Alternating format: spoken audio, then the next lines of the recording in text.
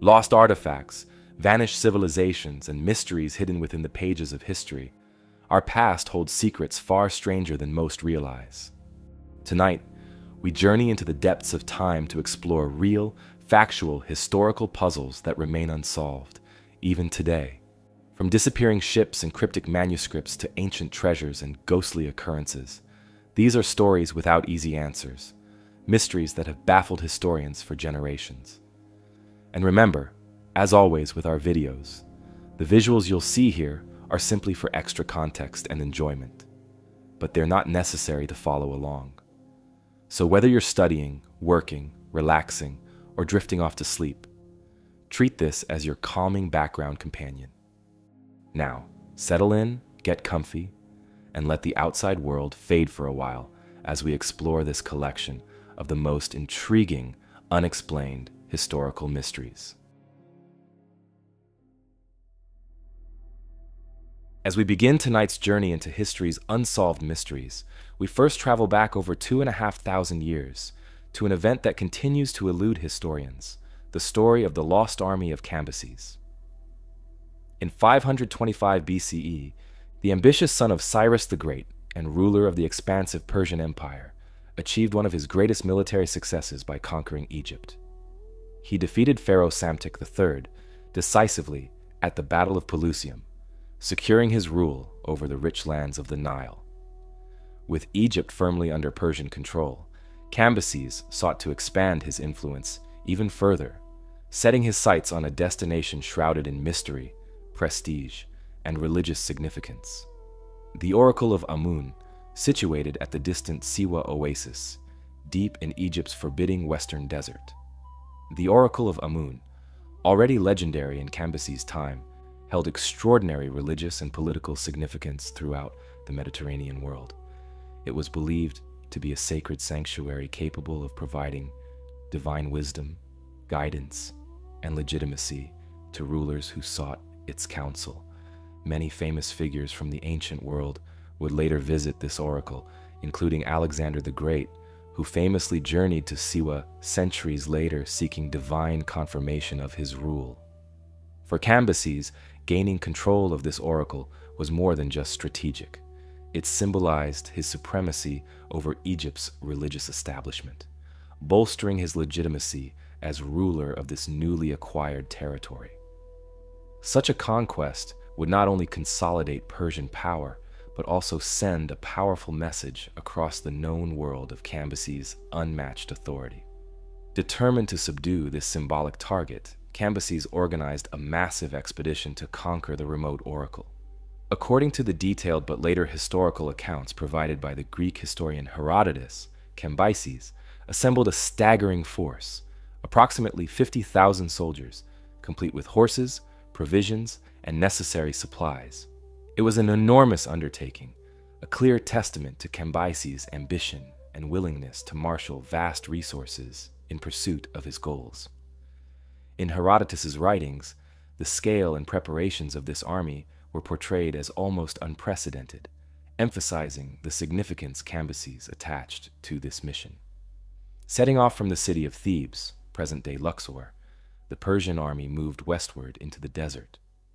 The expedition was carefully planned, aiming to make use of a network of oases that dotted the Egyptian desert. After several grueling days, the army arrived at the Kharga Oasis, a key resting point along their route. Kharga offered essential supplies including fresh water, dates, and shelter from the harsh desert sun. Yet, from Kharga onward, the soldiers would face an even greater challenge. The vast, merciless expanse of desert, stretching nearly 200 kilometers, about 124 miles, to their ultimate destination, the Siwa Oasis. The region that lay ahead was, and remains, one of the most inhospitable environments on Earth. Known today as the Great Sand Sea, it is characterized by enormous sand dunes, intense heat during the day, freezing temperatures at night, and almost complete absence of reliable water sources. Crossing this terrain, even with modern technology, is incredibly challenging. In ancient times, it was a near impossible task. Yet Cambyses' generals pressed the army onward, undaunted by the desert's ferocity. Soldiers trudged forward, carrying their heavy equipment, weapons, and armor under the blistering Egyptian sun. Their journey through the harsh sands became more difficult with every passing hour as their provisions dwindled and exhaustion set in. Despite these hardships, their destination, the famed Oracle of Amun at Siwa, drove them relentlessly forward. What happened next remains one of history's greatest and most baffling mysteries. According to Herodotus, the entire army suddenly vanished without a trace, swallowed whole by a violent and terrifying sandstorm. He described how, as the army ventured deeper into the desert, an enormous windstorm erupted unexpectedly, kicking up walls of sand so dense and powerful that the soldiers had no chance of escape or survival. Within mere hours, the 50,000-strong force, men, animals, supplies, and weapons, had been completely buried beneath towering sand dunes. Not a single survivor was said to have emerged to recount what they had witnessed. Herodotus's vivid description has captivated historians, archaeologists, and explorers for centuries. However, the dramatic nature of his account has also sparked considerable debate among scholars. Some historians argue that Herodotus, writing centuries after the event, might have relied on second-hand accounts or exaggerated local folklore, which could have distorted the real events. Skeptics point out that, realistically, the total disappearance of such a large army, leaving no survivors or even a fragment of equipment, seems implausible. Despite these doubts, the legend has persisted, inspiring countless archaeological expeditions and explorations. Numerous searches have been conducted throughout the 20th century to locate physical evidence supporting Herodotus's narrative. Early explorers such as Ord Wingate and the Hungarian Count Laszlo Almasi undertook extensive searches, but found no conclusive evidence of Cambyses' army. Still, the desert is vast, the sands ever-shifting, and archaeologists remained hopeful that further exploration might uncover the missing army. Excitement surged again in 2009 when Italian archaeologists Angelo and Alfredo Castiglioni announced potentially groundbreaking discoveries near Siwa. Using advanced satellite imaging and ground-penetrating radar, the Castiglionis detected anomalies in the desert sands, unusual formations that appeared unnatural, possibly concealing human remains and Persian-style artifacts. Initial finds included scattered bones, bronze weapons, jewelry, and fragments of pottery, which they cautiously proposed could belong to the Persian expedition. Their findings quickly drew international attention, suggesting the long-lost army might finally have been uncovered. However, further analysis by the broader archaeological community raised significant doubts about their findings. Subsequent researchers argued that the bones and artifacts uncovered by the Castiglionis were not conclusively linked to Cambyses' army. They pointed out that the western desert was historically traversed by countless travelers, caravans, and nomadic groups, whose remains could easily have been mistaken for those of the Persian soldiers. Additionally, geological and archaeological studies suggested the desert sands would be unlikely to preserve an entire army in such pristine condition for so long without clearer evidence emerging. Another possibility considered by historians is that the army never encountered a single catastrophic sandstorm, but rather succumbed gradually to the harsh conditions. In this scenario, Cambyses' soldiers may have suffered from dehydration, starvation, heat stroke, and exposure, dying over an extended period. Their remains, scattered across hundreds of kilometers, would be significantly harder to locate and identify, especially given shifting sands and the relentless erosion of the desert environment. Yet another theory argues that Herodotus' account might be metaphorical or exaggerated, reflecting Egyptian resistance or propaganda aimed at glorifying the divine protection of the Oracle of Amun. According to this perspective, the Persian army could have simply abandoned their mission and dispersed, possibly integrating with local populations, or returning quietly to Persia, a scenario which would leave minimal archaeological evidence behind. Despite these numerous explanations and extensive exploration efforts no definitive archaeological discovery has conclusively solved the mystery. The Egyptian Western Desert remains an extremely challenging environment for exploration, with constantly shifting sand dunes capable of concealing or revealing sites unpredictably. Archaeologists and historians continue searching today, driven by the tantalizing prospect of finally uncovering one of antiquity's greatest lost armies. The lost army of Cambyses represents more than just a puzzle from ancient times. It illustrates how difficult historical research can be, especially when relying heavily on ancient texts and limited physical evidence. Herodotus' narrative, while influential, was written centuries after the event and drew on local folklore, making it challenging to distinguish fact from myth. Nonetheless, the historical basis of Cambyses' conquest of Egypt and his campaign against Siwa is widely accepted as genuine. If future archaeological excavations or new technologies can conclusively identify remains or artifacts belonging to Cambyses' army, it would not only solve one of history's enduring mysteries, but also provide invaluable insight into Persian military organization, logistics, and strategies. For now, the fate of Cambyses' lost army remains uncertain, leaving historians and archaeologists alike intrigued and driven to continue exploring this fascinating chapter of ancient history. Today, the search for Cambyses' army continues, aided by increasingly sophisticated technology, historical research, and archaeological methods.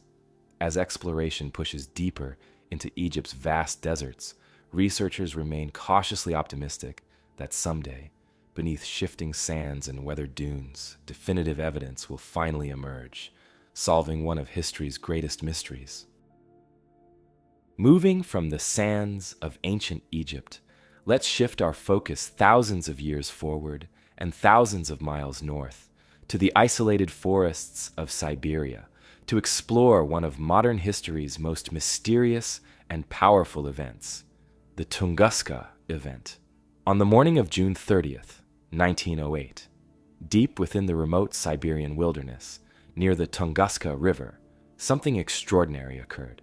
An immense explosion shook the region, unleashing energy equivalent to roughly 10 to 15 megatons of TNT, hundreds of times more powerful than the atomic bomb dropped on Hiroshima.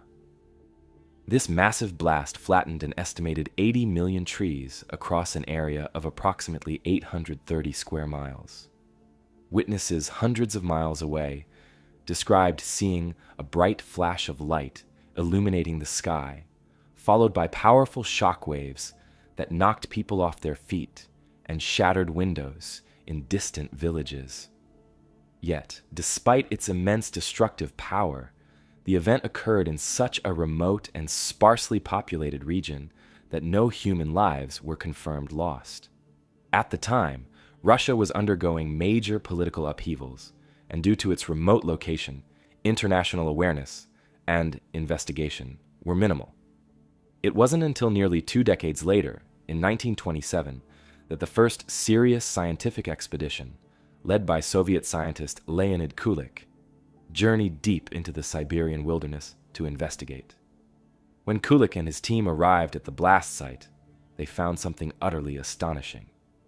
An enormous area of forest had been flattened, with millions of trees knocked down radially from a central point, as if a giant invisible hand had pushed them outward in every direction. Curiously, at the exact center, some trees remained standing upright, though their branches had been stripped bare and charred. The devastation was immense, yet there was no clear evidence of what had caused it. No impact crater, no large meteorite fragments, nothing obviously indicating a typical cosmic collision. Kulik initially believed the Tunguska event had been caused by a meteorite impact, expecting to find a large crater and remnants of a meteorite embedded within the Earth. However, despite extensive searches, Kulik's team failed to uncover any substantial meteorite fragments or impact craters. Instead, the area appeared almost as if it had been devastated by a massive explosion in the air, rather than by a direct impact with the ground. This puzzling absence of physical evidence baffled Kulik and scientists worldwide, sparking numerous alternative theories. Over the years, various hypotheses emerged attempting to explain the Tunguska event. One of the earliest and still widely accepted explanations is that the explosion was caused by an asteroid or comet fragment that entered Earth's atmosphere and exploded midair, approximately 5 to 10 kilometers above the Earth's surface.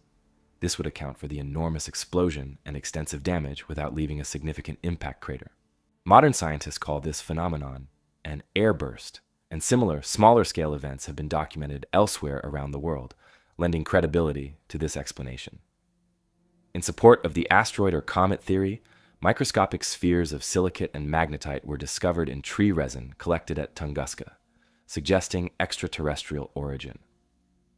Additionally, eyewitness reports from Siberian locals and distant observers describe seeing a fiery object streaking across the sky before the blast, consistent with a meteor or comet entering Earth's atmosphere. Still, questions lingered. If it was indeed an asteroid or comet, where were the larger fragments, and why did extensive searches never find sizable debris? Other scientists proposed alternative explanations.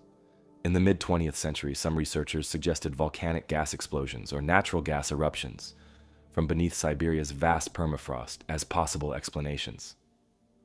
According to these theories, pockets of methane or other explosive gases trapped underground could have ignited suddenly, resulting in a catastrophic explosion. However, geological investigations have found little evidence to support these theories, as such explosions typically leave noticeable geological changes. In the Cold War era, more speculative theories also emerged. Some hypothesized that the Tunguska event might have been the result of early experimental technology, perhaps a secret weapon test gone wrong. Nikola Tesla, the famous inventor, was even briefly linked to the event through a theory suggesting he might have accidentally triggered the explosion during experiments with his death ray technology. Yet, historians and scientists largely dismissed these ideas due to a lack of credible evidence. More unusual theories also surfaced, involving extraterrestrial causes, such as a spaceship crash or antimatter collision. These more speculative explanations captured public imagination, but have been mostly disregarded by the scientific community due to their lack of solid supporting evidence. Still, the lack of definitive proof for more conventional explanations has allowed these theories to persist in popular culture, reinforcing the mysterious nature of Tunguska. In recent decades, advances in scientific methods, including computer simulations and modern astronomical research, have provided more detailed insights. Studies involving computer modeling of asteroid and comet explosions have closely matched the damage patterns observed at Tunguska, strengthening the widely accepted airburst hypothesis. Additionally, analysis of eyewitness reports, tree ring studies, and geological examinations have all supported the idea of an atmospheric explosion. In 2013, a strikingly similar event provided modern scientists with valuable context. In Chelyabinsk, Russia, a relatively small asteroid exploded high above the city, injuring over 1,000 people and causing extensive damage. The Chelyabinsk meteor, captured on numerous cameras, vividly demonstrated the destructive potential of atmospheric explosions caused by space objects. This event renewed scientific interest in Tunguska, confirming that such catastrophic airbursts can indeed occur and providing critical parallels for researchers to study. Yet, despite these advances, several mysteries persist. One significant puzzle remains the exact composition of the object that exploded over Tunguska. Was it a rocky asteroid or an icy comet fragment? Both possibilities have compelling arguments. Asteroids are common near-Earth objects and known for causing powerful explosions when entering Earth's atmosphere. But comets, composed largely of ice, might better explain the lack of large meteorite fragments. The intense heat and pressure from the atmospheric entry could have vaporized most of the material, leaving few physical traces behind. Additionally, some recent scientific expeditions continue to search for potential physical remnants of the Tunguska object in nearby lakes and bogs, where they hypothesize tiny fragments might still be buried deep below the surface. However, despite these efforts, no definitive fragments large enough to conclusively identify the cosmic body have yet been discovered, leaving the Tunguska event's exact nature open-ended. More than a century later, the Tunguska event remains a fascinating historical enigma. It serves as a powerful reminder of Earth's vulnerability to cosmic impacts and continues to inspire scientific study. Each year, astronomers and scientists track thousands of near-Earth objects, working tirelessly to prevent similar incidents in the future. Though the specific object and precise details of the Tunguska explosion may never be fully uncovered, the event itself continues to teach valuable lessons about our planet, its place within the cosmos, and the unexpected mysteries that occasionally emerge from the skies above. Leaving behind the quiet forests of Siberia and the mysteries hidden within its vast landscapes, we now journey southward across centuries to the sunlit shores of the ancient Mediterranean to explore one of history's greatest puzzles, the mysterious invasion of the Sea Peoples. Around 1200 BCE, a series of events unfolded that reshaped the ancient world. Powerful civilizations, including the Hittite Empire, Mycenaean Greece, and Egypt, faced sudden chaos, instability, and collapse. Historical records from this period are scarce and fragmented, but those that remain hint at a mysterious coalition of seaborne invaders who emerged from the sea, striking swiftly and unpredictably across coastal regions and inland settlements alike. Ancient Egyptians called them the Sea Peoples, and despite numerous references to their devastating raids, the true identity and origins of these invaders remain one of history's enduring mysteries.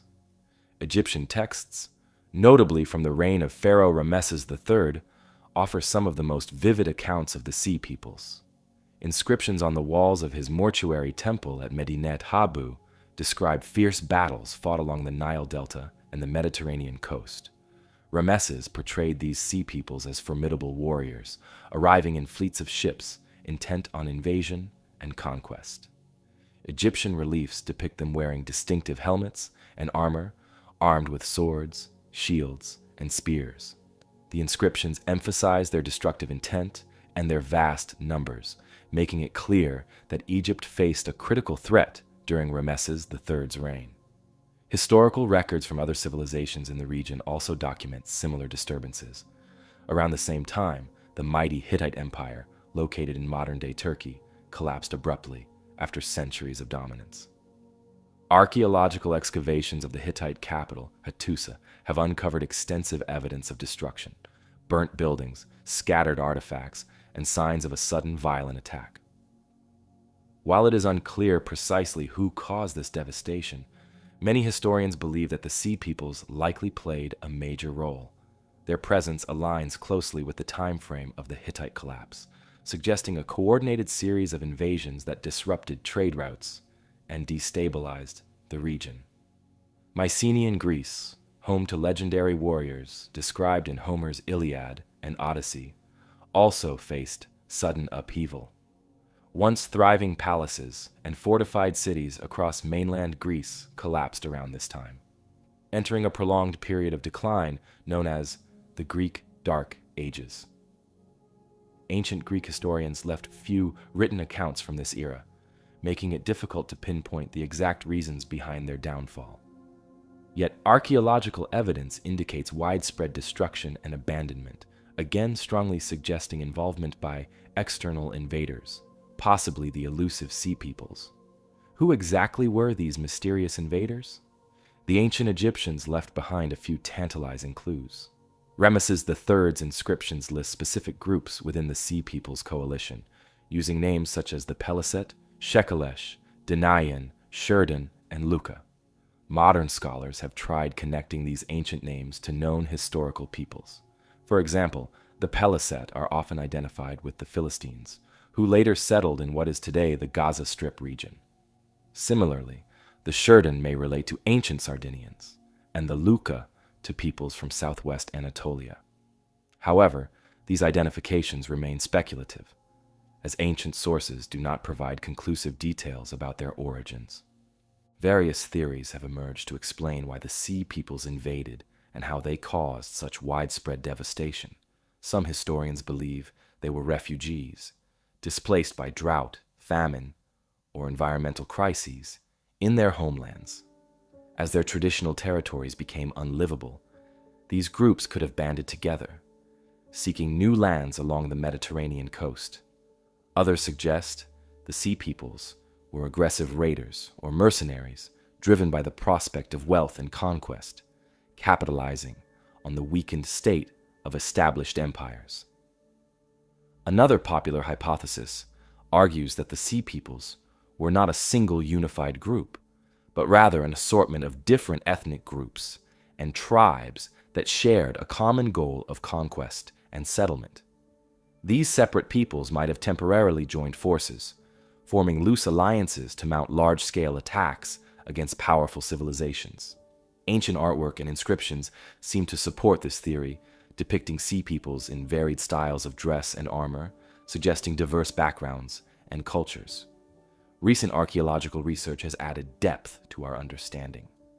Excavations across the eastern Mediterranean region have uncovered layers of destruction dating precisely to the period of the Sea Peoples' invasions. Charred ruins, toppled fortifications, and hastily abandoned cities provide vivid evidence of widespread conflict. Archaeologists studying these sites have found weapons, pottery, and artifacts belonging to unfamiliar cultural groups, possibly left behind by the invading armies. Interestingly, Egyptian records indicate that Rameses III successfully repelled the Sea Peoples in a decisive naval battle around 1177 BCE.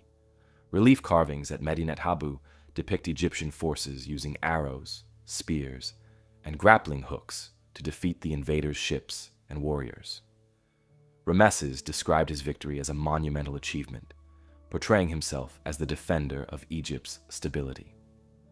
While this victory helped Egypt survive the immediate crisis, it did not fully protect the broader region from turmoil. Neighboring civilizations, lacking Egypt's defenses, succumbed to instability, invasion, or internal collapse. Following the invasions, the Mediterranean world experienced a significant transformation. Long-established trade networks and diplomatic relationships disintegrated, plunging the region into a period of isolation and economic disruption. This marked the end of the Late Bronze Age, a sophisticated era of international trade and diplomacy. The once prosperous cities and empires gradually fragmented, giving way to smaller, less centralized communities. It took centuries for new civilizations, such as classical Greece and Phoenicia, to rise from the ashes and rebuild stability and prosperity. Modern historians and archaeologists continue exploring new evidence, utilizing advanced scientific techniques such as genetic analysis, radiocarbon dating, and sophisticated mapping technology to gain further insights into the Sea Peoples and their impact. Ongoing excavations at coastal sites around the Mediterranean regularly uncover new artifacts, structures, and human remains linked to this mysterious era. Each discovery offers another puzzle piece in the quest to understand these ancient invaders and their motives. Yet, despite more than a century of dedicated research, the Sea Peoples remain one of history's most enigmatic groups. Their origins, identities, and motivations still provoke lively debates among historians and archaeologists alike. Some researchers remain optimistic that future discoveries will eventually provide clear answers. Others believe the full truth may never be completely revealed due to the scarcity and fragmentary nature of surviving ancient records. Nevertheless, the Sea Peoples continue to captivate historians and enthusiasts worldwide. Their sudden appearance, devastating invasions, and mysterious identities make them an enduring source of fascination. By disrupting powerful empires and reshaping the ancient world, these enigmatic raiders profoundly influenced the course of Mediterranean history, leaving behind intriguing clues and unanswered questions. Ancient shores of the Mediterranean and the elusive Sea Peoples aside, we now journey forward through time into the heart of 19th century Europe, where a different kind of mystery captivated an entire continent: the strange and puzzling story of Caspar Hauser. On May 26th, 1828, a teenage boy appeared suddenly in the streets of Nuremberg, Germany. He seemed confused, disoriented, and could barely speak. Clutched in his hand was a mysterious letter addressed to Captain von Wessenig of the local cavalry regiment, requesting that the boy be taken into their care. The letter claimed the boy's name was Kaspar Hauser, that he was born on April 30th, 1812, and had never before left the house in which he was raised. The author of the note, who remained anonymous, claimed to have cared for the boy after receiving him from his unknown mother, but was no longer able to provide for him. Another shorter note, supposedly written by his mother, stated that Kaspar's father had been a cavalryman. Kaspar's sudden appearance and unusual behavior immediately drew widespread attention. At first, he was taken to the local police, who questioned him. They quickly discovered that Kaspar had difficulty communicating and appeared unfamiliar with basic everyday experiences. He seemed unable to walk properly, as though he had been kept isolated for most of his life. His vocabulary was extremely limited. He spoke just a few words and phrases repeatedly. Kaspar appeared to have lived in near total isolation for many years, deprived of normal social interactions or education. The authorities were unsure what to make of Kaspar. Initially, some believed he might be mentally impaired or pretending. However, as news spread, public fascination grew. Soon, Kaspar Hauser became the talk of Europe, sparking curiosity among scholars, scientists, and ordinary citizens alike.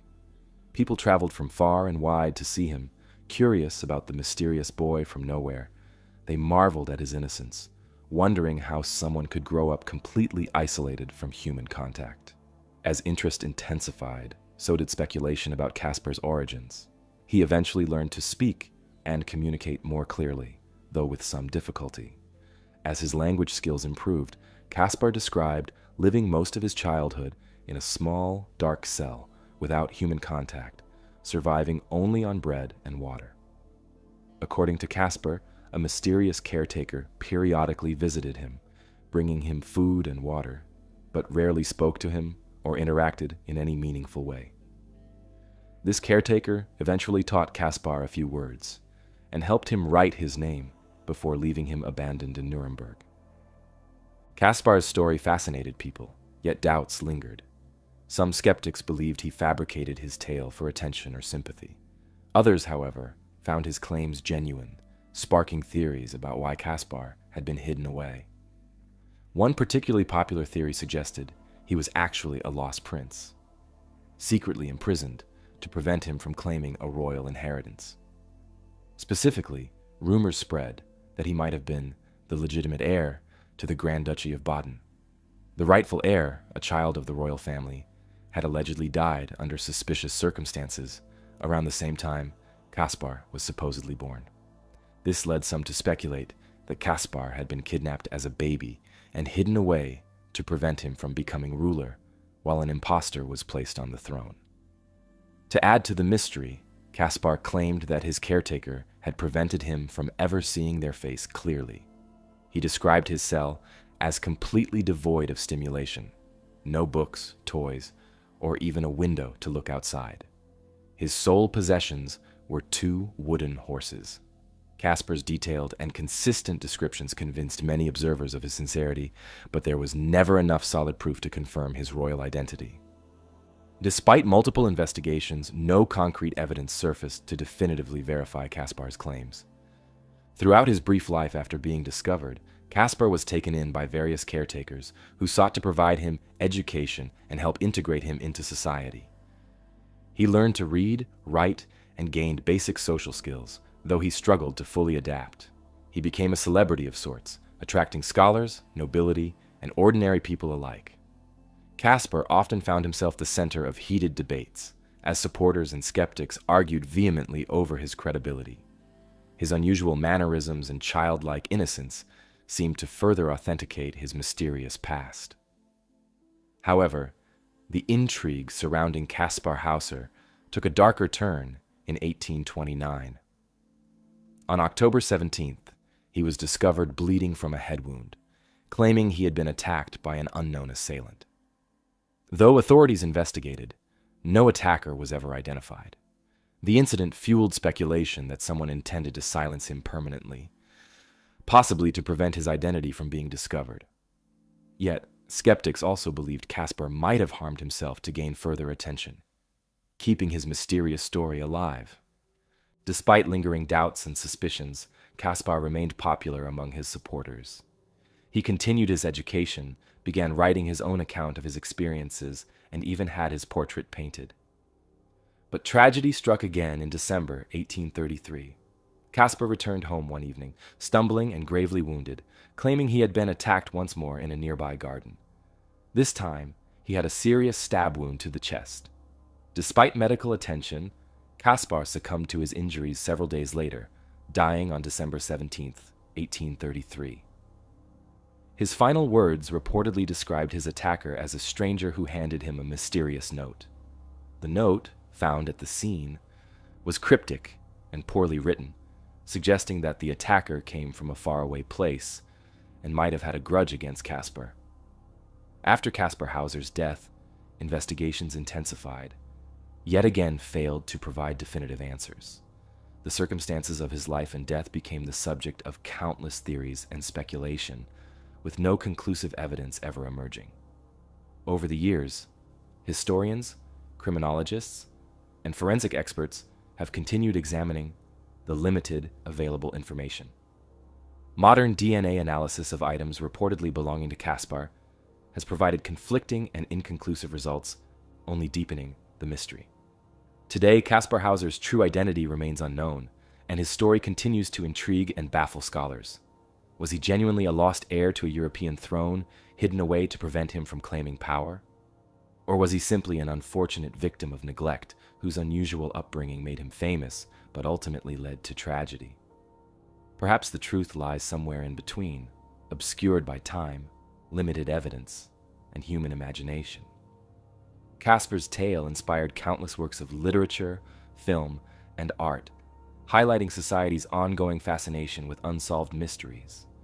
The enduring intrigue surrounding his life and mysterious origins has cemented his legacy as one of history's most puzzling figures. While the peculiar silence surrounding Caspar Hauser hints at a singular, perplexing origin, the early shores of America bear witness to a far more expansive and unsettling void. The lost colony of Roanoke, an entire community swallowed by history's unanswered questions. This disappearance remains one of the earliest and most enduring puzzles in American history, leaving historians and archaeologists alike searching for answers to what exactly happened to an entire colony of settlers. The story begins in 1587, during the era of Elizabethan exploration. Under the patronage of Sir Walter Raleigh, a group of English settlers set out from England to establish a permanent colony in the New World.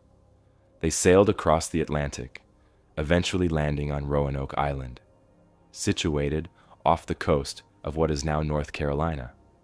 Led by Governor John White, the settlers aimed to build a thriving community that would secure England's claim to the Americas. It wasn't the first time Roanoke had been selected for colonization.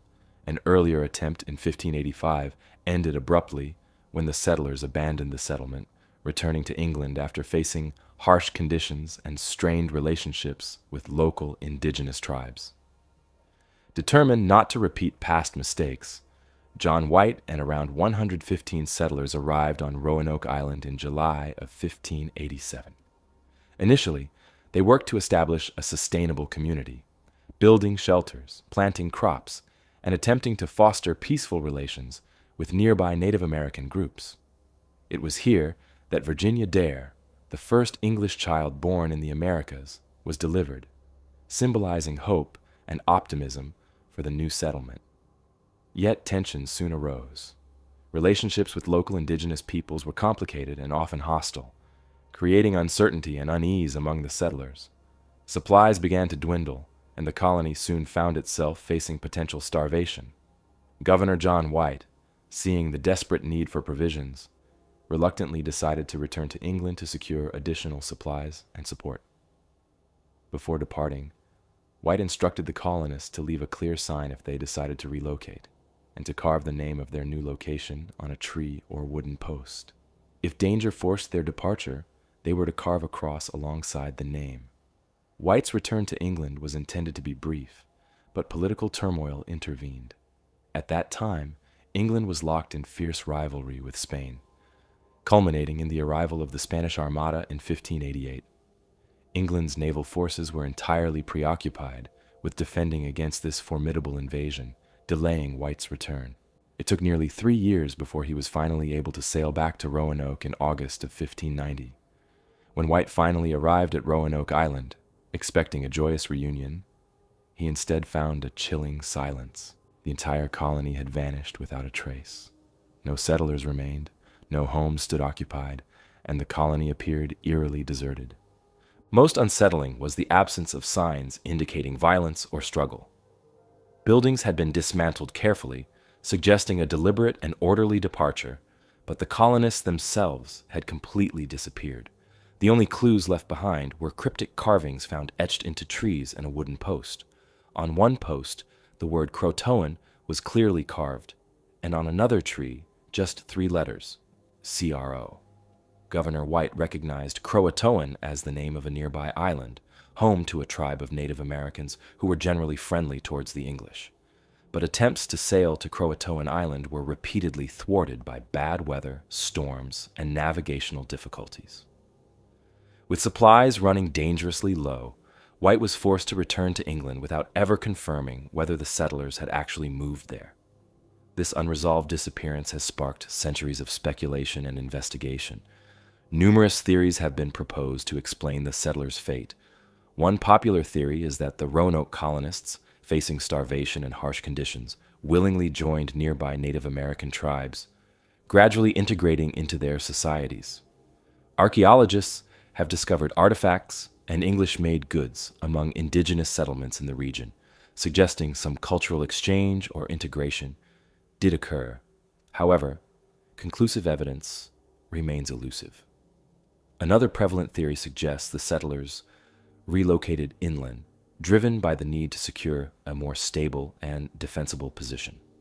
The possibility that they ventured deeper into mainland America in search of food, shelter, or better relationships with indigenous groups is supported by early accounts and oral traditions from local tribes.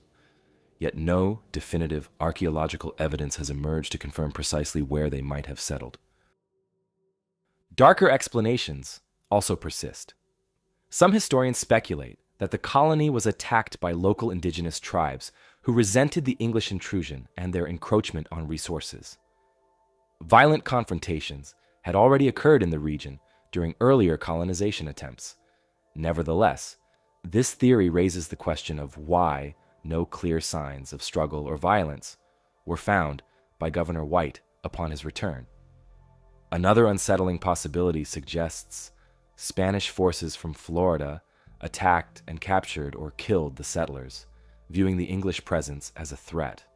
Historical records from Spain indicate awareness of the English settlements, but there is no explicit account of an attack on Roanoke, leaving this theory uncertain as well. In more recent years, researchers have attempted to use modern scientific techniques to shed light on this mystery. Excavations on Roanoke Island and the surrounding regions have been conducted repeatedly, yielding intriguing but inconclusive findings. Historical documents, maps, and even oral traditions passed down through local indigenous tribes have been closely studied, yet none have provided a definitive solution. Despite careful archaeological investigations, the ultimate fate of the Roanoke settlers remains unresolved. One intriguing discovery was made in the late 20th century on Hatteras Island, formerly known as Croatoan Island, where English artifacts from the correct time period were uncovered. This finding supports the idea that the colonists indeed relocated and assimilated into local tribes. Yet this evidence alone is insufficient to conclusively prove this scenario.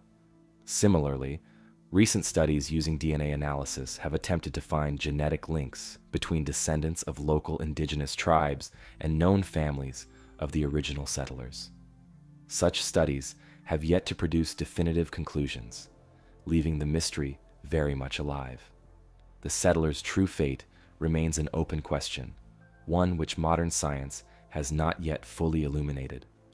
For centuries, historians, archaeologists, and enthusiasts have continued exploring every avenue to understand the lost colony. Despite advancements in technology, research, and historical analysis, no universally accepted answer has emerged.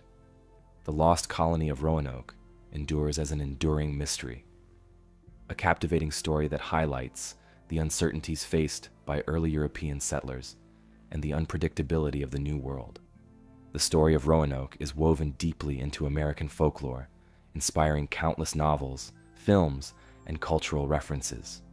The unsettling phrase, Croatoan, etched into a wooden post, continues to resonate with mystery and intrigue. Yet beneath these legends and theories lies a genuine historical puzzle, still waiting for definitive resolution. The lost colony of Roanoke remains one of America's oldest unsolved mysteries, urging historians and researchers onward in their ongoing search for answers. If the silence of Roanoke Island speaks of a community lost to the unknown, then the sun-drenched shores of ancient Crete offer a different kind of secret. Here, another fascinating mystery waits, etched upon the surface of a small, golden artifact. The Phaistos Disc. Discovered in 1908 by Italian archaeologist Luigi Pernier, the Phaistos Disc emerged from the ruins of the Minoan Palace of Phaistos, located in southern Crete. The palace itself was once a bustling center of the Minoan Civilization, one of the earliest sophisticated cultures in Europe, thriving roughly from 2700 to 1450 BCE. The artifact, unearthed in a basement chamber within the palace complex, immediately captured the attention of archaeologists due to its uniqueness and complexity. The Phaistos disc is made of fired clay, approximately 15 centimeters, about 6 inches, in diameter, and about 1 centimeter thick. Its surface is decorated on both sides with a series of carefully stamped symbols, arranged in a spiral pattern that starts from the outer edge and winds toward the center. Altogether, there are 241 individual symbols, grouped into 61 distinct sequences, separated by vertical lines. Researchers quickly noted that these symbols did not match any known written language from ancient Crete or any other civilization of the time, making the disc's message entirely unreadable, and its purpose a complete mystery. One of the most intriguing aspects of the Phaistos disc is how it was created. The symbols were not carved individually by hand. Instead, each character was impressed into the clay using specially crafted stamps. This method indicates the existence of movable type printing thousands of years before Johannes Gutenberg famously invented his printing press. Yet despite the sophisticated technique used to make it, no other artifact bearing these same symbols has ever been discovered, further deepening the puzzle surrounding its origin and meaning. Over the years, archaeologists, historians, linguists, and cryptographers have studied the disc tirelessly, attempting to decipher its mysterious script. Some researchers believe it might be religious or ritualistic in nature, possibly containing hymns, prayers, or invocations dedicated to ancient Minoan deities. Others theorize it might be an early form of storytelling, recording mythological tales or important historical events. Still, others propose more practical explanations, suggesting the disc might have functioned as an early game board, calendar, or an educational tool. Despite many serious attempts, the symbols have stubbornly resisted translation. Some experts have suggested links between the symbols on the disc and various ancient scripts found in other parts of the Mediterranean, such as Egyptian hieroglyphs, Linear A and B, Minoan and Mycenaean scripts, or even Anatolian or Mesopotamian writing systems. However, none of these possible connections have provided a clear or definitive decoding of the disc's message. The mystery deepens because Linear A, another ancient Minoan script, remains undeciphered to this day, further complicating attempts to translate the disc. The characters on the Phaistos disc themselves depict a variety of images, including human figures, animals, plants, tools, weapons, and other objects from everyday life. Researchers carefully analyze these images, hoping they could offer clues about the disc's purpose or message. While many symbols appear recognizable, such as birds, fish, warriors, and shields, others remain completely obscure, defying clear interpretation. The discus symbols repeat at varying intervals, suggesting some form of structured language or code. Yet without any accompanying reference points, these tantalizing hints offer no definitive insights. Given the disc's mysterious nature, it has naturally attracted speculation and controversy. Some early scholars questioned its authenticity, suspecting it might be a clever modern forgery. They pointed to the uniqueness of its symbols and the lack of similar finds as suspicious indicators. However, rigorous scientific analysis of the artifact has shown it to be genuinely ancient, dating back more than 3,500 years. Today, its authenticity is widely accepted, leaving only its meaning and purpose in doubt. Another intriguing aspect of the disc is the context of its discovery. Found in a subterranean chamber, some scholars have speculated that it might have been deliberately hidden or buried, perhaps to preserve its secretive content. Others believe it was simply stored with other objects that held religious or ceremonial importance, suggesting the disc itself may have had a sacred or significant cultural value. Unfortunately, the archaeological context in which it was discovered provided no conclusive clues to its true nature or purpose. More recently, some experts have turned to advanced computer analysis, applying statistical and linguistic methods to uncover patterns or structures hidden within the symbols. While these modern techniques have revealed intriguing details about the disc's potential linguistic properties, they have yet to yield any decisive breakthroughs. The disc's complexity, combined with the absence of other examples of its writing system, continues to present formidable challenges to researchers attempting its decipherment. Some have even proposed that the disc might represent a unique example of an early written language used by a small, specialized group or community, perhaps priests, scribes, or a secretive guild. This idea could explain why no other artifacts bearing the same script have surfaced. Perhaps only a limited number of individuals knew this specific code, using it solely for ceremonial or confidential purposes. Still, this theory remains speculative without additional archaeological evidence. Further archaeological explorations around Crete continue to yield new artifacts from the Minoan era, raising hopes among scholars that another similar artifact or text could eventually surface. Such a discovery could provide the long-awaited key to unlocking the Phaistos disc's mysterious symbols. Until then, the disc remains one of archaeology's most famous enigmas, intriguing, perplexing, and completely unique. Today, the Phaistos disc is carefully preserved and displayed in the Heraklion Archaeological Museum in Crete, where visitors from around the world can marvel at its intricate symbols and ponder its secrets. Scholars continue to debate its significance, analyzing it from every possible angle. While its true meaning remains stubbornly elusive, the disc serves as a compelling reminder of how much remains unknown about ancient cultures, even those as extensively studied as the Minoans. In the absence of definitive answers, the Phaistos disc endures as a symbol of human curiosity and the persistent allure of historical mysteries. Each new generation of researchers approaches it with fresh eyes and new methodologies, hopeful that someday the disc's cryptic message might finally be revealed. Until then, it waits, an ancient puzzle etched in clay, patiently holding its secrets through the ages. If the undeciphered script of the Phaistos disc hints at a lost language, the medieval courts of England during the Wars of the Roses witnessed a different kind of silencing, the unexplained disappearance of young royalty. The fate of the princes in the Tower remains a poignant and enduring drama of power and vulnerability. In the spring of 1483, King Edward IV of England suddenly died, leaving behind two young sons. His eldest, Edward V, was only 12 years old, while his younger brother, Richard of Shrewsbury, Duke of York, was merely 9. As Edward IV's heir, the young Prince Edward V became king, though his reign would be brief and tragically overshadowed. Because he was still a minor, Edward V was placed under the guardianship of his uncle, Richard, Duke of Gloucester. Richard swiftly assumed the role of Lord Protector, entrusted with safeguarding the young king until he reached adulthood. Initially, young King Edward and his brother Richard were lodged in the Tower of London, not then a prison but rather a royal residence commonly used by monarchs in preparation for coronation. However, as the weeks passed, the mood surrounding the boys grew increasingly tense. Rumors of political intrigue and power struggles rapidly spread throughout England. Suddenly, their uncle Richard made a startling claim. Edward IV's marriage to Elizabeth Woodville, the prince's mother, was illegitimate.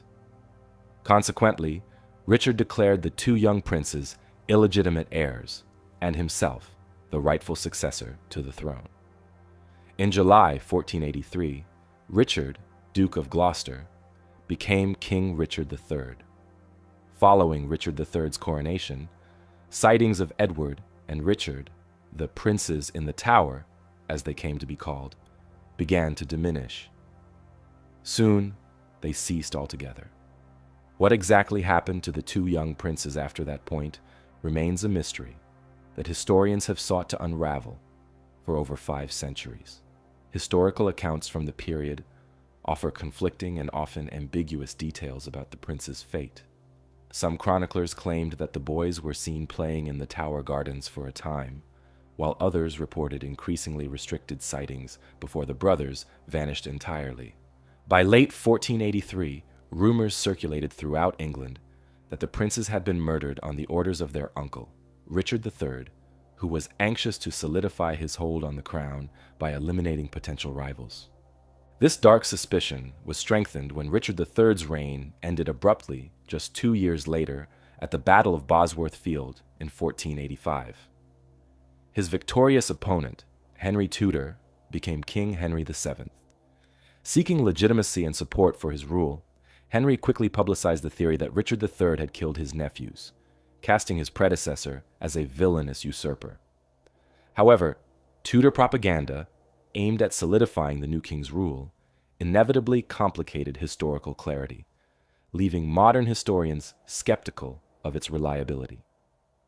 Several contemporary and near-contemporary accounts claimed explicitly that Richard III had ordered his nephew's deaths. Most notably, Sir Thomas More wrote an influential history detailing how the princes were smothered in their beds by hired assassins acting under Richard's instructions. More's narrative, written during the reign of Richard III's successors, has significantly shaped popular understanding.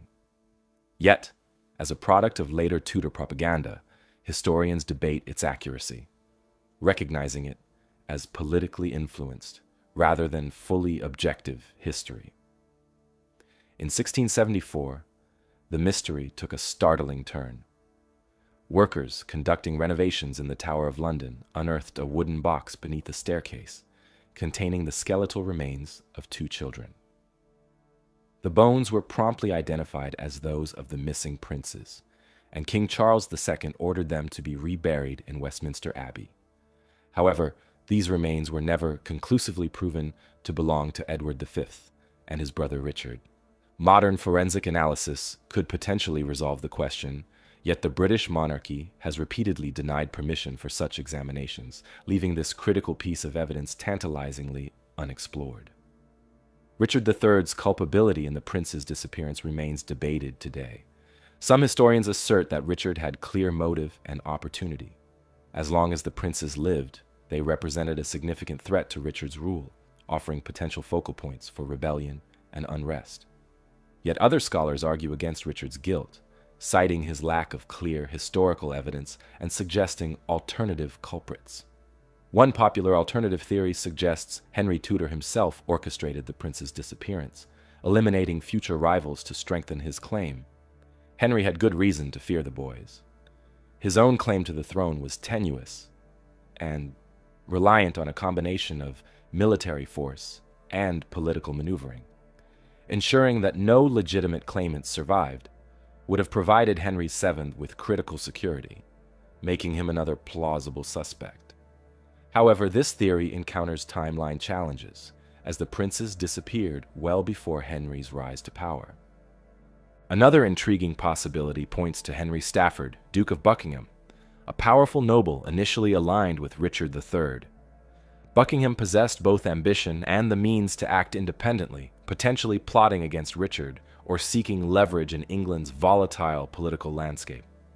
Historical records show that Buckingham eventually turned against Richard, leading a rebellion in late 1483. Some historians speculate that Buckingham might have secretly killed the princes, hoping to place blame on Richard and incite public outrage. Yet again, no concrete evidence supports this theory, leaving it speculative. Over the centuries, various claimants appeared, asserting that they were one of the missing princes miraculously escaped. The most famous impostor was Perkin Warbeck, who, in the 1490s, claimed to be Richard of Shrewsbury, Duke of York. His claim attracted significant European attention and support, causing considerable problems for Henry VII.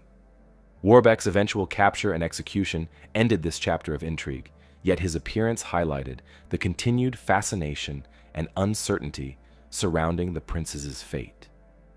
Modern forensic methods could potentially settle the mystery conclusively.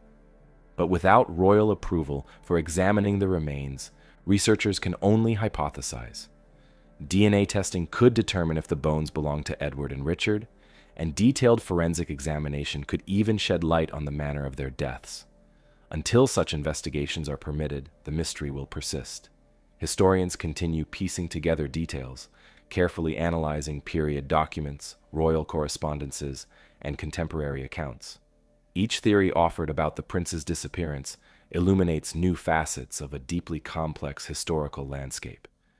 The princes were vulnerable pawns, caught in an intense struggle for the English throne, a scenario sadly not uncommon in medieval Europe. Yet their disappearance uniquely captured public imagination, perhaps because of their youth, innocence, and the deeply unsettling nature of their presumed fate. Today, the story of the princes in the tower is remembered as a tragic and haunting mystery that symbolizes the ruthlessness of medieval political power struggles. Their fate continues to provoke debate and research, and each new historical discovery or scholarly theory sparks renewed interest and speculation. Whether the boys died tragically within the tower's cold stone walls or somehow survived to live quiet, anonymous lives elsewhere, the question endures. Unlike the human drama of the princes in the tower, played out in the well-documented, albeit turbulent, medieval era, our focus now shifts to a mystery etched not in chronicles, but in stone. Stonehenge, rising from the prehistoric landscape of Britain, presents a mystery on a grander, more timeless scale, its meaning still elusive after ages of scrutiny. Stonehenge was constructed in several phases, beginning roughly around 3000 BCE and continuing over many generations. At the time, Britain was inhabited by Neolithic farming communities who lived in small settlements scattered across the landscape. These early people cultivated crops, raised livestock, and relied heavily on the natural cycles of the seasons for survival. They had no written language, leaving modern researchers reliant on archaeological findings to piece together their way of life. The monument we recognize today, with its familiar arrangement of massive stone trilithons, took shape primarily around 2500 BCE. Building Stonehenge represented a monumental undertaking for these Neolithic people. The construction required careful planning, sophisticated engineering, extensive cooperation, and considerable manpower, qualities not typically associated with small, scattered agricultural societies. This suggests a remarkable level of social organization and coordination, hinting at leadership structures or collective governance systems whose specifics remain elusive. The colossal stones themselves, some weighing up to 25 tons, were meticulously shaped, transported, and positioned into intricate configurations by builders whose methods still puzzle modern researchers. The iconic larger stones, known as sarsens, came from Marlborough Downs, roughly 20 miles away. Even more remarkably, smaller yet substantial stones called bluestones were transported over 150 miles from the Preseli Hills in Wales. These bluestones, each weighing several tons, would have been moved across challenging terrain involving hills, rivers, and dense woodlands without the aid of wheels or advanced technology. Experts believe the builders employed a combination of rolling logs, sledges, rafts, and sheer human effort. This extraordinary logistical feat underscores how significant Stonehenge must have been to these communities, worth such enormous effort and sacrifice. Understanding who built Stonehenge remains challenging, but archaeological findings provide some clues. Excavations around the site reveal artifacts such as pottery fragments, animal bones, and tools, indicating a diverse gathering of people from across different regions. Studies of human remains found near Stonehenge show isotopic evidence that some individuals traveled long distances, possibly from Wales or continental Europe, to participate in rituals or construction activities. This strongly suggests Stonehenge was a focal point that drew people from various cultural backgrounds, enhancing its significance as a ceremonial and social hub. The careful arrangement of Stonehenge clearly indicates intentionality, yet precisely what purpose motivated its construction continues to inspire debate among scholars. One leading theory is that Stonehenge served as a sophisticated astronomical observatory. Many of its stones align precisely with the sunrise and sunset during the summer and winter solstices, demonstrating significant astronomical awareness and observation by these early societies. On the longest day of the year, the summer solstice, the sunrise perfectly aligns with the monument's central axis, casting a beam of light through its stones in a spectacle still witnessed annually. Similarly, the winter solstice aligns precisely in the opposite direction, suggesting that Stonehenge functioned as an early calendar, marking vital seasonal changes that guided agricultural practices, animal husbandry, and ritual life. The ability to align such massive stones so precisely without modern instruments underscores the revolutionary nature of this construction for its time. Stonehenge's builders possessed sophisticated knowledge of geometry, astronomy, and engineering principles, far exceeding what was previously assumed for Neolithic societies. The monument stands as undeniable evidence of human ingenuity and capability long before civilizations with writing or advanced technology arose. Yet Stonehenge's function likely extended beyond astronomy alone. Archaeological findings indicate significant ceremonial activity at the site. Human remains, particularly cremated bones, have been discovered around the monument, suggesting rituals linked to death, ancestry, and spiritual beliefs. For Neolithic peoples, life was deeply interconnected with natural cycles, seasons, birth, death, and regeneration, and Stonehenge likely served as a powerful symbolic center for expressing and reinforcing these beliefs. The stone circle might have represented a gateway between the realms of the living and the dead, a sacred space connecting the physical world with the spiritual. Moreover, Stonehenge appears to have been part of a much larger sacred landscape. Surrounding the monument are numerous burial mounds, ceremonial pathways, and nearby sites like Woodhenge and Durrington Walls, indicating a complex network of interlinked locations dedicated to different aspects of ritual and communal gatherings. Excavations at Durrington Walls have uncovered evidence of large feasts and gatherings, suggesting that communities came together seasonally, perhaps marking solstices or other key events with rituals at Stonehenge. This expansive ceremonial landscape indicates sophisticated social structures and cultural unity that would have strengthened community bonds among dispersed settlements. Yet another theory proposes that Stonehenge functioned primarily as a religious or ceremonial gathering place. Researchers have uncovered evidence of large feasts and communal gatherings nearby, suggesting the monument was an important cultural or spiritual hub. Massive communal celebrations, possibly involving thousands of people traveling from across the region, could have marked significant seasonal events or religious ceremonies. Some experts believe Stonehenge may have symbolized unity or communal identity for widely scattered Neolithic communities, acting as a central meeting point for rituals and celebrations that reinforced social bonds. A different but compelling theory suggests Stonehenge served a healing purpose. Archaeologists studying remains discovered at the site have noticed many skeletons showing signs of injury or illness. hinting that people might have traveled long distances, seeking healing or relief at the monument. Some of the blue stones brought from Wales were believed by ancient cultures to possess healing properties. This theory envisioned Stonehenge as an early healing center, a place where people gathered to find spiritual and physical comfort, perhaps believing the stones themselves held mystical curative powers. Recent archaeological discoveries continue to enrich our understanding. New excavations around Stonehenge have revealed that it was part of a larger sacred landscape, filled with smaller monuments, burial mounds, and ritual pathways. Nearby sites such as Woodhenge and Durrington Walls offer further clues about prehistoric rituals and how communities interacted with Stonehenge itself. At Durrington Walls, evidence of large settlements and ceremonial feasting reinforces the idea of Stonehenge as a central place for communal gatherings and spiritual observances, serving as one part of a much larger ritual complex spanning the entire region. In addition to archaeological evidence, modern technologies have brought new insights. Advanced radar scans and ground-penetrating surveys of the surrounding area have revealed previously unknown structures buried beneath the landscape.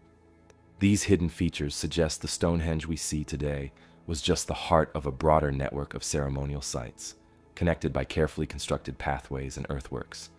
Such discoveries strongly suggest the monument had deep cultural, spiritual, and possibly political significance for its creators, far beyond simply marking the solstices or seasonal cycles. Yet despite these fascinating findings, Stonehenge refuses to yield all of its secrets. Even basic questions, such as exactly how the massive stones were transported or precisely who orchestrated their construction, remain stubbornly unanswered. The monument's construction spanned multiple generations, implying a level of organization, collaboration, and continuity across centuries. Yet the identities and motivations of those involved are lost to history. Throughout history, Stonehenge has inspired countless myths and legends, further complicating its historical understanding. Early medieval legends spoke of Merlin, the legendary wizard from Arthurian stories, magically transporting the stones from Ireland. Other folklore suggested giants were responsible for erecting the massive stones, reflecting the awe and confusion medieval observers felt towards this ancient marvel. These fantastical stories, though clearly fictional, demonstrate the enduring mystery Stonehenge held even in ancient and medieval imaginations. Attempts to interpret Stonehenge's purpose continue to generate debate among historians, archaeologists, astronomers, and anthropologists. Modern theories frequently combine elements of astronomy, religion, community gathering, and healing practices, acknowledging that Stonehenge likely served multiple purposes simultaneously.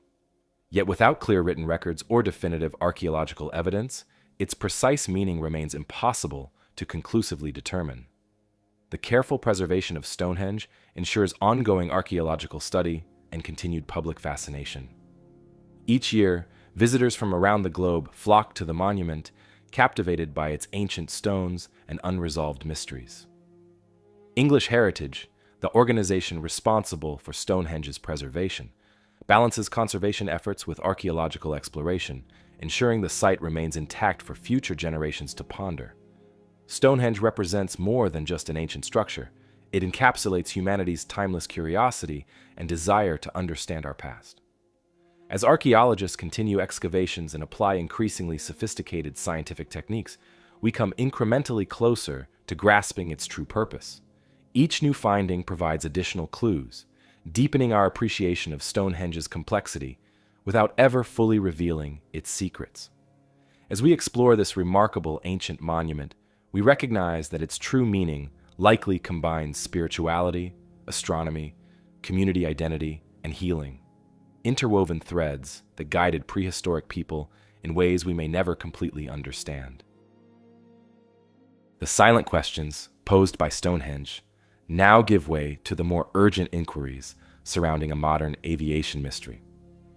Across the Atlantic, in the legendary Bermuda Triangle, the unexplained loss of Flight 19 continues to fuel speculation and remains one of its most compelling unsolved cases.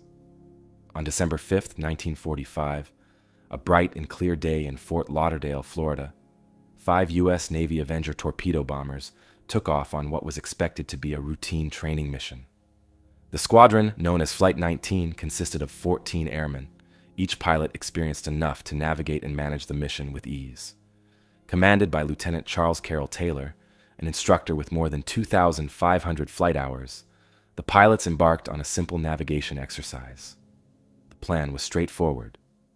Fly eastward from Fort Lauderdale, conduct a bombing practice at Hen and Chickens Shoals near the Bahamas, proceed east again before turning northward, then finally head back westward toward Florida. This triangular route was typical, familiar, and considered perfectly safe. The mission began smoothly. Radio transmissions indicate that Flight 19 successfully reached their practice area, carried out their bombing run, and then turned northeast, exactly as intended. Yet soon after, something inexplicable began to unfold. Around 3:45 p.m., the Fort Lauderdale Air Base received an unsettling radio transmission from Lieutenant Taylor. He reported confusion regarding his location, noting that both of his compasses were malfunctioning. Taylor told the tower he could not determine exactly where he was and appeared uncertain about their flight path, saying, "We seem to be off course." At first, ground control operators calmly instructed Taylor to head west toward the Florida coast, confident this would easily guide the flight home. However, Taylor, who appeared increasingly disoriented and anxious, believed they were somewhere over the Florida Keys. This confusion proved fateful. Believing himself south of Florida, Taylor made the critical decision to direct the squadron northeast, away from land, taking them deeper into the vast Atlantic Ocean. As the hours passed, conditions worsened. The once bright and clear sky began to darken as evening approached, and fuel levels gradually diminished, intensifying the urgency. Ground stations and other nearby aircraft attempted repeatedly to reach Flight 19 by radio, offering guidance and desperately trying to ascertain their exact position. Yet the radio transmissions grew weaker, becoming increasingly distorted and intermittent, adding to the anxiety gripping those listening below. One of the final radio messages, chilling in hindsight, came from one of the pilots who said, "All planes close up tight. We'll have to ditch unless landfall. When the first plane drops below 10 gallons, we all go down together." After this ominous message, the radio fell silent.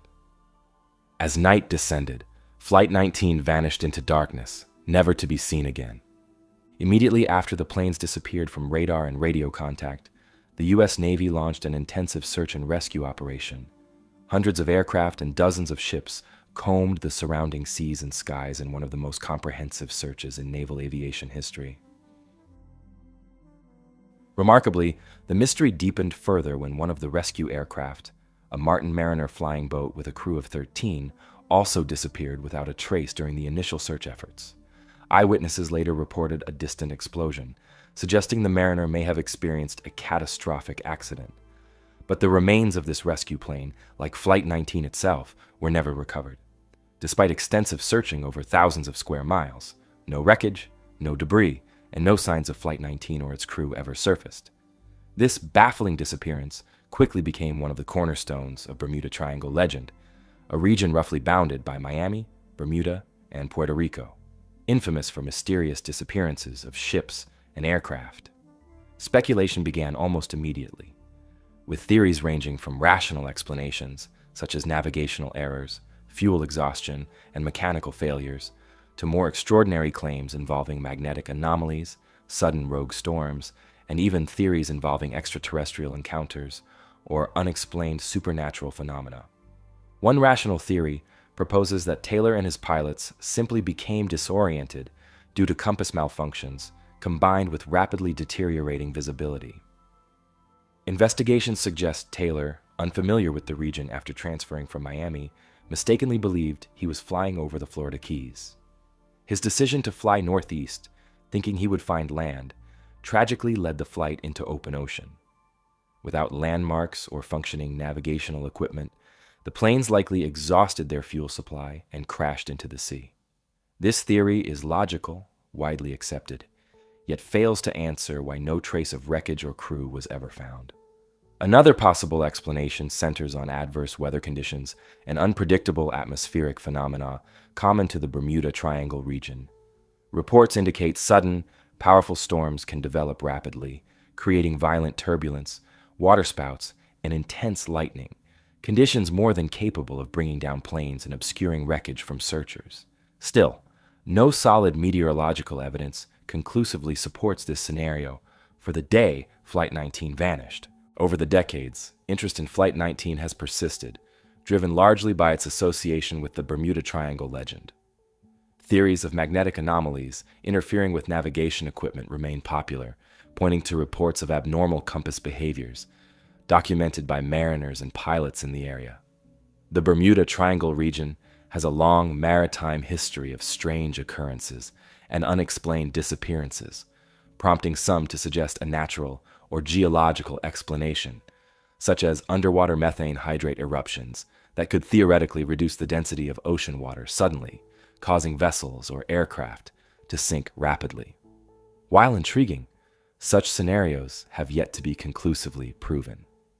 Officially, the U.S. Navy classified the loss of Flight 19 as cause unknown, a stark reminder of the enduring mystery. Modern searches with advanced sonar and underwater imaging technology have periodically attempted to locate the missing aircraft. Occasionally, reports emerge claiming discovery of wreckage potentially linked to Flight 19. Yet each of these findings has been inconclusive or ultimately disproven. Today, Flight 19 remains an iconic symbol of unexplained aviation mysteries, synonymous with the Bermuda Triangle legend.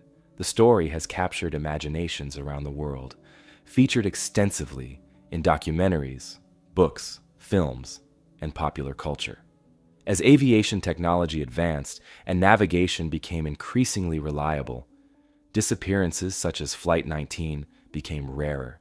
Yet the story endures precisely because it remains unexplained. The silence that descended over the Atlantic Ocean on that December evening in 1945 continues to echo through history, a reminder of how little we sometimes know about the vast oceans and skies around us.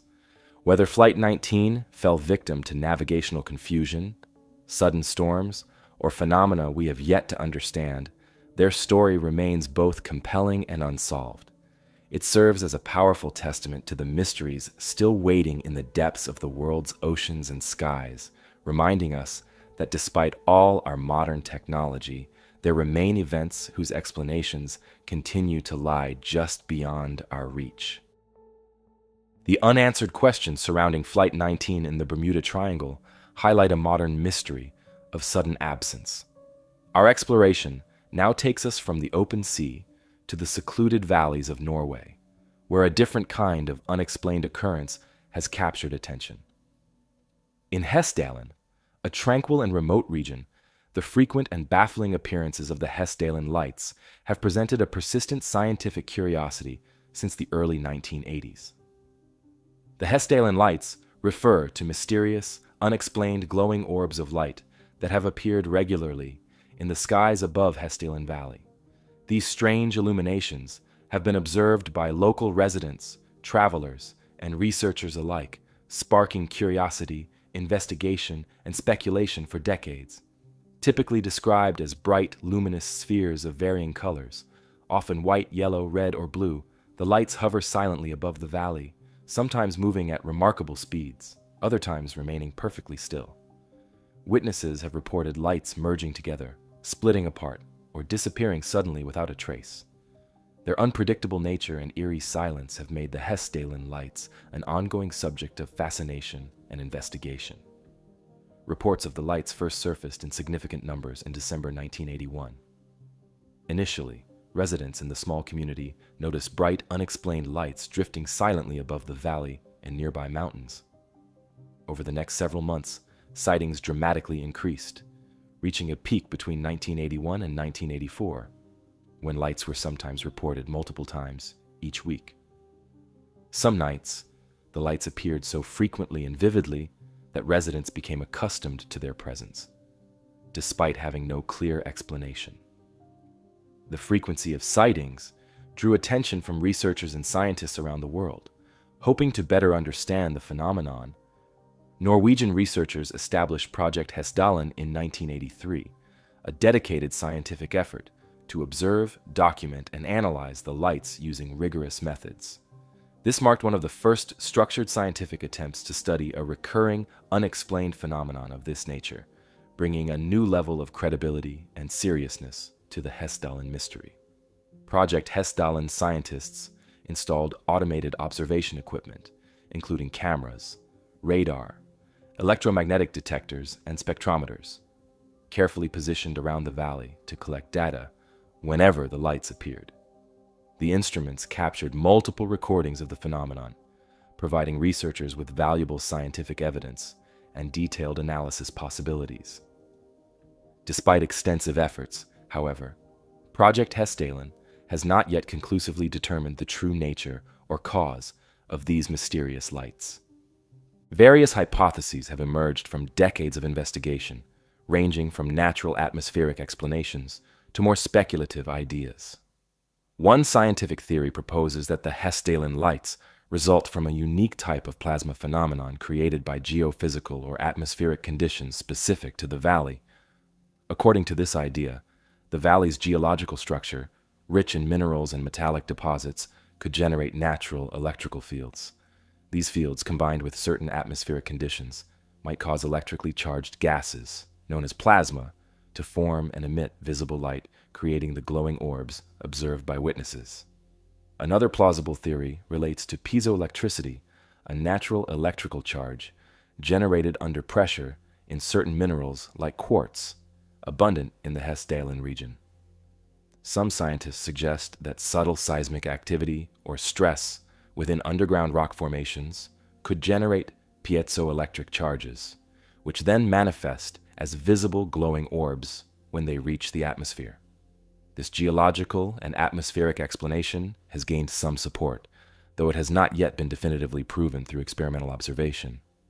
Some researchers have suggested that the valley's topography, combined with atmospheric conditions, may lead to unusual reflections or optical illusions, causing observers to misinterpret normal lights from distant locations. However, this hypothesis struggles to explain cases where the lights move rapidly, change direction abruptly, or behave in ways inconsistent with simple reflections or optical phenomena. Eyewitnesses consistently describe lights displaying controlled, purposeful movements, adding further complexity and doubt to this theory. Speculation involving more unusual explanations has also surfaced, including theories suggesting extraterrestrial involvement or advanced military technology tests. These explanations have understandably drawn attention from UFO researchers and enthusiasts. While these theories add intrigue to the Hessdalen phenomenon, they lack strong scientific evidence or verifiable support. Researchers associated with Project Hessdalen have typically focused on natural explanations, choosing to rely on verifiable data and rigorous scientific methods to guide their investigation. Despite extensive observation, the lights remain unpredictable and elusive. They often appear suddenly without warning and can vanish just as quickly. Sightings occur less frequently today than in the early 1980s, but still continue regularly documented and studied. The Hessdalen phenomenon has now been observed for over 4 decades, making it one of the longest-running unexplained luminous phenomena on record, with no definitive explanation yet emerging from scientific investigation. Recent advances in observational technology have allowed researchers to collect increasingly detailed and precise data about the Hessdalen lights. Modern scientific instruments, including high-resolution cameras, advanced spectroscopy equipment, and radar tracking, have provided valuable insights, confirming the lights as physical phenomena rather than illusions or misidentifications. Yet, despite improved observational capabilities, the underlying cause of the lights remains unclear, ensuring continued interest and ongoing research. Scientific efforts to understand the Hessdalen lights have significantly influenced studies of similar phenomena worldwide. Project Hessdalen has become an international example of how scientists can systematically approach unexplained aerial phenomena, demonstrating the importance of rigorous data collection and scientific methodology when investigating mysterious events. The project's findings have influenced research initiatives investigating similar phenomena in other regions, lending credibility and legitimacy to studies of unexplained lights around the globe. Local residents in Hessdalen have gradually become accustomed to the lights, considering them a unique feature of their home rather than a source of fear or superstition. The phenomenon has even become part of local identity, attracting tourists, researchers, and visitors interested in witnessing the mysterious lights themselves. Hessdalen has transformed into a popular destination for those fascinated by unexplained phenomena, bringing new attention and interest to this quiet valley. Ultimately, the Hessdalen lights phenomenon represents a unique scientific puzzle, continuously challenging researchers to expand their understanding of nature's mysteries. As observation and investigation continue, the lights maintain their ability to surprise and intrigue, floating above the darkened valley, visible but unexplained. With each passing year, scientists remain hopeful that further technological advancements, combined with careful observation, may eventually unlock the true explanation behind the Hessdalen lights, bringing clarity to a decades-long mystery shining in the Norwegian night sky. Leaving behind the atmospheric mystery of the Hessdalen lights in the tranquil Norwegian landscape, our journey now transports us to the bustling and ultimately bewildered city of Strasbourg in 1518. Here, a different kind of inexplicable event unfolded, not in the sky, but within the very fabric of the community.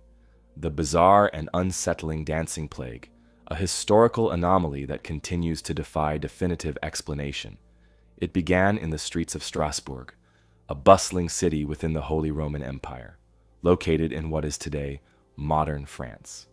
On a warm day in July of 1518, a woman named Frau Trophea stepped out of her home and began to dance. Without music or any apparent reason, she continued to dance persistently and uncontrollably through the day and into the night. Her neighbors watched in confusion as her movements continued tirelessly. What began as a peculiar incident quickly turned into something much more troubling. Within days, the inexplicable urge to dance spread rapidly among the city's residents. Soon, dozens, and then hundreds, joined the strange phenomenon, dancing without rest in streets, squares, and marketplaces. Witnesses described how the afflicted individuals moved their bodies compulsively, seemingly unable to stop. They danced to the point of complete exhaustion, collapsing only when their bodies could no longer withstand the effort. Alarmingly, many danced for days, some reportedly even for weeks, driven by an unknown force. Local authorities, bewildered and concerned by the sudden epidemic, attempted to understand and contain it. Medical professionals of the time offered theories based on prevailing ideas, attributing the dancing to hot blood or supernatural influences. Believing the condition might be alleviated by encouraging the dancers to continue until their energy was spent, city officials established dance halls, provided musicians, and even hired professional dancers to accompany the afflicted. Rather than helping, these measures unintentionally intensified the bizarre spectacle, attracting more participants and prolonging their frantic movements. As weeks passed, the city's situation grew increasingly dire. Records suggest that by August of 1518, approximately 400 people had joined the uncontrollable dancing. The physical toll was severe. Numerous dancers suffered injuries, heart attacks, strokes, and extreme fatigue. Historical accounts report deaths among the afflicted, though exact numbers remain unclear. Eventually, desperate authorities changed tactics, concluding that their initial approach was ineffective and possibly worsening the condition. They banned public dancing, closed music halls, and dispersed musicians from the city, hoping to quell the strange epidemic. Over time, the phenomenon began to subside. Gradually, participants ceased dancing, either exhausted, injured, or finally free of the strange compulsion. By early autumn, Strasbourg returned to a sense of normalcy, though residents remained unsettled and deeply perplexed by the bizarre events they had witnessed. Despite extensive historical documentation, the cause of the 1518 dancing plague remains unclear, and historians, psychologists, and medical researchers have offered various explanations over the centuries. Early theories leaned heavily towards supernatural or religious explanations, attributing the outbreak to demonic possession, curses, or divine punishment. Such interpretations aligned with widespread medieval beliefs, reflecting the cultural understanding of the time. In modern times, researchers have proposed more scientifically grounded theories. One suggestion is ergot poisoning, a condition caused by consuming rye contaminated with a fungus known as Claviceps purpurea. Ergot contains chemicals similar to LSD, capable of inducing hallucinations, spasms, and bizarre behavior. Historical records confirm that ergot outbreaks occasionally affected medieval European communities. However, scholars debate the plausibility of ergot poisoning in Strasbourg's case, pointing out that ergot typically caused severe symptoms like gangrene and convulsions rather than sustained dancing episodes. Another widely considered theory is mass hysteria, now more commonly referred to as mass psychogenic illness. This psychological phenomenon involves groups of people suddenly experiencing similar physical or psychological symptoms without an identifiable organic cause. The early 1500s were marked by widespread social unrest, economic hardships, and recurring epidemics, conditions that could have contributed significantly to collective stress and anxiety. Researchers argue that such intense communal pressure and fear might have triggered a collective psychogenic response, manifesting as uncontrollable dancing. Supporting this theory, historical documents from the era reveal heightened stress levels in Strasbourg around 1518. The city had recently endured famine, harsh winters, and outbreaks of disease, creating an atmosphere of persistent anxiety and hardship. Additionally, cultural beliefs at the time placed significant importance on saintly intercession and divine retribution.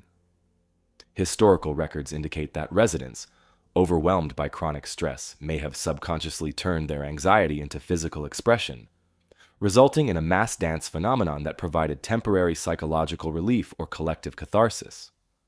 Notably, the 1518 incident was not entirely unique in European history. Similar dancing outbreaks occurred sporadically in various towns and cities between the 14th and 17th centuries. Known broadly as dancing manias, these episodes consistently appeared during periods of intense social stress or upheaval. The Strasbourg event remains among the most famous and thoroughly documented examples, yet historical records from other regions reflect strikingly similar occurrences. Modern psychological studies into mass hysteria and collective psychological phenomena lend credence to these interpretations. Researchers have observed contemporary episodes of mass psychogenic illness, characterized by similar patterns of stress-induced physical symptoms rapidly spreading through closely knit communities or groups.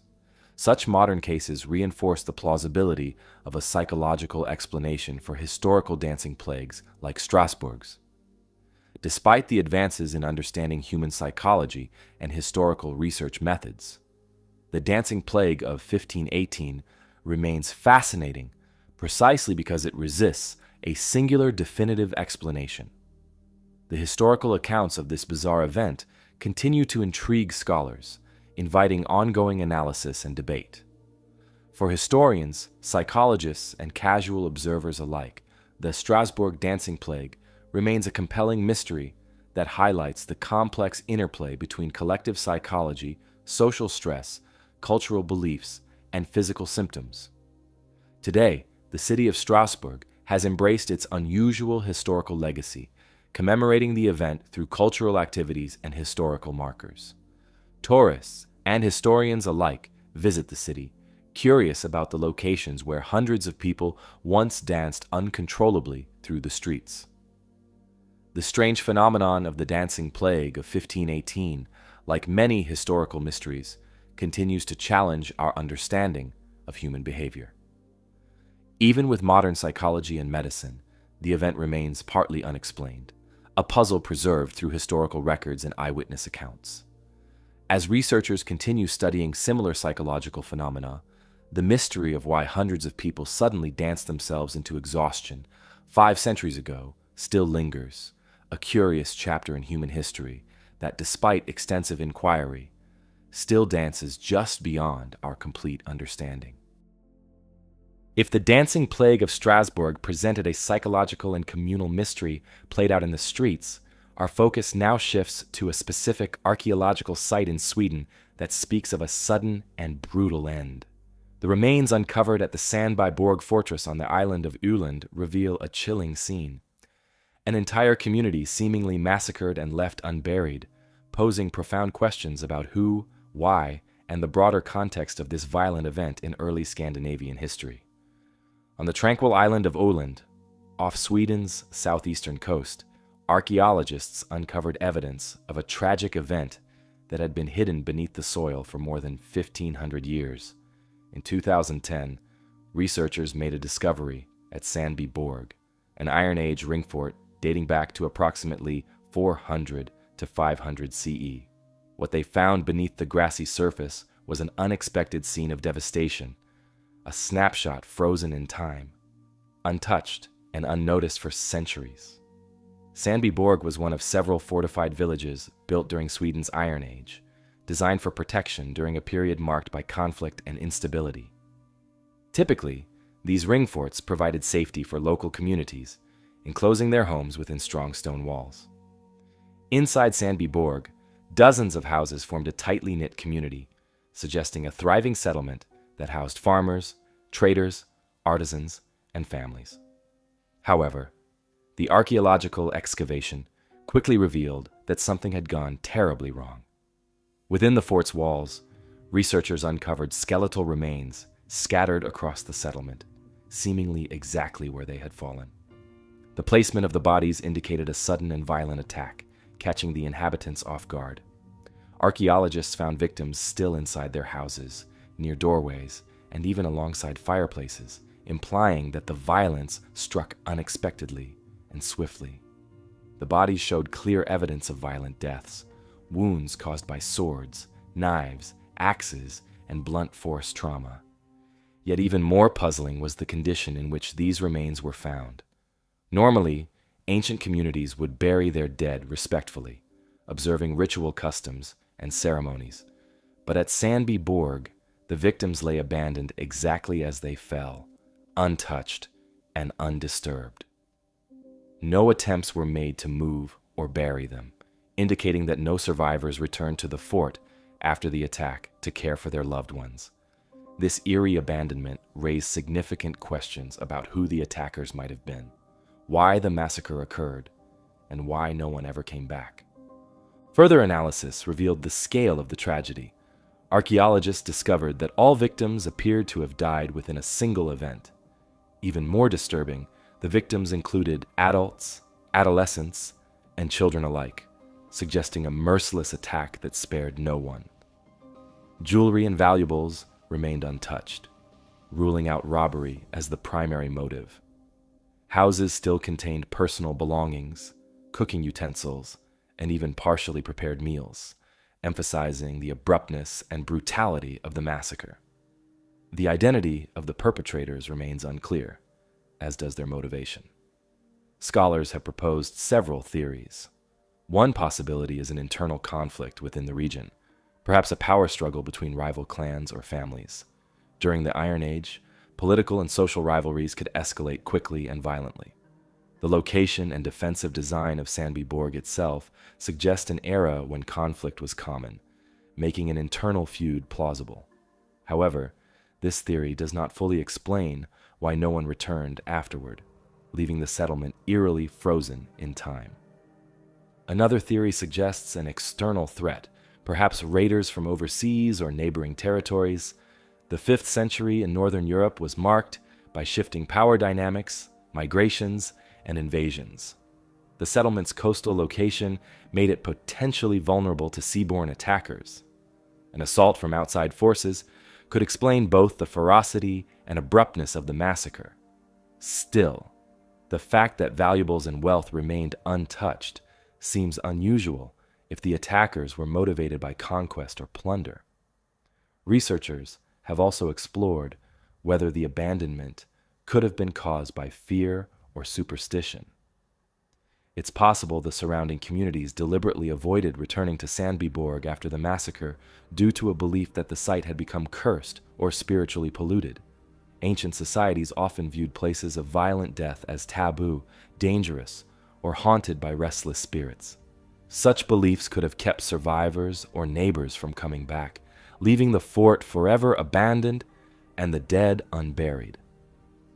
Intriguingly, archaeological findings add support to this idea. The site remained untouched, not only immediately following the massacre, but also for generations afterward. Valuable possessions, including jewelry and coins, were left exactly where they fell, despite their obvious worth.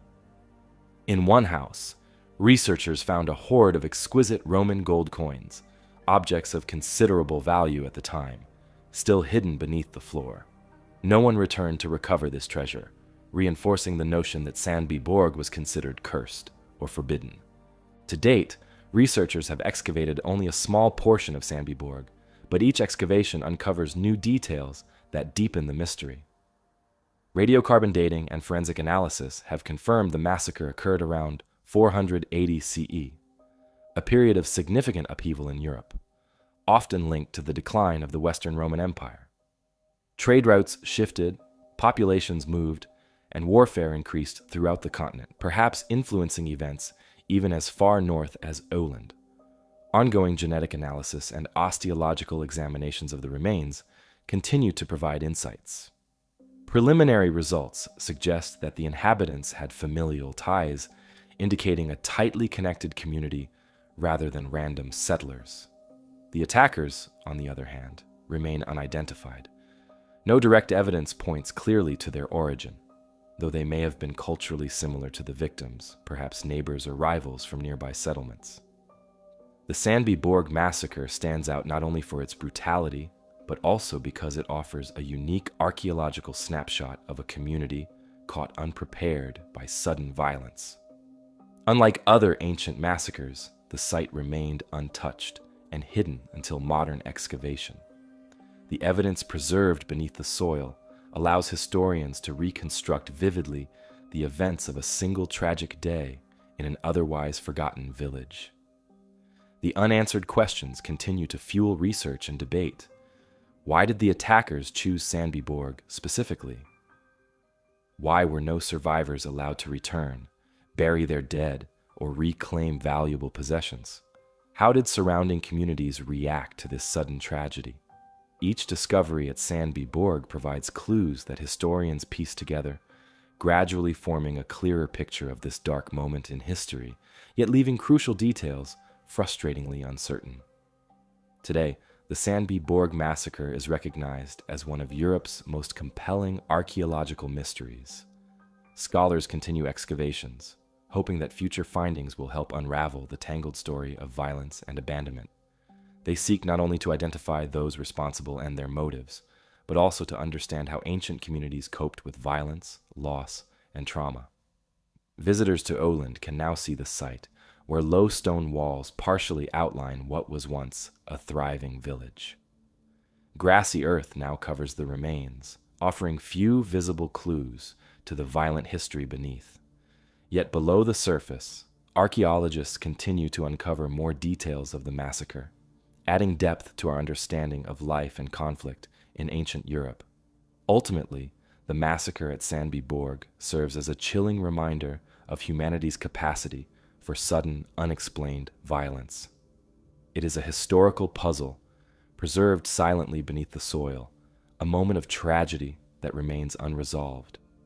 Despite ongoing research and technological advances, the complete story behind Sandbyborg and its vanished inhabitants remains tantalizingly just out of reach, a haunting chapter in European history that silently awaits further discovery.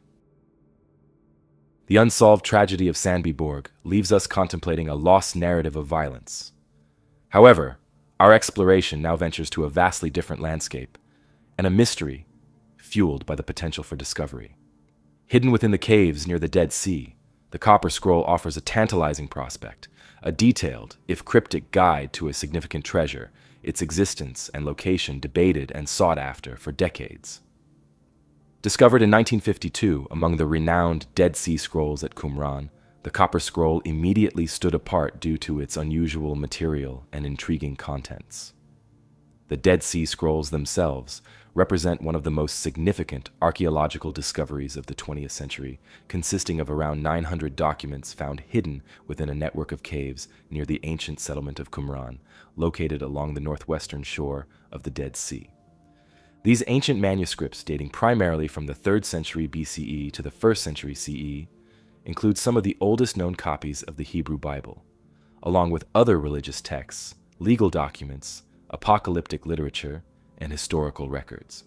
Their discovery dramatically reshaped our understanding of ancient Judaism, biblical history, and the origins of Christianity, providing unparalleled insight into the religious beliefs, cultural practices, and daily lives of the people who lived in this turbulent period.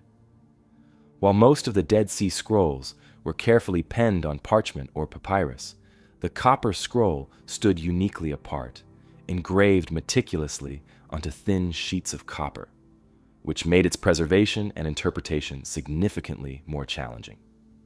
Heavily oxidized after nearly 2 millennia hidden within a desert cave, the scroll was fragile and brittle, demanding immense caution and ingenuity to carefully unroll and decipher without causing permanent damage to its delicate surface. Archaeologists had to employ specialized techniques, including precisely controlled cutting methods, to safely unravel the scroll and reveal its message to the world. When the Copper Scroll was finally unraveled, researchers were astonished. Instead of religious scriptures, prophecies, or community rules, it revealed something completely unexpected: a detailed inventory describing the locations of vast hidden treasures. Inscribed in ancient Hebrew, it listed more than 60 distinct places, each reputedly containing significant quantities of gold, silver, coins, precious stones, and sacred artifacts of immense value. These entries described secret caches scattered across the Judean wilderness and surrounding regions, hidden in caves, beneath stone floors, in cisterns, tombs, and even under ancient ruins. The scroll's directions were remarkably precise, referencing recognizable landmarks of the era such as temple courtyards, stone walls, water reservoirs, and prominent structures within ancient settlements.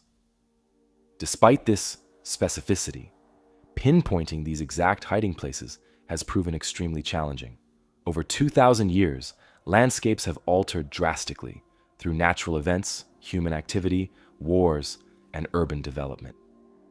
Many landmarks mentioned in the scroll have been destroyed or buried beneath successive layers of history, complicating any modern-day attempt to trace these elusive treasure locations. The context and authorship of the Copper Scroll remain unclear, deepening its historical mystery.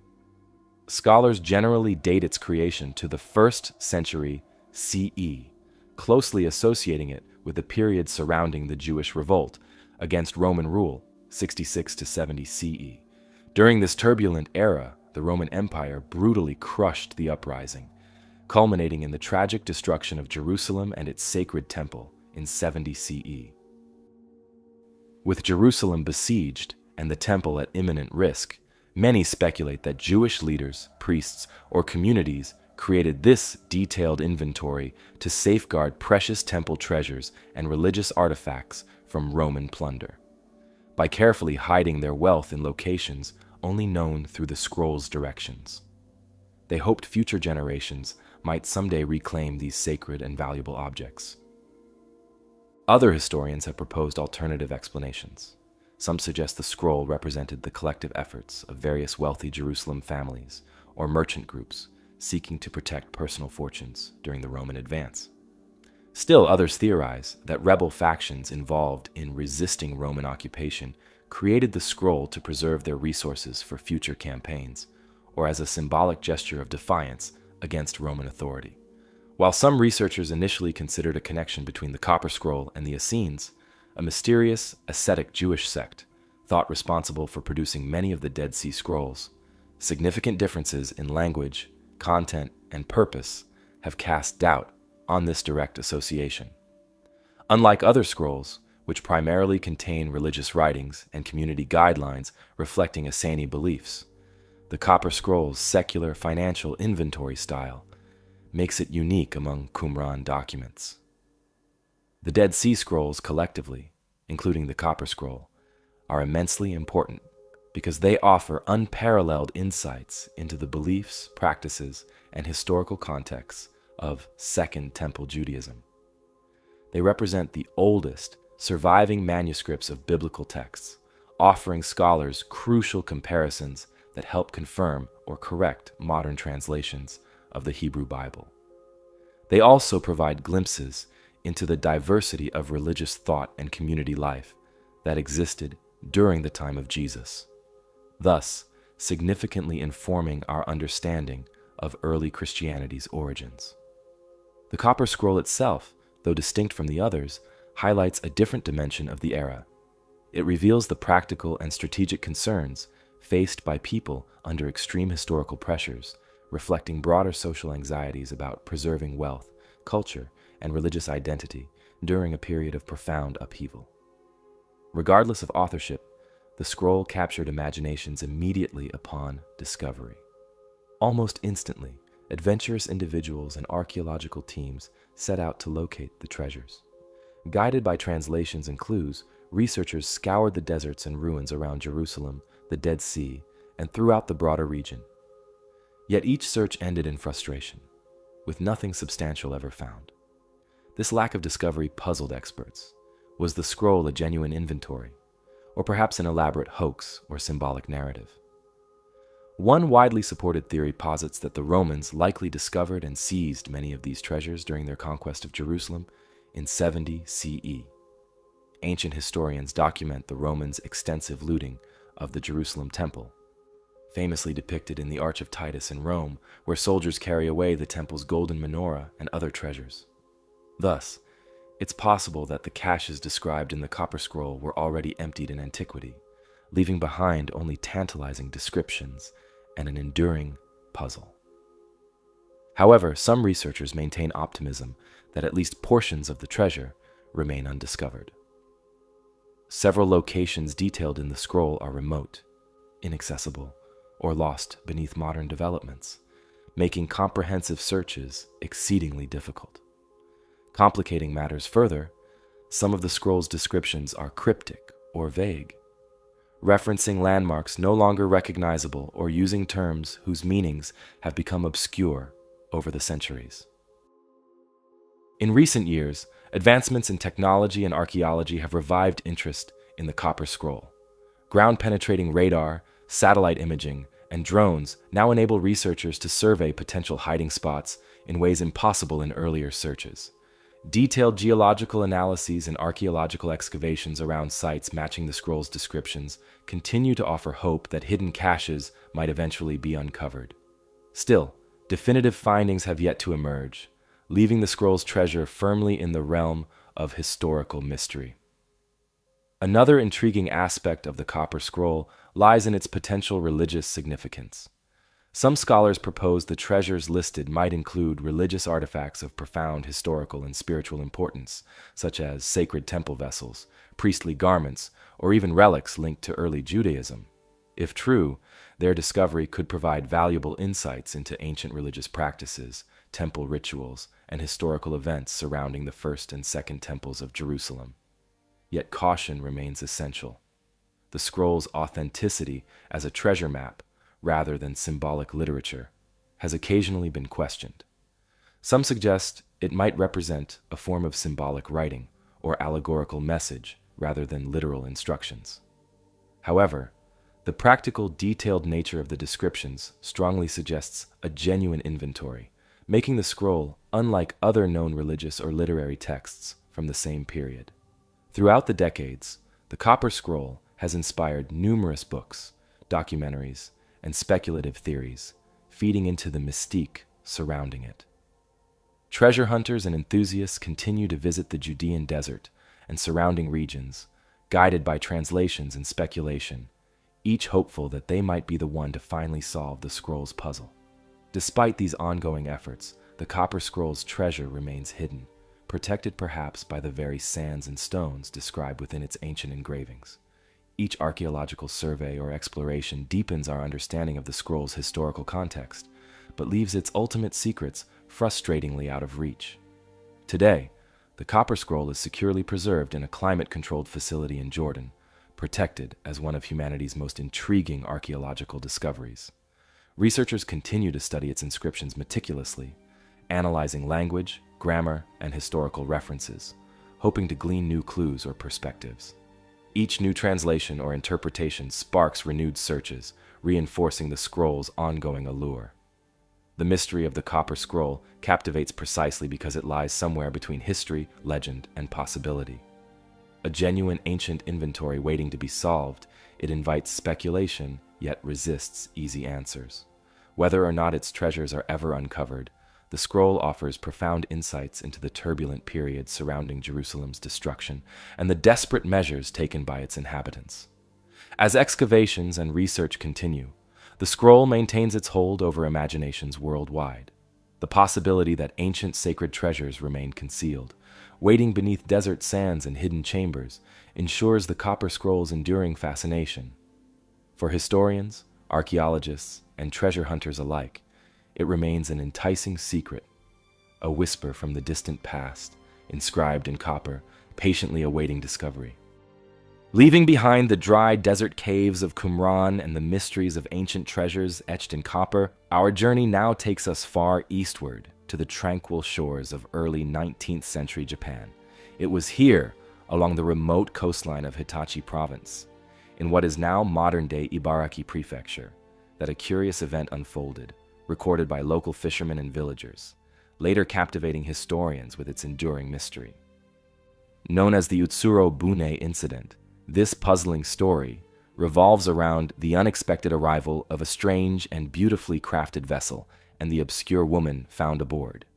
In February of 1803, along the remote coastline near the village of Harashigahama, in Hitachi Province, present-day Ibaraki Prefecture, local fishermen spotted something strange drifting toward their shores.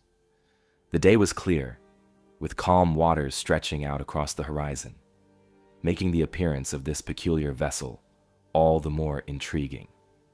Curious, the fishermen approached cautiously and discovered a rounded craft unlike anything they'd ever seen.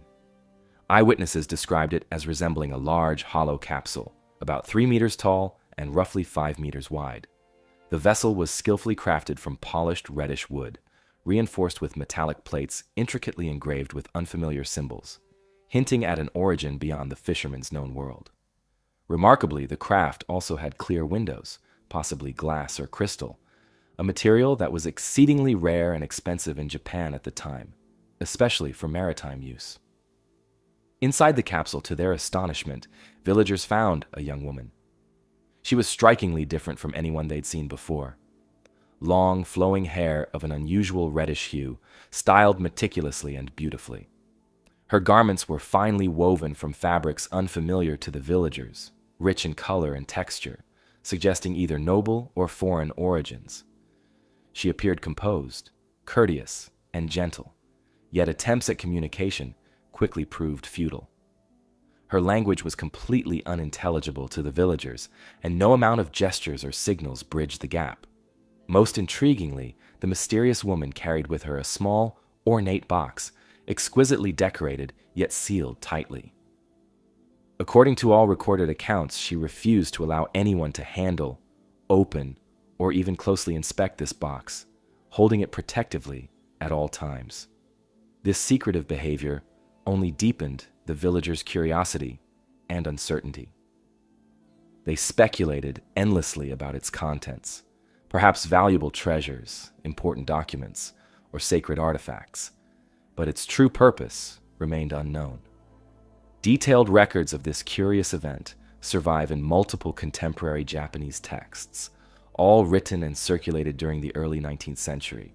Each account is remarkably consistent, emphasizing both the peculiar craftsmanship of the vessel and the mysterious nature of the woman and her closely guarded box. This consistency across sources adds credibility to the historical authenticity of the incident. At the time of this encounter, Japan operated under the Sakoku policy, an isolationist approach enacted by the Tokugawa shogunate from 1639 until the mid-19th century. Foreign contact was strictly limited to tightly controlled interactions, primarily with the Dutch at Nagasaki. Any unexpected arrival, especially one from an unknown vessel with an unknown occupant, was regarded with intense suspicion. Local officials and village elders, mindful of potential threats, immediately convened to discuss how to handle this curious visitor. They carefully deliberated over several possible explanations. Was she a noblewoman or princess exiled from a foreign land? Could she perhaps be a spy sent to gather intelligence or destabilize the isolated nation? Or, most intriguingly, might she even represent a supernatural or mythical entity, perhaps from beneath the sea or distant legendary realms? Ultimately, the village elders decided that returning her safely to sea was the wisest and safest course of action. To ensure her well-being, the villagers stocked the capsule with fresh water, provisions, and other necessary supplies. Then, with gentle care, they towed the strange vessel back out onto the open ocean, releasing it to drift away toward the unknown horizon. As the capsule disappeared into the distance, the village returned to normalcy, though the incident left a lasting impression on everyone involved. Historians and folklorists who have since examined the Utsuro-bune incident remain fascinated, though divided, about its true origins. Early accounts carefully detailed the incident, providing remarkable consistency in descriptions, which lends credibility to its historicity. Yet, despite these meticulous records, the exact nature of the event remains elusive. Various theories have emerged over the years, each attempting to rationalize the mysterious visitor and her unusual vessel. Historians and folklorists have carefully analyzed this event, known today as the Utsuro-bune hollow ship incident, yet no consensus has emerged regarding its true origins. Theories range widely, reflecting both practical historical interpretations and more imaginative speculations. One widely accepted theory suggests that the woman may have been a foreigner, possibly a castaway from a shipwreck. At the time, occasional foreign ships, Russian, Dutch, or British, did venture near Japanese waters, and shipwreck survivors sometimes washed ashore. Yet this explanation is complicated by several factors. First, the craft itself did not match typical maritime construction methods of known nations. The presence of clear glass-like windows and metallic reinforcements was extraordinarily rare for maritime vessels of that era. Furthermore, the symbols engraved upon the craft have never been definitively matched to any known language or culture, further deepening the puzzle. Other historians propose a more imaginative interpretation that the woman may have been fleeing political turmoil or punishment in her homeland, deliberately set adrift in a ritual exile. Her protective attitude toward the ornate box suggests it may have contained something of personal or political significance, possibly even valuable treasure, documents, or heirlooms she was tasked to safeguard. Still, without further evidence or understanding of her language, these theories remain purely speculative. A different perspective, proposed by some folklorists, is that the Utsuro-bune incident might be rooted in earlier Japanese legends and folk tales involving mysterious sea visitors. They argue the story shares similarities with earlier tales of supernatural beings or mythical travelers arriving from unknown realms, bringing wisdom, misfortune, or prophetic warnings. In this interpretation, the woman might represent an updated version of an older folk story adapted to reflect contemporary anxieties about foreign interaction during Japan's closed-door era. Modern scholars have also revisited the possibility that the event could be an early and misinterpreted account of an encounter with an unknown technology or prototype maritime craft from abroad. The descriptions of polished metals, glass windows, and a sealed hull appear unusually advanced for the early 1800s. While intriguing, this interpretation faces skepticism from experts who emphasize the lack of concrete evidence supporting such an advanced vessel at that time. Despite extensive historical analysis, no definitive explanation has ever fully satisfied researchers. The event continues to captivate imaginations precisely because it blurs the lines between reality, myth, and historical record. Today, the Utsuro-bune incident is frequently discussed in studies of early Japanese contact with foreign cultures, maritime history, and cultural folklore. It also features prominently in popular culture and speculative literature, often cited as an early example of an unexplained historical phenomenon potentially involving lost travelers, early foreign contacts, or even, according to some enthusiasts, evidence of otherworldly visitation. Ultimately, the Utsuro-bune incident endures as a compelling historical mystery precisely because it refuses easy categorization or explanation. The woman's identity, her origins, and the strange vessel she inhabited continue to defy conclusive understanding, leaving behind only meticulous yet baffling historical records and a lasting sense of intrigue. If the Utsuro-bune incident presents a localized, albeit perplexing, maritime curiosity, our focus now broadens to a grander, more ambitious undertaking with a far more definitive human element. In the vast and unforgiving Amazon rainforest, the disappearance of Percy Fawcett and his expedition in their quest for the fabled lost city of Z remains one of history's most captivating and enduring exploration mysteries. Fueled by ambition, rumors of ancient civilizations, and the jungle's impenetrable embrace. Percy Fawcett was not just any explorer. He was a figure who embodied the romantic spirit of exploration during the early 20th century.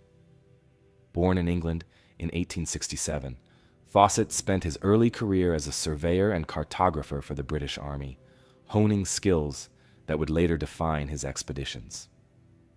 With rugged determination and remarkable stamina, he led numerous mapping missions into uncharted territories, quickly building a reputation for fearless exploration.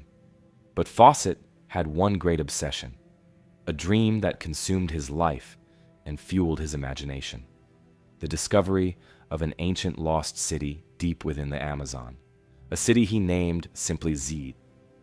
According to Fawcett, this city was rumored in native legends to be hidden somewhere in the uncharted depths of the Brazilian jungle.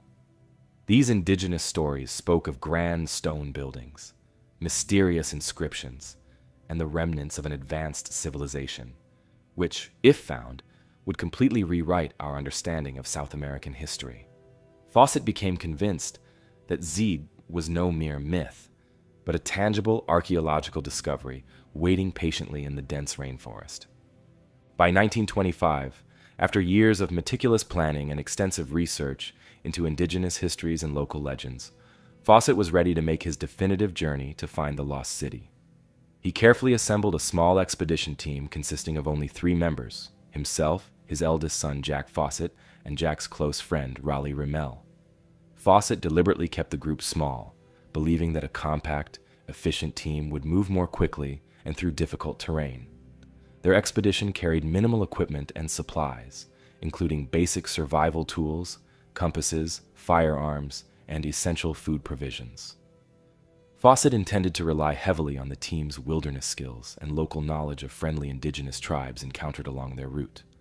On April 20th, 1925, the team set out from Cuiabá, Brazil, heading directly into the dense wilderness. They traveled initially along established rivers and trails, meeting and briefly staying with various indigenous groups along the way. The expedition's last confirmed location was near a remote outpost called Dead Horse Camp, which Fawcett himself had previously named during earlier expeditions, due to an incident involving the loss of a pack animal. From there, the journey became significantly more difficult, requiring the team to hack through dense foliage, cross numerous rivers, and deal with oppressive heat and constant insect swarms. Despite these hardships, Fawcett was resolute, determined to push deeper into the unknown. In late May of that year, Fawcett sent a final message back to civilization, with native runners, stating his intention to push forward into uncharted territory and reassuring that the team was in good spirits. It was the last communication anyone would ever receive from the expedition. Days turned into weeks, and weeks into months, with no further word from the team. Gradually, concern turned into grim realization. Something had gone terribly wrong. The disappearance of Fawcett and his companions soon captured global attention. Newspapers across the world reported on the lost expedition, turning Fawcett into a legendary figure overnight. The public's fascination with their fate prompted numerous rescue and investigative missions, each one driven by hope, curiosity, and a desire to solve the mystery. Over the decades that followed, dozens of adventurers and researchers journeyed into the Amazon, hoping to discover the fate of Fawcett and his team. Some of these subsequent expeditions returned with intriguing stories and clues, such as reported sightings of white men living among indigenous tribes, or mysterious inscriptions carved into trees, while others vanished without a trace themselves, further adding to the Amazon's aura of danger and mystery. Despite many attempts, no definitive evidence or remains of Fawcett's expedition were ever recovered. This total absence of clues fueled endless speculation and theories. Some believed the men succumbed to disease, malaria or yellow fever, both prevalent in the region at the time. Others suggested the explorers might have fallen victim to hostile indigenous tribes who guarded their territories fiercely against intruders. Reports surfaced over the years of indigenous tribes describing encounters with white men traveling through the jungle. But these stories often conflicted or lacked verifiable details. In more recent years, a different perspective has emerged from the indigenous oral histories of the Amazon. Some Amazonian tribes describe peaceful interactions with Fawcett, claiming that the explorers decided to abandon their original goal and instead lived among the native people for the rest of their lives. According to these stories, Fawcett and his companions chose to stay hidden, preferring the tranquility and freedom offered by life in the jungle over returning to civilization. Yet again, these stories remain difficult to confirm with solid evidence, adding yet another layer to the enduring mystery. Interestingly, modern archaeological discoveries have rekindled interest in Fawcett's theories. Recent excavations and advanced satellite imaging have revealed large, sophisticated settlements scattered across the Amazon basin, some dating back many centuries before European contact. These findings lend credibility to Fawcett's belief in a lost civilization. Archaeologists have discovered intricate networks of roads, earthworks, and foundations of large settlements that strongly suggest the Amazon was home to complex societies, just as Fawcett suspected. These findings suggest that perhaps Fawcett's City of Z was based on genuine historical realities rather than purely imaginative speculation. Despite advances in technology, the Amazon rainforest remains a formidable challenge for exploration even today. Thick jungle canopy, impassable rivers, and harsh environmental conditions make definitive exploration difficult, meaning Fawcett's precise route and final destination remain lost in the wilderness. Historians and adventurers alike continue to examine old maps, journals, and native accounts, hoping for new insights or clues to emerge.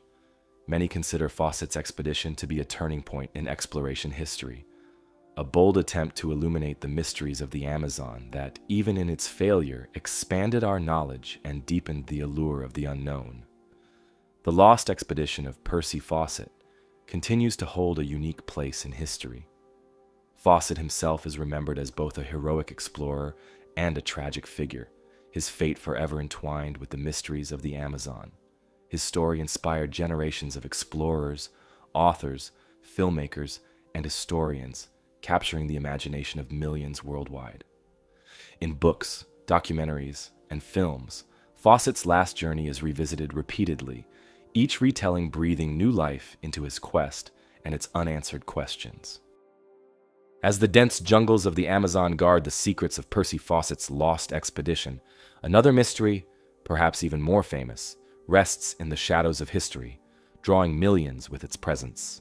This is the Shroud of Turin, a simple linen cloth yet one that has captured imaginations for centuries. At first glance, the shroud might appear unremarkable, a piece of fabric measuring approximately 14 feet long and 3.5 feet wide, bearing faint, ghostly impressions of a man's body. However, the implications of this particular cloth have stirred deep fascination, controversy, and debate across the globe. Kept securely in Turin Cathedral in northern Italy, the Shroud of Turin is believed by many to be the burial cloth of Jesus Christ, the fabric that wrapped his body after crucifixion. The haunting image it holds depicts a tall, bearded man bearing wounds consistent with those described in biblical accounts of Christ's crucifixion, nail marks in the wrists and feet, lacerations across the back, and a deep wound in the side.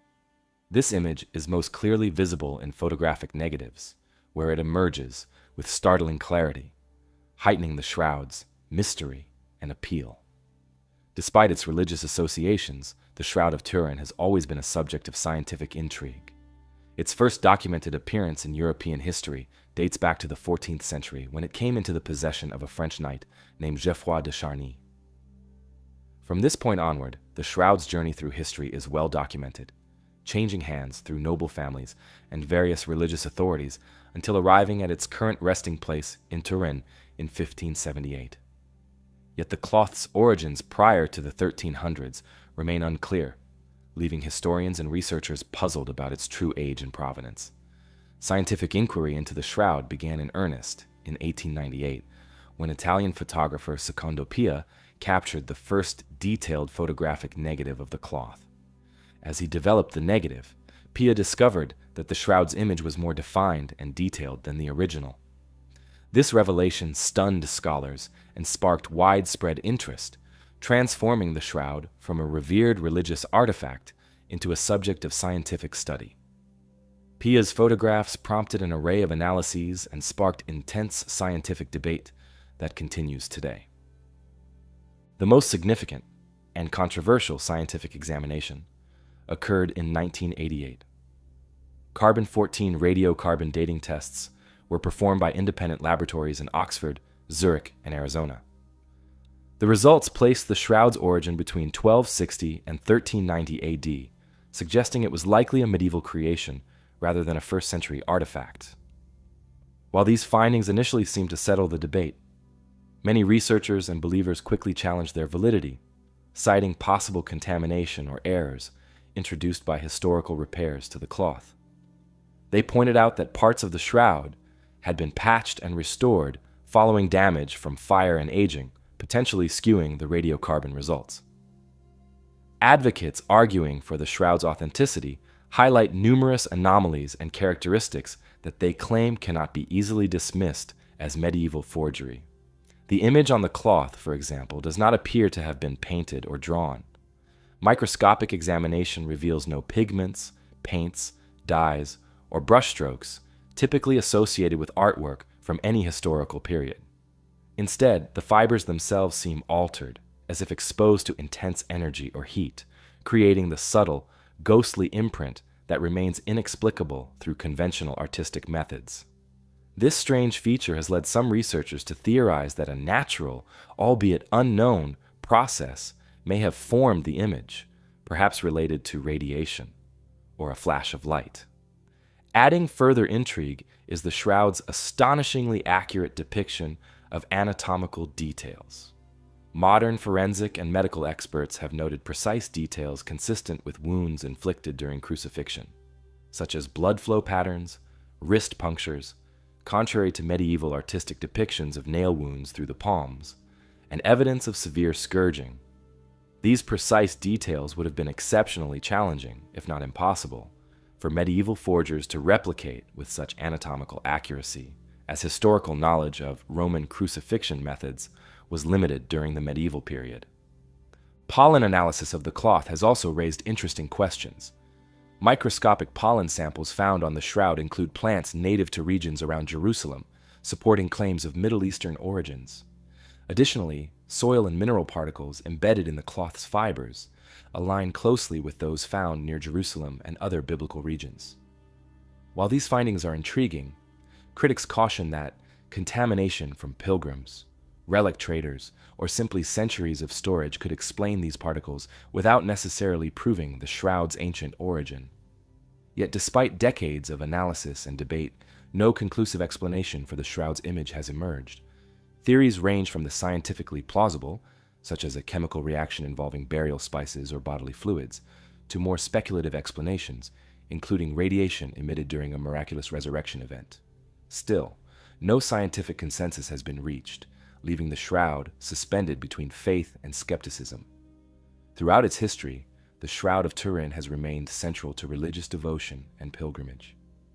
For millions around the world, it stands as powerful evidence of faith, a tangible connection to sacred history, and an affirmation of religious belief. For skeptics, however, it remains a compelling historical curiosity, an artifact that exemplifies humanity's desire to connect with the divine, even if it was created as a well-intentioned or elaborate medieval relic. Today, the shroud is rarely displayed publicly due to its fragile condition, yet whenever it is exhibited, it draws vast crowds. In modern times, the Vatican has refrained from declaring an official stance on the shroud's authenticity, maintaining it as an important relic, worthy of veneration regardless of scientific findings. Scholars from a multitude of disciplines continue to study the artifact, utilizing advancements in imaging technology, DNA analysis, and textile research in ongoing attempts to unravel its secrets. In recent years, technological advancements have reignited interest in further tests. New dating methods, spectroscopy, and advanced digital imaging promise deeper insights, raising hopes for more conclusive results. Researchers believe future studies may clarify unresolved questions, or perhaps further deepen the shroud's mysteries. Ultimately, the Shroud of Turin occupies a unique position at the intersection of science, history, and spirituality. It challenges scholars, inspires believers, and continues to fascinate millions around the world. Its presence, shrouded in uncertainty, remains one of the most enduring historical mysteries, an artifact that holds profound significance for both skeptics and believers alike. Just as the origins and nature of the Shroud of Turin continue to spark debate and fascination, so too does the whispered promise of what lies hidden within the Taos Cave. Nestled in the remote Ecuadorian rainforest, this cave system has captured the imagination of explorers and treasure seekers for decades, fueled by tales of lost civilizations and the potential for uncovering extraordinary artifacts. The cave is situated in an isolated region of the Amazon rainforest, an area characterized by dense vegetation, rugged terrain, and challenging environmental conditions that have protected it from casual exploration for centuries. The cave system itself is named after the nocturnal birds known as Taos, or oil birds, which inhabit its extensive network of underground passages. These unique birds use echolocation to navigate in total darkness, adding to the cave's sense of intrigue and mystery. Named after these distinctive creatures, Taos Cave is more than just a cave. It is a vast subterranean labyrinth of tunnels, passages, and enormous chambers extending deep beneath the jungle floor. Its main entrance lies hidden, accessible only through a dramatic vertical shaft approximately 200 feet deep, which requires descending by rope or ladder, a treacherous endeavor even for experienced explorers. Once inside, visitors discover an underground world unlike any other. Massive halls stretch out beneath the earth, with ceilings soaring more than 100 feet high, and walls that appear intentionally carved or polished as if shaped by human hands rather than natural geological processes. These distinctive features have prompted speculation and curiosity, fueling the cave's legendary reputation. The legend of Taos Cave's hidden treasures first captured international imagination in the 1960s and 1970s, largely due to the extraordinary claims of Juan Moritz, a Hungarian-Argentine researcher and adventurer. Moritz had spent years exploring the remote regions of Ecuador, immersing himself in the customs, traditions, and oral histories of local indigenous communities, particularly the Shuar tribe, who revered the cave as sacred. According to Moritz, local indigenous knowledge hinted at secrets concealed deep within the cave, including historical records and valuable artifacts of ancient civilizations far older and more advanced than any previously known in South America. Moritz declared that within the innermost recesses of Taos Cave existed an immense underground library constructed of metallic tablets, plates crafted from precious metals, covered in intricate hieroglyphic symbols and script, carefully stored and preserved over millennia. He asserted that these mysterious tablets contained extraordinary information, detailed historical accounts, astronomical observations, and advanced technological knowledge from an ancient civilization that predated known Andean cultures, potentially rewriting the narrative of human civilization in the Americas. His claims were bold and extraordinary, instantly captivating the attention of researchers, archaeologists, and explorers worldwide. Moritz's descriptions of these metallic tablets indicated a level of sophistication and complexity previously unknown in pre-Columbian America, leading many scholars to approach his claims with skepticism and caution. However, his vivid and detailed accounts stirred considerable curiosity and debate within both popular and academic circles. Many wondered whether his discovery could represent tangible proof of a forgotten ancient society, possibly even evidence linking South America to other global civilizations, or at least illuminating a previously unknown chapter of indigenous history. While Moritz initially shared only limited documentation and evidence supporting his assertions, fueling both excitement and skepticism, his claims attracted attention from influential figures and sparked extensive international interest.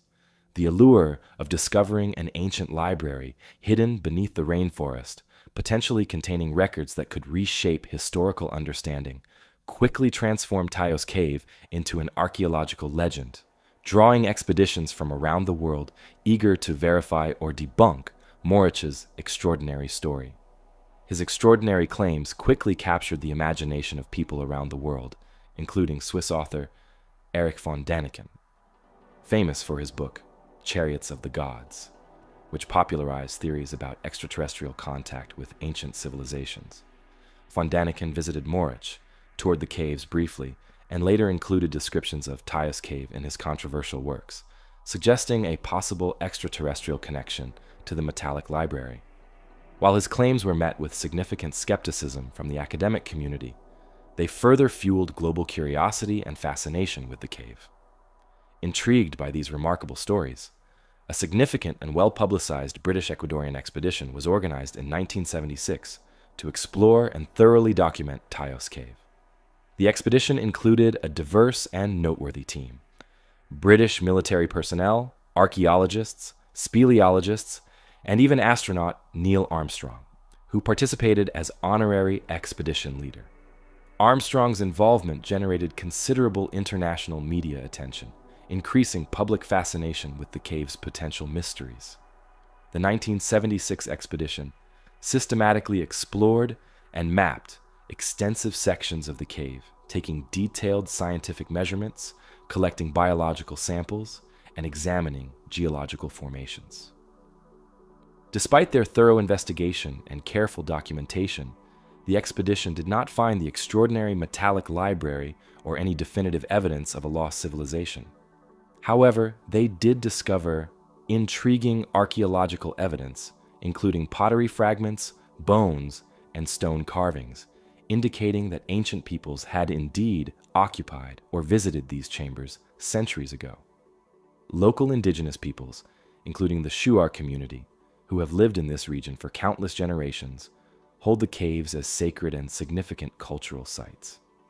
Their oral traditions speak of ancient ancestors and legendary figures who inhabited or visited the caves long before recorded history. According to Shuar mythology, the caves represent entrances to the underworld, places of spiritual importance, wisdom, and hidden knowledge. The Shuar's deep respect for these caves adds another dimension to the site's importance, underscoring its long-standing spiritual and cultural value. Further complicating the story, some researchers have suggested a possible connection between Taos Cave and ancient Inca gold, theorizing that the cave may have been used to hide precious metals from Spanish conquistadors. Although historical accounts and archaeological findings confirm the Inca habit of secreting treasures in remote locations during times of conquest, no definitive proof has yet linked Taos Cave specifically to such caches. Still, the idea persists, attracting ongoing interest from professional and amateur explorers alike. In recent decades, numerous smaller expeditions have ventured into the cave, attempting to uncover definitive evidence of Morich's claims or discover hidden treasures and ancient artifacts. While several teams have reported unusual findings, strange stone carvings, intricate passages, and signs of ancient human presence, no credible, conclusive evidence of the legendary metallic library or vast treasures has emerged. Yet, despite the lack of definitive proof, the fascination with Taos Cave remains strong. Researchers continue to debate the veracity of Morich's claims and their potential historical or archaeological merit. Some suggest that the metallic tablets might be symbolic references within indigenous folklore, exaggerated or misunderstood over time. Others maintain that Morich himself either misrepresented or misinterpreted findings, or that the tablets were secretly removed before the 1976 expedition arrived, explaining their absence during formal searches. Beyond the legendary metallic library, the cave itself remains an object of scientific and archaeological significance. Its massive chambers, polished stone walls, and extensive network of passages continue to inspire curiosity. Geologists are intrigued by the cave's unusual geological formations, suggesting a complex geological history. Biologists find the ecosystem fascinating, home to unique species adapted to life deep underground. Archaeologists consider the cave a valuable site for understanding the prehistoric movements, habits, and cultural practices of ancient Andean peoples. Advances in technology and scientific methods may yet reveal new insights into Taos Cave. Ground-penetrating radar, laser mapping, and advanced exploration tools offer potential for future expeditions to survey deeper and previously inaccessible sections. These technologies could uncover hidden passages, sealed chambers, or buried artifacts, providing answers to lingering questions or sparking fresh discoveries. To this day, Taos Cave continues to captivate those drawn to mysteries hidden beneath the Earth's surface. Each year, small teams of explorers, researchers, and adventurers venture into its depths, hoping to uncover something that will clarify its secretive legacy. While no metallic library has surfaced, the enduring possibility of uncovering tangible evidence keeps interest alive, transforming the cave into a lasting symbol of humanity's endless curiosity and desire for discovery. Whether or not Juan Morich's fantastic claims ever prove true, Taos Cave remains undeniably important, a place where ancient folklore, historical intrigue, archaeological interest, and modern scientific inquiry intersect. Deep within its hidden chambers, protected by darkness and the silence of millennia, it guards secrets that may yet rewrite chapters of our understanding of South America's past. Until such revelations come to light, the cave waits, shrouded in mystery and allure, inviting future generations to seek answers in its depths. Where the dense rainforests of Ecuador conceal the promise of ancient artifacts, the landscape of Brazil holds a more disquieting riddle: the inexplicable absence of an entire village. Joer Verde, once a living community, vanished so completely that its disappearance remains a baffling historical anomaly, a stark contrast to the potential discoveries within the Taos Cave. In February of 1923, in the remote and rugged countryside of Brazil, a group of travelers, merchants, and local farmers embarked on a routine journey toward the small rural village of Joer Verde.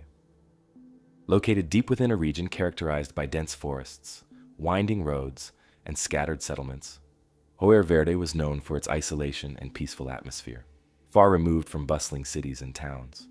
Yet as this group of visitors made their way closer to the village that day, an unsettling sense of unease began to take hold. The travelers had expected to hear the familiar rhythms of rural life as they drew near, the sounds of villagers tending fields, cattle lowing, children laughing and playing. Instead, they were met with a haunting and profound silence. Concerned by the unexpected quietness, the group approached cautiously, increasingly uneasy as they came nearer. On entering the village outskirts, their anxiety only deepened. At first glance, Hoarverde appeared completely normal.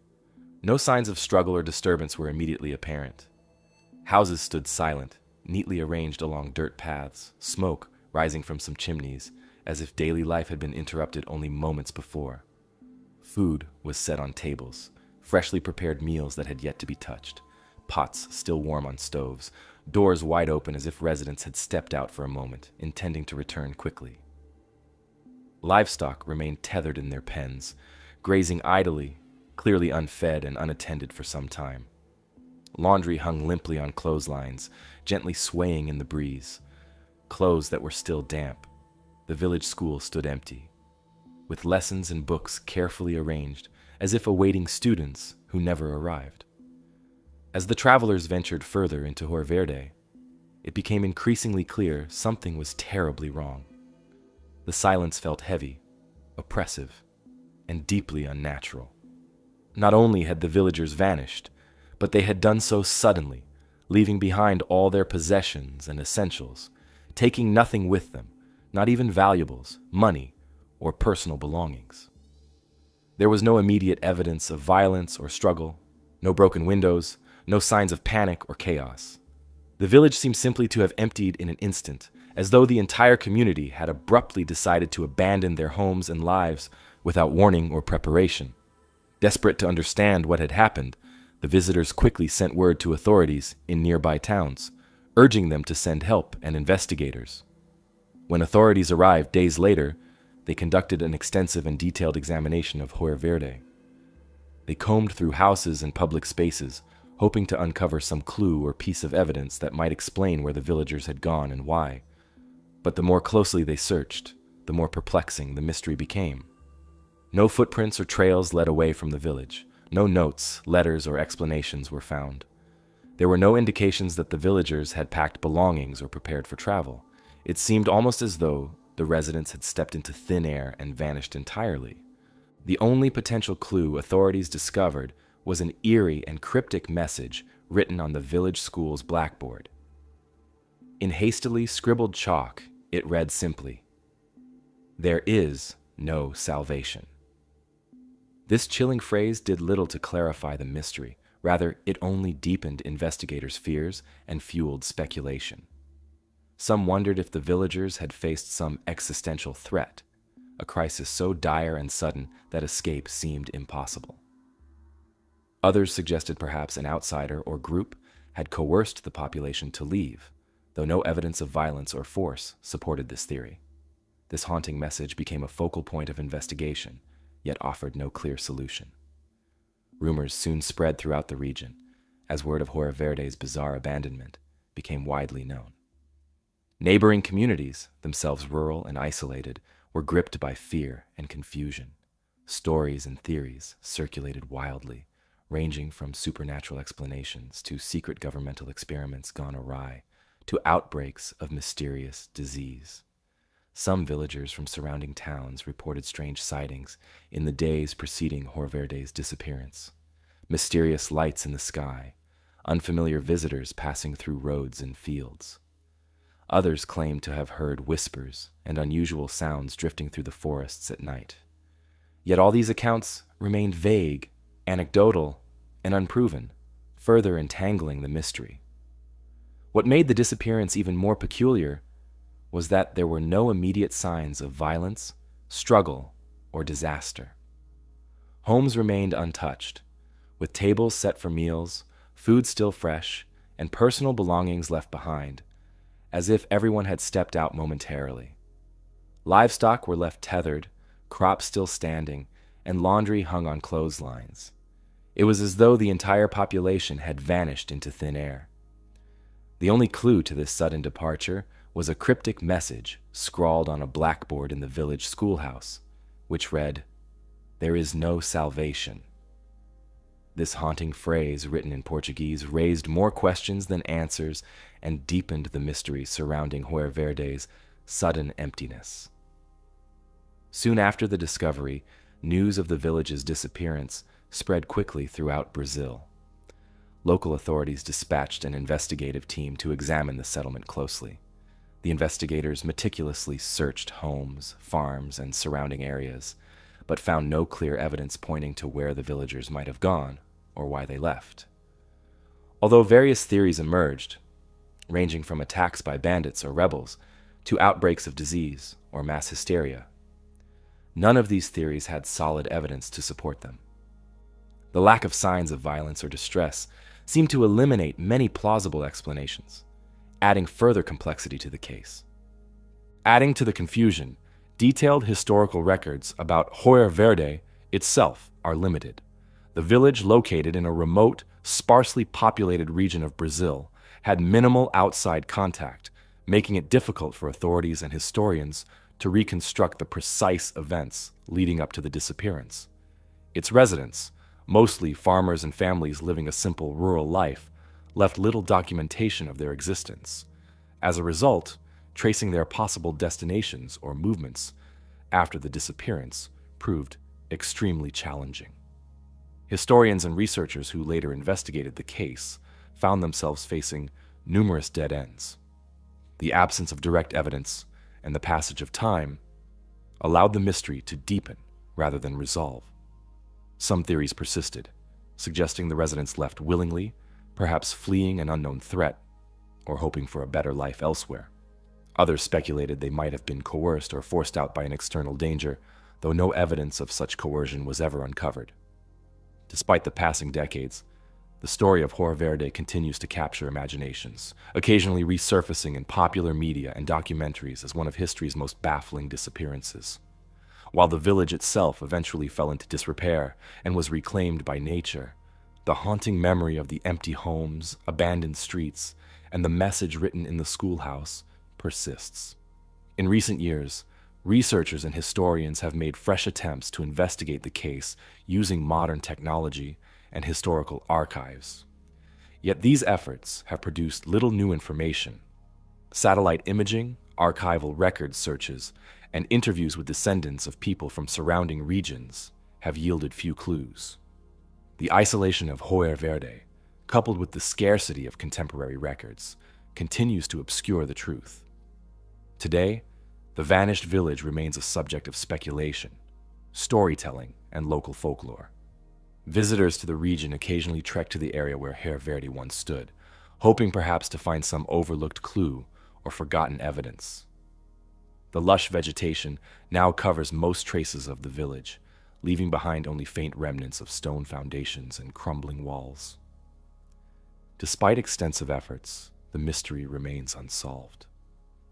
No one knows precisely what became of Hoyer Verde's villagers, why they left, where they went, or whether their descendants might still live somewhere, unaware of their ancestors' mysterious past.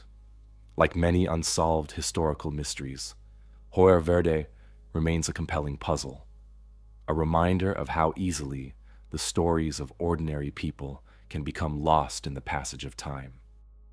As the abandoned village of Hoyer Verde faded slowly into history, leaving only echoes of unanswered questions behind, another extraordinary mystery emerged thousands of miles away during the chaos of World War II. This mystery revolved around a stunning masterpiece known as the Amber Room, a luxurious chamber of glittering amber, gold, and priceless craftsmanship. Originally constructed in the early 18th century, the Amber Room was considered one of the most extraordinary artistic achievements ever created. Its loss remains among the greatest unsolved art mysteries of modern times. The story of the Amber Room begins in 1701 in Prussia, when Frederick I commissioned the room for his Charlottenburg palace. Crafted by renowned Danish and German artisans, the Amber Room was a dazzling spectacle, entirely paneled with beautifully carved amber pieces. An astonishing 6 tons of amber and adorned with gold leaf, precious gemstones, mirrors, and intricate carvings, the room became known as the 8th wonder of the world. Its panels depicted landscapes, floral motifs, mythical scenes, and royal emblems, creating an enchanting golden glow when illuminated by candlelight. In 1716, the Amber Room was gifted by Frederick William I of Prussia to Russia's Tsar Peter the Great as a diplomatic gesture to strengthen their alliance against Sweden. The room was then transported carefully to Russia, eventually being installed in the Catherine Palace near St. Petersburg. Petersburg, where it underwent further expansions and embellishments by Russian craftsmen. For nearly 2 centuries, the Amber Room remained a symbol of artistic splendor, attracting visitors and royalty from across Europe who marveled at its breathtaking beauty and unparalleled craftsmanship. Throughout the 18th and 19th centuries, the Amber Room survived political upheavals, wars, and revolutions, its beauty meticulously preserved by curators who recognized its historical significance and immense value. Yet its survival was not to last through the ravages of World War II. In 1941, Nazi Germany invaded the Soviet Union during Operation Barbarossa, and the city of Leningrad, now St. Petersburg, soon found itself under siege. As German forces rapidly advanced toward the Catherine Palace, Soviet authorities scrambled to save their cultural treasures, attempting to hide or evacuate valuable artworks. Unfortunately, the Amber Room was incredibly fragile, and curators feared it might crumble if hastily dismantled. With limited time and resources, they made the difficult decision to cover the precious panels with wallpaper, hoping the Nazis might overlook its value or fail to identify the room beneath. The ruse, however, was quickly discovered. German soldiers, following specific orders from Adolf Hitler himself, who admired and coveted the Amber Room, carefully dismantled the panels, packed them into crates, and transported them to Königsberg Castle in East Prussia, modern-day Kaliningrad. At Königsberg, the Amber Room was reassembled and put on display as a trophy of Nazi conquest. Yet as the war progressed, and the Allies began pushing German forces back, the Amber Room once again vanished from history. In 1945, as Allied forces bombarded Königsberg, the room disappeared entirely, this time without a trace. Initial Soviet investigations after the war yielded no clues. There were no clear records of its fate. Rumors abounded, each theory more tantalizing than the last. Some speculated the room had been destroyed by Allied bombings, while others believed it had been secretly moved by retreating German soldiers. Another theory suggested the Amber Room might still be hidden beneath the ruins of Königsberg Castle, buried beneath rubble and ruins, waiting to be rediscovered. Over subsequent decades, numerous investigations and searches were conducted, each driven by hope, curiosity, and occasionally greed. In the 1950s, Soviet and East German authorities extensively searched the ruins of Königsberg Castle, uncovering various tunnels, basements, and hidden chambers. Yet, despite exhaustive efforts, the Amber Room itself was never found. Rumors circulated that the treasure had been moved to secret Nazi bunkers or hidden in remote caves and mines throughout Europe.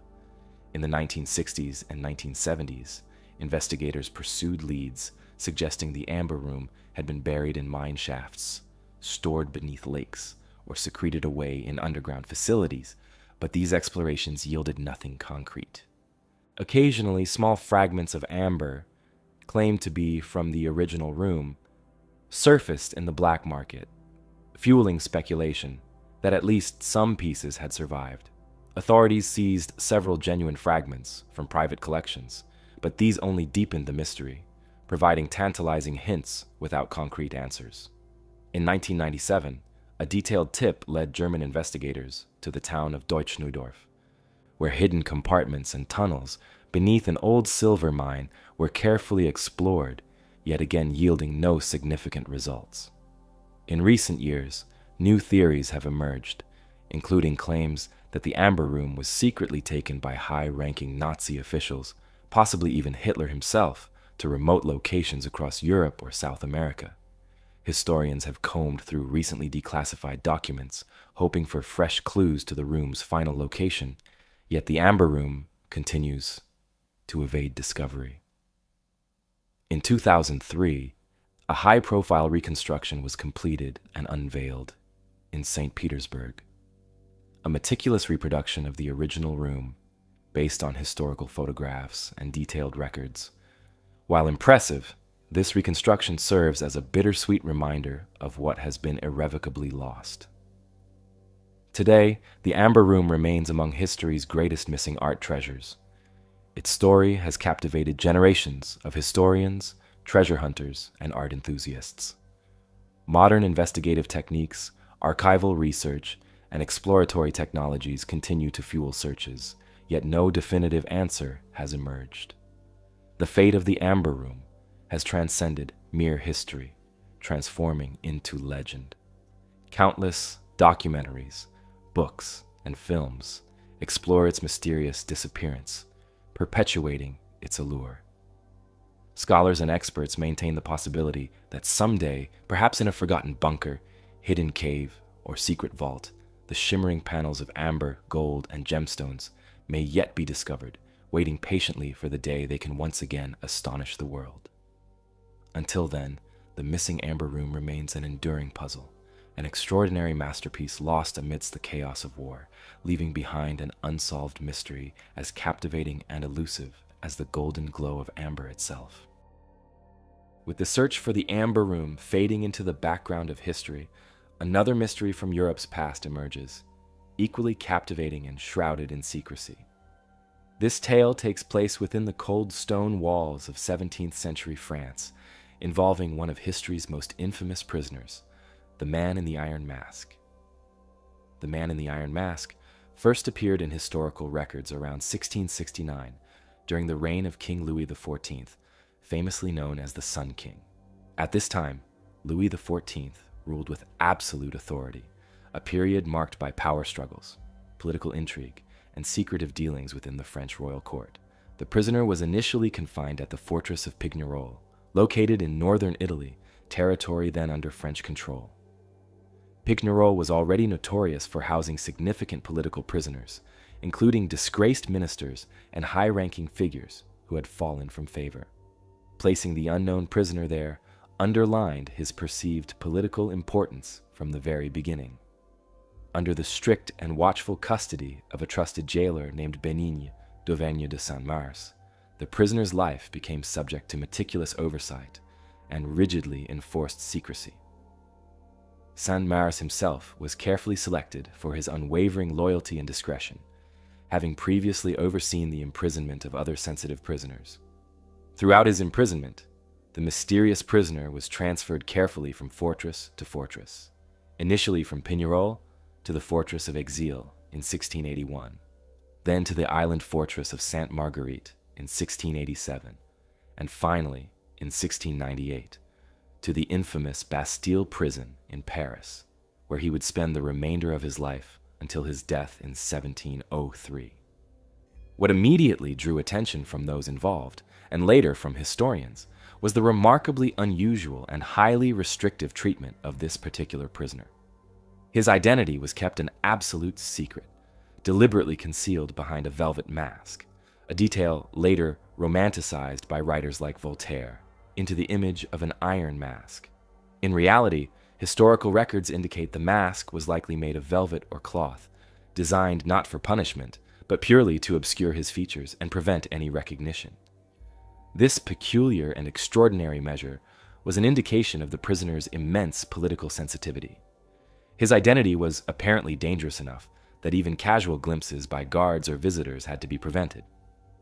The strict secrecy surrounding his imprisonment was remarkable, even for a time known for political conspiracies, secretive negotiations, and clandestine alliances. Prison guards received explicit and unusual instructions. They were forbidden from speaking to him unless strictly necessary, never to mention anything related to external affairs or court politics, and to maintain his absolute isolation from other prisoners. Furthermore, his cell was carefully guarded and separated from those of other detainees, ensuring he never communicated or interacted with anyone else. Such extraordinary precautions were typically reserved only for prisoners of the highest political consequence, or those possessing sensitive knowledge that could threaten the stability of the monarchy itself. The first definitive mention of this mysterious prisoner comes from a carefully written letter in 1669 by François-Michel Letellier, the Marquis de Louvois, who was Louis XIV's influential minister of war and one of his closest advisors. This letter was addressed directly to Saint-Mars and outlined meticulous instructions regarding the handling and treatment of the prisoner. Louvois explicitly emphasized the necessity of absolute secrecy, stating that no person, regardless of rank or status, should be allowed to speak to the prisoner under any circumstances, nor should any correspondence, messages, or news be exchanged with the outside world. The instructions included provisions that only Saint-Mars himself should provide direct care or deliver meals to minimize any risk of information leaking out. Additionally, Louvois stipulated that the prisoner should be strictly confined, but treated with basic dignity, indicating the government's intention to keep him alive and healthy, yet invisible to the public eye. Over the centuries, numerous theories have emerged about the prisoner's true identity. The most famous and dramatic suggestion, popularized by writer Alexandre Dumas in his novel The Vicomte of Bragelonne, was that he was the king's twin brother, hidden away to prevent rival claims to the throne. While this theory is fascinating and filled with dramatic intrigue, historians have generally dismissed it due to lack of concrete evidence and historical records. Another popular candidate for the man in the Iron Mask's true identity was a nobleman named Eustache d'Auger. Historians discovered that a man by this name was indeed imprisoned at Pignerol, and many historical documents reference d'Auger explicitly in connection to Saint-Mars. However, his true crime and origins remain uncertain, and documents referring to him contain strange inconsistencies. Some historians argue d'Auger was merely a valet involved in espionage or scandal at the French royal court. Others suggest Eustache d'Auger was simply a pseudonym used to obscure the prisoner's real identity. Additional theories abound. Some scholars argue that the masked prisoner was an Italian diplomat or nobleman who discovered politically damaging information. Others suggest he was a French general or noble who fell out of favor due to some embarrassing scandal or betrayal. Another theory holds that he was Louis XIV's true father or illegitimate relative, imprisoned to prevent embarrassment or threats to royal legitimacy.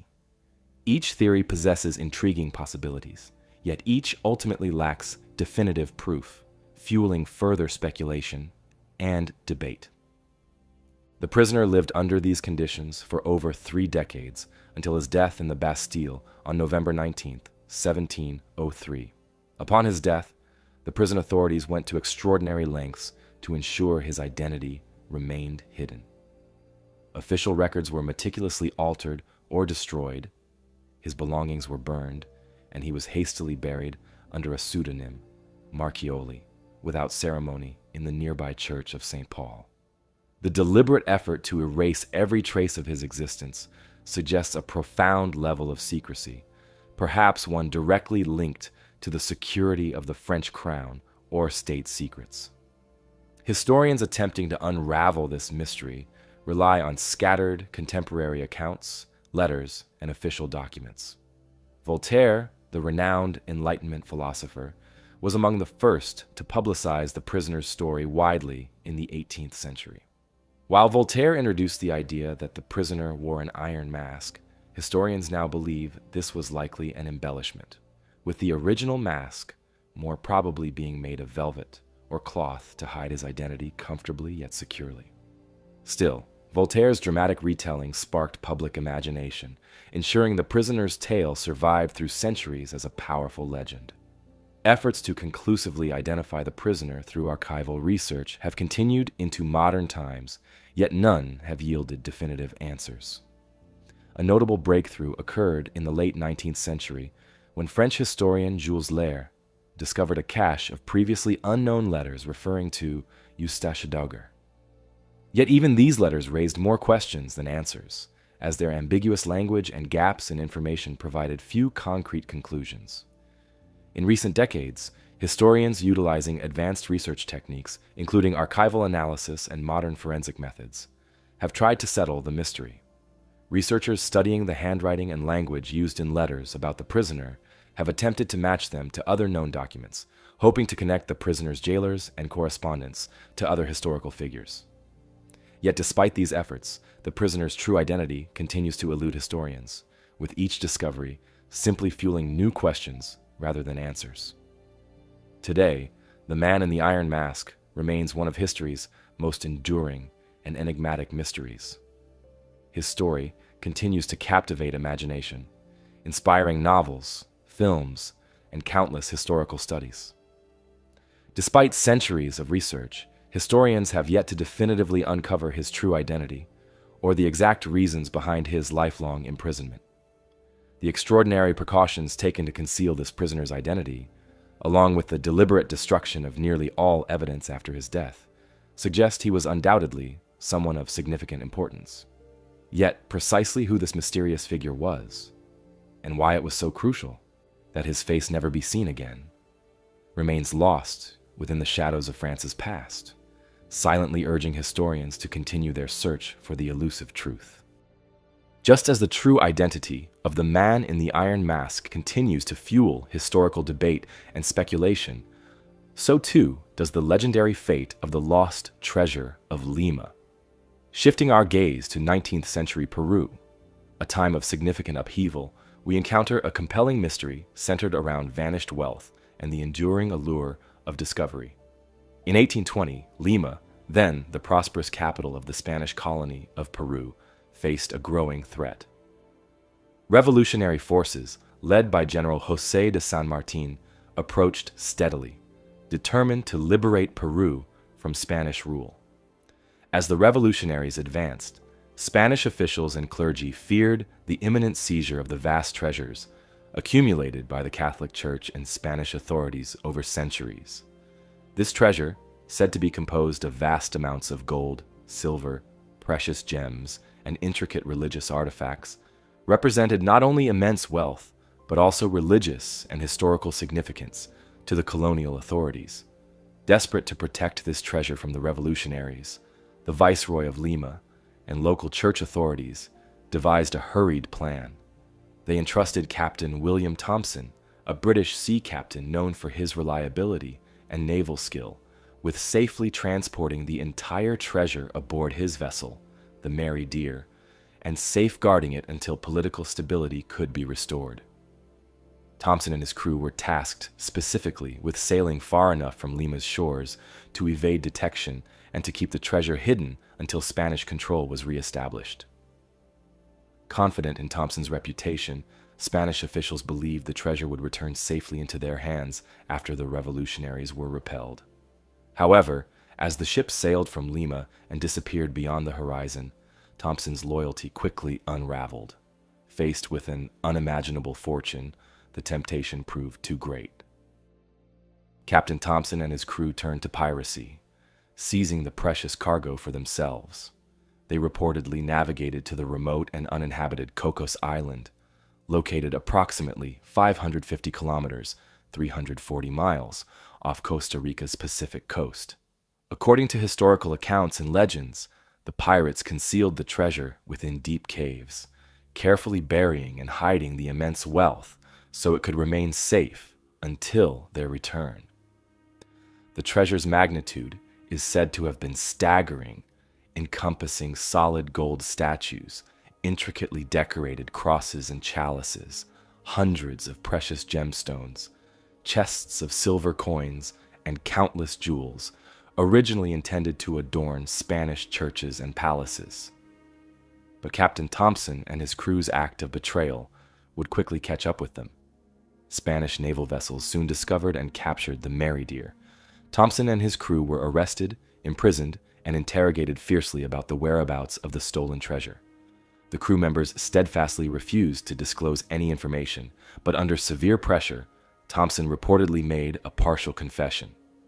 He agreed to lead authorities to the hidden treasure on Cocos Island. Hoping to recover the immense fortune, Spanish officials transported Thompson back to the island, confident he would fulfill his promise. Yet upon arrival, Thompson seized a desperate chance to escape into the dense jungle, vanishing without revealing the treasure's precise location. Despite extensive searches, neither Thompson nor the treasure were ever found. In the years that followed, The lost treasure of Lima became the subject of endless speculation, fascination, and exploration. The allure of its hidden riches attracted countless adventurers, historians, and fortune seekers. Cocos Island, a lush, isolated paradise surrounded by treacherous ocean currents, became a legendary destination for expeditions, each believing they held the key to uncovering the immense fortune. Over the decades, treasure hunters descended upon the island, equipped with maps, legends, and various technological tools designed to penetrate the island's dense vegetation and subterranean caves. Some searches turned up intriguing clues: old tools, mysterious carvings on rocks, and buried objects of lesser value, but none uncovered the immense treasure itself. Each failed expedition further deepened the mystery, leaving treasure seekers wondering if they were chasing an elaborate myth or if the immense wealth truly lay concealed beneath the tropical soil.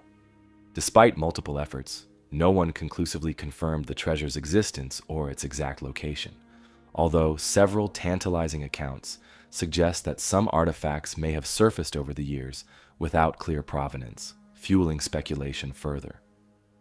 Some modern historians have questioned parts of the legend, suggesting that historical accounts may have exaggerated the treasure's scale or that portions of it were secretly recovered by early expeditions.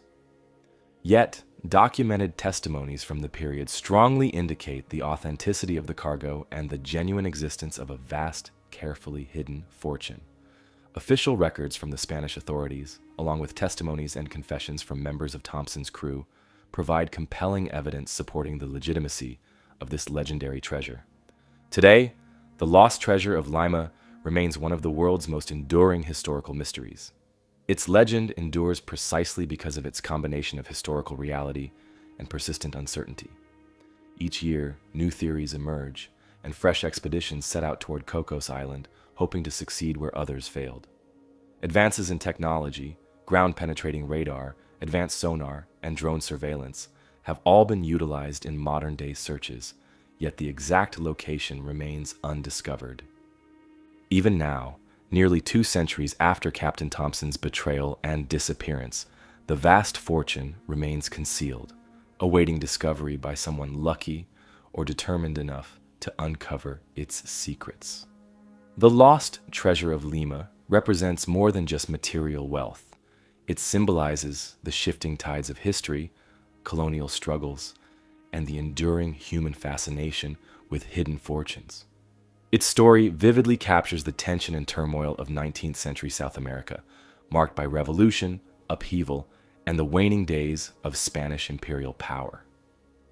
The treasure, once destined for Spanish coffers and lavish church ceremonies, instead became an elusive legend, capturing imaginations and inspiring generations of explorers drawn to the distant shores of Cocos Island in search of riches long concealed beneath the earth.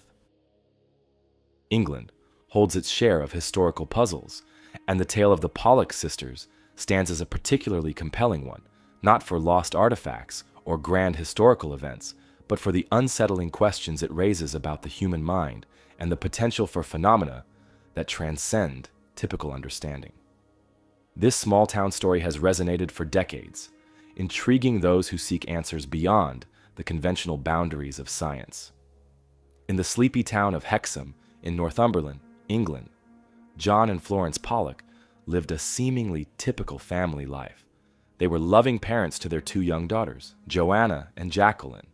Life was happy and peaceful until tragedy abruptly struck in May 1957. On their way to church, the 2 girls, Joanna, aged 11, and Jacqueline, aged 6, were tragically killed when a car suddenly lost control, striking them on the sidewalk. The heartbreaking loss deeply impacted their parents, who grieved profoundly for their beloved daughters. Amazingly, despite the profound trauma, John Pollock maintained a persistent belief in reincarnation, convinced that somehow his daughters would return to him. Florence, his wife, remained skeptical, attributing John's belief to wishful thinking, born of grief. However, the following year, their lives took a turn that surprised both of them. Florence became pregnant again, and the couple learned they were expecting twins.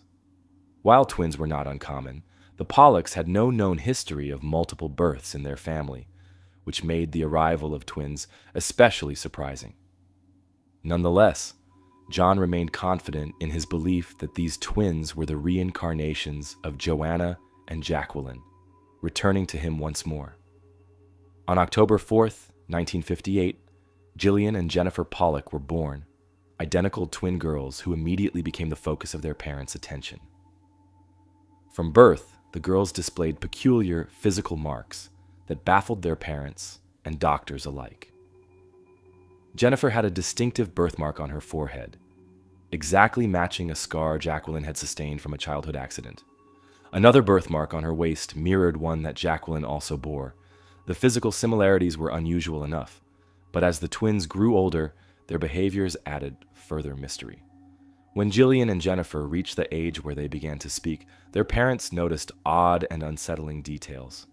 Despite never being informed about Joanna and Jacqueline, the twins would spontaneously request toys and belongings that had belonged to their deceased sisters, objects that had long been hidden away in storage. When presented with these items, the girls would divide them exactly as Joanna and Jacqueline had, without hesitation or discussion. Even more strangely, they accurately named toys and dolls belonging to their sisters, displaying an uncanny familiarity with objects they had never seen before. At the age of 4, the Pollock family revisited Hexham, having moved away shortly after the tragic accident. Remarkably, the twins seemed intimately familiar with the town, pointing out landmarks and locations they had never visited before. They recognized the school Joanna and Jacqueline had attended, and identified their favorite playgrounds and streets with startling accuracy. Perhaps most chilling was the twins' visible fear of cars. They would cling to their parents in terror when vehicles approached, shouting warnings of danger. John and Florence were increasingly astonished and unnerved by the mounting evidence that suggested a connection between their lost daughters and their new twin girls. The case of the Pollock sisters soon caught the attention of researchers interested in phenomena that appeared to support reincarnation. Dr. Ian Stevenson, a noted psychiatrist from the University of Virginia, known for investigating alleged reincarnation cases, closely studied Gillian and Jennifer's behavior. Stevenson documented numerous instances where the twins displayed memories or knowledge that seemed impossible to explain through conventional means. He carefully ruled out deliberate deception, believing that the Pollocks themselves were genuinely bewildered and sincere in their experiences. Yet, despite the intriguing nature of his findings, Stevenson remained cautious, unable to conclusively prove the existence of reincarnation through scientific means. As Gillian and Jennifer grew older, their memories and behaviors linking them to Joanna and Jacqueline gradually faded. By the age of 7, their unusual recollections and habits had almost entirely disappeared. The twins themselves retained little to no memory of the experiences that had so fascinated their parents and researchers in their early childhood. Their lives moved forward normally, and the family eventually regained a sense of ordinary peace, albeit marked by their unique past experiences. Despite extensive documentation and research, the Pollock sisters' story remains debated to this day. For some, the case represents compelling evidence supporting reincarnation, or an extraordinary psychological phenomenon known as cryptomnesia, where forgotten memories subconsciously resurface. Supporters of reincarnation theories highlight specific aspects, such as the distinct birthmarks matching injuries sustained by Jacqueline, as potential physical evidence of reincarnation. Researchers investigating similar phenomena, particularly Dr. Ian Stevenson from the University of Virginia, have documented numerous other cases worldwide involving children who claim memories of past lives, often accompanied by matching birthmarks or physical traits. Skeptics, however, propose more conventional explanations. Psychological theories suggest that grieving parents could subconsciously influence their children's behavior, unintentionally prompting or reinforcing coincidences or behaviors reminiscent of lost loved ones. Another psychological interpretation is that John Pollock's firm belief in reincarnation may have indirectly shaped his children's perception, guiding them toward behaviors that aligned with their deceased siblings, albeit unintentionally. Additionally, critics argue that anecdotal evidence and retrospective accounts can often be influenced by selective memory or exaggeration over time, particularly in emotionally charged cases. Further complicating the story, skeptics also point to the possibility of confirmation bias, where the family and investigators inadvertently emphasize behaviors or incidents that match their expectations, while unconsciously ignoring contradictory evidence. It's also proposed that the twins could have overheard conversations between their parents or other family members about Joanna and Jacqueline, unconsciously absorbing details and repeating them later as their own memories. To explore these questions further, several additional studies have been conducted over the years on cases similar to the Pollock sisters.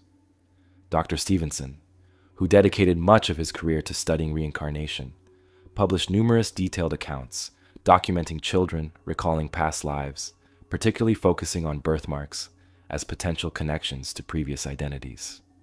His comprehensive research, spanning decades and multiple cultures, has yet to yield universally accepted conclusions, but continues to provoke serious consideration within academic circles. Other psychologists have investigated the broader implications of trauma, grief, and parental influence on childhood development, arguing that profound emotional loss can deeply shape family dynamics and memory formation, sometimes in unexpected and uncanny ways. Moreover, neuroscientific research has attempted to understand cryptomnesia and related phenomena. Studies have indicated that the human brain has a remarkable capacity for memory retention and subconscious recall, even of seemingly forgotten events. The Pollock twins' behavior might be partially explained by such unconscious memory retrieval mechanisms, highlighting the complex and not yet fully understood relationship between memory, identity, and consciousness. Over time, the Pollock sisters' case became one of the most thoroughly documented and discussed stories in studies of reincarnation and paranormal phenomena.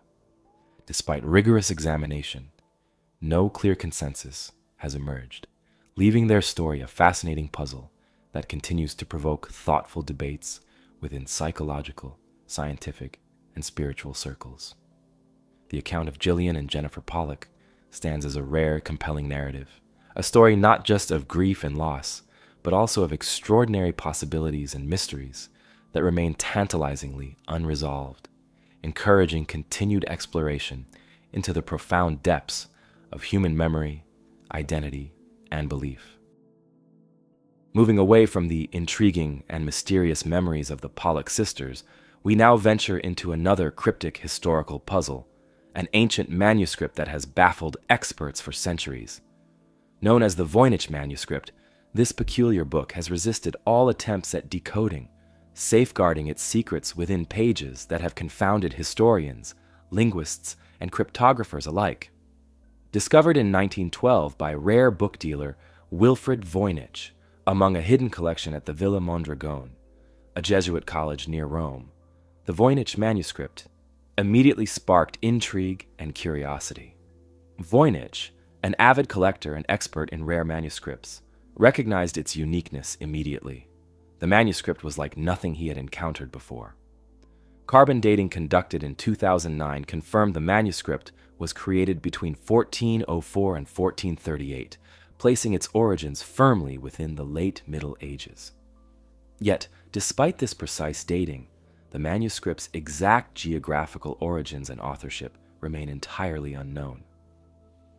Comprising around 240 pages, crafted from fine-quality vellum, calfskin carefully prepared and smooth for writing, the Voynich manuscript is meticulously illustrated and intricately written. Its size is modest, approximately 23 by 16 centimeters, which would have made it portable and perhaps intended for personal use or private study. The manuscript's pages are beautifully preserved, though some evidence of handling, aging, and repairs indicate it was used, consulted, and cherished by successive owners over centuries. Perhaps most fascinating is its script, known to scholars as Voyniches. This writing is fluid and graceful, suggesting a practiced hand. yet the symbols and letters bear no resemblance to any known language or script from the period. The text is arranged neatly into paragraphs, divided by clear margins, and organized into what appear to be coherent chapters or sections. The meticulous layout indicates a deliberate and purposeful construction, suggesting the manuscript was not merely an artistic curiosity, but rather a document intended to communicate specific, if mysterious, information. Some letters repeat frequently, while others rarely appear, patterns typically found in natural languages, leading linguists and cryptographers alike to invest years in attempting to decode it, yet all to no avail. The Voynich Manuscript's pages overflow with hundreds of remarkable illustrations, vividly painted in vibrant colors, using inks and pigments typical of medieval Europe. These illustrations, however, compound the manuscript's mystery rather than resolve it. Detailed botanical drawings fill many pages, depicting plants that seem at first glance familiar, yet defy positive identification upon closer examination. The leaves, stems, roots, and flowers are illustrated with careful attention to detail, yet scholars find no exact matches to known botanical specimens, leading some researchers to speculate the plants are allegorical, symbolic, or entirely fictional creations representing mystical or alchemical properties. In addition to botanical imagery, the manuscript contains elaborate astronomical and astrological diagrams. Circular charts resembling zodiac wheels depict constellations, suns, moons, and intricate celestial arrangements, yet these diagrams do not align perfectly with any recognized astronomical traditions of the time, including those used by European, Arabic, or Asian astronomers. This has sparked theories that the manuscript might represent a unique, undocumented astrological tradition, or an attempt to convey cosmic or esoteric knowledge through symbolism known only to a small, secretive group. The manuscript also features bizarre human figures, often nude, bathing in elaborate interconnected pools or performing mysterious rituals, accompanied by strange pipes and water channels. These illustrations, often called the balneological section, appear to represent scenes of healing, spiritual cleansing, or mystical rites, but their precise meaning or purpose remains wholly speculative. Scholars have debated whether these scenes depict metaphorical journeys, health practices, rituals related to water symbolism, or are simply fantastical imagery designed to illustrate some deeper, hidden message known only to the author. The earliest recorded owner of the manuscript was Emperor Rudolf II, who ruled as Holy Roman Emperor from his lavish court in Prague. Rudolf II was famous for his eccentric interests in alchemy, astrology, the occult, and mysterious artifacts, surrounding himself with Europe's leading scholars, alchemists, and astrologers. During his reign, 1576 to 1612, Rudolf amassed an extraordinary collection of curiosities, rare books, and manuscripts, hoping to unlock hidden knowledge or divine wisdom. The Voynich Manuscript, with its unintelligible script and puzzling illustrations, fit perfectly within his esoteric interests. After Rudolf's death, his library and collection were dispersed, passing through the hands of numerous scholars, collectors, and noble families across Europe. Eventually, in the 17th century, the manuscript found its way into the collections of Athanasius Kircher, a prominent Jesuit scholar and polymath who was fascinated by ancient scripts and cryptography. Kircher himself attempted unsuccessfully to decode the manuscript, and after his death, it was stored among the Jesuits' extensive archives until Voynich uncovered it nearly 2 centuries later. Throughout the 20th century, the manuscript attracted numerous efforts at decoding. Professional cryptographers, linguistic experts, and even military codebreakers from both world wars attempted to solve the puzzle, employing every known method of linguistic and cryptographic analysis. Notably, William Friedman, one of America's leading cryptanalysts who successfully deciphered Japanese ciphers during World War II, dedicated years to the manuscript's study. Despite his skill and persistence, he was unable to unravel its secrets, concluding that it was one of the most complex and baffling puzzles he had ever encountered. Various theories have emerged regarding the manuscript's origins and content. Some suggest it might be a coded alchemical treatise, hiding formulas and recipes beneath layers of obscure symbolism. Others propose it could be an elaborate medieval herbal, created by a forgotten culture or an isolated scholarly community, describing unknown plants and their uses. Another popular theory is that the manuscript is a hoax, crafted centuries ago to deceive or amuse its intended audience, though the elaborate detail and complexity make this theory less widely accepted among serious scholars. In recent years, modern technology has provided new avenues of exploration. Advanced imaging techniques, multispectral analysis, and computer algorithms have been used to detect hidden layers or alterations within the manuscript's pages. Computer linguists have attempted statistical analyses of the text, looking for grammatical patterns or recurring linguistic structures. While these studies have revealed intriguing patterns suggesting the text is likely not random or meaningless, no definitive translation or interpretation has emerged from this high-tech approach. Efforts to understand the Voynich manuscript continue to this day, driven by curiosity, scholarly challenge, and the enduring allure of historical mysteries. Each new attempt, whether employing the latest technology or traditional scholarly methods, brings the possibility that the manuscript's secrets might finally be revealed.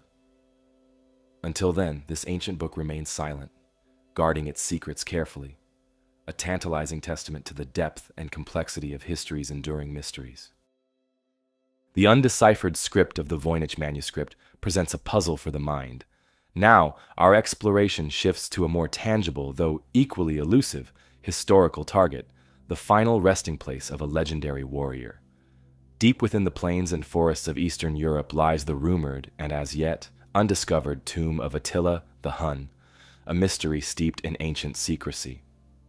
Known to the Romans as the Scourge of God, Attila the Hun emerged in the early 5th century CE as one of history's most formidable and feared leaders.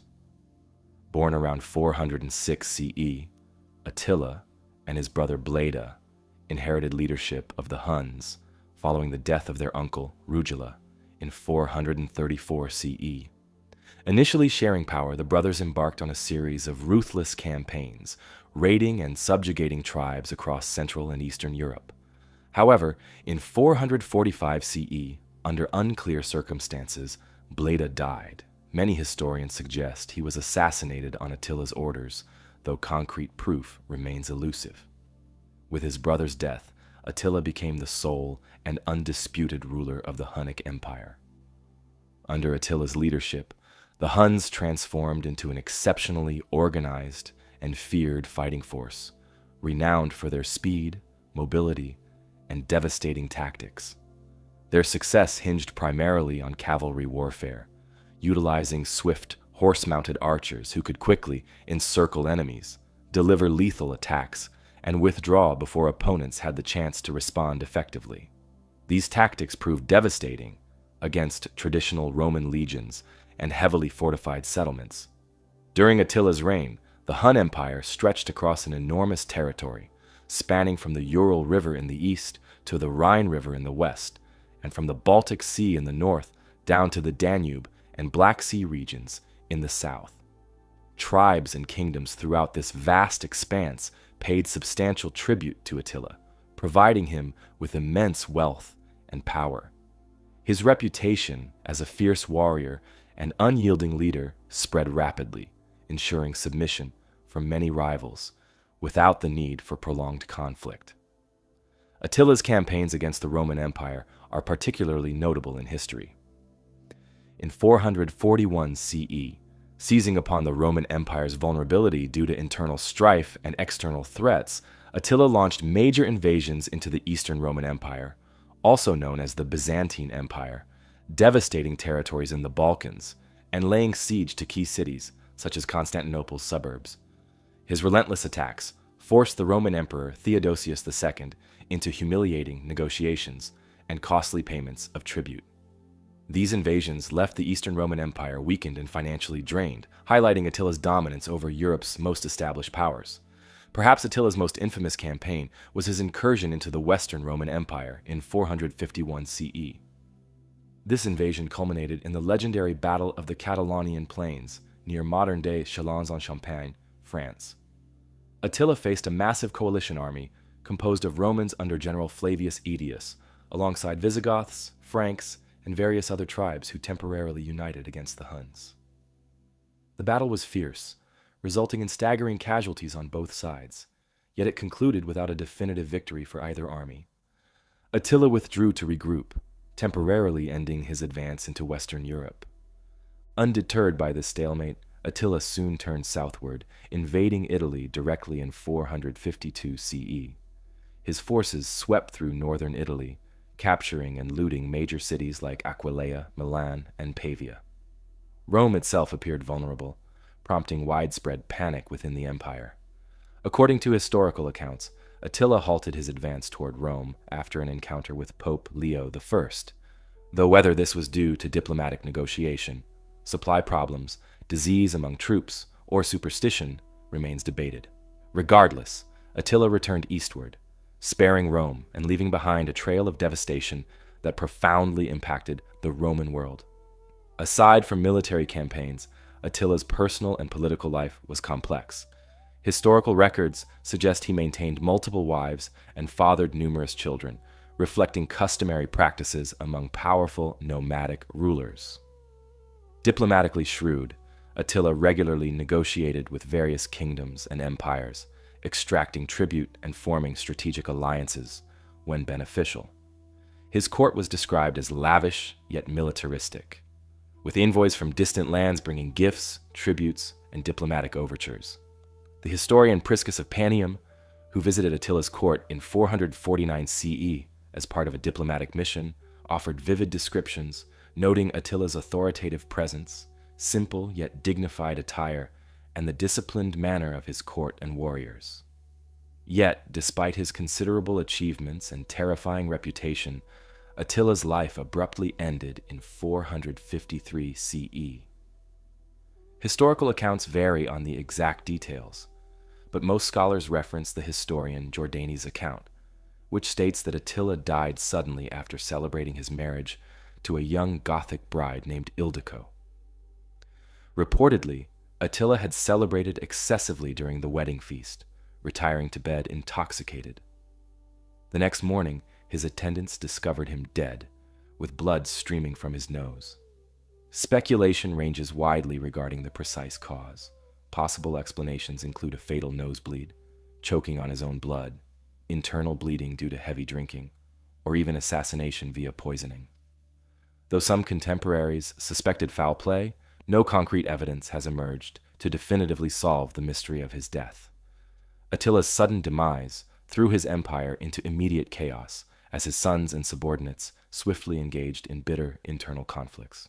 Without Attila's commanding presence, the once formidable Hun Empire fractured rapidly, disintegrating into smaller factions. The swift dissolution of his empire emphasizes how profoundly Attila's leadership and personal charisma had bound together the diverse tribes and territories under Hun control. According to historical accounts, Attila's funeral was a grand spectacle, demonstrating both the reverence and secrecy that surrounded him.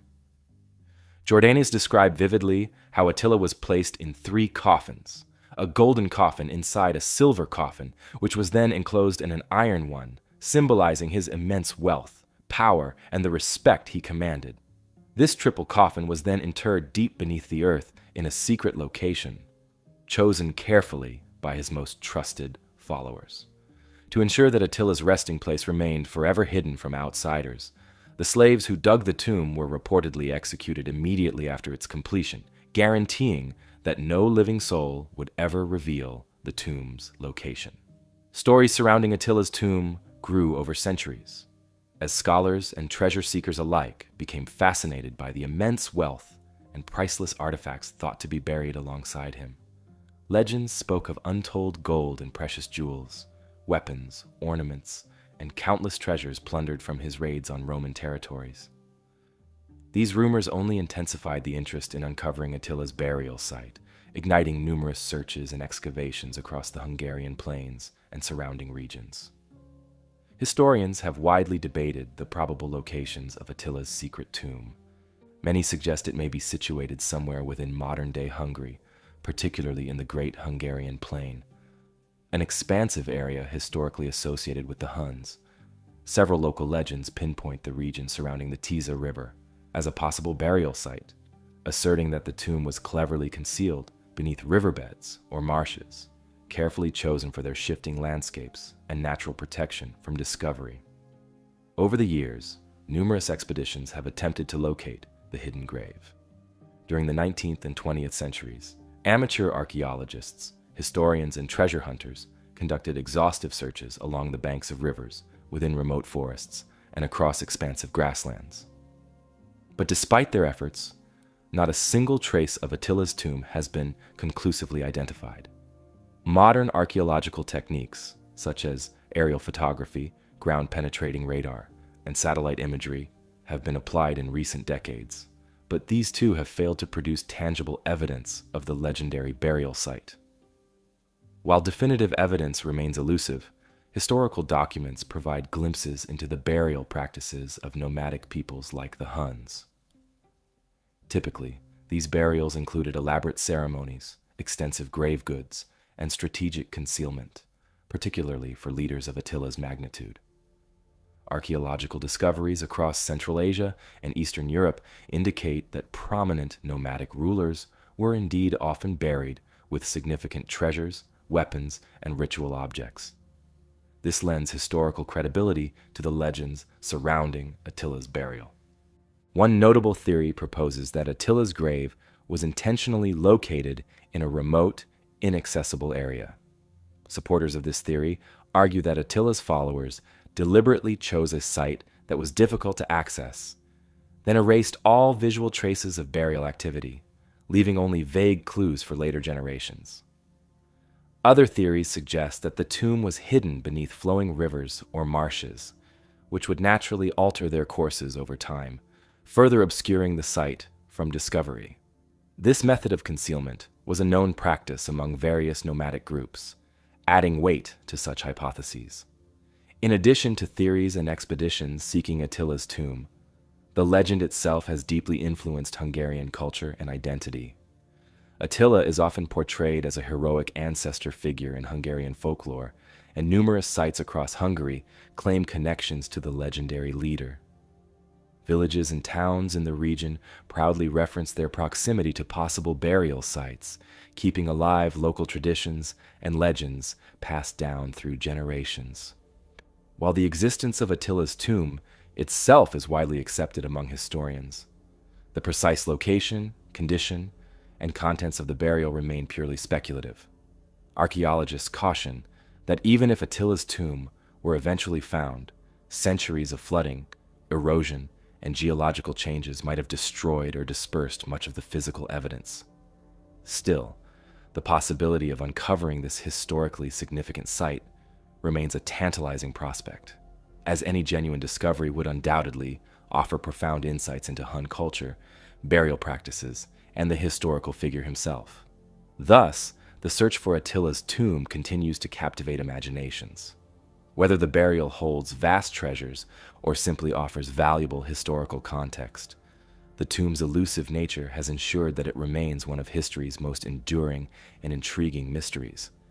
Its undiscovered status symbolizes the life of Attila himself, powerful, feared, revered, yet ultimately unknowable, lost within the folds of history, concealed beneath the earth, and waiting, perhaps eternally, to be uncovered. Just as the secrecy surrounding Attila's burial continues to intrigue those who study ancient history, so too does the bizarre tale that unfolded in the rural English village of Woolpit during the 12th century. This medieval case, documented by contemporary chroniclers, offers a glimpse into a world where the unusual was often intertwined with the everyday, creating a mystery that still resists definitive explanation. According to historical accounts by chroniclers such as Ralph of Coggeshall and William of Newburgh, the strange tale began on an ordinary day during the harvest season. As villagers went about their routine work, two children suddenly emerged from the surrounding woods, appearing confused, frightened, and most startlingly, completely green in color.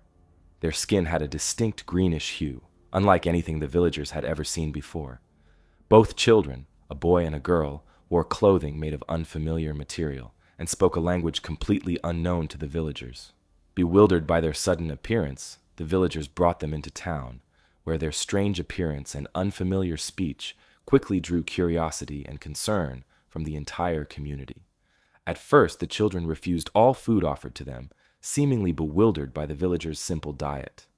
Eventually, after several attempts, they discovered and eagerly consumed raw, broad beans. Gradually, over weeks and months, the children adapted to local food, which slowly diminished the unnatural green tint of their skin. Unfortunately, despite improving in health and diet, the boy grew weaker and eventually passed away, leaving only his sister alive. With time, the surviving girl gradually learned enough English to communicate with the villagers. When she was finally able to speak coherently, she told them an incredible story that puzzled the villagers even further. According to her account, she and her brother came from a land called Saint Martin's Land, a strange realm where the sun never fully shone and everything appeared bathed in perpetual twilight. In this place, she explained, all people shared their distinctive green color. She described how she and her brother had been tending livestock when they heard the distant sound of bells coming from an unknown direction. Drawn by curiosity, they had followed the enchanting sounds through a cavern or passageway, eventually emerging near Woolpit, where the villagers first discovered them. Over time, the girl adjusted to life in Woolpit, losing her green complexion entirely, and eventually adopting local customs and culture. She was baptized, given the name Agnes, and later married a man from a neighboring town, reportedly living a normal life afterward. Despite integrating fully into society, the mystery of her origin never fully faded. Historians and scholars continue to grapple with the strange details she described, details too specific and consistent to dismiss as mere fantasy or childhood imagination. Researchers over the centuries have proposed several theories attempting to explain the Green Children's origins. One prominent explanation suggests that they were Flemish immigrants or orphans who had become separated from their parents, wandering through unfamiliar terrain and eventually stumbling upon Woolpit. This theory notes that Flemish immigrants, fleeing conflicts or persecution, were known to have settled in the region around that time. The children's strange clothing, unfamiliar speech, and confusion might thus be explained as simply the result of cultural differences and their stressful journey. Their initial green complexion could be attributed to a condition called chlorosis, historically associated with malnutrition and anemia, common among impoverished or displaced children of the era.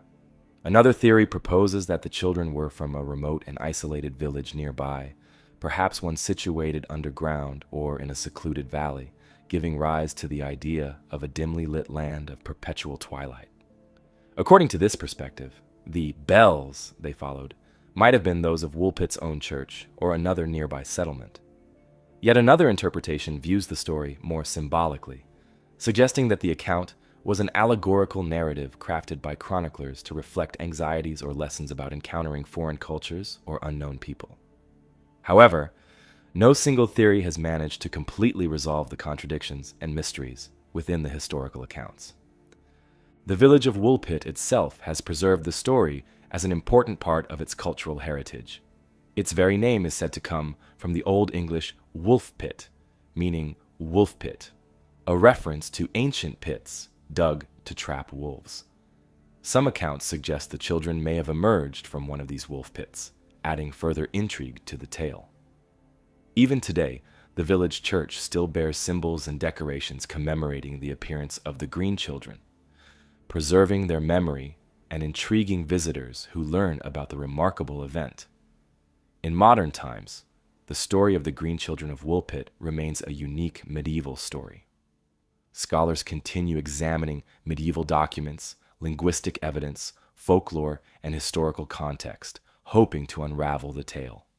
Some have proposed more speculative theories, including the possibility that the children were survivors of poisoning, environmental contamination, or even deliberate experimentation, Yet despite modern science and historical research efforts, no definitive explanation has emerged, leaving the story just as puzzling now as it was when the villagers first encountered these strange, green-skinned siblings.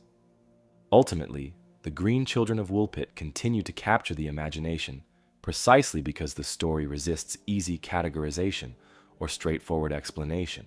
Whether viewed as historical fact, an exaggerated allegory, or a piece of enduring folklore, the tale stands as a striking example of medieval Europe's complicated relationship with outsiders, mysteries, and the unknown. The story remains a remarkable window into the fears, curiosities, and cultural complexities of the Middle Ages, continuing to invite us to reflect on the mysteries of our shared human past. From the curious tale of Woolpit's mysterious green children, we now journey further westward, toward the rugged coastlines and mist-shrouded shores of Cornwall in southwestern England, where another legendary mystery awaits: the lost kingdom of Lyonesse. According to centuries-old folklore, Lyonesse was an enchanting kingdom, abundant and prosperous, said to lie off the southwestern tip of Britain, somewhere between Cornwall and the Isles of Scilly. Richly fertile and famously beautiful, Lyonesse is described in ancient tales as a land of thriving villages, verdant pastures, grand cities, and numerous churches. But what makes Lyonesse particularly intriguing, and ultimately tragic, is the claim that this flourishing kingdom was lost beneath the sea in a single devastating catastrophe. Stories of Lyonesse date back to medieval times, intertwined closely with Arthurian legends and Celtic folklore. In these early accounts, Lyonesse was frequently depicted as the homeland of Tristan, one of the central figures in the enduring medieval romance of Tristan and Isolde. Tristan, the nephew of the legendary King Mark of Cornwall, was said to have originated from this mysterious land, linking Lyonesse firmly to the fabric of Celtic and Arthurian tradition. The renowned medieval poet Thomas Malory, in his influential work Le Morte d'Arthur, written in the late 15th century, vividly portrays Lyonesse as a wealthy and fertile kingdom that tragically vanished beneath the waves. According to Cornish legends and various medieval chronicles, Lyonesse's demise occurred suddenly and catastrophically, overwhelmed overnight by a violent storm or massive tidal wave that consumed entire towns, villages, and populations. This dramatic event, often dated vaguely to a distant past beyond precise historical memory, was said to have permanently reshaped the geography of southwestern Britain. What was once described as a broad, prosperous stretch of land, linking Cornwall with what are now the Isles of Scilly, supposedly sank beneath the Atlantic, leaving only fragmented islands and coastal headlands as mournful remnants of a once mighty kingdom. Throughout history, coastal communities in Cornwall and the Isles of Scilly preserved these vivid and haunting oral traditions with remarkable detail. Generations of fishermen, sailors, and villagers shared stories that on rare, calm days, particularly when the waters between Cornwall and the Scillies were crystal clear, one could peer into the depths and make out submerged ruins of Lyonesse. These underwater visions included ancient stone walls, well-defined roads, church spires, and even houses, structures hinting at a sophisticated civilization lost beneath the ocean. Adding to this eerie atmosphere, sailors often reported hearing ghostly church bells ringing from submerged bell towers, resonating across the waters, especially during quiet, foggy nights. Historical evidence supporting such dramatic claims is intriguing, though largely circumstantial. Ancient Roman and medieval maps occasionally depicted islands and landmasses off the southwestern coast of Britain that no longer appear today, hinting at significant changes in coastal geography over centuries. The earliest known written mention of Lyonesse appears in the medieval chronicles, notably those by William of Worcester in the 15th century, who described a substantial flooding event between Cornwall and the Scillies. In addition, Cornwall's rich folklore, captured and preserved by 19th century antiquarians and folklorists, consistently references Lyonesse, keeping the legend alive through careful documentation and popular retellings. Historical records document actual major flooding events that might lend credence to the legend of Lyonesse. Medieval annals describe devastating storms striking southwestern England with unusual frequency and violence, particularly in the 11th and 12th centuries. The Great Flood of 1099, documented by medieval chroniclers, reportedly submerged significant areas of coastal land around Mounts Bay, a region close to the purported site of Lyonesse. Another major storm in 1287 inundated large sections of the southern English coastline, dramatically altering the landscape and possibly fueling stories of a larger submerged kingdom. Geologically, the story of Lyonesse may have its roots in real historical phenomena. Researchers studying the sea levels around Cornwall and the Isles of Scilly have identified significant evidence of past submergence and coastal erosion. Marine archaeologists, using modern sonar mapping and underwater surveys, have uncovered the remains of submerged forests, ancient peat beds, and evidence of human settlements now lying underwater.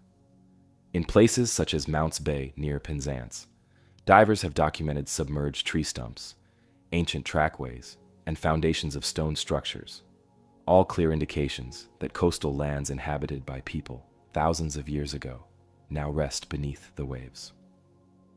Archaeologists and geologists theorize that rising sea levels during the end of the last ice age, approximately 10,000 years ago, combined with later storms and erosion events in medieval times, gradually submerged these coastal settlements. Over centuries, these memories of catastrophic floods and vanished landscapes became interwoven into local legends, resulting in the narrative of Lyonesse, an idealized lost kingdom embodying the dangers and uncertainties faced by communities living on exposed coasts.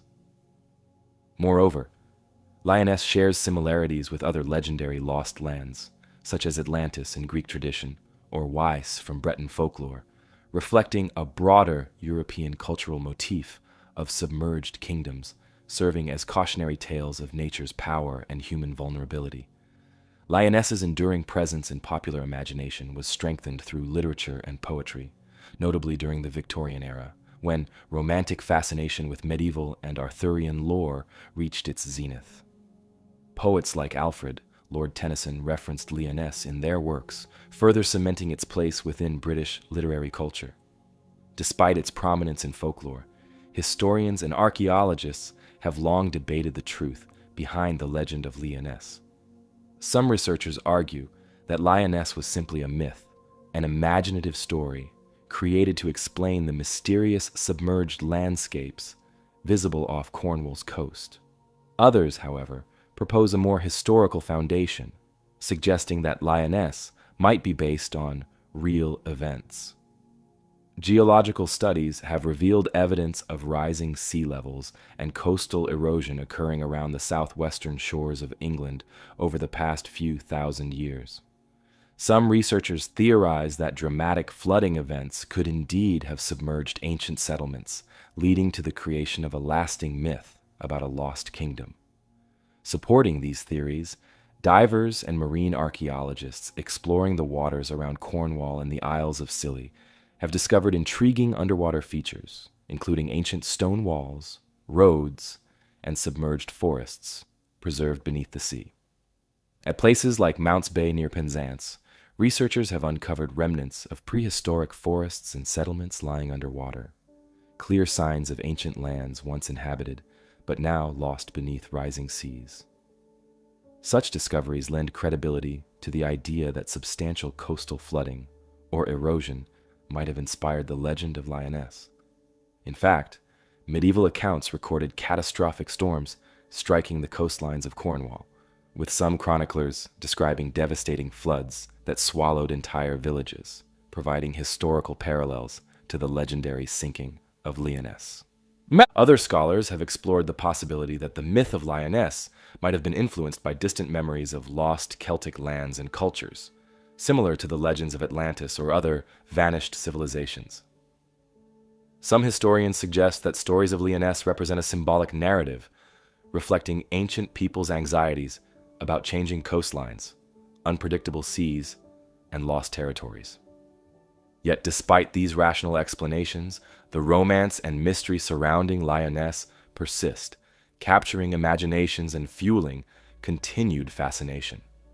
Numerous efforts have been made over the years to locate and explore the supposed ruins of Lyonesse beneath the waves.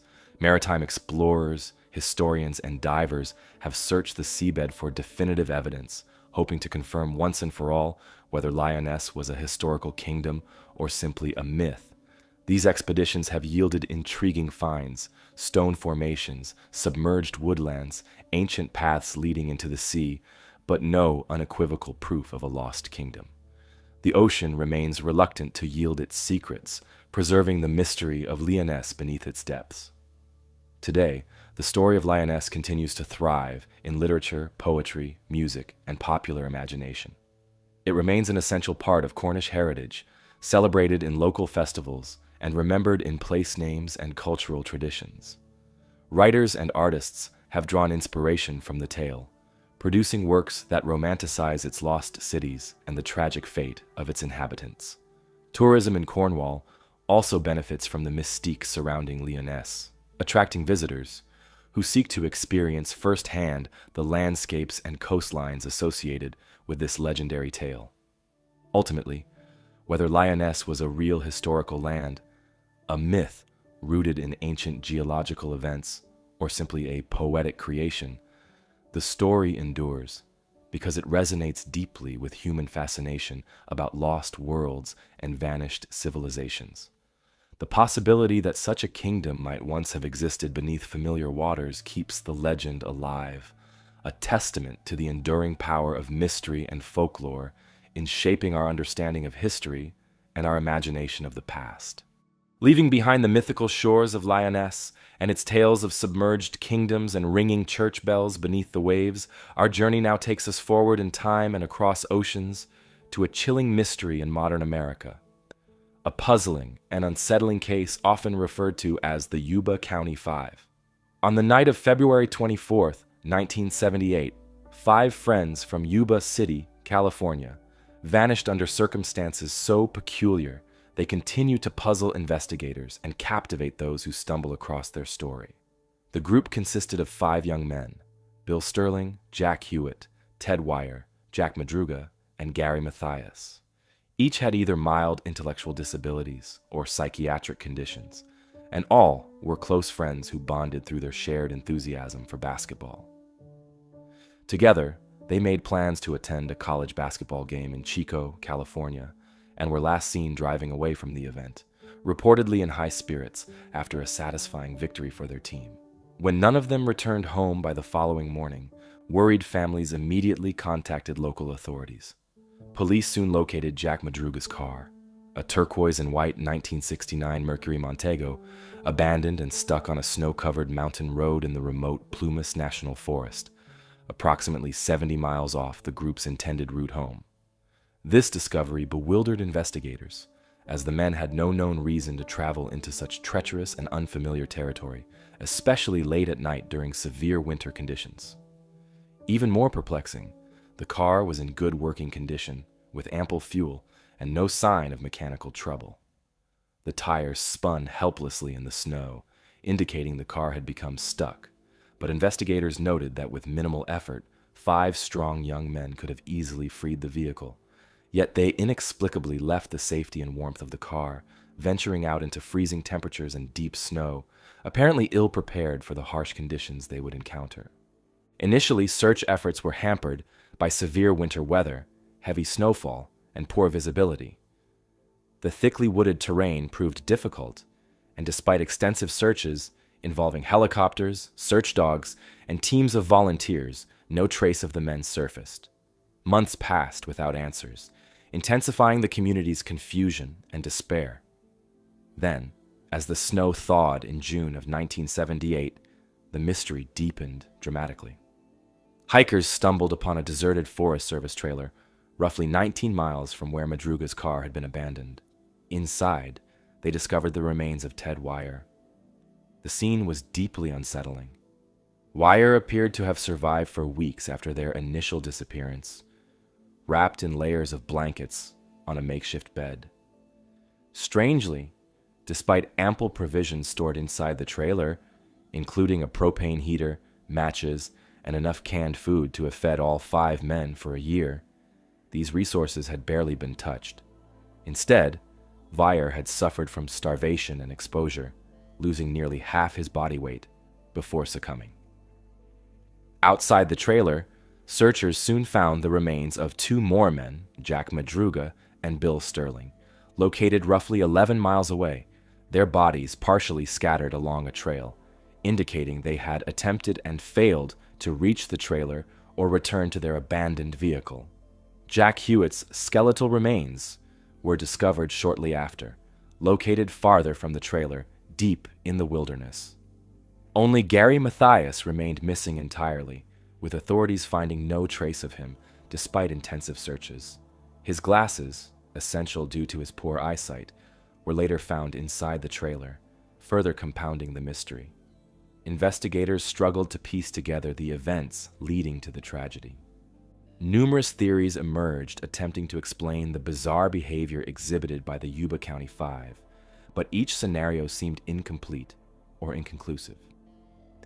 Some speculated that they had become disoriented or frightened, perhaps encountering something or someone in the wilderness that drove them deeper into the snow-covered mountains. Others wondered if Matthias, who had a history of schizophrenia and had previously gone missing, experienced a psychiatric episode, inadvertently leading his friends into danger. However, no conclusive evidence emerged to support these theories, leaving more questions than answers. Witness reports added another perplexing layer to the story. Joseph Shans, a man driving on the same road that night, claimed he had experienced car trouble and suffered a mild heart attack. While stranded, Shans reported seeing headlights and hearing strange sounds, including whistling and voices nearby. He attempted to call for help, but the lights and noises soon disappeared, leaving him alone in the frigid darkness. Later, Shans stated he saw people moving around a vehicle matching the description of Madruga's Mercury Montego.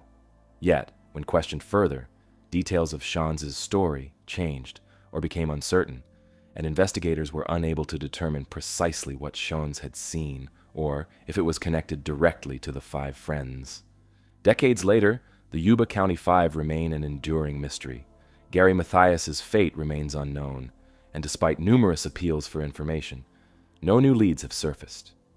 The tragic and perplexing circumstances surrounding their disappearance continue to resonate, haunting the families left behind and puzzling investigators, amateur sleuths, and researchers alike. The Yuba County Five's story has often been compared to the equally baffling Dyatlov Pass incident due to its similarly inexplicable elements: abandoned safety, mysterious choices, and tragic consequences in an unforgiving environment. Today, the case endures as an unsettling narrative of human behavior in extreme circumstances. The harshness of the mountains, the unexplained decisions made by the men, and the baffling outcome defy conventional understanding. Authorities have revisited the case numerous times, hoping new technologies or fresh eyes could finally unravel its secrets. Yet, despite advances in forensic science, psychological analysis, and investigative methods, the ultimate truth behind the fate of the Yuba County Five remains beyond reach. What remains certain is the profound impact their disappearance left on their families and community. The unexplained choices they made on that cold February night continue to challenge those seeking understanding. The case of the Yuba County Five is not merely a tragedy, it is a profound puzzle that reminds us how fragile our understanding can be and how quickly ordinary circumstances can become extraordinary. The vast and unforgiving landscapes that swallowed the Yuba County Five now give way to a more localized and intensely personal tragedy discovered on the edge of a major American city. Eastward, near Philadelphia, Pennsylvania, the silent discovery of a young boy's body ignited a decades-long quest for identity and justice, a case known by the poignant moniker, The Boy in the Box. It was February 25th, 1957, when a young hunter, checking muskrat traps in a wooded area near the neighborhood of Fox Chase, stumbled upon a large cardboard box. Initially dismissing it, he moved on. But days later, disturbed by what he'd seen, the hunter returned to inspect the box more carefully. Inside, he discovered something deeply unsettling: the body of a young boy wrapped in a worn plaid blanket. Terrified and hesitant to become involved, the hunter remained silent at first, but soon another passerby discovered the same tragic scene and contacted authorities. When Philadelphia police arrived, they found the child carefully concealed within the discarded box, originally used for a baby's bassinet sold at J.C. Penney. The boy was estimated to be between 4 and 6 years old, severely malnourished, and appeared to have suffered repeated physical abuse.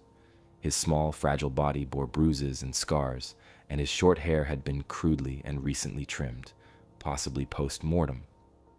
Despite these indicators of mistreatment, the cause of death was ultimately determined to be blunt force trauma to the head. The authorities immediately began a thorough investigation, confident that such a heartbreaking and unusual case would quickly yield clues about the child's identity. Photographs of the boy were widely distributed. Posters were placed throughout the city, and investigators visited countless local orphanages, hospitals, and schools. Yet, tragically, no one came forward to claim or identify the boy. His fingerprints led nowhere. His footprints matched no hospital records, and despite painstaking efforts to trace the box and blanket, investigators could not identify the source or purchaser of these items. Soon, the boy in the box captured public attention nationwide. Newspapers ran extensive stories appealing for information, and the public was deeply moved by the tragedy of a child whose identity was unknown, whose life was shrouded in secrecy, and whose death went unexplained. Authorities examined hundreds of potential leads, diligently following every possible clue, no matter how small. They explored theories ranging from kidnapping, abuse by family members, abandonment by overwhelmed parents, to even more sinister possibilities involving illegal adoption networks.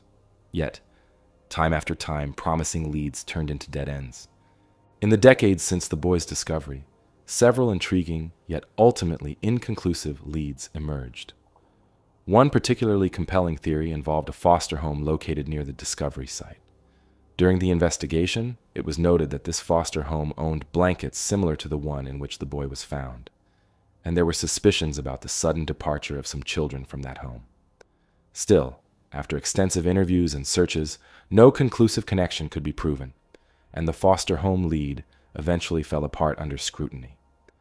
Another well-known theory came from a woman referred to as Martha, or M. She came forward years later, claiming that her abusive mother had purchased the boy and subjected him to severe physical and emotional mistreatment, eventually leading to his death.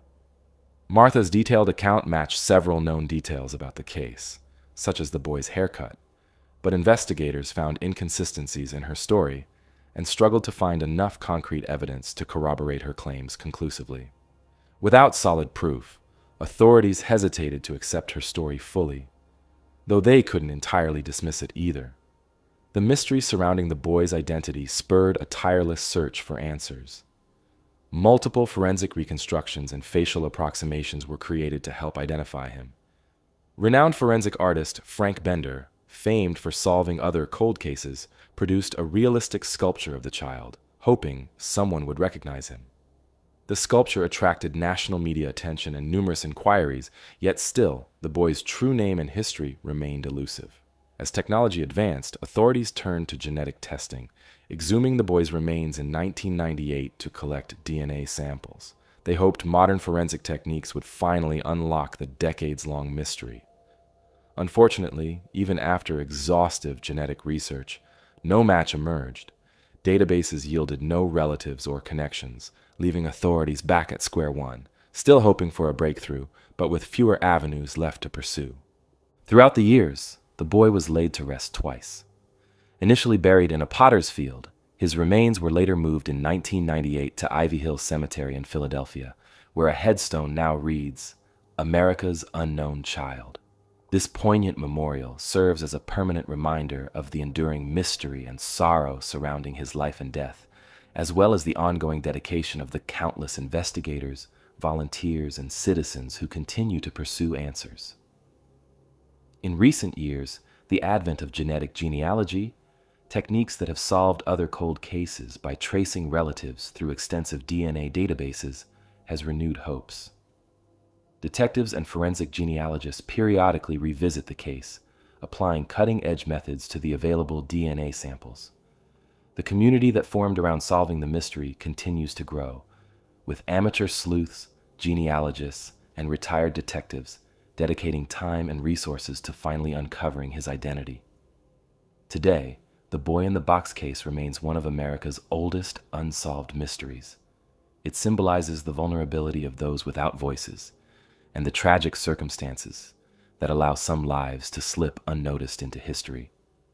His story has become emblematic of other unidentified children and victims whose stories remain untold. Investigators and the public alike continue to hope that one day a name can be etched into that gravestone, restoring dignity and identity to a child who has remained anonymous for far too long. As we move forward through other mysteries, the haunting memory of this unknown child continues to resonate, reminding us of the importance of persistence, compassion, and the enduring hope that even the oldest and most perplexing cases may one day find resolution. The vast and unforgiving landscapes that swallowed the Yuba County Five now give way to a more localized and intensely personal tragedy discovered on the edge of a major American city. Eastward, near Philadelphia, Pennsylvania, the silent discovery of a young boy's body ignited a decades-long quest for identity and justice, a case known by the poignant moniker, The Boy in the Box. In May 1845, Captain Sir John Franklin, an experienced Royal Navy officer and seasoned explorer, embarked on what would become one of the most infamous and tragic expeditions in the history of Arctic exploration. Franklin was tasked by the British Admiralty to chart the last unexplored section of the Northwest Passage, a long-sought sea route connecting the Atlantic and Pacific Oceans through the Canadian Arctic. Commanding two robust and state-of-the-art ships, HMS Erebus and HMS Terror, Franklin set sail from England with 128 carefully selected officers and crew, confident that their advanced technology and extensive preparations would ensure success. Franklin's ships were outfitted with remarkable features designed for Arctic travel. Erebus and Terror were equipped with reinforced hulls capable of withstanding pressure from encroaching ice, advanced heating systems, and extensive libraries. They carried 3 years' worth of preserved food, including vast quantities of canned provisions, a technological marvel at the time, as well as abundant supplies of coal for heating and cooking. The ships represented the pinnacle of Victorian-era naval engineering and scientific preparation. After departing from England, Franklin's expedition made a brief stop in Greenland, then sailed onward toward Lancaster Sound, an entry point into the complex labyrinth of Arctic waterways. They were last seen by European whalers in late July 1845, confidently heading into the treacherous, ice-choked waters. At that point, Franklin's ships and their crews vanished completely from known records. Over the following years, the silence from the expedition grew increasingly ominous, leading the British Admiralty to launch one of the largest and most desperate rescue operations in naval history.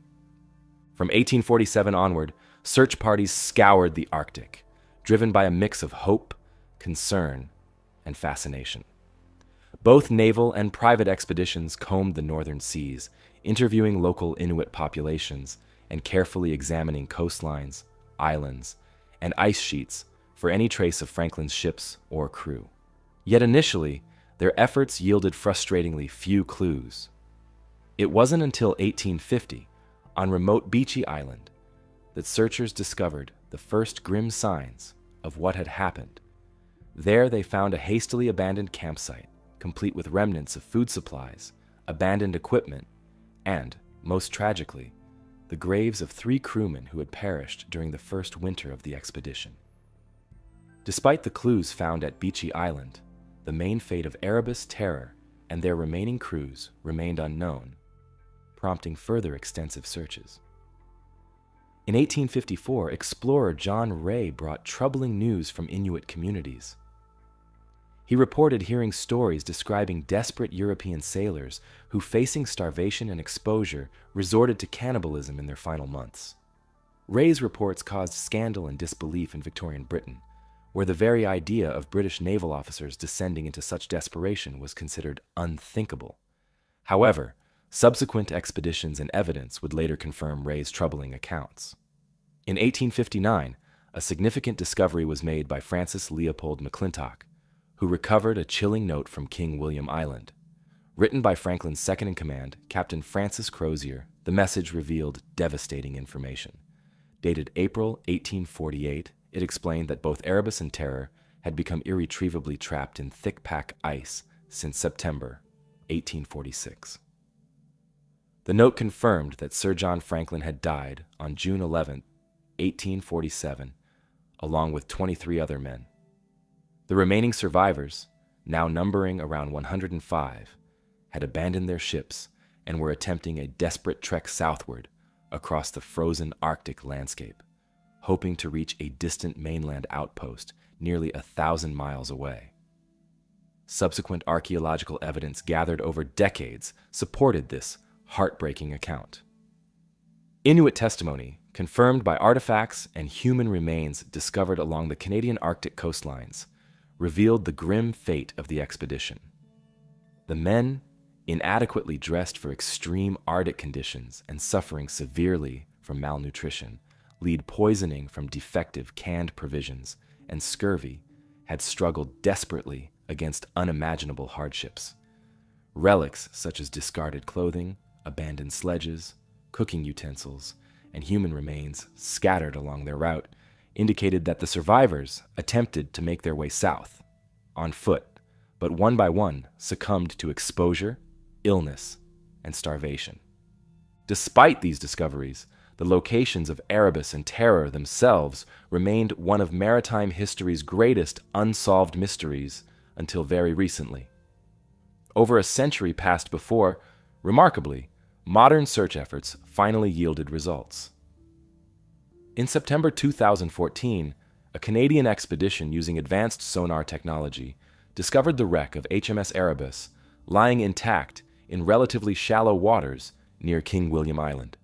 2 years later, in 2016, the remarkably preserved wreck of HMS Terror was found further north, also near King William Island, at the bottom of Terror Bay. These extraordinary discoveries finally provided tangible, poignant evidence of the expedition's tragic conclusion and confirmed Inuit accounts passed down through generations. Modern archaeological research on the wrecks continues to reveal details about life aboard Erebus and Terror in their final, desperate months. Researchers recovered objects that brought vivid glimpses into the sailors' daily lives: boots, navigation tools, plates, and even personal items like combs and eyeglasses. However, despite these recent discoveries, many aspects of the tragedy still remain unclear, including exactly how long some crew members survived aboard the ships after abandonment, and precisely when and how each vessel sank. Today, the Franklin expedition remains one of history's most compelling mysteries and cautionary tales, symbolizing human bravery and ingenuity confronted by the overwhelming power of nature.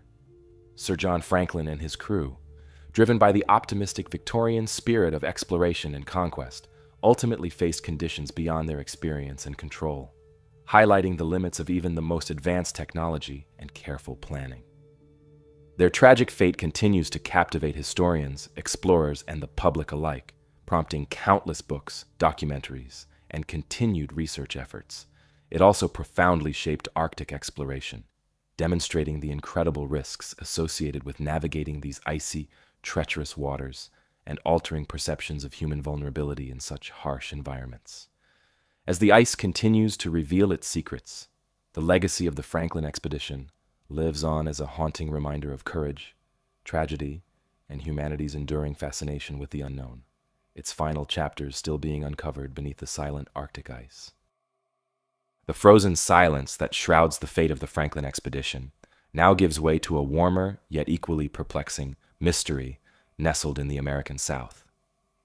Journeying to the rolling hills of rural Virginia, near Bedford, we encounter the enduring mystery of the Beale Ciphers, a coded promise of hidden treasure that has captivated and frustrated seekers for generations. The story of the Beale Ciphers begins in 1885, when a small pamphlet was published by an anonymous author using the pseudonym J.B. Ward. According to Ward, he had inherited a mysterious collection of documents from a friend named Robert Morris, an innkeeper from Lynchburg, Virginia. Morris claimed to have received these documents decades earlier from a guest named Thomas J. Beale, who had stayed at his inn during the early 1820s. Beale had been an enigmatic figure, charismatic, adventurous, and secretive. Before leaving Lynchburg for the last time in 1822, Beale had entrusted Morris with a locked iron box containing several sealed letters and a strict instruction. If Beale had not returned within 10 years, Morris was to open the box and attempt to decode its contents. As promised, Morris waited patiently, but Beale never returned.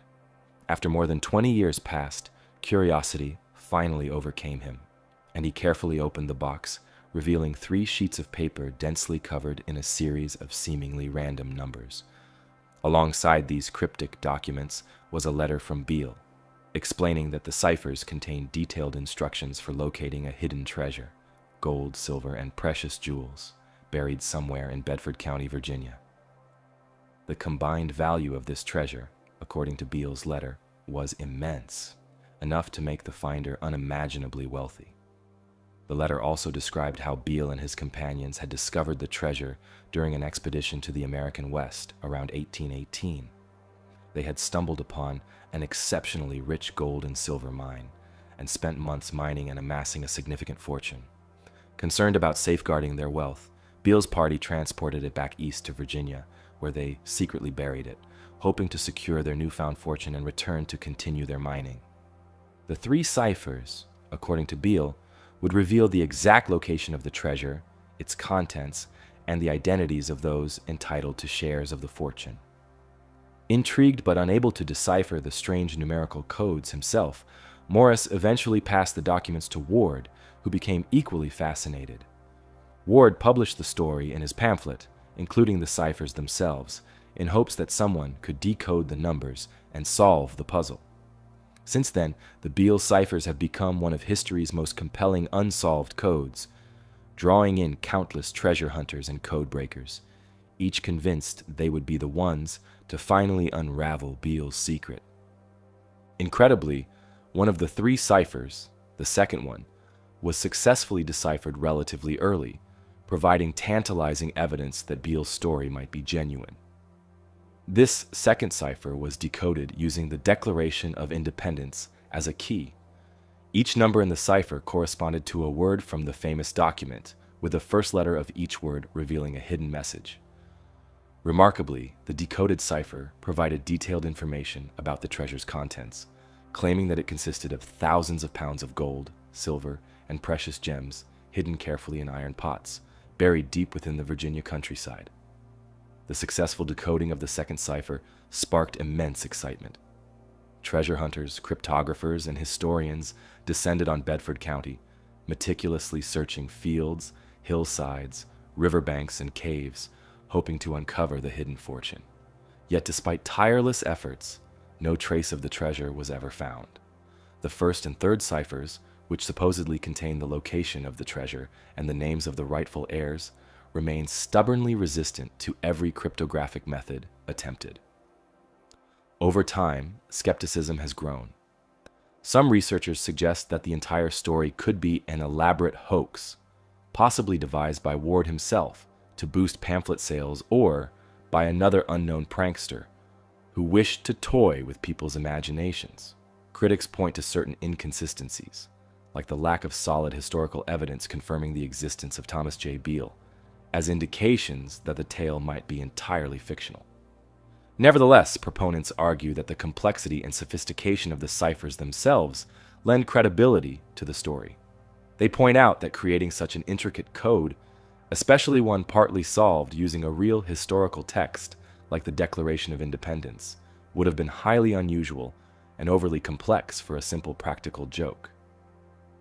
To this day, professional and amateur cryptographers alike continue their attempts to solve the first and third ciphers, applying increasingly advanced computer algorithms and cryptographic techniques. Historians and researchers have also diligently scoured records, seeking evidence of Beale's supposed mining expedition and verifying historical details from his narrative. Though some promising leads have been uncovered, no definitive proof has ever emerged either to confirm or decisively disprove the authenticity of Beale's claims. This ambiguity, combined with the intriguing partial success in decoding the second cipher, continues to fuel persistent fascination with the Beale ciphers. Beyond cryptography and historical investigation, the Beale treasure has inspired a rich tapestry of legends and speculation throughout Virginia. Local folklore maintains vivid stories of strange lights, ghostly figures, and mysterious digging noises reportedly seen and heard near rumored hiding spots. Occasionally, individuals still arrive in Bedford County armed with shovels, metal detectors, and maps, driven by dreams of uncovering unimaginable wealth. Yet each expedition, thus far, has ended in disappointment, with the treasure, if it truly exists, remaining just beyond reach. Today, the Beale ciphers are considered among the greatest cryptographic mysteries of American history, ranking alongside famous cases such as the Zodiac Killer's ciphers and the coded messages of wartime spies. Though time has eroded much of the historical context surrounding Thomas J. Beale, his tale and the elusive treasure he promised remain vividly alive in public imagination. Whether the Beale treasure is genuine or a clever hoax, it remains a captivating puzzle that continues to challenge and fascinate.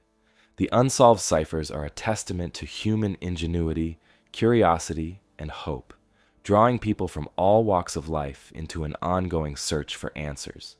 Each attempt at decoding, each exploration of the Virginia countryside, adds another chapter to a story that defies resolution, a reminder that sometimes history's greatest treasures lie not in gold and jewels, but in the enduring allure of the mysteries themselves.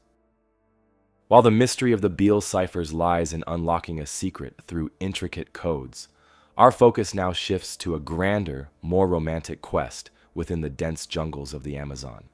The lost city of Z represents not just hidden treasure, but the potential rediscovery of a forgotten civilization, a lure that has drawn adventurers into the heart of unexplored South America.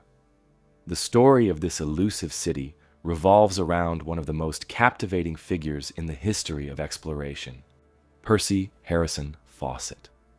Born in 1867 in England, Fawcett was a seasoned and determined explorer, respected for his courage, endurance, and keen ability to navigate the wildest terrains. A surveyor by profession and an adventurer by heart, Fawcett became fascinated with the uncharted regions of the Amazon during his numerous expeditions to map previously unknown territories. Throughout the early 20th century, the Amazon rainforest was widely regarded by Europeans as an impenetrable, mysterious wilderness, filled with hidden dangers and untold secrets. Rumors persisted about civilizations once thriving deep within the jungle, advanced cultures that had risen and fallen, leaving behind only scattered traces and faded legends. Fawcett became convinced these stories held truth and became determined to locate physical evidence of an ancient city he called Zed. Fawcett was not driven solely by rumor or romantic imagination. His belief was fueled by genuine discoveries that hinted at sophisticated civilizations once existing in the Amazon.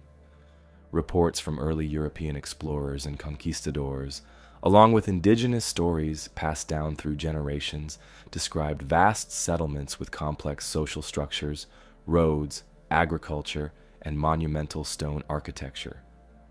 Fawcett envisioned Az as an ancient metropolis hidden from time, potentially predating the Incas, or even rivaling the grandeur of known cities like Machu Picchu. Over the years, Fawcett meticulously compiled evidence, studied historical accounts, and interviewed indigenous tribes. By 1925, He believed he had pinpointed the likely location of the lost city within the unexplored depths of Brazil's Mato Grosso region. With characteristic confidence, he organized what would become his final and most famous expedition, taking along his eldest son, Jack, and Jack's close friend, Raleigh Riemel. The trio set out from Cuiabá in April of 1925, carrying minimal supplies and trusting in their wilderness expertise and endurance. Fawcett deliberately kept his team small, believing that fewer people would minimize risk and increase their chances of success in the harsh, uncharted Amazon interior. They were last heard from a month later at a location known ominously as Dead Horse Camp, a site previously named by Fawcett himself during earlier journeys. Afterward, silence descended. Weeks passed with no further communication, and soon it became painfully clear that something had gone terribly wrong. The expedition, along with Percy Fawcett and his companions, vanished into the jungle without a trace. News of their disappearance quickly spread, igniting global intrigue. Numerous search parties were launched, each driven by the hope of finding the lost explorers and solving the puzzle of what happened to them. Yet despite relentless efforts, these expeditions failed to uncover any concrete evidence of their fate. Theories regarding their disappearance have abounded ever since. Some speculate that Fawcett and his companions fell victim to hostile tribes, a common assumption at the time. Others suggest they succumbed to natural hazards, disease, starvation, or wildlife, given the unforgiving nature of the Amazon jungle. Another prevailing theory is that they became lost and disoriented, wandering deeper into the jungle until exhaustion claimed their lives. Still, none of these explanations have been conclusively proven. Adding to the intrigue, some indigenous tribes have preserved oral histories that mention encounters with European explorers who ventured into the jungle long ago, describing events or people that might relate to Fawcett's party. Occasionally, tantalizing clues would emerge: rusted metal objects, old boots, or worn equipment, though none could definitively be linked to Fawcett or his companions. These traces kept the mystery alive, fueling both imagination and continued exploration. Despite Fawcett's tragic fate, his belief in a sophisticated Amazonian civilization has gradually gained credibility over time. Modern archaeologists have made remarkable discoveries in recent decades, uncovering extensive networks of earthworks, ceremonial mounds, roads, and evidence of large-scale settlements hidden beneath the jungle's dense foliage. These findings have transformed scientific understanding, revealing that complex populous societies indeed existed in the Amazon basin long before European arrival. While no definitive ruins matching Fawcett's vision of Z have been discovered, evidence increasingly supports the general idea that thriving civilizations once flourished where few thought possible. The legend of the lost city of Z continues to captivate explorers and researchers. In the late 20th and early 21st centuries, new expeditions employing modern technology, such as satellite imaging, ground-penetrating radar, and advanced mapping, have rekindled the search for ancient Amazonian cities. Yet the dense jungle continues to guard its secrets closely, and no city matching Fawcett's descriptions has yet emerged. Fawcett's compelling story also inspired countless literary and cinematic adaptations, capturing public imagination. David Grann's acclaimed book, The Lost City of Z, and its subsequent film adaptation introduced new generations to Fawcett's daring spirit and the enduring allure of his quest. These accounts revived fascination with both the explorer himself and the tantalizing possibility that an undiscovered ancient city might still await discovery in the heart of the Amazon. Today, Percy Fawcett's Lost City of Z remains one of exploration's most enduring mysteries, a testament to human curiosity, determination, and the powerful allure of the unknown. The Amazon jungle, with its impenetrable foliage and vast hidden spaces, continues to invite modern explorers and scientists to probe deeper into its heart, searching for answers to a riddle left unresolved nearly a century ago. Though Fawcett never returned to tell his tale, his legacy endures in the relentless pursuit of knowledge he inspired. Each new archaeological discovery, each expedition venturing into the remote Amazon interior carries with it a spark of Fawcett's original dream, to reveal the secrets of an ancient civilization whose memory lives on only through whispers, legends, and the enduring unsolved mystery of the lost city of Z. Just as the legends of lost cities in the Amazon ignite the imagination with visions of forgotten histories, so too does the inscription on the Kensington Runestone provoke questions about the accepted timeline of North American discovery. Journeying to the peaceful landscapes of Minnesota, we encounter an artifact that has the potential to reshape our understanding of the continent's past. The Kensington Runestone first came into public attention in 1898 when a Swedish-American farmer named Olof Öhman stumbled across it while clearing his land near the small town of Kensington, Minnesota. At first glance, it appeared to be an ordinary slab of gray sandstone, roughly 2.5 feet tall, and weighing about 200 pounds. However, upon closer examination, Öhman realized the stone was engraved with strange markings and symbols, letters and characters resembling ancient Norse runes. Intrigued and uncertain about the discovery, he sought advice from neighbors and local scholars, unknowingly setting off a debate that would continue for generations. The carved inscription on the Kensington Runestone tells a remarkable story. According to its runes, a group of Norse explorers traveled deep into the North American continent in the year 1362, more than a century before Columbus sailed to the Americas. The text claims that this group of Vikings embarked on a journey westward, encountering harsh terrain and hostility from local indigenous peoples. It describes the deaths of several men, presumably at the hands of these hostile forces, and concludes with a request for divine protection. If genuine, this remarkable stone would completely rewrite history, proving that Scandinavian explorers reached deep into America's heartland centuries before previously thought possible. Naturally, such a provocative claim immediately sparked fierce debate among historians, archaeologists, and linguists. Some scholars immediately dismissed the runestone as a clever forgery or a well-executed hoax, suggesting Öhman himself or someone within his community fabricated the carving as a playful deception or even a marketing gimmick to attract attention and tourism to the region. The language, grammar, and style of the runes have been heavily scrutinized, with critics arguing they contain inconsistencies or errors uncharacteristic of genuine medieval Norse inscriptions. However, others passionately defended the stone's authenticity, arguing that many features of the inscription align closely with legitimate medieval Norse dialects and writing styles. Proponents of the runestone point to obscure historical references, linguistic subtleties, and ancient runic characters that would have been virtually unknown to late 19th century American settlers, suggesting that if the stone were a forgery, it was extraordinarily sophisticated. To these defenders, the Kensington Runestone represented critical proof of Norse exploration deep into America's interior, long before Columbus or other widely recognized European explorers. The stone has since been subjected to numerous scientific studies, analyses, and linguistic examinations, each seeking to shed light on its origins. Geologists analyzed the stone's weathering patterns, seeking clues about how long it had been exposed to the elements, while runologists and linguists pored over the inscriptions, attempting to pinpoint the stone's exact linguistic heritage. Over the decades, researchers produced conflicting conclusions, with no definitive consensus emerging from these meticulous efforts. One factor adding complexity to the debate is the historical context of Norse exploration. It is well documented and widely accepted by historians that Vikings visited North America around the 10th and 11th centuries, establishing brief settlements such as L'Anse aux Meadows in present-day Newfoundland, Canada.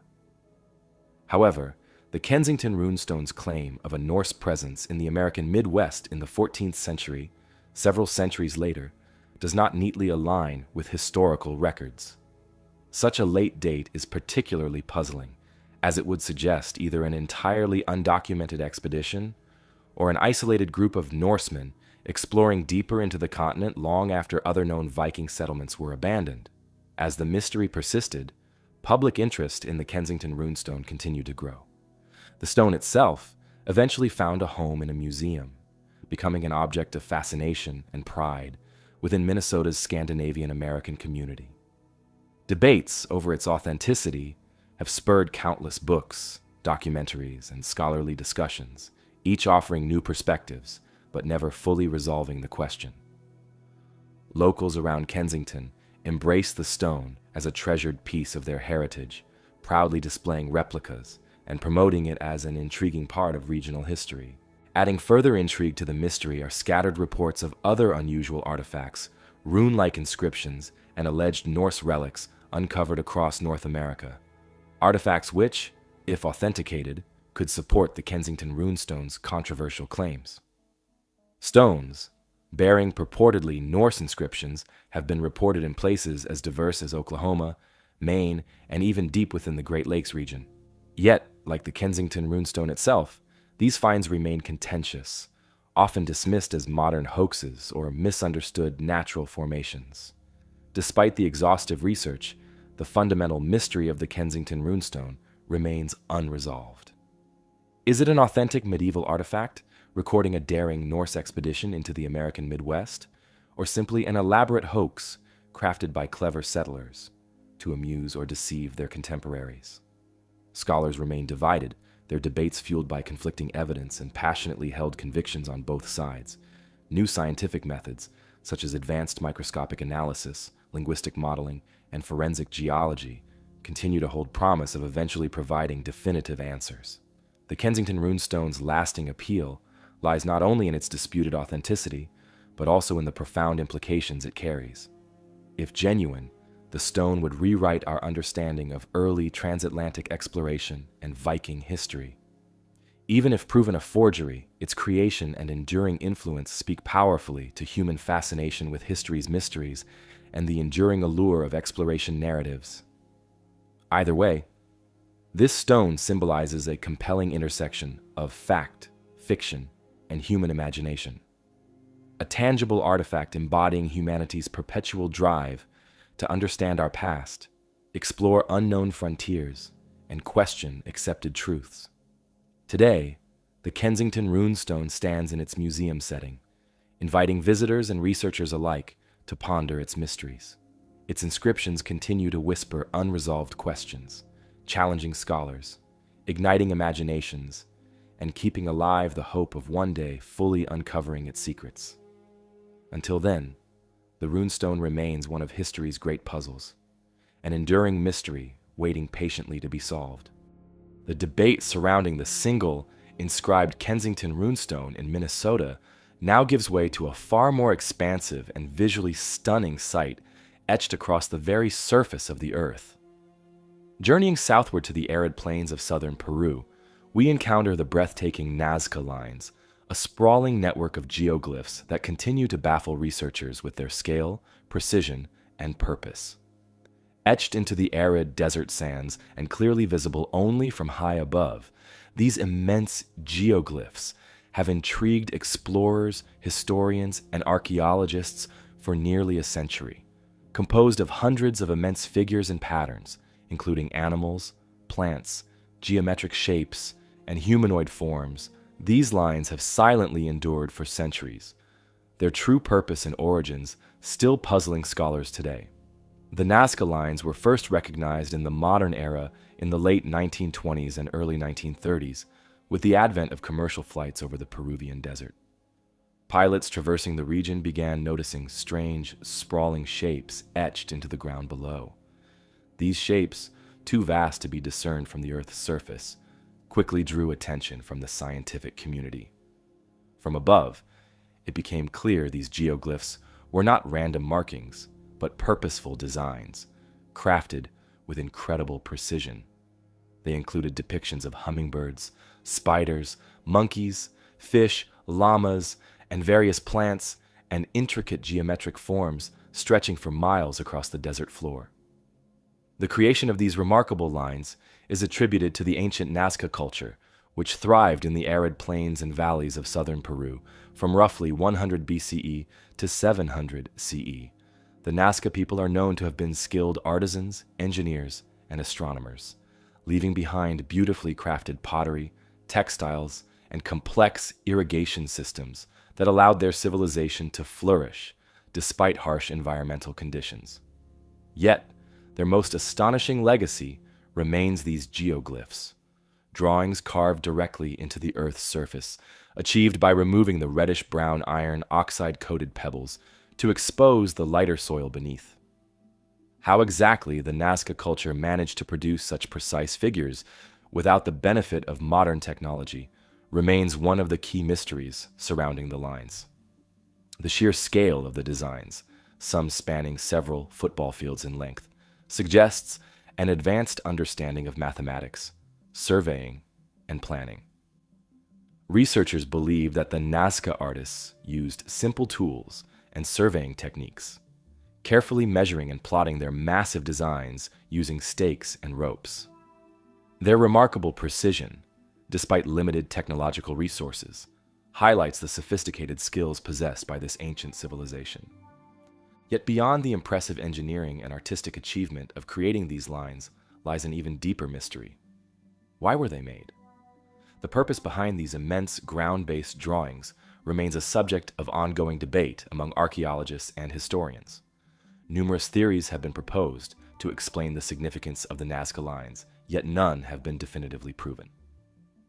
One prominent early theory, proposed by German mathematician and archaeologist Maria Reiche in the mid-20th century, suggested that the lines were part of a vast astronomical calendar. According to Reiche, the designs may have aligned with the positions of stars and planets, helping the Nazca people track celestial movements for agricultural purposes, ceremonial rituals, or seasonal events. Reiche dedicated her life to studying and preserving the Nazca Lines, meticulously documenting their positions and potential astronomical correlations. Her dedication brought global attention to the lines and spurred international efforts for their preservation, though subsequent research has questioned some of her astronomical interpretations. Another influential hypothesis proposes that the Nazca Lines served as sacred pathways used in ceremonial processions.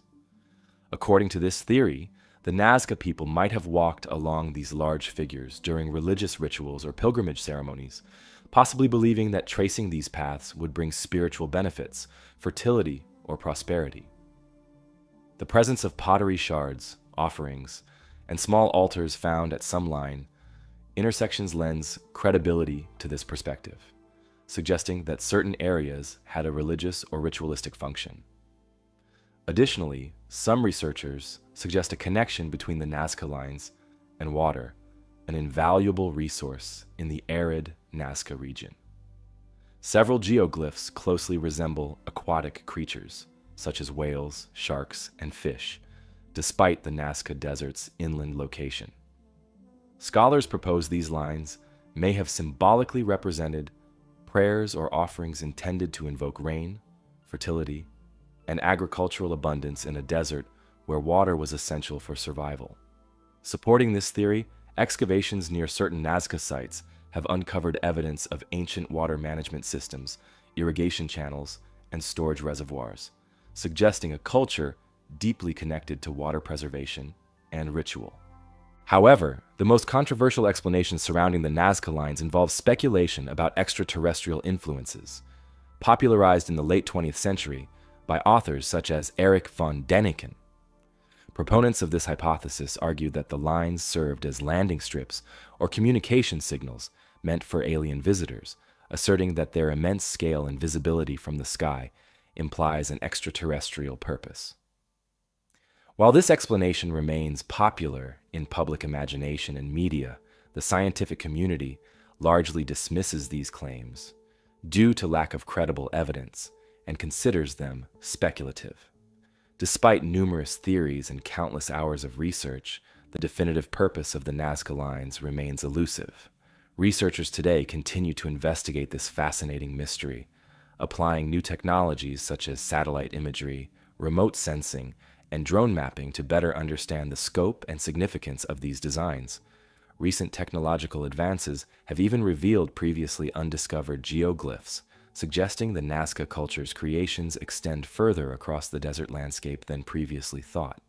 These discoveries continuously reshape our understanding of this ancient civilization and their motivations. In recent decades, increased attention to the Nazca Lines has also heightened concerns about their preservation.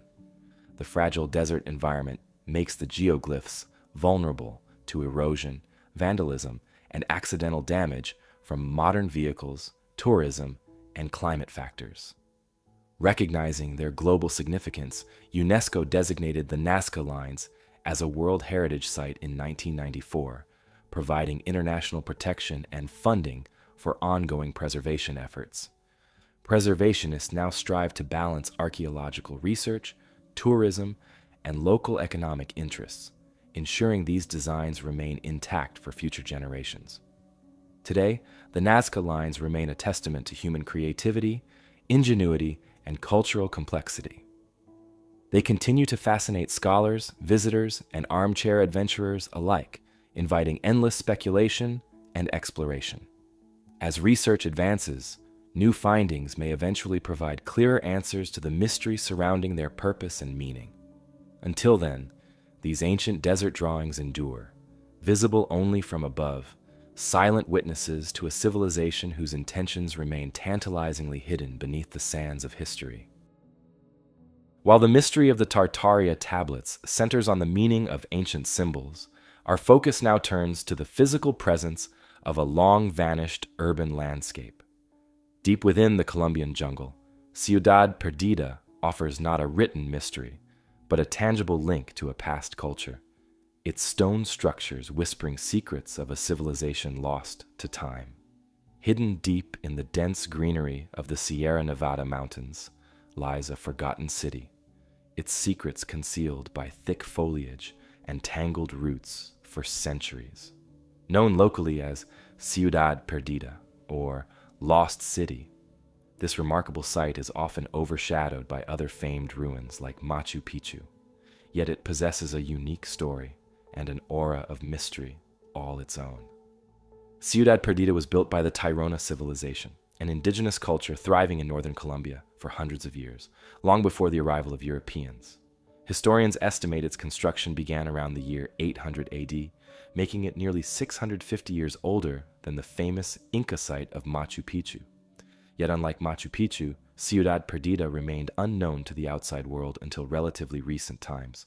This remarkable hidden city stayed invisible beneath a thick jungle cover, untouched and unnoticed by outsiders, guarding its mysteries silently for over a millennium. The city itself is a fascinating collection of terraces, stone stairways, plazas, and circular platforms, intricately designed and masterfully constructed from stone slabs. At its heart lies a series of ascending terraces, carved meticulously into the mountainside, interconnected by paths and staircases that climb steadily upwards into the lush landscape. Each stone platform once served as the foundation for wooden structures that have long since decayed, leaving behind only the stone bases that remain to silently tell their story. Ciudad Perdida was more than just a simple settlement. Archaeologists suggest it may have been a significant ceremonial and political center for the Tairona people. At its peak, it is estimated the city housed around 2,000 to 4,000 residents, yet its true function still remains somewhat of a mystery. Some speculate it served as an administrative hub, a place of religious worship, or perhaps a combination of both. Its layout, with distinct ceremonial terraces and communal spaces, points to a civilization that valued structured community life and spiritual practices deeply rooted in nature. The discovery of Ciudad Perdida in the modern era is itself a captivating story. In 1972, a group of local treasure hunters, known as guaqueros, stumbled upon stone steps emerging from dense vegetation as they explored the jungles in search of gold and artifacts. As they cleared the foliage away, an entire network of terraces and ancient structures emerged, dramatically revealing a forgotten city hidden deep in the mountains. Word soon spread about the valuable artifacts found at this site, including ornate gold figures, precious ceramics, and intricate jewelry, drawing treasure hunters from all over the region. For several years, Ciudad Perdida suffered extensive looting and damage as artifact hunters rushed to exploit the forgotten treasures of the Tairona people. Eventually, archaeologists and authorities intervened, realizing the profound historical importance of the site. In 1976, official excavation efforts began, led by Colombian archaeologists and international teams who sought not only to preserve and protect the ruins, but also to uncover the remarkable story behind this lost city. As researchers delved deeper into Ciudad Perdida, they discovered numerous artifacts that illuminated daily life and spiritual beliefs of the Tairona civilization. Pottery fragments, stone tools, ceremonial figurines, and carefully crafted ornaments painted a vivid picture of a highly sophisticated society. These finds confirmed that the Tairona possessed considerable skill in stonework, metallurgy, and agriculture, enabling them to sustain a thriving community in challenging mountainous terrain. Yet, one of the greatest mysteries surrounding Ciudad Perdida is why it was ultimately abandoned. Archaeologists believe the city was deserted around the time of the Spanish conquest in the late 1500s, but exact reasons remain unclear. Some theories suggest diseases brought by the Europeans may have ravaged the local population, while others argue internal conflicts or environmental pressures, such as drought or crop failure, may have driven residents to seek new lands elsewhere. The dense jungle quickly reclaimed the city, swallowing terraces, staircases, and plazas, and hiding them under layers of soil and vegetation until their accidental rediscovery centuries later. Today, Ciudad Perdida is recognized as one of the most important archaeological sites in South America, a valuable connection to a civilization that was largely erased by history. Although it attracts fewer visitors than the more famous Machu Picchu, adventurous travelers undertake challenging multi-day treks through Colombia's rugged wilderness to experience its wonder firsthand. The journey itself is demanding, involving steep climbs, river crossings, and humid jungle paths. Yet, visitors often describe an overwhelming sense of awe upon reaching the lost city, standing atop ancient terraces, overlooking the endless green expanses of the Sierra Nevada. Despite its significance, Ciudad Perdida remains partly shrouded in secrecy.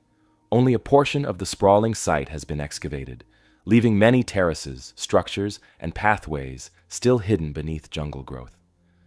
Archaeologists believe further exploration could reveal even more about the Tairona people, their culture, and the ultimate reason behind their disappearance.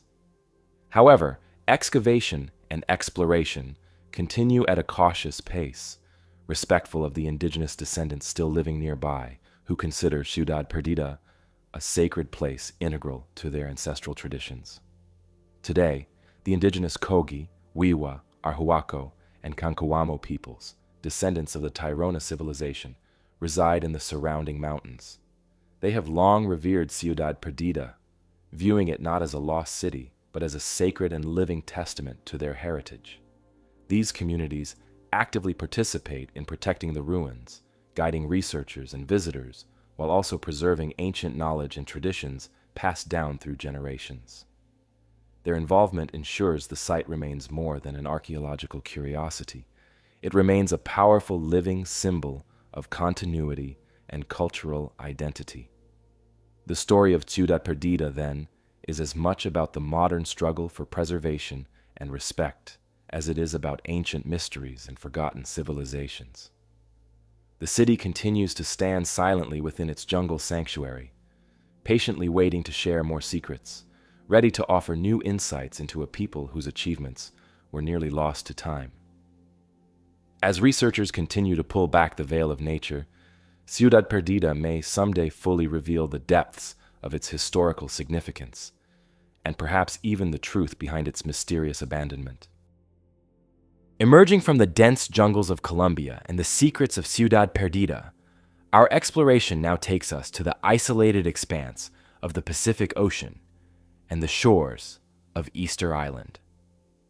Unlike a hidden city, this remote land displays its mysteries openly in the form of colossal stone figures, their origins and purpose continuing to intrigue and puzzle researchers. Far from the nearest shores, thousands of kilometers off the Chilean coast, lies this remote volcanic island, known to locals as Rapa Nui. It's a land that has fascinated historians, archaeologists, and travelers for centuries, a small patch of earth rising dramatically from the vast ocean. Yet despite its modest size, Easter Island harbors one of humanity's most captivating mysteries, the story of an advanced civilization that flourished, achieved remarkable feats, and then suddenly and inexplicably declined. The island is most famous for its monumental stone statues, known as the Moai. Towering silently along the island's coastline, these imposing figures are carved from volcanic rock, their faces staring solemnly inland. More than 800 Moai have been found scattered across Easter Island, some standing proudly atop ceremonial platforms, others lying broken or half buried in the earth. Each statue represents a profound effort of craftsmanship and organization, the largest weighing over 80 tons and standing more than 10 meters high. The question that has puzzled researchers for generations is how such a small, isolated population managed to carve, transport, and erect these monumental statues without modern tools or machinery. Polynesian settlers are believed to have first reached Easter Island sometime between 700 and 1200 AD. These early inhabitants found a lush island paradise, covered in dense palm forests, abundant wildlife, and fertile volcanic soil. They quickly established a thriving society, building villages, planting crops, and developing a rich cultural tradition. At its peak, Rapa Nui's population may have numbered several thousand. Its people lived comfortably, their society stable and prosperous enough to devote significant resources to constructing the impressive Moai statues. For centuries, this island culture thrived, isolated from the rest of the world, undisturbed by outside influence, with its population steadily growing and villages spreading across the island. Yet, by the time Europeans arrived in the 18th century, the island presented a drastically different picture.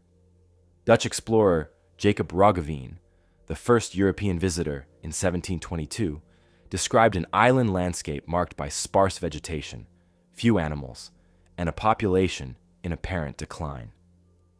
Subsequent visitors found that many of the Moai statues had been deliberately toppled and damaged, left scattered and broken on the ground. The once prosperous society had seemingly descended into conflict and hardship. How could an advanced civilization that had accomplished such incredible engineering and artistic achievements fall into such sudden collapse and chaos? Historians and scientists have debated numerous theories to explain Easter Island's sudden decline. The most widely accepted explanation points toward environmental collapse. Researchers studying pollen samples and other archaeological evidence have found that the island was once covered by dense forests of palm trees, which would have provided essential resources: timber for boats, shelter, fuel, and tools. Over centuries, as the population expanded and demands grew, islanders began clearing these forests at an increasingly rapid pace, unaware of the long-term consequences. Gradually, deforestation changed the island's landscape, leading to soil erosion, reduced crop yields, and declining wildlife populations. As resources dwindled, life on the island became increasingly difficult. Communities that once cooperated peacefully might have started competing fiercely for remaining supplies, leading to internal strife and even violence. A striking sign of this societal breakdown was the widespread toppling of Moai statues. Archaeologists believe rival groups deliberately knocked down their neighbors' statues as acts of revenge or demonstration of dominance. These acts symbolize not only a physical loss, but also a profound cultural and spiritual crisis. For the Rapa Nui people, the Moai represented ancestral figures, sacred beings who protected and guided the community. Their destruction thus reflected a dramatic shift in values, priorities, and power dynamics, marking the loss of unity and stability that had once defined the island society. Recent research also suggests that the collapse of Easter Island was not solely due to environmental factors, but involved more complex social dynamics. For example, some researchers argue that the island's isolation played a critical role. Without external trade or contact with neighboring islands, the population lacked opportunities to replenish essential resources or gain new knowledge and technologies. Over generations, the island's finite resources became increasingly strained, creating an environment where even small disruptions could lead to catastrophic outcomes. Another factor contributing to the decline was the introduction of new species, possibly rats, brought unintentionally by Polynesian settlers. These rats multiplied rapidly in an environment without natural predators, feeding on palm tree seeds and preventing the forests from regenerating. Over generations, the slow destruction of the forests by these rodents, combined with human deforestation, severely compromised the island's ecology. The gradual decline of the forests eventually reached a tipping point, beyond which recovery became impossible. Without their once abundant forests, islanders lost their primary resources for boat building and fishing, trapping them on the island, isolated and vulnerable. Yet, despite clear evidence of environmental destruction and societal decline, some researchers propose alternative explanations, suggesting that European contact may have accelerated the island's collapse. They argue that European diseases, introduced during initial visits, might have rapidly diminished the population. Slave raids in the 1800s further devastated the Rapa Nui people, capturing many islanders and forcibly transporting them to distant lands. These external events would have drastically disrupted traditional social structures, pushing an already fragile community into further chaos. Still, archaeological evidence clearly indicates significant deforestation and resource depletion long before European explorers arrived. Radiocarbon dating and other studies suggest that the population decline and societal struggles began centuries earlier. While external factors undoubtedly contributed to the eventual downfall, the roots of Easter Island's collapse appear to be primarily internal. An isolated civilization, growing beyond its means, and inadvertently harming the very resources that sustained its existence. Today, Easter Island serves as a powerful reminder of the delicate balance between human societies and their environments. Visitors traveling to the island find themselves amidst reminders of past glories and ancient hardships. Restored moai stands solemnly along the coastline, silently gazing inward as if keeping watch over their island home. Other statues remain fallen and broken, scattered across the island, poignant symbols of a culture lost to time. For archaeologists and historians, the island remains a place of ongoing research and discovery, with each new finding shedding more light on its complex history. Local descendants of the original Rapa Nui inhabitants continue to live on the island, carefully preserving their heritage and maintaining connections to their ancestral past. Cultural revival efforts have reinvigorated traditional practices such as carving, dance, and music, strengthening bonds between past and present. These communities today engage actively in protecting the island's fragile ecology, promoting sustainable practices to avoid repeating the mistakes of their ancestors. Despite centuries of study and analysis, Easter Island continues to hold secrets. Researchers still grapple with unanswered questions, from precise timelines and exact population numbers to detailed motivations behind the islanders' actions. Further archaeological exploration might reveal additional clues, yet much of the island's history will always remain partially obscured, hidden beneath layers of soil, rock, and time. Easter Island's story, therefore, is not simply one of caution or tragedy. It is a deeply human narrative, illustrating our capacity for both remarkable achievement and profound error. It provides historians and future generations alike with invaluable insights into the complexity of human societies, the consequences of environmental neglect, and the profound importance of respecting nature's delicate balance. Stepping away from the windswept cliffs and fallen statues of Easter Island our journey now leads us across oceans and continents, settling in the quiet hills of northern Laos. Here, far from the busy cities and crowded markets, rests an open landscape dotted with peculiar stone jars, a place known simply as the Plain of Jars. Stretching across miles of rolling hills and grassy plains, hundreds of massive stone vessels lie scattered, their origins and purpose wrapped in an enduring mystery. Unlike the carefully arranged ruins and sculptures of civilizations we've explored previously, these jars offer a silent, unexplained presence. They stand firm, hinting at a forgotten story that remains largely untold. The Plain of Jars is located primarily in Chiang Kuang Province, in central northern Laos, a region defined by gentle hills, wide valleys, and vast expanses of farmland. At first glance, it appears as any rural landscape, calm, quiet, and pastoral. But then, amidst the waving grasses, giant stone jars appear abruptly, some solitary, and others grouped closely together. These enormous vessels vary widely in size, some standing as tall as 10 feet and weighing several tons, carved painstakingly from solid stone. They give the entire plain a surreal, almost otherworldly feeling.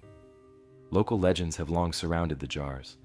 Some stories passed down through generations tell of giants who once inhabited the area, using these vessels as cups to celebrate great victories or hold vast amounts of rice wine. Others say the jars served as burial vessels for ancient kings or warriors, designed to guide souls safely to the afterlife. Yet despite these compelling tales, scholars and archaeologists continue to puzzle over their true purpose. Excavations have provided clues, but definitive answers remain elusive, leaving historians and visitors alike to ponder their meaning. Archaeological studies suggest that the Plain of Jars dates back at least 2,000 years, likely between 500 BC and 200 AD, placing them within the Iron Age. Scholars believe the jars were created by an ancient civilization whose identity has been lost through the passing centuries. While some speculate that the creators may have been early ancestors of modern-day Lao peoples, others propose connections to distant cultures in neighboring regions. However, the lack of written records from that era leaves these theories as mere speculation. Instead, archaeologists rely heavily on artifacts found nearby, such as pottery, beads, and tools, to reconstruct the possible lifestyles and traditions of those who built and used these vessels. Over the years, excavations have revealed important details.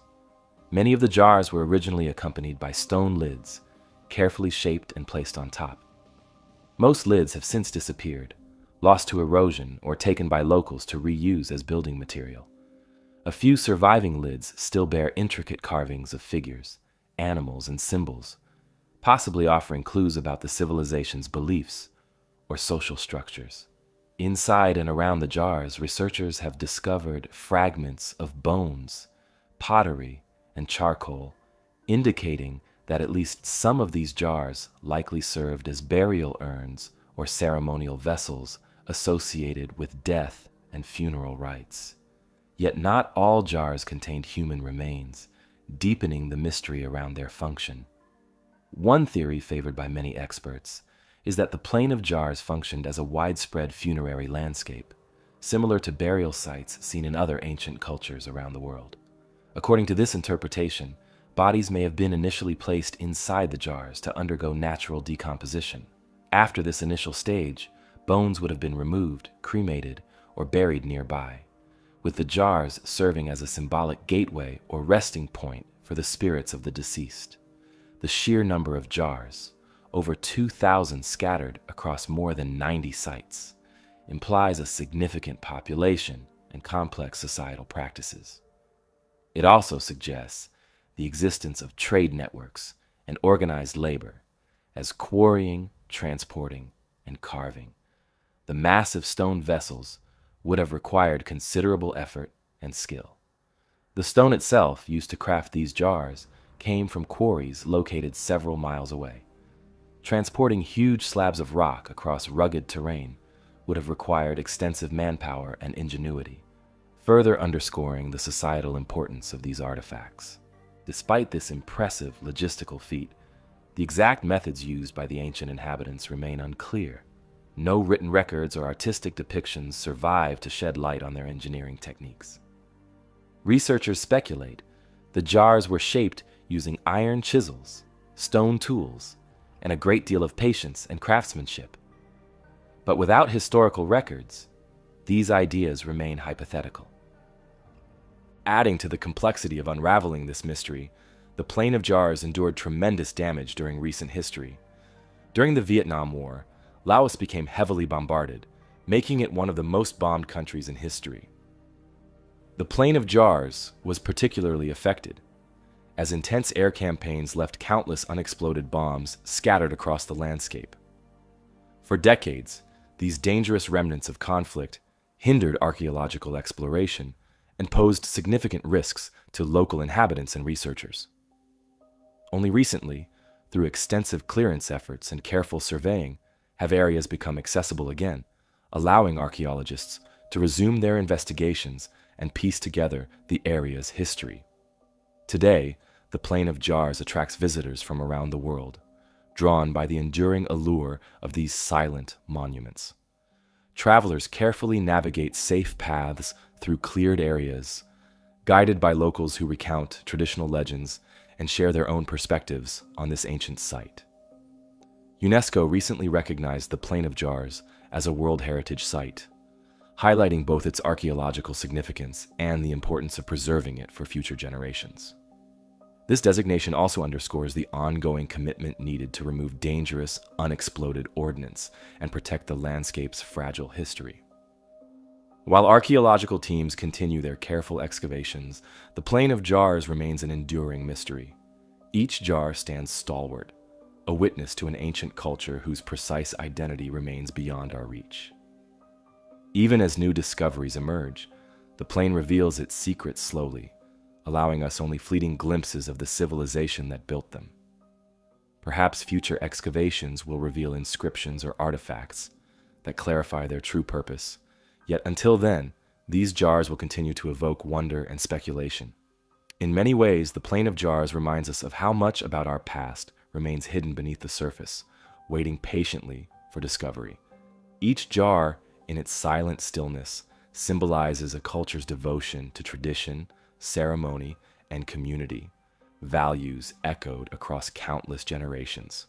And although historians and archaeologists strive to fill in the blanks, much will inevitably remain unknown. For visitors standing amidst these stone sentinels, the Plain of Jars provides a rare moment of connection with those who came before us, allowing the imagination to wander through ancient rituals, celebrations, and farewells of a civilization now lost to time. The ancient Mediterranean shores hold countless secrets, and among them lies a particularly intriguing one written not in stone, but on linen, the Liber Linteus. Far removed from the open-air mystery of Laos's Plain of Jars, this carefully preserved artifact presents a linguistic puzzle, its Etruscan text a silent challenge to modern understanding. Discovered under circumstances as intriguing as the artifact itself, the Liber Linteus, which translates simply as the Linen Book, first appeared in the mid-19th century. Unlike most ancient texts, this particular manuscript was not written on parchment, papyrus, or stone. Instead, it was carefully inked onto linen, a delicate and rare choice of writing surface. This strange decision alone captured the attention of historians, archaeologists, and linguists alike. The Liber Linteus quickly became famous, not just for its unique material, but also for the fact that it was found in an unlikely place, wrapped around an Egyptian mummy. In the 1840s, Croatian explorer Mihajlo Baric traveled to Egypt and acquired a sarcophagus containing the mummy of a young woman. Returning home to Zagreb, he kept this curious acquisition as a souvenir. Years later, as scholars began examining the mummy in detail, they realized that the linen wrappings were not plain, as expected, but instead covered in neatly written lines of text. Initially mistaken for Egyptian hieroglyphs, closer inspection revealed something altogether different and far more mysterious. This writing was not Egyptian at all, but rather a completely unknown script. After careful research and extensive linguistic studies, scholars identified the text as belonging to the ancient Etruscan language. The Etruscans were a civilization that thrived in present-day Italy long before the Romans rose to prominence. Although much about Etruscan culture and daily life has been uncovered, their language remains famously difficult to understand. The Liber Linteus turned out to be the longest Etruscan text ever discovered, making it one of the most important keys for unraveling the mysteries of this civilization. Yet, despite years of research and linguistic attempts, its full meaning and significance still remain uncertain. Measuring approximately 3 meters long and divided into multiple panels, the linen text appears carefully organized, suggesting a purposeful layout. The neatly inscribed lines are written in black and red ink, forming columns and blocks of text. Its overall appearance strongly suggests that the Liber Linteus may have served a ceremonial or religious purpose, possibly a ritual calendar or a record of sacred rites. Scholars have proposed several theories about its content, some suggesting that it outlines religious practices, ceremonies, or perhaps a set of instructions related to spiritual rituals. Others speculate that the text might contain hymns, prayers, or guidelines for religious festivals, but the absence of direct translations leaves these ideas speculative at best. What makes deciphering the Liber Linteus especially challenging is the limited understanding we have of the Etruscan language itself. Although numerous inscriptions in Etruscan exist, most are short and repetitive, often appearing on tombstones or ceremonial artifacts. The Etruscans left behind very few lengthy texts, making it difficult for linguists to understand grammar, sentence structure, or vocabulary in detail. The Liber Linteus, therefore, represents a rare and precious resource for linguists, who carefully compare it with known inscriptions, hoping to find meaningful connections or patterns that can provide clarity. Still, the manuscript resists full interpretation, maintaining its secrets within carefully arranged lines of ink on ancient fabric. One fascinating question surrounding the Liber Linteus is how an Etruscan manuscript found its way to Egypt, ultimately wrapping the mummy of a young Egyptian woman. Historical records offer few clear answers. It is generally assumed that the linen manuscript reached Egypt during the height of ancient Mediterranean trade and cultural exchange. The Etruscans, known for their expansive trade networks and interactions with Greek, Egyptian, and Phoenician civilizations, may have carried or traded the manuscript along these bustling routes. Once in Egypt, the text's original meaning may have been forgotten or overlooked, leading it to be repurposed simply as linen cloth for mummification. Some scholars have suggested that this reuse of the Liber Linteus may have been deliberate and symbolic, implying a deeper connection between Egyptian and Etruscan religious beliefs or cultural practices. Yet no direct evidence of such intentional cross-cultural rituals exists.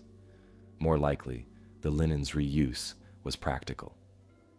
Its quality and size made it ideal as wrapping material, regardless of the original text's significance.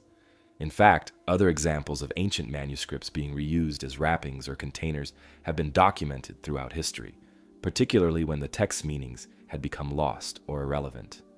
The woman wrapped in the Liber Linteus remains a mysterious figure herself. Little is known about her identity, though studies suggest she lived during Egypt's Ptolemaic period, roughly between 300 and 100 BC. Her remains indicate she was relatively young, perhaps in her early 20s. The manner in which she was preserved indicates she was likely of high social status, but no personal inscriptions accompany her to offer further clues. Her name, her life, and her connection, if any, to the linen manuscript in which she was wrapped are lost to history. Today, the Liber Linteus is carefully preserved at the Archaeological Museum in Zagreb, Croatia, where it remains one of the institution's most treasured artifacts. Scholars from around the world continue to visit and study the manuscript, hoping to glean fresh insights or decode another line of the elusive Etruscan text. Modern technologies, including digital imaging and advanced linguistic software, provide some assistance, yet the document remains largely undeciphered. Its silent text continues to challenge linguists, historians, and archaeologists alike, holding its meaning just beyond reach. Efforts to better understand the Liber Linteus continue actively. Researchers collaborate internationally, comparing it with other known Etruscan inscriptions and searching archaeological records for potential new discoveries that might offer clarity. Occasionally, small breakthroughs emerge, offering glimpses into Etruscan life, religion, or cultural practices. Yet, these findings are always fragmentary, revealing only partial pictures of the lost civilization. Still, these incremental advances keep scholars motivated, fueling their determination to someday fully decode the ancient linen manuscript. For visitors and historians alike, the Liber Linteus remains a poignant reminder of the fragility of knowledge. A language once widely spoken, a civilization once thriving, reduced to quiet lines of text on faded linen. The manuscript symbolizes the mysterious nature of history itself, where entire cultures can flourish, create elaborate texts, and vanish, leaving behind just fragments that defy complete understanding. Its presence in a modern museum reminds us how closely connected we are to distant eras and cultures, even as our ability to fully comprehend their lives remains elusive. The sun-warmed shores of Greece hold many tales, but none perhaps as evocative of sudden loss as the legend of Helike. Unlike the quiet, textual mystery of the Liber Linteus, this puzzle lies beneath the Mediterranean waves. A once thriving city swallowed by the sea, its disappearance a captivating blend of historical fact and enduring mystery. Located near the Corinthian Gulf in the northern Peloponnese, Helike was an important city-state in ancient Greece, flourishing in power and prominence around 400 BC. At its height, Helike held great religious and political significance, famed as a center of worship dedicated to Poseidon, the powerful god of the sea. Its citizens built impressive temples and held elaborate ceremonies celebrating their patron deity and enjoying a prosperous life by the coast. Helike's influence stretched far across ancient Greece, admired for its art, trade, and culture, rivaling other famous cities of its time. Yet despite its prosperity, Helike would soon face an unexpected and catastrophic end. Ancient historians recount that on a winter night in 373 BC, a powerful earthquake shook the earth violently, swiftly followed by a devastating tsunami. Within moments, Helike vanished beneath the waves, completely submerged, leaving behind no survivors. The sudden and complete destruction of this prominent city stunned the ancient Greek world, becoming a lasting example of nature's unpredictable power. Poets and philosophers wrote about the tragedy, turning Helike's fate into a cautionary tale for generations to come. In the aftermath, the location of Helike became an enduring mystery. Its sudden disappearance beneath the sea sparked stories and legends, many believing it to have been swallowed whole, permanently hidden beneath the waters of the Gulf. Over time, travelers reported glimpses of submerged ruins beneath calm seas, marble columns visible through clear waters, hinting that Helike rested just out of reach, forever preserved in its watery tomb. These glimpses only added to the city's mystique, fueling speculation about its precise whereabouts. But the passage of centuries gradually blurred memories, and eventually, Helike became little more than legend, its exact location lost to history. For hundreds of years, historians searched in vain for the submerged city, guided only by vague descriptions from ancient writings. Some researchers began to doubt Helike's existence altogether, dismissing it as merely a cautionary myth invented by ancient writers. Yet others persisted, convinced that Helike's story held truth, determined to uncover real evidence of this legendary disaster. It was not until modern times, after centuries of speculation, that archaeologists finally began to unravel the puzzle of Helike's fate. In the late 20th century, Greek archaeologist Dora Katsonopoulou began dedicated excavations, working tirelessly to pinpoint Helike's location. Combining clues from ancient texts with modern geological surveys, researchers identified a promising area inland rather than beneath the waters of the Gulf itself. Remarkably, extensive digging revealed clear evidence of ancient buildings and streets hidden beneath layers of silt and soil. The city of Helike had not sunk deep into the sea, but had instead become submerged beneath land, buried gradually by mud and sediment washed inland by the tsunami. Over centuries, the sea retreated, leaving the city hidden beneath fertile farmland, silently holding on to its history.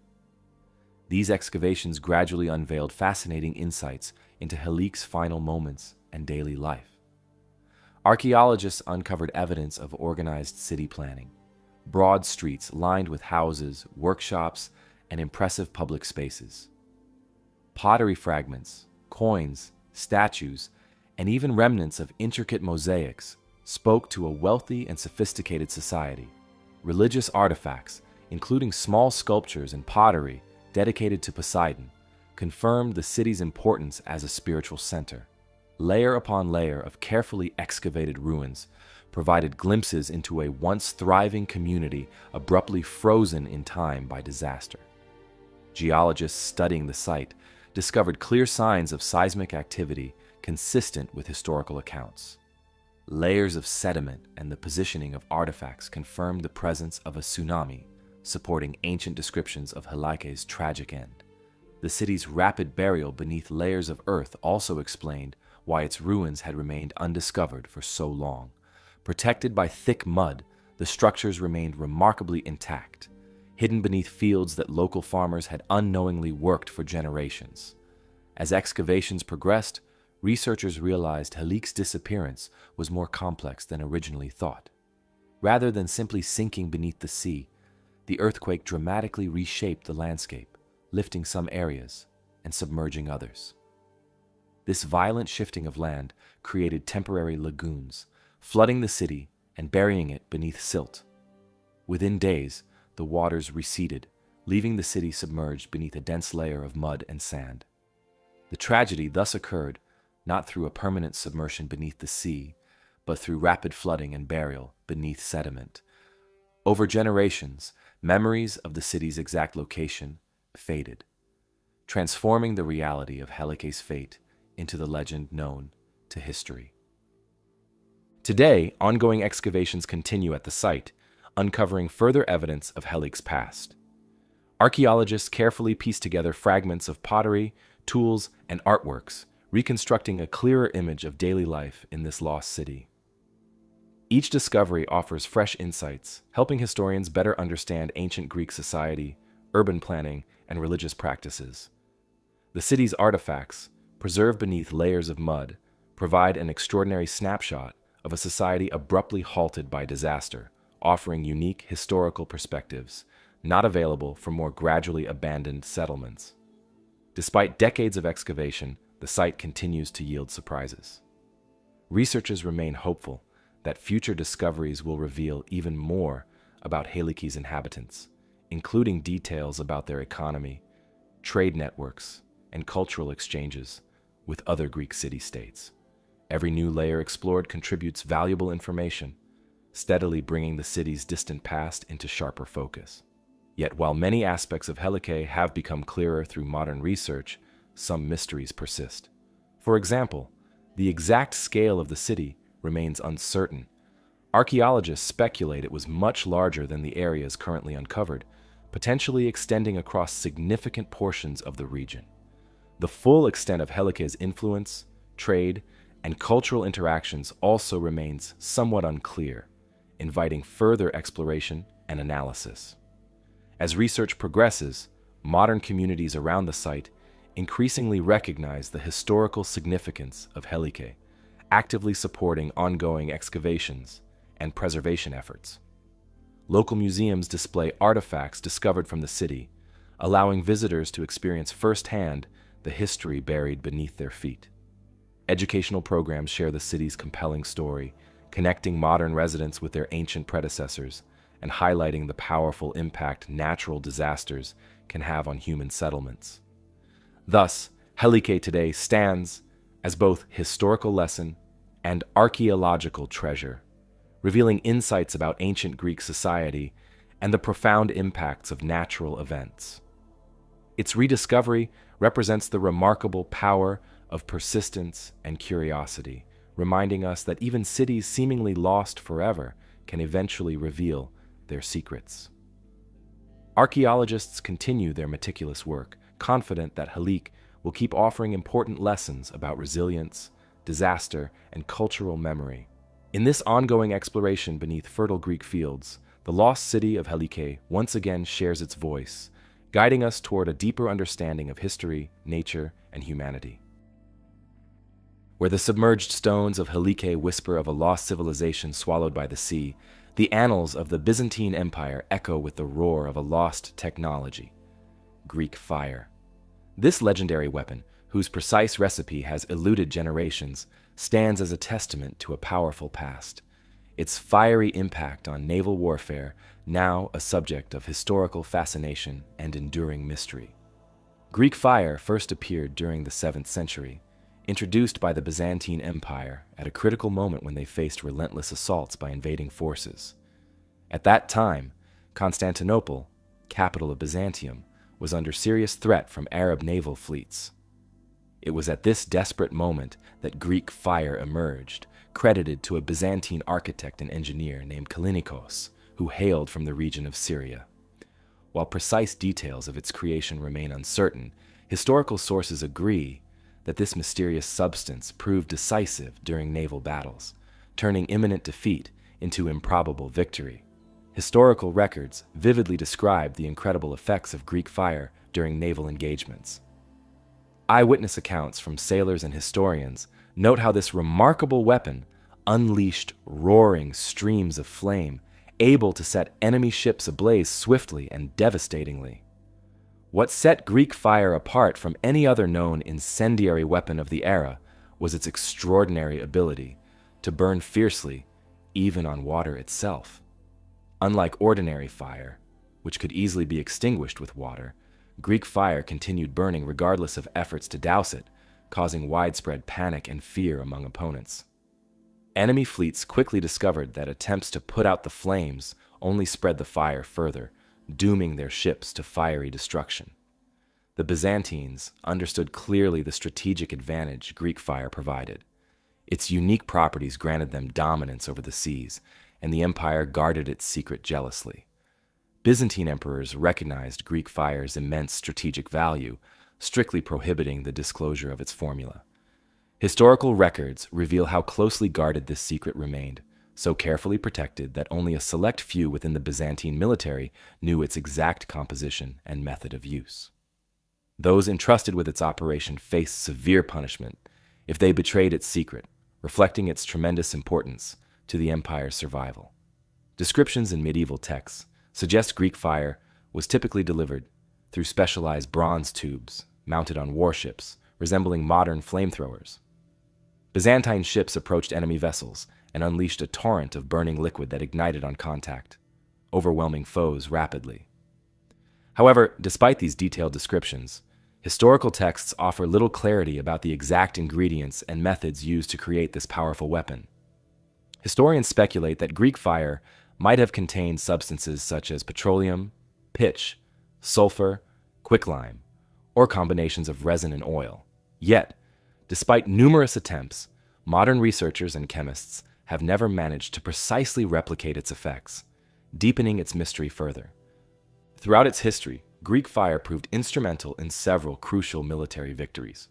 Perhaps the most famous was the Arab siege of Constantinople in 717 AD, when the Byzantine fleet unleashed devastating attacks with Greek fire, decisively defeating enemy ships and protecting the capital city from conquest. This battle marked a significant turning point, solidifying Byzantium's survival at a critical historical juncture. Its successful deployment on numerous occasions cemented Greek fire's reputation as an almost supernatural weapon, its power and unexplainable nature leading to legends about divine intervention or magical origins. This mystical aura surrounding Greek fire only grew with time, captivating imagination throughout the medieval world. Tales spread across Europe and Asia, describing an unstoppable weapon able to defeat entire fleets and protect empires single-handedly. Medieval travelers and writers described Greek fire in almost mythical terms, portraying it as an alchemical substance born from ancient secrets or divine inspiration. The fascination with Greek fire continued long after its disappearance, with later generations attempting desperately to rediscover or replicate it, hoping to harness its legendary power once more. Interestingly, despite its effectiveness, Greek fire vanished from historical records around the 13th century, its precise formula slipping from memory. Historians remain uncertain why exactly this occurred, but several factors likely contributed. The Byzantine Empire itself gradually weakened due to internal struggles, political instability, and external threats. Knowledge of Greek fire, kept intentionally limited to a select few, may have simply faded away as these individuals passed on or became fewer in number. Additionally, shifts in military tactics and emerging weaponry, such as gunpowder-based artillery, gradually replaced the need for Greek fire. As time passed, this formidable weapon slipped into obscurity, remembered only in fragmented historical accounts. The disappearance of Greek fire's precise recipe represents one of history's enduring puzzles. Despite numerous historical descriptions and repeated modern attempts to recreate it, no exact replication has ever succeeded. Modern scientists and historians remain fascinated by Greek fire's properties, carefully studying ancient texts and conducting experiments in search of its elusive secrets. Even contemporary methods, using modern chemical knowledge and resources, fail to achieve the distinctive characteristics that historical accounts describe. These efforts underscore the sophistication and complexity of ancient Byzantine science, highlighting how advanced their technological knowledge truly was.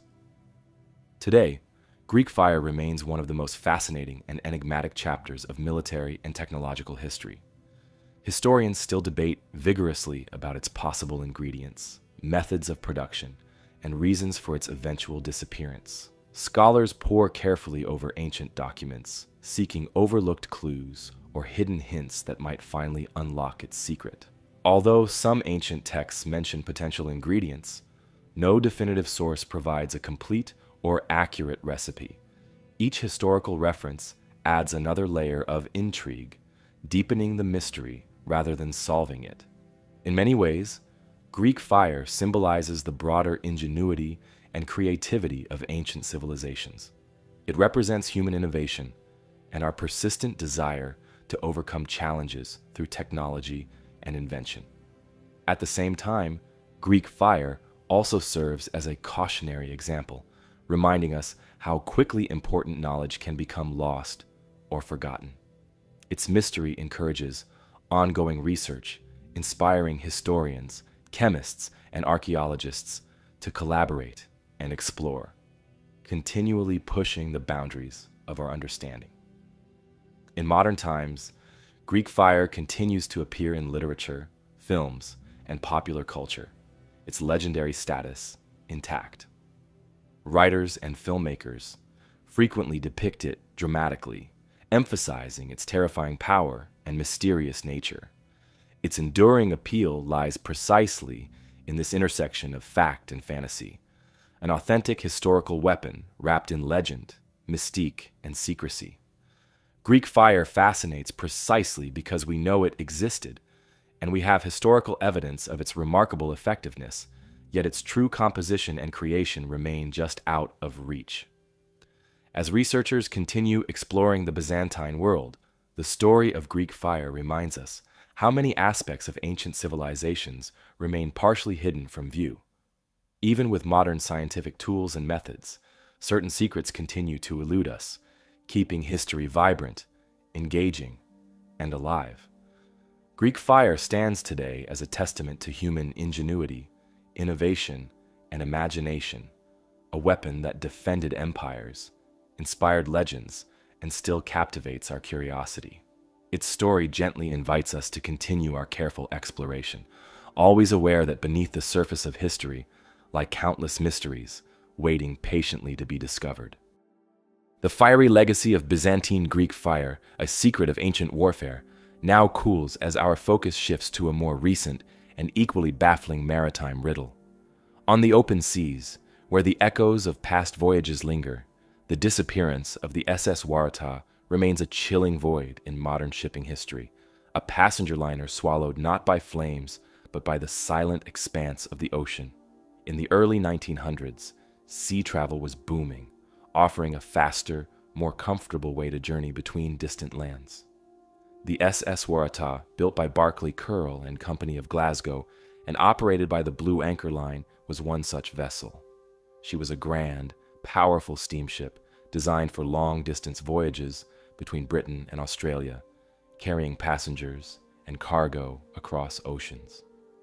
Named after Australia's emblematic Waratah flower, the vessel symbolized elegance, reliability, and comfort. On her maiden voyage, in November 1908, Waratah performed admirably, and passengers praised her luxurious accommodations, smooth handling, and impressive stability. Her owners proudly advertised her as an ideal vessel for travel, a blend of safety, luxury, and modern engineering. Yet, despite these promising beginnings, Waratah's story took a sudden and perplexing turn. On July 26, 1909, Waratah departed Durban, South Africa, heading for Cape Town with 211 passengers and crew aboard. Conditions were reportedly clear, and no immediate threats loomed on the horizon. Initially, nothing seemed unusual as Waratah sailed calmly southward along a familiar route. Witnesses aboard passing ships reported seeing her moving steadily along the coast, appearing perfectly seaworthy. However, somewhere along this routine journey, Waratah mysteriously vanished, never to be seen again.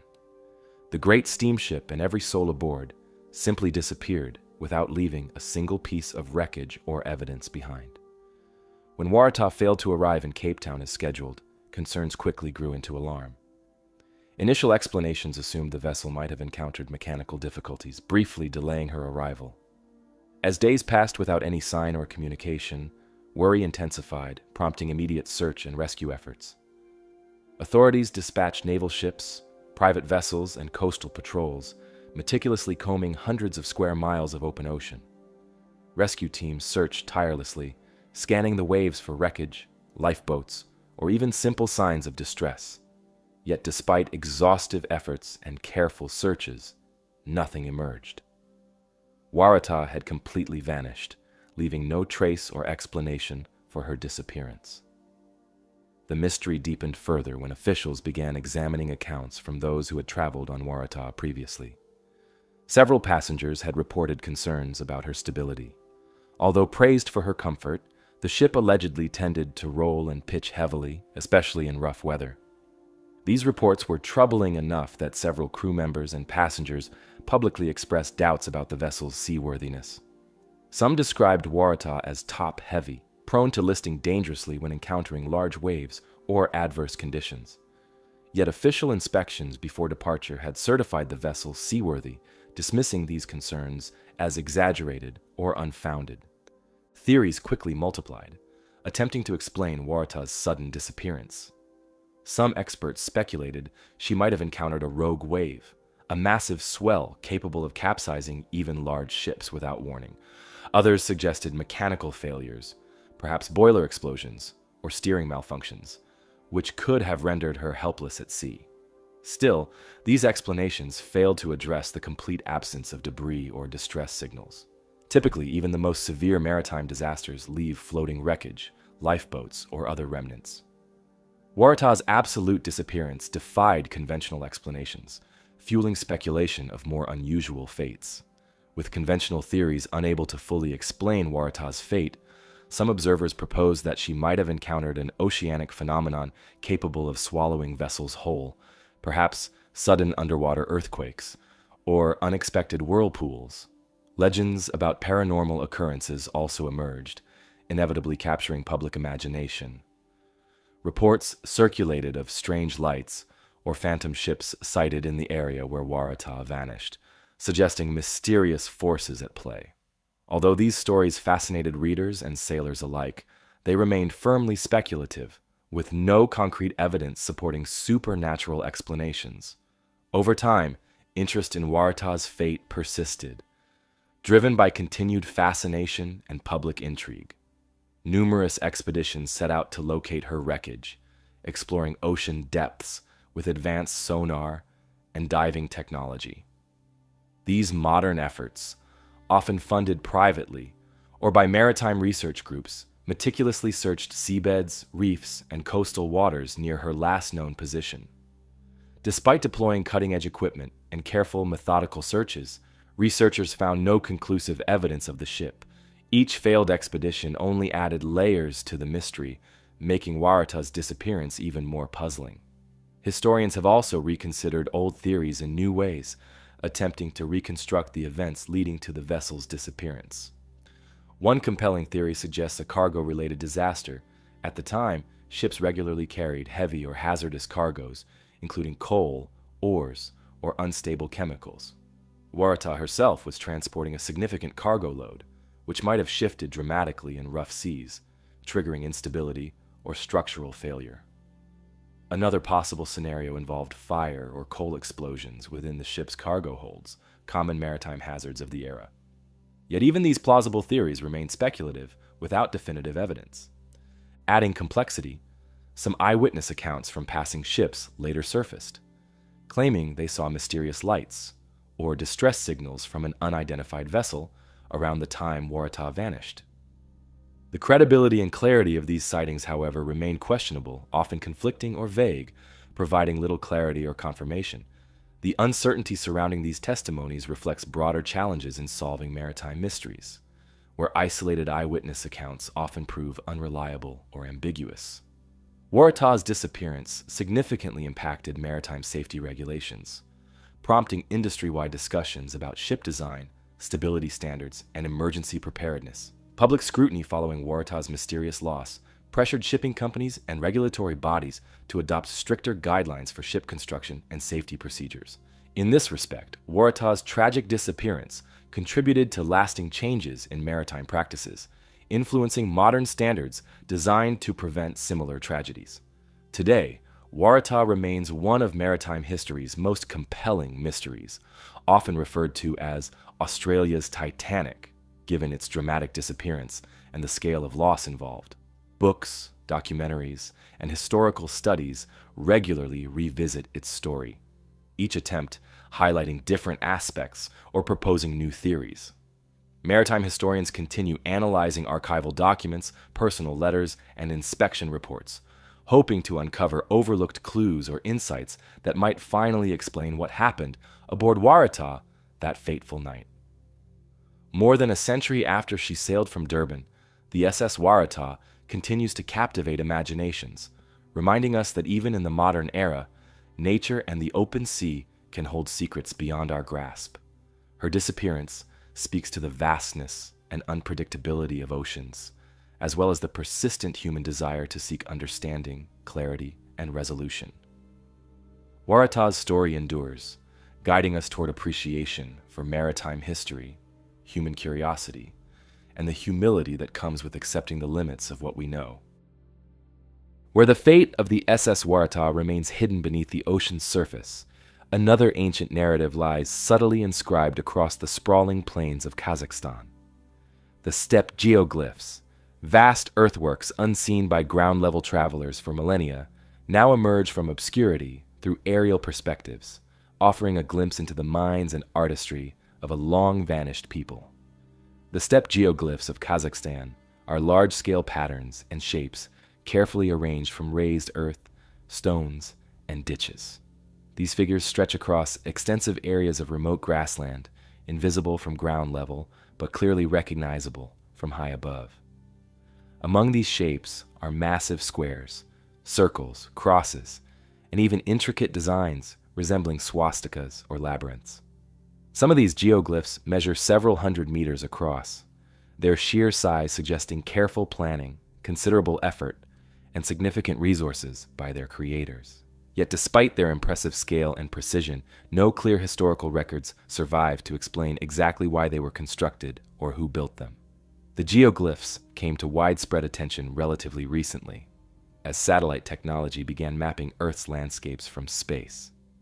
In 2007, Dmitry Day, a Kazakh archaeologist and enthusiast, discovered these massive shapes while examining satellite images of the Turgai region in northern Kazakhstan. From above, the outlines of geometric shapes stood out clearly against the natural landscape, prompting immediate curiosity. Further satellite surveys and aerial photographs soon revealed dozens more geoglyphs scattered across this remote region, turning the Steppe Geoglyphs into one of archaeology's newest and most intriguing puzzles. Upon closer examination, archaeologists discovered these geoglyphs were constructed with surprising accuracy. Builders deliberately removed the top layers of earth, or created raised banks, carefully outlining each shape to precise measurements.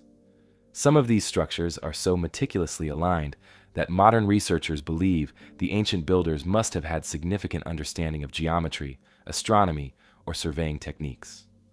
Carbon dating and excavation at some sites suggest that many of these formations are over 2,000 years old, placing their creation in the Iron Age, around the time of the Scythians and other nomadic peoples who roamed Central Asia. Yet, while archaeologists can date the geoglyphs, determining their precise function remains challenging. Without written records or direct historical references, researchers rely on careful interpretation and comparison with other ancient sites. Some archaeologists speculate that the geoglyphs served ceremonial purposes, perhaps used for rituals or celebrations observed from high vantage points. Their deliberate design and immense scale suggest that they may have had symbolic or religious meanings, possibly connecting the earthly realm with celestial patterns. Several of these formations align intriguingly with the sun, moon, or stars, suggesting potential astronomical significance. Such alignment might have marked seasonal events, religious ceremonies, or served as calendars for ancient communities. Another theory proposes that these geoglyphs served as territorial markers or signals visible from considerable distances. In the vast steppes of ancient Kazakhstan, nomadic tribes frequently moved between grazing lands, making clear territorial boundaries or recognizable landmarks especially important. Huge, easily identifiable symbols carved into the earth would have helped guide travelers or clearly communicate claims to land. This practical interpretation complements the symbolic theories, suggesting these geoglyphs may have combined spiritual meaning with pragmatic function. The complexity and variety of the steppe geoglyphs also point to a sophisticated social organization among their creators. Constructing these large formations required coordinated effort, advanced planning, and significant labor. Such organized activity indicates settled or semi-settled communities capable of sustained collaboration, rather than purely nomadic societies. Thus, the geoglyphs provide valuable insight into the social structures, cultural practices, and capabilities of ancient peoples inhabiting the Central Asian steppe. Despite growing academic attention and detailed surveys, many questions remain unanswered. Each new discovery brings fresh intrigue, expanding the mystery further rather than fully resolving it. Researchers have identified at least 50 separate geoglyphs, though the full extent of these patterns across the region is still uncertain. Ongoing satellite surveys continue revealing previously unknown shapes hidden beneath vegetation or eroded by time. Modern archaeological methods, including drone photography and ground-penetrating radar, help uncover hidden details, gradually filling in the picture. Yet even these sophisticated tools cannot entirely solve the questions surrounding these immense ancient symbols. Particularly fascinating is the question of how these enormous shapes went unnoticed for so long. The answer lies partly in their remote locations and subtle appearance from ground level. Visitors standing directly atop a geoglyph would see only shallow ditches or low earthen ridges, easily mistaken for natural landscape variations. Their true form becomes clear only from above, an elevated perspective unavailable to their ancient builders. The fact that ancient people could create such precise designs without modern aerial views adds significantly to their mystery, highlighting remarkable ingenuity and understanding of their environment. Today, the steppe geoglyphs attract researchers from around the world, eager to uncover new details and piece together the historical context of these ancient monuments. Archaeologists collaborate closely with historians, astronomers, and local Kazakh experts, carefully documenting each discovery. Efforts to preserve and protect these delicate structures have become essential as international awareness grows. Kazakhstan's government and local communities recognize their significance, providing resources for ongoing research, excavation, and preservation projects. These collaborations highlight the value of cultural heritage as modern people connect more deeply with their ancient ancestors. For visitors exploring this remote region, seeing the geoglyphs firsthand offers a profound experience. From ground level, these shapes appear understated, blending into the steppe landscape. It is from above, viewed by drone footage or aerial photographs, that their true scale and complexity fully reveal themselves. Each design becomes a testament to human creativity, cooperation, and ingenuity, qualities shared across countless cultures and civilizations worldwide. In recent years, these formations have increasingly attracted international attention, appearing in documentaries, research papers, and popular media. Yet, despite growing fame, they retain their dignity, preserving their secrets. The steppe geoglyphs do not loudly proclaim their presence, but rather invite us to contemplate the unknown lives, beliefs, and practices of their creators. Their gentle mystery reminds us how many aspects of our shared human past remain hidden or partially understood, encouraging continued exploration and curiosity.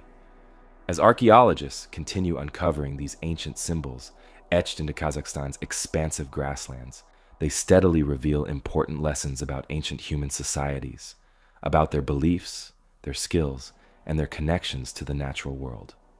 Yet even as we slowly come to understand these magnificent earthworks, some mysteries inevitably persist, keeping alive our fascination and reminding us that some secrets of the past might always remain just beyond our reach. The dry, ancient air of Kazakhstan and its silent earthworks now yield to the damp, mysterious atmosphere of Norway's fjord country. Within the shadowed beauty of Isdalen, close to Bergen, a tragic and perplexing story unfolded in 1970, the identity and fate of the Isdal Woman remaining a haunting unknown. On the morning of November 29, 1970, a local man and his daughters were hiking through Isdalen, a secluded valley popular among nature enthusiasts but known locally for its eerie silence and dense woodland. As they moved carefully along the rocky terrain, they discovered something disturbing: a partially burned body lying concealed among scattered rocks. Immediately, authorities were called to the scene. Investigators found a young woman whose identity was not clear. Her belongings had been meticulously stripped of labels and identifying marks. Her fingerprints appeared to have been carefully removed, making identification nearly impossible. Thus began one of Norway's most baffling and enduring investigations. Initial investigations revealed curious details. Scattered around the scene were fragments of burnt clothing, bottles, an umbrella, and various personal items, all deliberately altered to obscure her identity. Autopsy results determined the woman died from a combination of severe burns and inhalation of smoke, but intriguingly, there was also evidence suggesting sleeping pills had been ingested. Investigators quickly suspected suicide, yet certain unusual details cast doubts upon this theory. For instance, the remote location chosen, the careful removal of identifying features, and strange evidence that suggested a meticulous and intentional erasure of identity raised further questions. As police delved deeper, they uncovered an intricate web of clues, pointing toward a figure who seemed to move seamlessly between identities and cities. Witness testimonies began to piece together a portrait of the woman's recent activities. Hotel employees and travelers recalled a young, elegant woman who frequently changed hotels, always paying in cash and consistently providing different names and passports. Her appearances shifted subtly, yet noticeably between locations, her hair and style changing frequently, perhaps deliberately to avoid being recognized. Investigators soon realized they were dealing with someone who appeared to lead a purposeful double life, or possibly even a spy, a possibility strengthened by the Cold War tensions prevalent at that time. This mysterious woman spoke multiple languages fluently: English, German, French, and Flemish, among others, indicating a high level of education or extensive travel experience. Witnesses described her as sophisticated, yet reserved, seldom engaging deeply with others. At each hotel, she requested rooms overlooking busy streets, possibly to observe her surroundings. Hotel staff remembered her as polite, yet withdrawn, never volunteering personal details or engaging in casual conversations. This pattern reinforced the impression of someone deliberately keeping a low profile, carefully maintaining distance from those around her. Adding to the mystery were several coded entries found in notebooks hidden among her belongings. These cryptic notations seemed like shorthand messages referencing various locations and dates, possibly indicating secret meetings or instructions. Police attempts to decipher these codes yielded little useful information, suggesting a sophisticated method or personal cipher known only to the woman herself or her contacts. Despite considerable effort, the true meaning of these codes remains elusive, further deepening the intrigue around the case. Another intriguing clue emerged from the woman's teeth. Analyzing dental work, investigators concluded that the woman had visited dentists in multiple countries, suggesting frequent international movement. Forensic experts traced her dental records to specific clinics across Europe, yet still, her true identity remained stubbornly elusive. This confirmed she had access to considerable resources, as frequent international travel and sophisticated dental care implied either substantial wealth or official backing from a governmental or intelligence organization. Speculations about espionage gained traction, given the historical context. During the 1960s and 1970s, Europe was a hotbed of clandestine activities, espionage operations, and secret intelligence work. Bergen itself, with its strategic location and military significance during the Cold War, would have attracted considerable attention from international spies and intelligence agencies. The precise, deliberate removal of identifying features strongly indicated professional spycraft, measures designed specifically to obscure identity and prevent recognition. Yet despite substantial investigative resources and cooperation from international agencies, no definitive proof of espionage activity surfaced, leaving the theory plausible but unproven. Further efforts were made to identify the mysterious woman through international appeals, media coverage, and collaboration with foreign police agencies. Photos of her belongings, clothing, and reconstructed portraits circulated widely, eliciting responses and potential identifications from several countries. However, each promising lead eventually fizzled out, leaving police no closer to understanding her true identity. It seemed as if this woman appeared from nowhere, lived briefly yet carefully among others, and then disappeared, leaving only scattered, fragmented clues behind. Over the years, authorities revisited the Isdal Woman case repeatedly, employing advanced forensic techniques and modern DNA analyses in hopes of finally identifying her. Recent DNA testing has suggested she was likely of European origin, possibly with German or French heritage. Further testing and genealogical studies continue, fueled by renewed international interest and advancements in genetic research. Despite these modern developments, however, her precise identity, motivations, and the circumstances leading up to her death remain uncertain. The case continues to challenge researchers, forensic scientists, and historians, offering fragments but never complete resolution. Today, the Isdal Woman's case retains a powerful hold over public imagination, occupying a place among Europe's most enduring mysteries. Her story frequently appears in documentaries, books, and podcasts, each recounting careful details and puzzling contradictions. Researchers continually examine evidence, hopeful that future breakthroughs in forensic science or archival research will finally unlock her secret. Each new development adds another layer to the puzzle, sustaining interest and keeping her memory alive. For visitors to Bergen, Isdalen itself remains a quiet and haunting place. The valley retains an atmosphere of gentle mystery, surrounded by dense forests and rocky hillsides. Those who walk its paths may find themselves wondering about the mysterious woman who appeared there briefly, whose true identity remains hidden beneath decades of speculation and investigation. The valley itself offers no easy answers, only the whisper of trees and the distant sounds of nature, perhaps echoing the solitude and secrecy that surrounded her in life. The shadowed woods of Norway, concealing the secrets of the Isdal Woman, now lead us to the sunlit ruins of the Roman Empire, where a different kind of mystery awaits. The Roman Dodecahedron, a small, intricately formed object, silently resists definitive explanation, its purpose lost to the passage of time, despite the vast knowledge we possess of this ancient civilization. Roman dodecahedrons are small bronze artifacts, typically measuring between 4 and 11 centimeters across, carefully crafted into symmetrical shapes with 12 flat faces. Each face forms a perfect pentagon, and every corner is punctuated by a small round knob. Intriguingly, each face also contains a circular hole of varying size, meticulously crafted, yet with no clear indication of purpose. Hundreds of these artifacts have been discovered, scattered broadly across territories once occupied by Rome, from Britain to Hungary, France, Belgium, and Germany.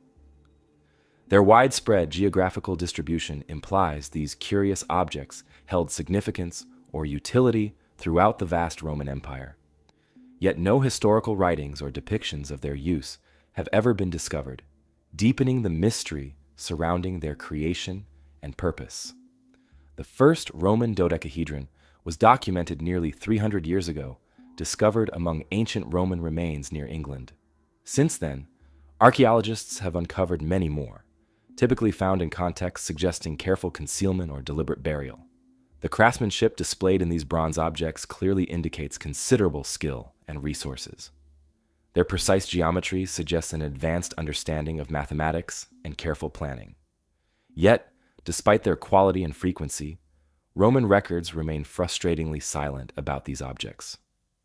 Historians have examined countless Roman texts and documents, seeking references or descriptions, yet have found none. This silence has only increased their allure and mystery, prompting numerous theories attempting to explain their existence. One theory suggests Roman dodecahedrons served as measuring instruments. Researchers exploring this idea have noted their symmetrical shape, and carefully varied holes might indicate devices for gauging distances or sizes, possibly related to military or engineering purposes. Soldiers and surveyors in ancient Rome frequently required precision measurements for roads, buildings, and fortifications. The dodecahedrons, in theory, could have been sophisticated measurement tools used by engineers or craftsmen to standardize distances or calibrate equipment. However, critics of this theory note the absence of consistent markings or numbers, which would typically be present in Roman measuring instruments. The variations in size and hole diameter across different artifacts further complicate this interpretation, leaving uncertainty and doubt. Another compelling theory proposes a religious or symbolic purpose. Romans frequently utilized symbolic objects in spiritual rituals, often crafted with precise geometry, believed to represent divine or cosmic harmony. Given their intricate symmetrical form, dodecahedrons might have functioned as sacred objects within religious ceremonies, perhaps as symbols of the zodiac, calendar markers, or cosmic representations used by priests. Their deliberate concealment or burial might suggest a ritualistic function, items perhaps dedicated as offerings or protective charms. Yet again, this theory lacks direct archaeological evidence, and no confirmed depictions or descriptions of their religious use exist in surviving Roman texts. The dodecahedron's unusual structure has also inspired a more practical hypothesis, that they were specialized tools used for knitting or glove making. Some enthusiasts experimented practically, recreating similar bronze objects to test their effectiveness. These tests demonstrated that dodecahedrons could indeed assist in weaving or knitting patterns, guiding yarn through various sized openings. While intriguing, historians express skepticism, noting no direct archaeological evidence connecting these artifacts to textile production, or any Roman depictions supporting their practical use in knitting or weaving. Similarly practical is the suggestion they served as candle holders or lamps. Proponents of this theory highlight the holes and knobs as ideal for holding candles or oil lamps, with each size offering different light intensities or angles. Experimental reconstructions have supported this use practically, yet skeptics again highlight the complete absence of candle wax or oil residue on discovered artifacts, undermining the practicality of this interpretation. Given the lack of definitive evidence, some scholars consider the possibility that Roman dodecahedrons served multiple or flexible purposes, depending on local customs or needs. Ancient Roman society, known for its pragmatic adaptability, often repurposed tools and objects based on immediate circumstances. Perhaps the artifacts functioned simultaneously as measuring instruments, symbolic items, or even decorative objects, their versatility reflected by their careful design and widespread distribution. While plausible, this explanation provides little concrete clarity, further underscoring how elusive definitive conclusions remain. In recent times, the enduring mystery of Roman dodecahedrons has drawn significant interest from historians, archaeologists, and enthusiasts. Modern technological tools, including digital reconstruction and 3D modeling, allow detailed examinations of their construction, exploring subtle design details previously unnoticed. Archaeologists continue uncovering more artifacts during excavations, expanding geographical distributions and adding fresh data to ongoing debates. Each discovery nudges forward understanding, though no single breakthrough has yet emerged to resolve their true purpose definitively. Museums across Europe showcase Roman dodecahedrons prominently among their exhibits, highlighting their mystery and encouraging public curiosity. Visitors encountering these small, intricate bronze objects often find themselves intrigued, captivated by their presence and unanswered questions. Their subtlety and beauty capture attention, inviting contemplation without easy resolution. Visitors often leave exhibitions considering possibilities, tools, sacred objects, decorative symbols, yet without firm answers. It is precisely this unresolved quality that maintains their enduring appeal, connecting modern observers directly with ancient Roman lives, struggles, and mysteries. Ultimately, the Roman dodecahedrons remind us how much we still have to learn about even well-documented civilizations. They highlight the gaps in historical knowledge, underscoring the limitations of surviving records and artifacts. Their silence speaks volumes about the hidden details of daily life, spirituality, and technology in ancient times. These mysterious objects challenge scholars to continue searching, hypothesizing, and exploring possibilities, even while accepting some aspects of history may remain stubbornly unknowable. As archaeologists continue unearthing new examples and historians carefully analyze ancient texts and artifacts, the Roman dodecahedron's mystery remains. Each discovery deepens our understanding, yet leaves fundamental questions unanswered, whether used practically, symbolically, or ritually, or perhaps none of these. Their presence serves as a gentle reminder of history's complexities and hidden layers.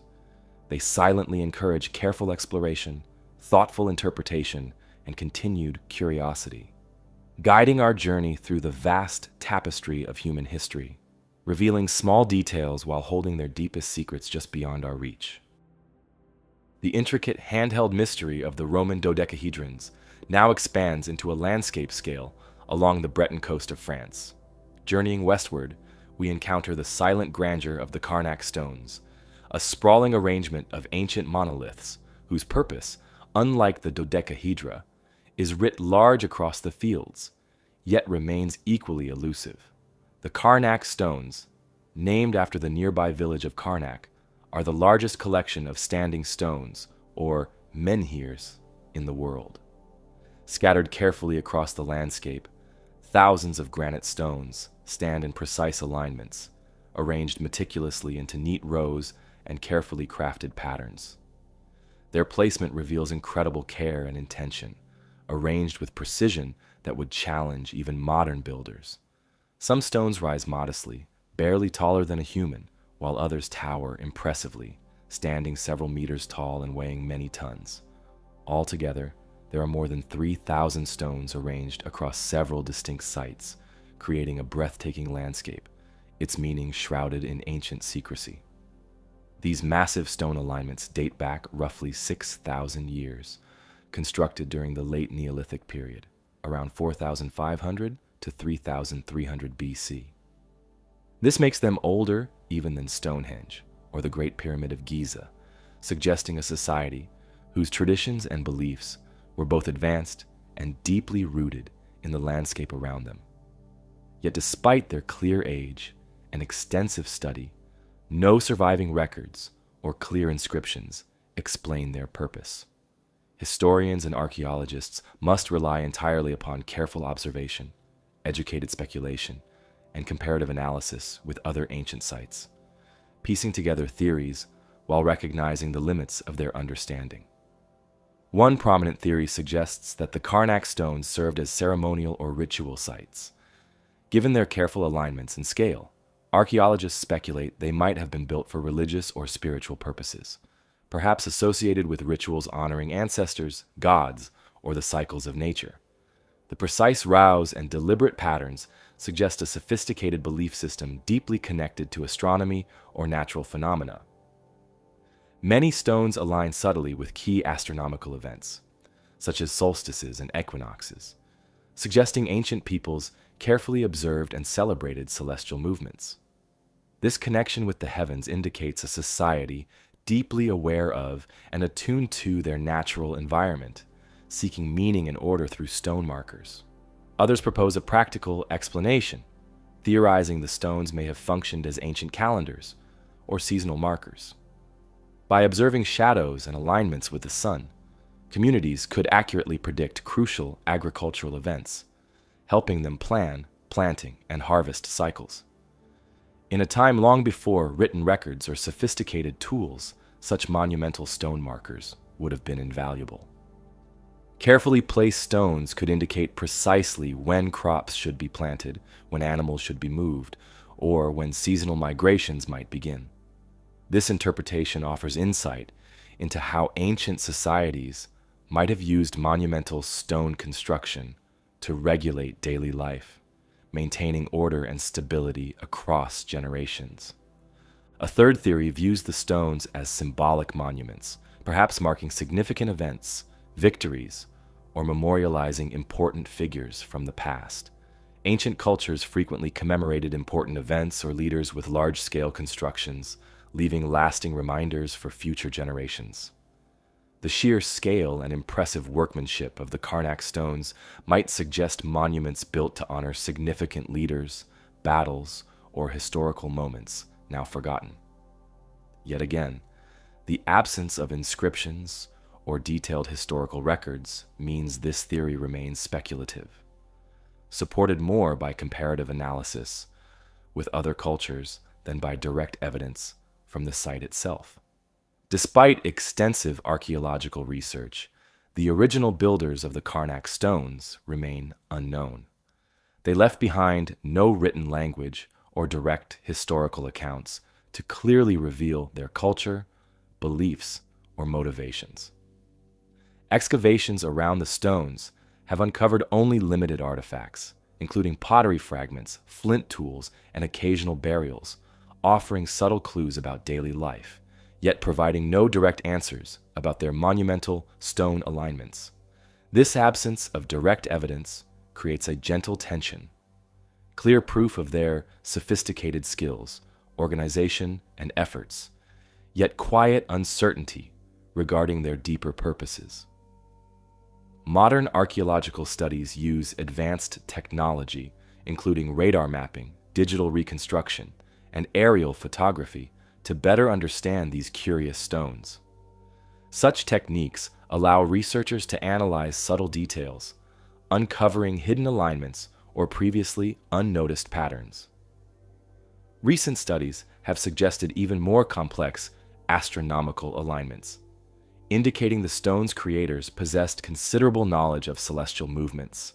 Yet, despite increasingly sophisticated methods, the central mysteries surrounding the Carnac Stones remain unresolved, encouraging continued exploration and investigation.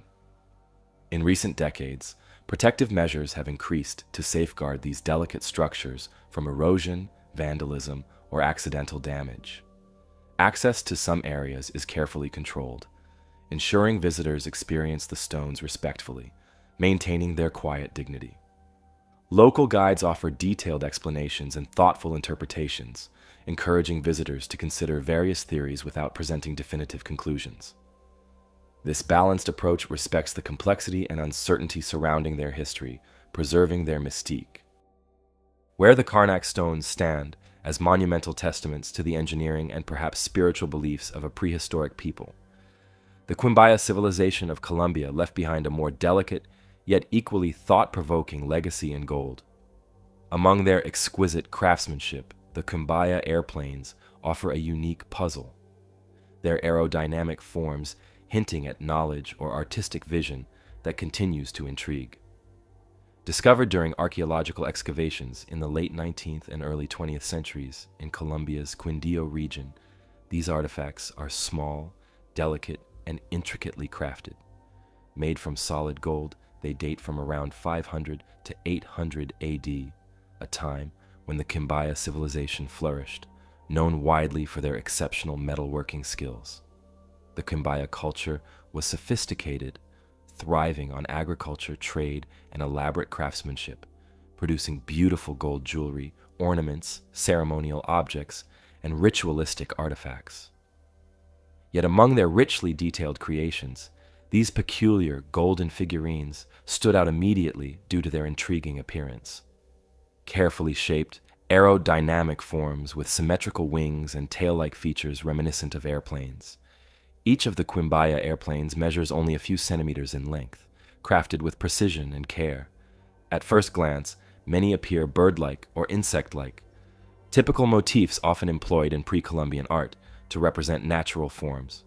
But upon closer inspection, several figurines have characteristics notably unusual for natural representations.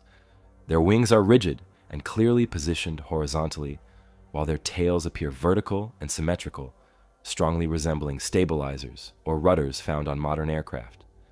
Some have distinctly aerodynamic designs, carefully sculpted with what look like cockpits or fuselages, entirely unlike typical depictions of animals or insects commonly represented by the Quimbaya artisans.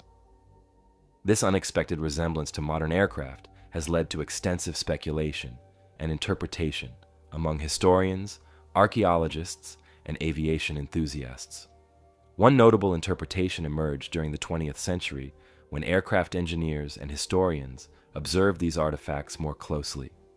They noted the remarkable similarity between these ancient figurines and certain principles of modern aerodynamics. These observers hypothesized that perhaps the Quimbaya civilization possessed a basic understanding of flight, aerodynamics, or at least the ability to conceptualize such structures. Although there is no clear archaeological evidence of flight or experimentation with aerodynamics among the Quimbaya, the precision and deliberate design of these artifacts suggest an advanced understanding of form and possibly even aerodynamics principles. Intrigued by this theory, researchers conducted practical experiments to test the potential aerodynamic capabilities of scaled-up replicas of the Quimbaya figurines. In 1994, German aeronautical engineers created larger models based precisely on the dimensions and proportions of the original artifacts. Remarkably, these scaled-up models proved capable of stable and controlled flight when equipped with modern engines and propellers. This practical demonstration further fueled speculation that the original figurines might indeed represent ancient concepts or symbolic ideas of flight, or at least an awareness of aerodynamic principles. Yet, despite these intriguing experiments, no clear historical records or archaeological evidence has yet been uncovered to confirm actual flight experimentation among the ancient Quimbaya. An alternative perspective suggests that these figurines may not depict aircraft at all, but rather stylized representations of birds, fish, insects, or other animals that the artisans observed in their natural environment. Many experts maintain that the Quimbaya were skilled artists who interpreted and stylized animals creatively, possibly combining features from multiple creatures to form symbolic or ritualistic representations. According to this viewpoint, the airplane-like features are coincidental, reflecting artistic imagination rather than intentional aerodynamic design. Indeed, many other Quimbaya gold artifacts depict highly stylized animals and mythical creatures, indicating a cultural tendency towards imaginative interpretation and symbolic expression. Yet the precise nature of these figurines remains uncertain, largely because the Quimbaya civilization itself remains somewhat mysterious. Though clearly advanced in their artistic and metallurgical techniques, they left behind few written records or detailed depictions of their daily lives and cultural practices. Much of what we understand about the Quimbaya comes from archaeological evidence, gold artifacts, pottery fragments, tools, and burial sites, providing only partial glimpses into their complex society. This absence of direct historical documentation leaves room for multiple interpretations and continued speculation about their precise intentions, symbolism, and inspirations. Today, the Quimbaya airplanes are displayed in various museums worldwide, drawing steady interest from historians, archaeologists, aviation experts, and curious visitors alike. Their intriguing appearance and compelling mystery have captured public imagination, leading to popular discussions and numerous theories, including speculative ones suggesting possible ancient alien interactions or advanced lost technologies. While these theories generally lack direct evidence and remain controversial, their persistence reflects the strong fascination these small golden figurines hold within popular culture. Academically, researchers continue exploring these artifacts through detailed examinations, comparative analyses with similar objects from other cultures, and broader studies into pre-Columbian symbolism and metallurgy. Some experts emphasize the importance of understanding these figurines within their broader cultural context, encouraging consideration of symbolic interpretations rooted in Quimbaya, spiritual beliefs, mythology, or ritual practices. Understanding the figurines in context, they argue, may reveal deeper insights into how the Quimbaya viewed their world, nature, and perhaps the concept of flight as metaphorical or spiritual, rather than literal. Ultimately, despite careful analysis and extensive scholarly debate, the Quimbaya airplanes remain a compelling puzzle. Whether intentional depictions of aerodynamic structures, imaginative representations of natural creatures, or symbolic objects infused with spiritual meaning, they continue to intrigue and provoke thoughtful investigation. Scholars strive to understand these artifacts within the context of ancient Quimbaya life, culture, and beliefs, always acknowledging the limits of available evidence and the potential for new discoveries. Museums and researchers treat these artifacts with great care, recognizing their historical value and cultural significance. Exhibitions showcasing the Quimbaya airplanes offer visitors an opportunity to view them closely, to marvel at the artisanship involved, and to engage with the enduring mystery they represent. Interpretative displays provide context, presenting various theories objectively, allowing visitors space to consider different possibilities and form their own perspectives. In the broader narrative of human history, the Quimbaya airplanes highlight our enduring fascination with ancient ingenuity and our curiosity about the unexplained. They encourage continued investigation, interpretation, and respectful appreciation of the remarkable skills of ancient civilizations. These artifacts stand powerfully as reminders that human creativity and imagination have long stretched beyond practical limits, exploring complex ideas and concepts, whether symbolic, spiritual, or rooted in careful observation of the natural world. While definitive explanations for these unique golden figurines may remain elusive, Their presence enriches our understanding of ancient peoples, inviting us to keep questioning, exploring, and appreciating the mysteries of the past.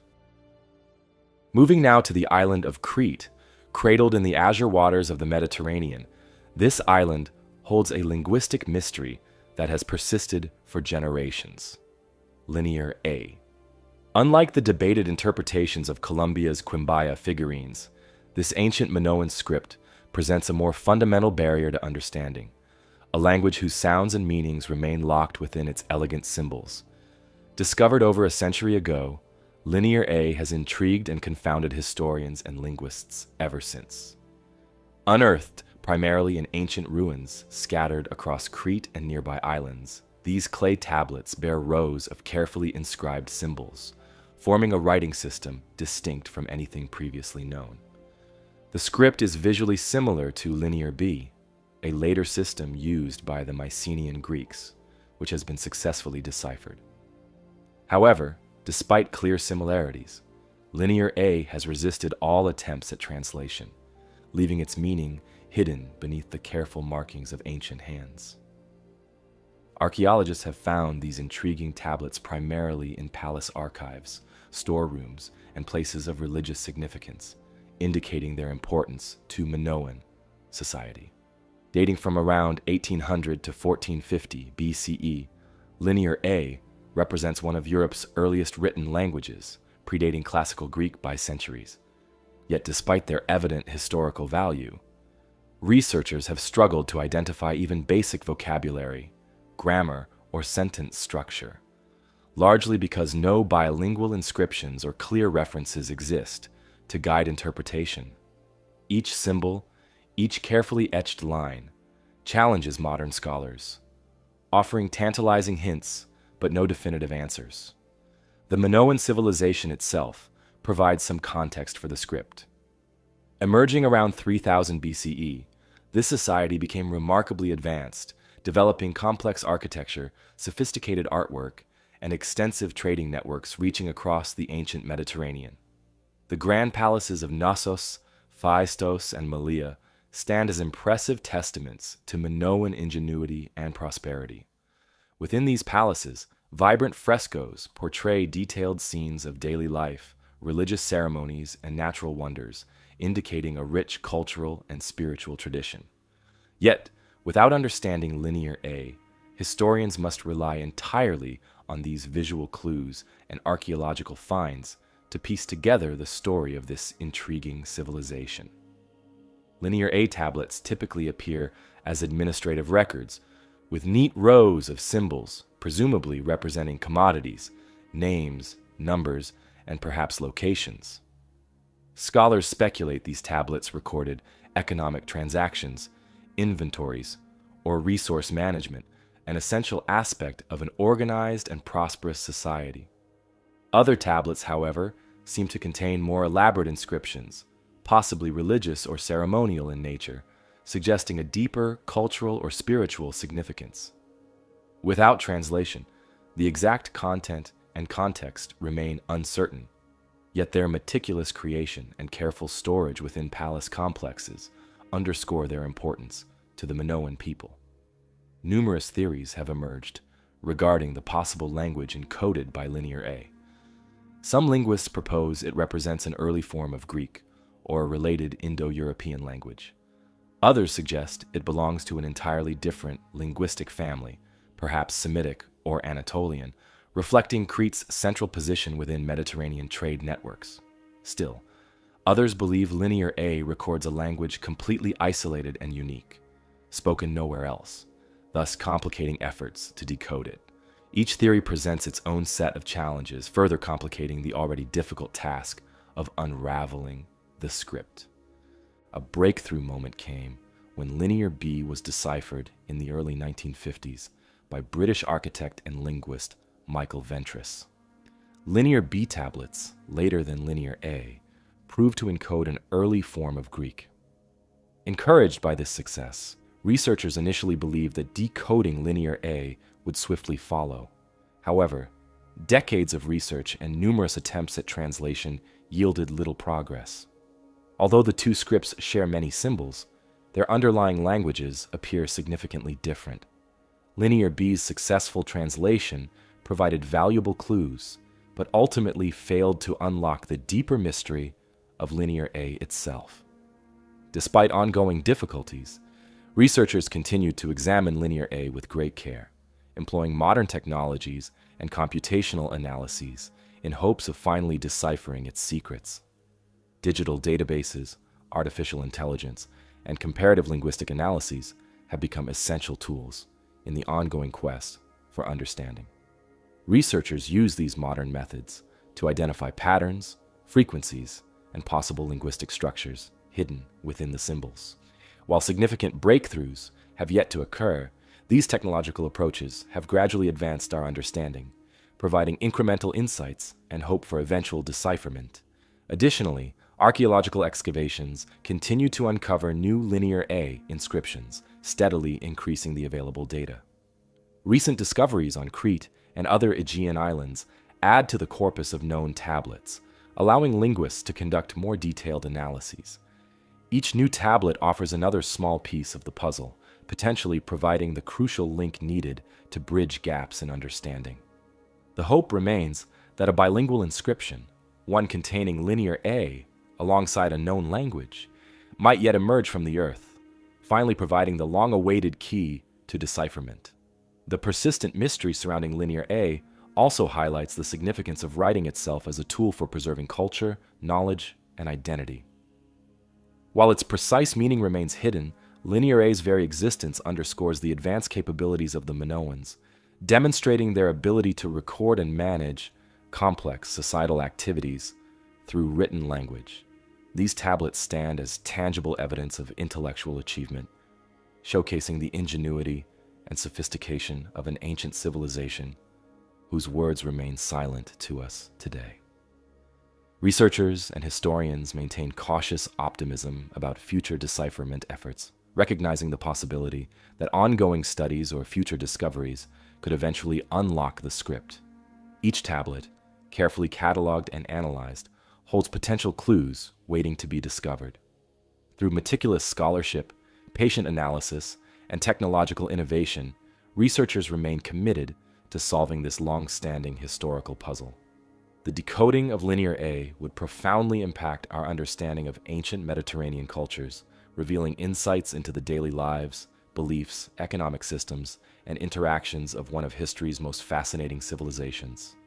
Now transforms into a visual and tactile curiosity as we arrive in the sun-drenched lands of Egypt. The Disc of Sabu, a peculiar artifact resting in the silence of an ancient tomb, invites a different kind of investigation, one that seeks to understand its purpose, not through language or numbers, but through its unique and one-of-a-kind design. Discovered in 1936 by Egyptologist Walter Bryan Emery in the tomb of Prince Sabu, a high-ranking official from the early days of ancient Egypt's first dynasty around 3000 BCE, this disc immediately stood out among typical funerary artifacts. Crafted from a single piece of schist, a fragile, carefully worked stone, the Disc of Sabu resembles no other object from the Egyptian archaeological record.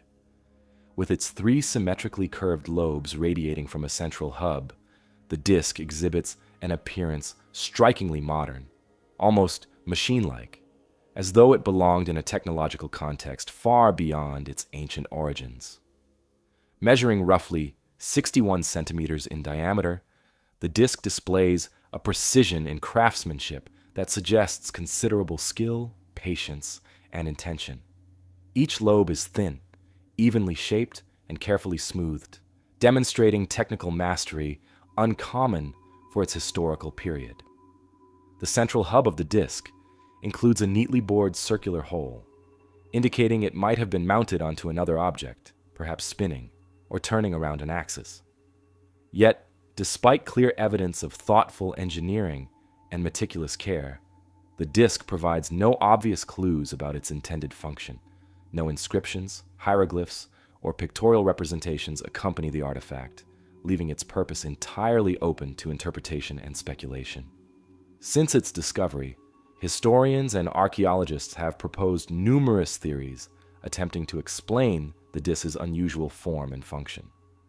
Some suggest it might have served a ceremonial or symbolic purpose, possibly connected with ancient Egyptian religious rituals or funerary practices. Given its discovery within the tomb of an important figure, it could have represented status, prestige, or spiritual significance, possibly symbolizing the cyclical nature of life and death, or serving as a symbolic representation of cosmic order. Yet, despite extensive consideration, no clear parallels exist within known Egyptian symbolism, and the disk's precise role in any religious ceremony remains speculative at best. Another theory, proposed by researchers intrigued by its strikingly mechanical appearance, suggests the disk could have been part of an early technological device or mechanical apparatus. Its symmetrical shape and central hole evoke modern impellers, flywheels, or propeller-like components, leading to speculation that it might have functioned as part of a primitive machine or tool. Some researchers have considered the possibility that the disk belonged to an early water pump or irrigation mechanism, potentially designed to channel water or assist in agricultural practices crucial to ancient Egyptian life. Yet this theory faces challenges due to the delicate nature of the schist stone, which would have been fragile and unsuitable for heavy-duty mechanical use. The fragility and precise crafting of the disk further fuel curiosity. Schist, the material chosen by its ancient maker, breaks easily under pressure, suggesting the disk was never intended for rough or frequent practical use. Its creators clearly invested significant effort, skill, and resources in crafting this delicate object, indicating the disk held special value, perhaps ceremonial or symbolic, rather than strictly practical.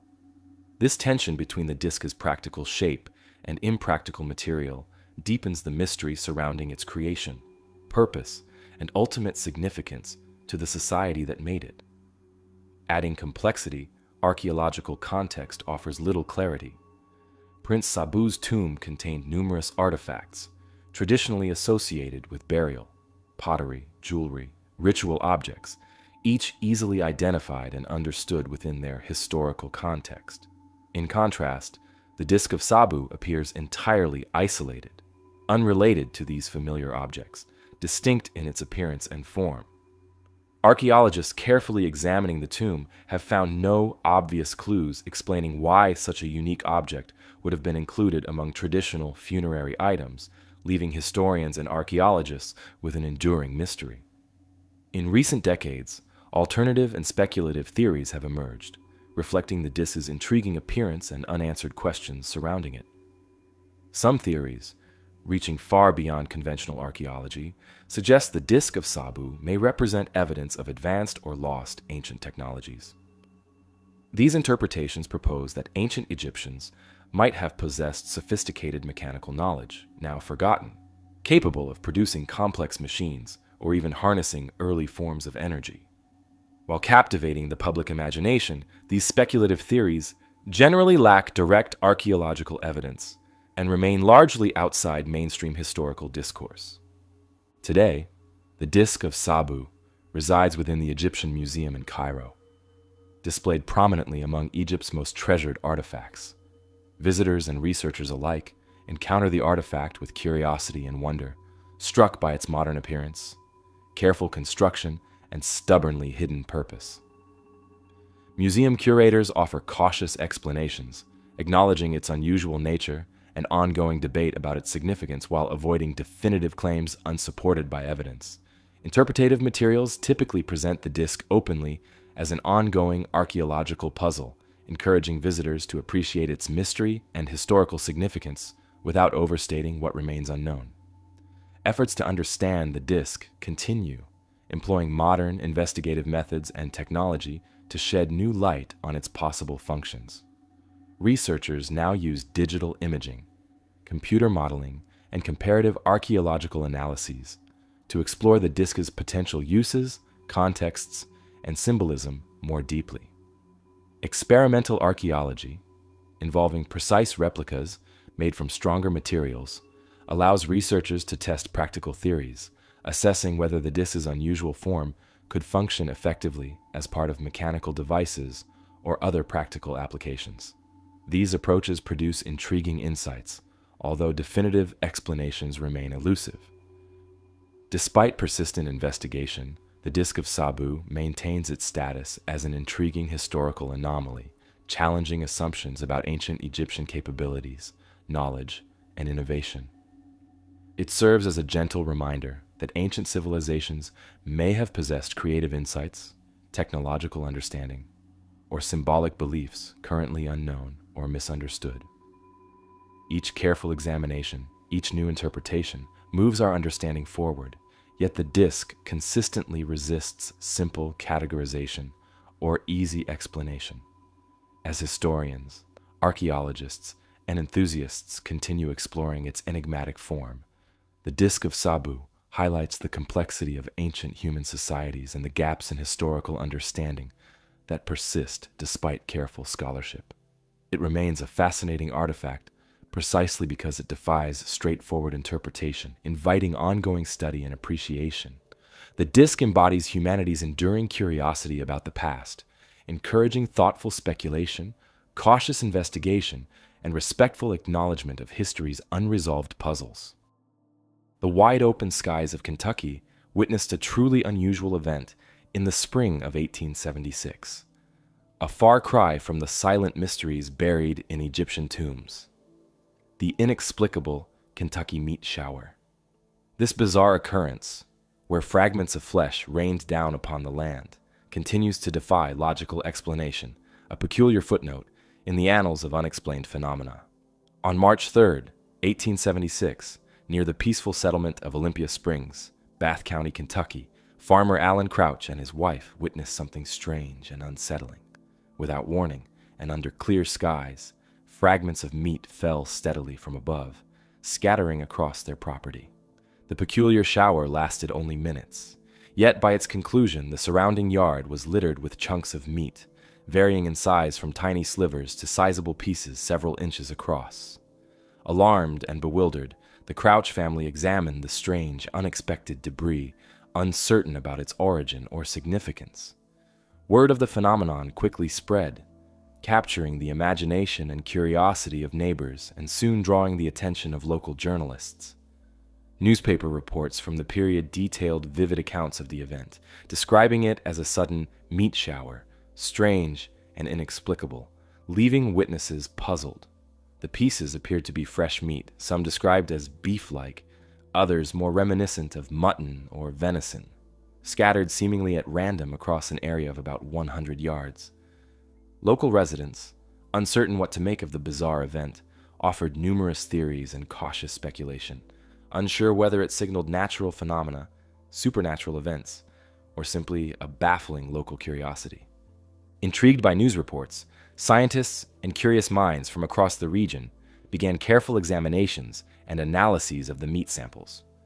One local resident bravely decided to taste the fragments, cautiously concluding the meat resembled mutton or venison. Others, less inclined to such direct methods, sent samples to laboratories and scientists, hoping modern science might unravel the mystery behind this puzzling event. These scientific examinations revealed further intriguing details. Analysis indicated the meat indeed appeared animal in origin, though specific identifications varied among beef, mutton, deer, horse, and even bear, further complicating attempts to identify a clear source. Theories attempting to explain the strange occurrence quickly multiplied. Early speculations centered around natural or meteorological phenomena. Some suggested powerful windstorms might have swept meat fragments from slaughterhouses or farms, transporting them through the air before depositing them onto the Crouch property. Yet, meteorological records showed no evidence of significant wind or unusual weather conditions in the region on that day. This absence of supporting meteorological data significantly weakened the wind-driven theory, leaving uncertainty lingering over the event's true explanation. Another early hypothesis proposed that the meat shower resulted from vultures or other large birds of prey regurgitating their meals mid-flight. This explanation, unusual but plausible, gained considerable support among contemporary and modern researchers alike. Ornithologists noted that vultures occasionally vomit their meals when disturbed or threatened, a natural behavior that could conceivably produce scattered fragments similar to those observed in the Kentucky event. Despite this plausible natural explanation, skeptics questioned whether a single or even multiple birds could produce such quantities of meat fragments to cover such a sizable area, further complicating acceptance of this theory. Intriguingly, more speculative and imaginative theories also emerged, capturing popular attention and lending the Kentucky meat shower a place within local folklore and public imagination. Some suggested supernatural explanations, interpreting the event as divine intervention, omens, or signs from higher powers. While these interpretations lacked scientific credibility, they reflected broader cultural attitudes and superstitions prevalent in rural communities of the period. The idea of a sudden, inexplicable event from the sky naturally lent itself to interpretations beyond straightforward science, fueling imaginative tales and speculations. Despite ongoing fascination, scientific interest in the event gradually diminished after initial analyses failed to yield clear or definitive explanations. Over time, the Kentucky meat shower settled into the realm of historical curiosity, an odd and intriguing anecdote preserved within folklore, historical records, and local storytelling traditions. The incident resurfaced occasionally in popular culture, referenced by writers, journalists, and curious minds, fascinated by the unexplained, but without fresh evidence or compelling theories. The event receded into the background of history.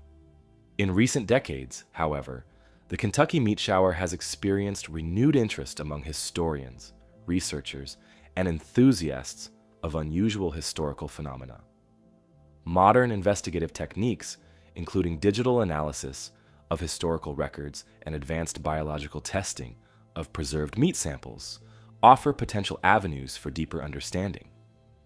Yet, the scarcity of original samples and reliable documentation from the 19th century presents significant obstacles, limiting contemporary efforts at definitive scientific resolution. Nevertheless, the Kentucky meat shower continues to capture imaginations, highlighting human curiosity about unexplained phenomena and historical mysteries. The event represents a fascinating intersection between history, folklore, and science, embodying the persistent human desire to understand unusual or unexpected occurrences. While the true explanation might forever elude definitive confirmation, the story itself provides valuable historical insight into how communities respond to unexplained phenomena, weaving folklore, science, and speculation into the fabric of local and national culture. The story's persistence within American folklore demonstrates the lasting appeal of unexplained mysteries, reflecting broader cultural fascinations with events that challenge conventional understanding. The Kentucky meat shower serves as a gentle reminder of history's capacity to surprise, confound, and inspire thoughtful curiosity, reminding us that even in a world increasingly understood through science and technology, mysteries persist, inviting continued exploration and imagination. As time progresses, ongoing interest in the event ensures the Kentucky meat shower remains part of broader cultural conversations about unexplained historical phenomena. Academic studies, historical analyses, and popular accounts revisit the event periodically, exploring theories, speculations, and cultural interpretations. The fleeting, unsettling image of meat falling from the Kentucky sky now fades as we turn our attention to the enduring allure of ancient cartography. The Antediluvian Maps, with their hints of lost coastlines and forgotten lands, whisper tales of a world perceived differently by those who came long before us, prompting a reassessment of our historical assumptions. Among the most famous of these remarkable maps is the Piri Reis map, crafted in 1513 by the Ottoman admiral and cartographer Piri Reis. Rediscovered in the early 20th century within the archives of Istanbul's Topkapi Palace, this astonishing map depicts the coastlines of South America and the southernmost regions resembling Antarctica, a continent officially discovered centuries later. The map's surprising accuracy has sparked extensive debate and intrigue, raising fundamental questions about how such precise details could have been charted at a time when European explorers had scarcely ventured that far south. Piri Reis himself noted that he based his map upon earlier source materials, some ancient, others contemporary, compiled from multiple regions, suggesting a vast network of geographical knowledge predating his era. Scholars have long debated what these earlier sources might have been. Some propose ancient maritime civilizations, possibly Phoenician, Egyptian, or even older, who navigated distant seas long before traditionally documented voyages. Others hypothesize lost civilizations whose extensive travels and sophisticated surveying methods vanished beneath history's shifting sands, leaving only fragmented traces in obscure manuscripts and carefully guarded archives. The remarkable precision found in Antediluvian maps does not end with the work of Piri Reis. Other maps from different times and places also reveal unexpected geographic detail. The Orontius Phineus map of 1531, for instance, includes a depiction remarkably similar to the coastline of Antarctica, seemingly ice-free, showing rivers and mountain ranges now hidden beneath thick layers of ice. The accuracy of such detail, unobservable since the continent has been locked beneath ice for millennia, suggests that its original creators must have had access to sources of information far older than the known voyages of exploration. Further intrigue comes from the Mercator map of 1569, crafted by renowned Flemish cartographer Gerardus Mercator. His influential map, which laid foundations for modern cartography, appears to draw upon ancient sources, depicting features that conventional history states were still unknown at the time.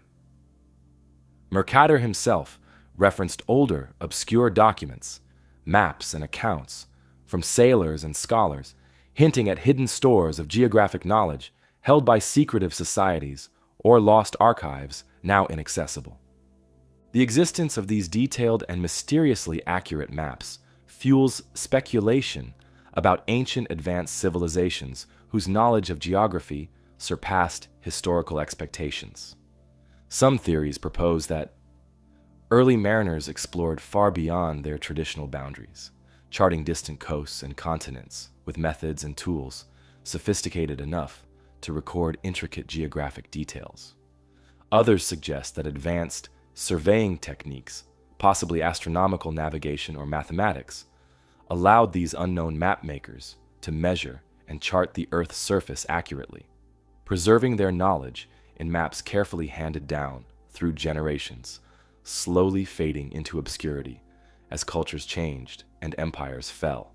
Another intriguing hypothesis suggests the presence of an ancient global civilization, one possessing extensive maritime capabilities and advanced geographical knowledge, that might have thrived before recorded history began. Such a civilization, proponents argue, could have passed down detailed maps and navigational secrets through successive cultures, influencing historical cartographers and leaving traces in maps like those of Piri Reis or Orontius Phineus. Although compelling and imaginative, this hypothesis remains controversial, lacking conclusive archaeological evidence to support its bold claims. Critics argue these so-called antediluvian maps might simply represent educated guesses, imaginative reconstructions, or errors born from misunderstood observations. Early cartographers regularly combined verified exploration with rumors, legends, and speculative geography. They often borrowed heavily from one another, incorporating older, unreliable information alongside contemporary knowledge. This practice, critics claim, explains unusual features without invoking advanced ancient civilizations or forgotten knowledge. Yet, even skeptical historians acknowledge certain anomalies within these maps that defy easy dismissal. The accuracy in depicting distant, often inaccessible regions suggests at least some genuine geographic knowledge that predated European exploration. These puzzling details hint at the possibility of extensive ancient voyages, lost knowledge, or forgotten methods of surveying and mapping that remain unaccounted for by conventional explanations. The debate thus continues, fueled by ongoing study, analysis, and scholarly discussion, each new discovery adding subtly to the complexity of the narrative. Modern technology and digital analysis have brought renewed attention to antediluvian maps, allowing scholars to conduct careful comparative studies, superimposing ancient maps onto modern satellite imagery to assess their accuracy. Such analyses often reveal surprising matches, particularly in coastlines and landforms, suggesting ancient mapmakers possessed more precise geographical knowledge than previously understood. Though still debated, these findings encourage fresh inquiry and deeper examination of how ancient cultures might have acquired their cartographic skills and information. The enduring mystery surrounding antediluvian maps resonates deeply within historical and cultural imagination. It reflects a universal human fascination with lost civilizations, hidden knowledge, and the mysteries concealed within the ancient past. These maps symbolize humanity's enduring curiosity about our world, our desire to explore beyond known horizons, and the persistent question of how much knowledge once held by ancient cultures might have vanished, leaving only faint traces in cryptic documents and carefully preserved maps. Historians, cartographers, and adventurers alike continue to explore the significance of these ancient maps, recognizing their importance as historical documents, cultural artifacts, and sources of potential insight into human history and exploration. Whether representing genuine ancient geographic knowledge, imaginative speculation, or carefully crafted reconstructions, antediluvian maps challenge conventional historical narratives, inviting ongoing curiosity and careful scholarship. In the end, the true origins and explanations behind these maps may remain unknown. Yet their existence continues to inspire exploration, encouraging modern observers to reconsider traditional assumptions about the past, ancient civilizations, and human capabilities. Antediluvian maps thus persist as enduring reminders of the complexities and unanswered questions hidden within human history, continuing to captivate imaginations and spark careful reflection about the mysteries still waiting to be revealed. Where antediluvian maps leave an intellectual imprint on our understanding of the past, the Devil's Footprints left a literal physical mark on the winter snow of Devon. This strange 1855 event, a silent narrative traced across the countryside, continues to puzzle and intrigue, its origin as elusive as the lands depicted on those ancient charts. On the morning of February 9th, villagers awoke to discover the fresh blanket of snow from the previous night interrupted by an extraordinary set of hoof-like prints. These footprints, unlike those left by any known animal, stretched over a distance of nearly 100 miles, cutting straight through fields, gardens, and towns. Remarkably consistent, the prints were roughly 4 inches long, neatly shaped, and placed at regular intervals, as though whatever made them moved with perfect and methodical precision. Their mysterious appearance was made stranger still by their path. The footprints passed easily over walls and fences, scaled rooftops, and crossed the frozen rivers as though no obstacle existed. As news spread, a sense of fear and anxious curiosity quickly settled over the communities affected.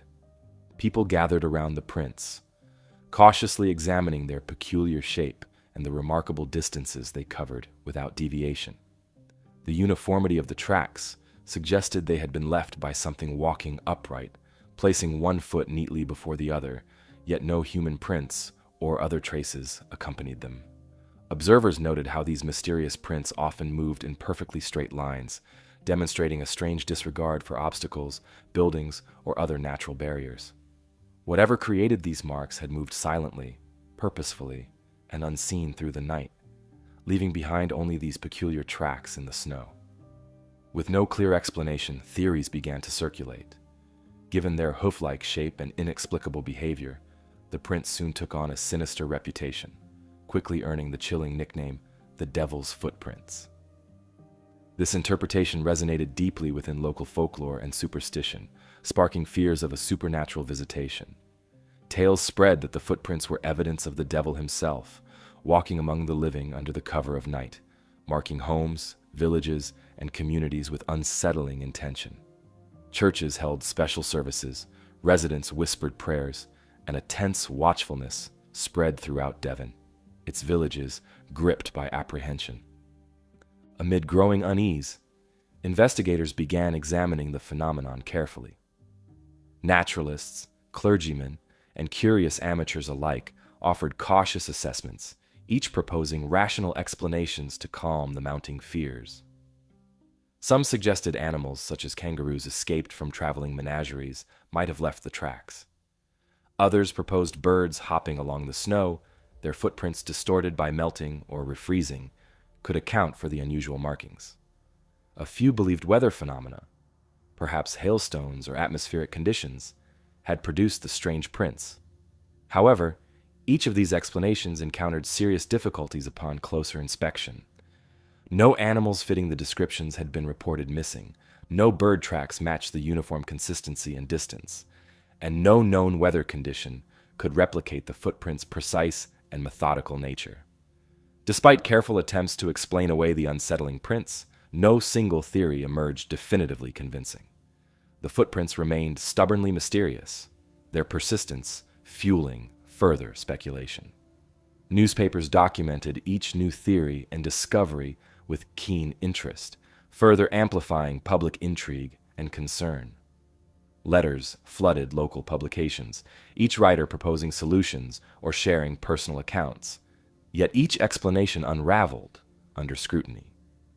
As weeks passed without resolution, interest gradually faded, though the prints lingered in memory, their mystery unresolved, yet carefully preserved within folklore and local history. In the decades following the strange events of 1855, occasional sightings of similar footprints emerged in other regions, reigniting debate and speculation. Reports surfaced sporadically, describing comparable tracks discovered under similar conditions, snow-covered landscapes marked by inexplicable hoofprints appearing overnight. Yet none achieved the notoriety or extensive documentation of the original Devon incident, reinforcing its status as a unique historical mystery. Investigators and historians have since revisited the incident periodically, examining original accounts and records, hoping new insights or evidence might finally unlock its secrets. Modern researchers have applied scientific methods and technological tools unavailable to earlier investigators, analyzing historical weather records, animal migration patterns, and local geography to develop rational explanations. Yet despite these efforts, definitive answers remain elusive. Each potential theory, escaped animals, birds, weather phenomena, continues encountering skepticism, as no single explanation comprehensively addresses all the peculiar aspects of the footprints. Their ability to pass seamlessly over obstacles, their precise consistency, and their sheer length across varied terrain continue to challenge rational interpretation, reinforcing their enduring mystery. Today, the Devil's Footprints occupy a unique place within historical curiosity, studied as a phenomenon where folklore, superstition, and genuine historical inquiry intersect. The incident remains carefully documented within local archives, historical texts, and folklore collections, its ambiguity fueling ongoing interest. Historians, folklorists, and paranormal enthusiasts alike continue exploring this event, appreciating its historical context, cultural impact, and quiet resistance to definitive resolution. Exhibitions and local heritage sites in Devon occasionally commemorate the event, engaging visitors through storytelling and historical displays, each presentation acknowledging the lingering mystery surrounding the phenomenon. The Devil's Footprints serve as a fascinating example of historical anomalies that resist conventional explanations, inspiring thoughtful exploration without offering easy solutions. The incident illustrates how communities interpret unexplained phenomena, blending cultural beliefs, folklore, rational inquiry, and genuine uncertainty into a compelling narrative. Modern scholars study these footprints carefully, respecting their place within cultural history while acknowledging that definitive answers might remain elusive, preserving the event's enduring intrigue and subtle historical significance. Ultimately, the mysterious footprints discovered across Devon in 1855 continue captivating imaginations, symbolizing the persistent human fascination with the unexplained. Though the precise truth behind their appearance remains hidden, the story itself reminds us of history's capacity to surprise and confound, encouraging thoughtful reflection and continued exploration of the mysteries that remain patiently waiting in history's shadowed corners. Shifting from the mysterious footprints that appeared under Devon's moonlit skies, our path leads us now to another strange and unexplained phenomenon, one often noticed under open fields, forests, and secluded places around the world. This curious substance, known simply as star jelly, emerges suddenly, appearing as translucent gelatinous blobs scattered upon grass, tree branches, and moss-covered stones, seemingly from nowhere. Descriptions of star jelly vary slightly, yet witnesses consistently describe a clear, jelly-like substance, often colorless or faintly translucent, appearing spontaneously in natural settings. Usually found in modest quantities, small clumps scattered irregularly, this mysterious gel sometimes appears immediately following meteor showers, thunderstorms, or unusual atmospheric conditions. Eyewitness accounts dating back centuries note its seemingly spontaneous appearance, frequently linked in folklore and local traditions to falling stars or celestial events. Despite detailed descriptions and numerous sightings, the exact origins and nature of star jelly remain elusive. Historical records offer fascinating glimpses of star jelly's persistence within folklore and natural history. Medieval texts mention it as a strange substance appearing mysteriously after meteors or meteorological events, linking it symbolically to celestial occurrences. The substance was commonly believed to be star residue, pieces of stars fallen gently to earth, leaving behind a gelatinous trace of their heavenly passage. Early naturalists carefully documented sightings, cautiously noting its properties without definitive explanations, acknowledging its peculiar and uncertain origins. Scientific attempts to identify and explain star jelly have produced mixed results, complicating straightforward explanations. Naturalists and biologists propose numerous rational theories, each carefully considered, yet encountering challenges when tested rigorously. One frequently proposed explanation suggests star jelly might result from natural biological sources, possibly slime molds, algae blooms, or even reproductive materials from amphibians. These biological sources can produce gelatinous substances resembling descriptions of star jelly. Yet careful laboratory analyses often reveal inconsistencies, leaving the question partially unresolved. Another common explanation points toward atmospheric conditions, suggesting star jelly might result from chemical reactions or unusual combinations of moisture, fungi, and bacteria occurring naturally. According to this view, specific meteorological conditions, thunderstorms, rain showers, or sudden changes in humidity might trigger the formation or appearance of these gelatinous deposits. Although plausible, this theory struggles to fully explain certain characteristics of star jelly, particularly the suddenness of its appearance and its frequent association with celestial events like meteor showers, leaving questions unanswered. The connection between star jelly and meteor showers remains one of its most intriguing aspects, fueling ongoing speculation. Historical accounts frequently link the substance to sightings of shooting stars or meteors, suggesting an extraterrestrial or celestial origin. Some researchers hypothesize star jelly could represent organic compounds or extraterrestrial matter deposited onto Earth from meteorites or cosmic debris. Although imaginative, such explanations remain speculative, lacking definitive scientific support, yet capturing popular imagination and reinforcing its symbolic association with celestial phenomena. Curiously, modern scientific studies have occasionally deepened, rather than resolved, the mystery. Laboratory tests and chemical analyses of star jelly samples have yielded varied and sometimes contradictory results.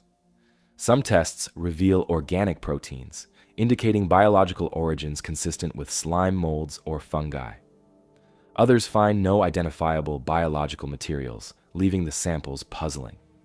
This inconsistency has led researchers to consider the possibility that star jelly might represent multiple, distinct phenomena, collectively grouped under a single term, yet originating from entirely different sources. Local folklore and traditional interpretations continue to shape public perceptions of star jelly. maintaining its presence within cultural narratives. Communities around the world preserve stories connecting the substance with supernatural phenomena, fairy legends, or spiritual manifestations. In Scottish folklore, it was sometimes known as star slime, believed to possess magical or healing properties due to its supposed celestial origins. Similar traditions exist across diverse cultures, reflecting a universal human curiosity about unusual natural occurrences, each interpretation shaped by cultural context and traditional beliefs. Contemporary sightings of star jelly continue regularly, reported yet consistently across various locations worldwide. Witness accounts appear frequently in local newspapers, scientific journals, and popular media, each carefully describing the substance's mysterious appearance and characteristics. Photographs and samples submitted to scientific institutions maintain the ongoing investigation, reinforcing the phenomenon's persistent relevance and scientific intrigue. In recent decades, star jelly has attracted attention from researchers employing advanced scientific techniques, hoping modern methodologies might finally provide definitive answers. Digital microscopy, DNA sequencing, and sophisticated chemical analyses offer new avenues for understanding the substance's precise composition and origins. These techniques occasionally yield promising insights, yet results remain cautious and inconclusive, maintaining the phenomenon's ambiguity and ensuring its continued fascination. Amateur naturalists and citizen scientists increasingly contribute valuable data and observations, reporting sightings and carefully documenting conditions surrounding its appearance. Online databases, collaborative research networks, and global observation projects encourage public involvement, reinforcing community interest and promoting scientific engagement.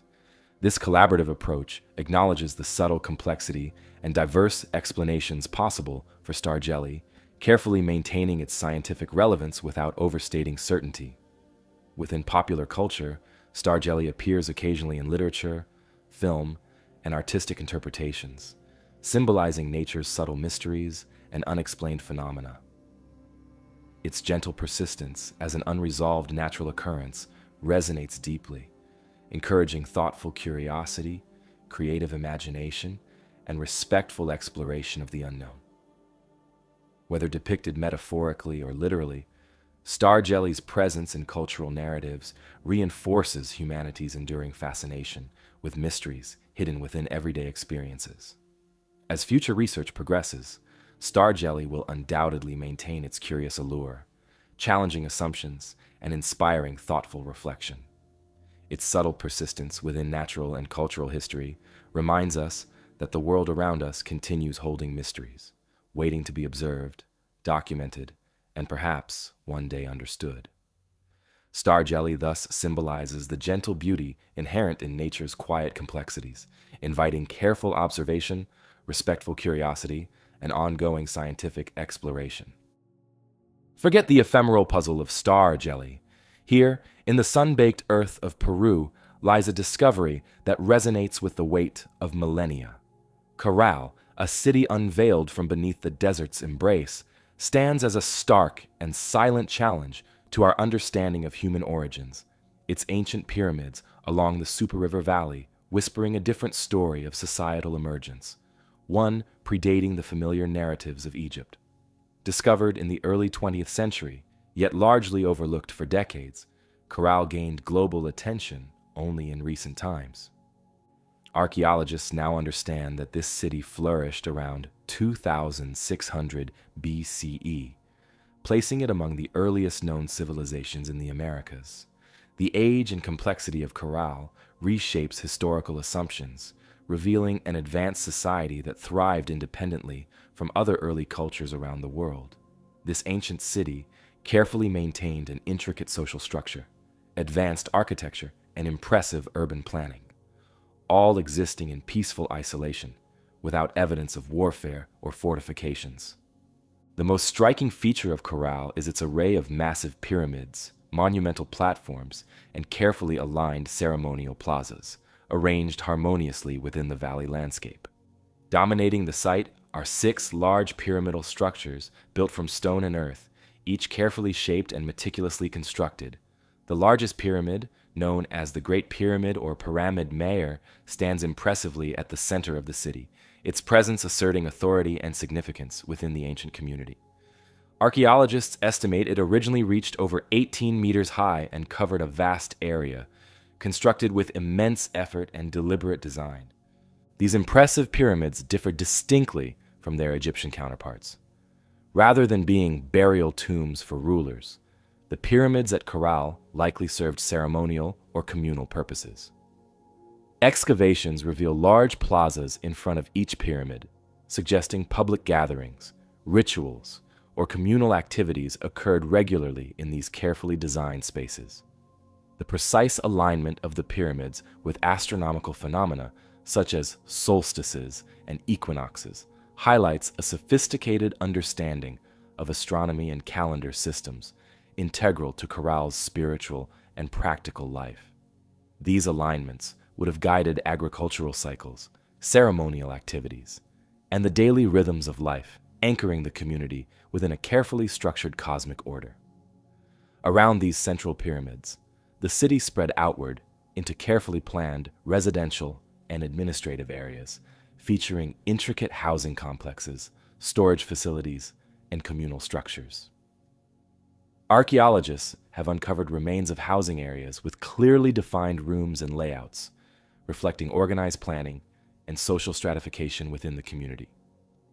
Public structures such as amphitheaters, carefully shaped plazas, and communal storage buildings indicate centralized authority and cooperative social systems, essential for sustaining large-scale construction projects and the city's overall stability.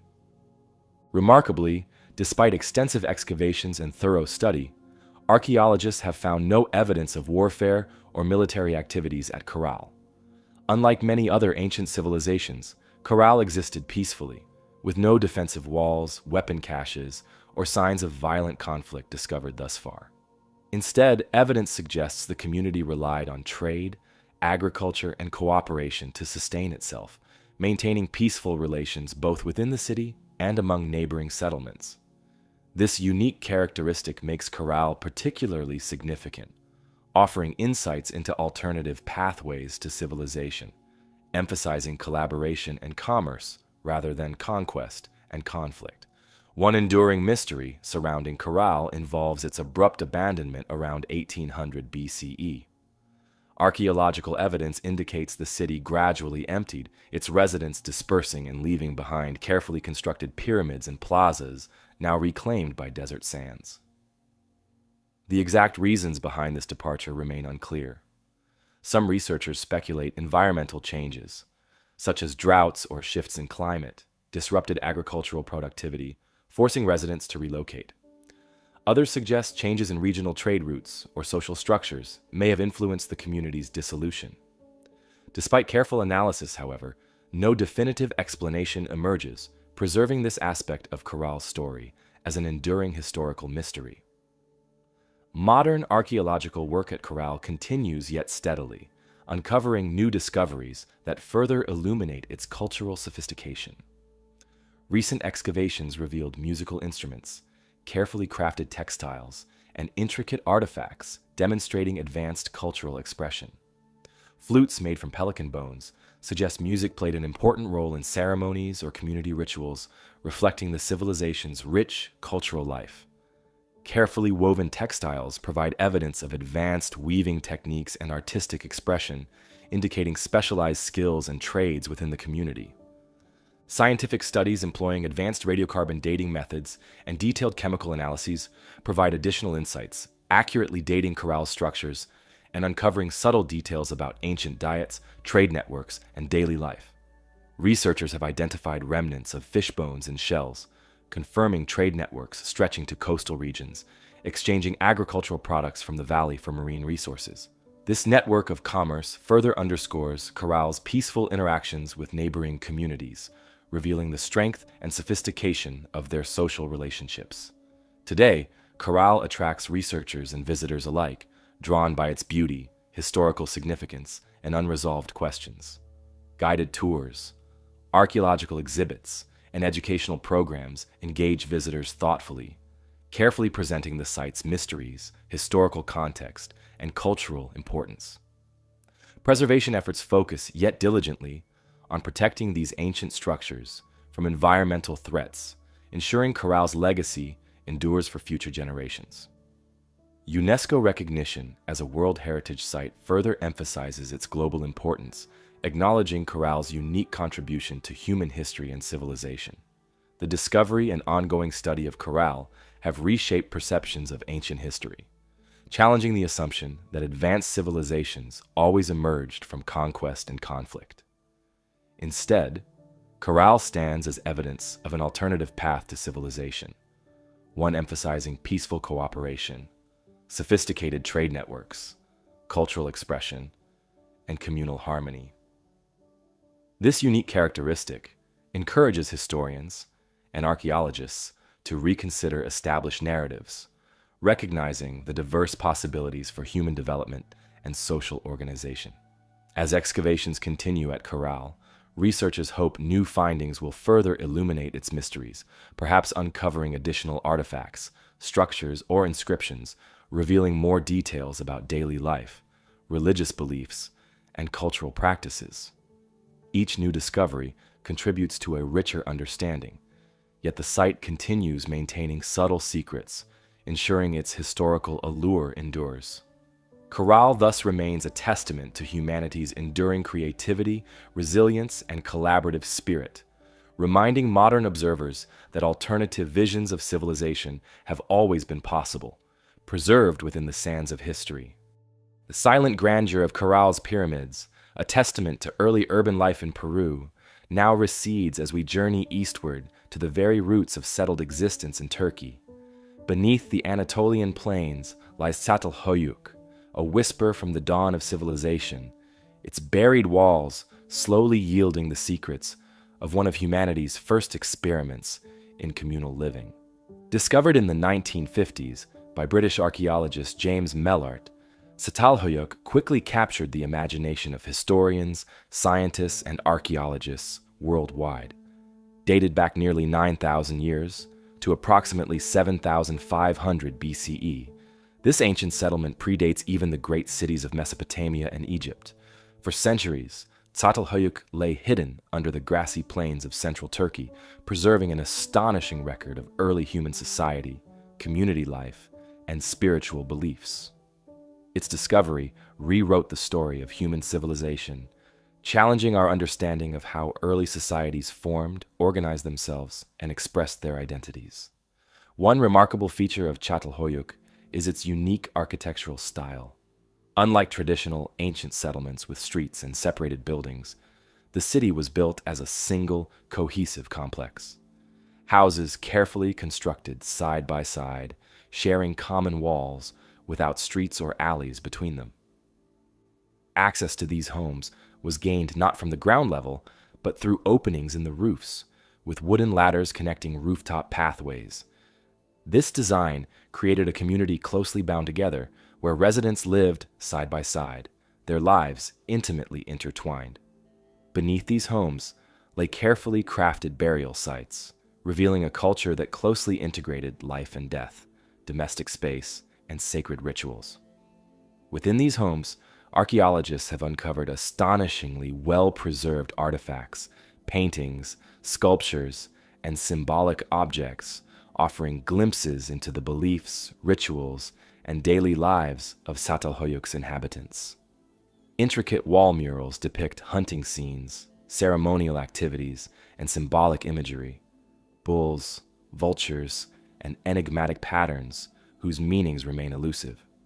Sculpted figurines and statues discovered throughout the settlement further suggest a complex spiritual or symbolic culture with a deep reverence for nature, fertility, and possibly ancestor worship.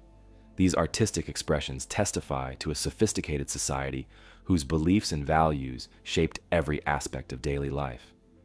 One particularly fascinating discovery involves the abundance of female figurines and symbolic artifacts uncovered within Çatalhöyük's homes. These carefully crafted images, depicting women, animals, and abstract forms, suggest the possibility of a society where femininity, fertility, or goddess worship held significant cultural importance. The exact meaning of these objects continues to intrigue and challenge scholars, yet their prevalence underscores a profound spiritual or symbolic focus within the community. Whether these figures represented deities, ancestors, or symbols of fertility and prosperity, their presence indicates the depth and complexity of spiritual beliefs at Çatalhöyük. Another remarkable feature of the site is the burial practices of its inhabitants. Within homes, archaeologists have discovered careful burials beneath floors and platforms, reflecting a unique integration of domestic life and ancestral remembrance. Bodies were often interred with personal objects, symbolic artifacts, or tokens of remembrance, suggesting deep respect and possibly beliefs in continued spiritual connection with the deceased. These burials hint at a worldview deeply rooted in family, community, and spiritual continuity, yet their precise meanings remain mysterious, carefully hidden within the subtle clues left behind. Remarkably, despite the size and density of the settlement, Çatalhöyük appears to have functioned without centralized leadership or evident social hierarchies. Archaeological evidence reveals no palaces, temples, or monumental structures commonly associated with early complex societies. Instead, the settlement seems to have thrived as a cooperative communal society, organized without rigid class divisions or clear authority figures. This communal approach suggests alternative ways human communities might organize themselves, offering valuable insight into the diversity of early social structures and challenging traditional assumptions about how civilizations must develop. The economy of Çatalhöyük was predominantly agricultural, supported by farming, animal husbandry, and hunting. Archaeologists have uncovered evidence of carefully cultivated wheat, barley, peas, and lentils, along with domesticated cattle, sheep, and goats. Hunting and gathering supplemented this diet, with remains of deer, wild boar, and fish frequently found within the site. This balanced approach to food production and resource management supported a sizable population, estimated at up to 10,000 inhabitants during its peak, remarkable for its era, demonstrating careful planning, cooperative effort, and sustainable practices. After more than a millennium of flourishing community life, Çatalhöyük was eventually abandoned around 5,700 BCE. The reasons for its disappearance remain uncertain, though climate changes, resource depletion, or shifting trade networks might have contributed to its gradual decline. Gradually, residents dispersed, leaving behind their closely connected homes, painted walls, and sacred objects. Over time, the site was reclaimed by nature, hidden beneath grass-covered hills and open plains, waiting patiently for rediscovery. Modern excavations continue carefully, using advanced technologies such as ground-penetrating radar, radiocarbon dating, and microscopic analyses to deepen our understanding of life at Çatalhöyük. International teams of archaeologists collaborate thoughtfully, uncovering layers of history, carefully cataloging each discovery, and piecing together subtle details of daily life, spiritual beliefs, and community organization. Each new artifact, mural, or burial uncovered contributes to a richer, more nuanced understanding of early human societies, reshaping perceptions and historical narratives. Today, Çatalhöyük is recognized internationally as a UNESCO World Heritage Site, drawing visitors, historians, and researchers eager to explore its mysteries. Carefully managed tours, interpretative exhibits, and educational resources offer respectful insights into the site's significance, cultural history, and archaeological discoveries. Preservation efforts ensure ongoing protection of the fragile structures, murals, and artifacts, maintaining their gentle beauty and historical value for future generations. The ongoing study and careful exploration of Çatalhöyük continue challenging traditional assumptions about human history, civilization, and social organization. By revealing a sophisticated society organized cooperatively, integrating daily life, spirituality, and community without evident hierarchies. Çatalhöyük suggests alternative models for early civilization. These insights encourage historians and archaeologists to reconsider established narratives, recognizing the diverse possibilities for human communities and social organization. As future research progresses, Çatalhöyük promises additional revelations, uncovering new artifacts, murals, and insights into early human life. Each discovery contributes thoughtfully to a deeper, more complete understanding of this remarkable settlement, its people, and its legacy. Though some mysteries may remain permanently hidden within its silent walls, Çatalhöyük continues revealing humanity's earliest stories, reminding modern observers of the rich complexity, creativity, and diversity inherent in our shared history. The interconnected dwellings of ancient Çatalhöyük, a window into early human society, now give way to a singular object of remarkable artistry and enduring mystery from the heart of ancient China. Journeying eastward, we encounter the Sword of Gujian, a blade forged millennia ago whose legendary sharpness continues to defy explanation, a testament to the lost skills of its ancient creators. Discovered in 1965 by archaeologists excavating an ancient tomb near Zhangling in Hubei province, the Sword of Gujian instantly drew attention for its exquisite beauty and startling preservation. Unearthed from a wooden coffin, carefully protected within an airtight scabbard, the sword emerged from centuries of darkness into the gentle light of modern examination, astonishingly untouched by corrosion. Its blade, crafted from bronze yet still razor-sharp, reflected softly in the excavation's dim light, hinting at the mastery of the ancient artisans who created it. Upon closer examination, archaeologists found inscriptions delicately etched into the sword's blade, identifying it clearly as belonging to Gujian, the legendary king of Yue, who ruled during China's spring and autumn period, around 496 to 465 BCE. Gujian's reign was a time of turbulent conflict, rivalry, and profound cultural developments, marked by both warfare and advances in craftsmanship.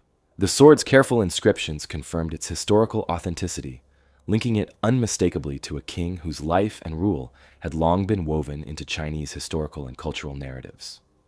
The Sword of Gujian itself is remarkable not only for its age, but also for its extraordinary craftsmanship. Approximately 55 centimeters in length, the blade exhibits a graceful balance and elegant design. The intricate patterns along its surface, a result of sophisticated bronze casting techniques, shimmer beneath museum lights, revealing the subtle beauty of ancient metallurgy. Embedded carefully in its hilt, turquoise and crystal gemstones adorn the sword, adding to its elegance and signifying its royal status. Yet perhaps most astonishingly, the blade's edge remains exceptionally sharp, capable even today of effortlessly slicing through multiple layers of paper, a testament attesting to the superior skills and advanced knowledge of the ancient smiths who forged it. This extraordinary sharpness and resilience puzzled modern metallurgists, prompting extensive scientific analyses to understand the precise techniques and materials used in its creation. Researchers discovered that the sword's remarkable condition resulted from an advanced alloying method used by ancient craftsmen. Its composition included high-quality copper, tin, and trace elements such as sulfur, which significantly increased the sword's durability and resistance to corrosion. The blade's surface was further protected by a thin chromium-rich oxide coating, a subtle but crucial factor preserving the sword's pristine condition through the centuries. Remarkably, chromium plating, a technique once believed exclusively modern, had apparently been mastered by ancient Chinese smiths over 2 millennia ago. King Gujian himself remains a fascinating historical figure whose legacy is preserved carefully within Chinese literature and history. Renowned for his perseverance, resilience, and determination, Gujian led his kingdom of Yue through devastating defeats and remarkable recoveries. Following a crushing military defeat by the neighboring state of Wu, Gujian endured years of captivity and humiliation, yet he remained determined. Upon his eventual release, he carefully rebuilt his kingdom, strengthening his armies and revitalizing his people, ultimately leading Yue to decisive victory over Wu. This tale of patience, resilience, and eventual triumph remains deeply embedded within Chinese cultural narratives, making the sword of Gujian not only an archaeological treasure, but also a powerful symbol of perseverance and national pride. Yet, beyond its historical significance, the sword evokes deeper mysteries surrounding ancient knowledge and technological capabilities. Its astonishing preservation and advanced metallurgy hint at skills and understanding once thought beyond the capabilities of its time. While historians carefully document the period's known technologies and metallurgical practices, the sword's craftsmanship challenges conventional assumptions. It suggests the possibility of lost techniques, forgotten skills, or specialized knowledge possessed by ancient Chinese smiths, whose secrets faded into history, leaving only subtle traces within artifacts like the Sword of Gujian.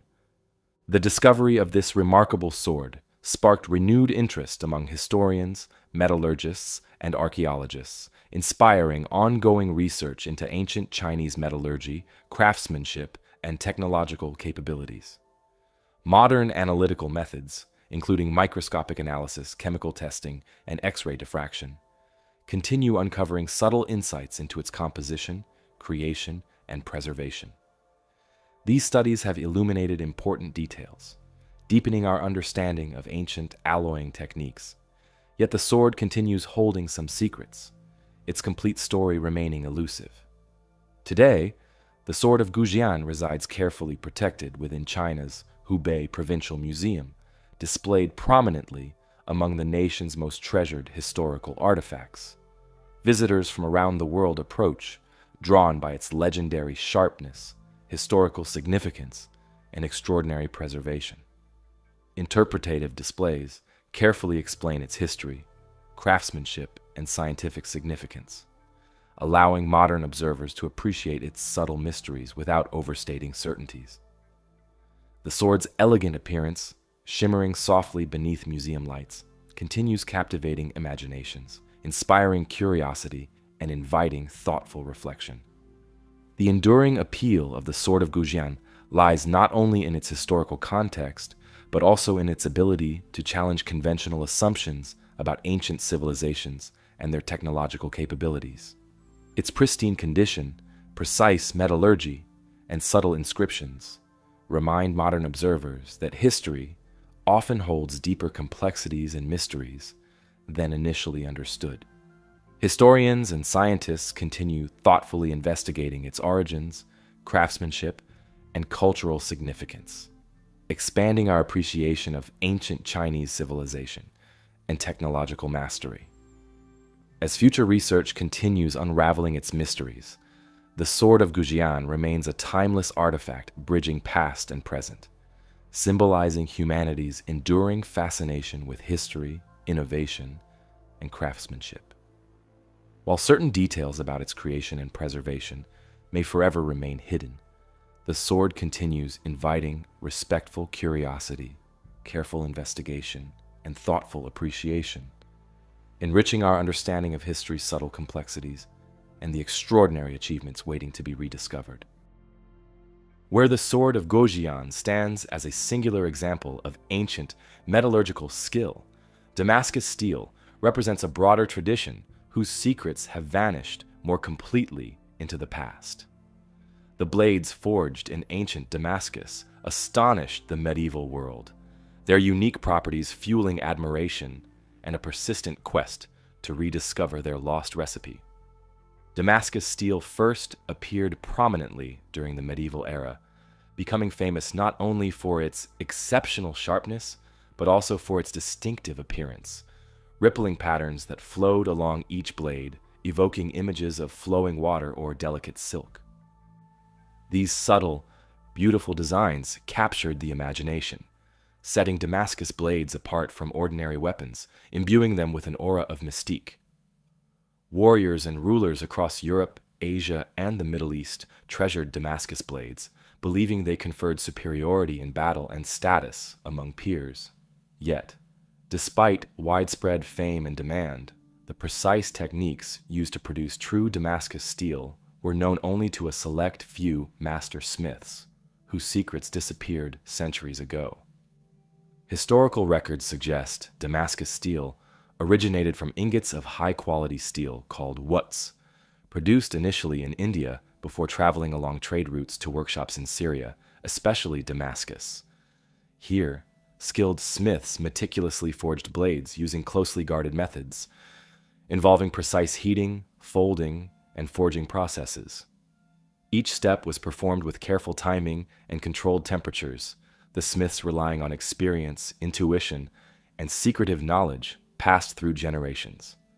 The steel's legendary characteristics emerged gradually through these intricate methods, dependent on subtle variables that remain partially mysterious even today.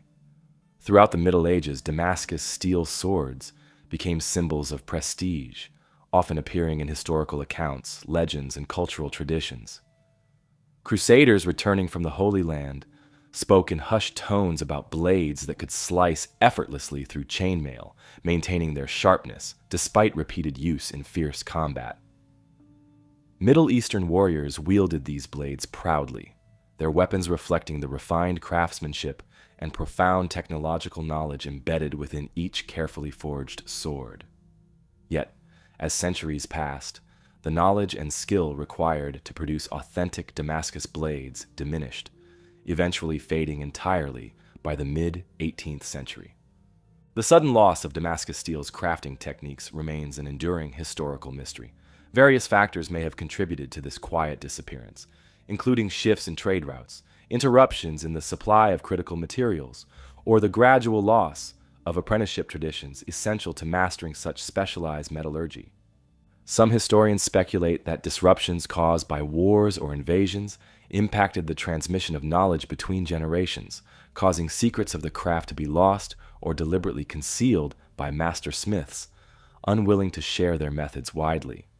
Modern metallurgists and historians continue attempting to rediscover the original techniques behind true Damascus steel, yet success remains elusive.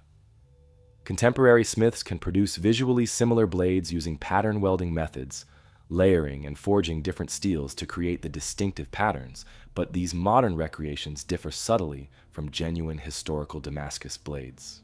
True Damascus steel was forged from wuts, whose precise composition involved trace elements and impurities that influence the blade's internal structure, durability, and sharpness. Despite intensive modern research and experimentation, recreating exact conditions and ingredients necessary to replicate genuine wuts steel consistently remains challenging. Scientific analyses of surviving Damascus steel blades offer valuable insights into their subtle complexity. Microscopic examinations reveal unique internal structures, composed of carbide nanotubes and subtle patterns that strengthen the blade and enhanced its resilience. These discoveries confirm ancient smiths unknowingly harnessed techniques and materials, resulting in sophisticated molecular structures only understood through modern science. The intricate balance of temperature, alloy composition, and forging techniques necessary to create these molecular patterns underscores the genius embedded within historical Damascus blades, deepening respect for ancient metallurgy and craftsmanship. Legends and folklore surrounding Damascus steel further enhance its mystique. Some ancient tales attribute the steel's remarkable properties to mystical or supernatural influences, believing each blade possessed spiritual qualities or magical blessings. Such stories enriched cultural traditions, imbuing Damascus swords with symbolic significance beyond their practical use. While modern science dismisses supernatural explanations, these legends reflect genuine awe inspired by the steel's exceptional quality and the mysterious circumstances surrounding its creation. Today, authentic historical Damascus steel blades can be found carefully preserved in museums and private collections around the world. People visiting these exhibits often stop to admire the beautiful patterns that flow gently across the blades, showing the skilled craftsmanship of ancient metalworkers. Museum displays typically explain the blade's historical importance, their use in medieval trade networks connecting Asia, the Middle East, and Europe, and the impressive metalworking techniques used to create them. These swords give us a direct link to medieval artisans whose names we don't know, but whose skills and artistry still shine clearly through their work. In recent years, scientists and modern smiths have tried to understand exactly how ancient Damascus steel was made. Using tools like microscopes, chemical analysis, and advanced technology, researchers have discovered small details, like unique patterns of carbon and iron, that made these swords strong, flexible, and visually appealing. Contemporary blacksmiths continue to experiment with traditional forging methods, hoping to recreate genuine Damascus steel, or at least learn from its techniques. While the exact original methods have not yet been fully rediscovered, these efforts have helped modern metallurgy and influenced today's metalworking practices. Beyond museums and scientific research, Damascus steel also plays a notable role in modern popular culture. It often appears in books, movies, and art as a symbol of quality, craftsmanship, and historical mystery. Writers and filmmakers frequently use Damascus steel to suggest something special, rare, or connected to ancient traditions. This cultural presence keeps Damascus steel familiar to many people today, helping maintain its reputation as a special type of historical artifact. In short, the story of Damascus steel shows us how ancient people used creativity and skill to craft something extraordinary. It highlights an era when artisans mastered their materials and created beautiful, functional items that remain impressive even today. As research continues, Damascus steel will stay important both historically and culturally, reminding us of how much we can learn from the past.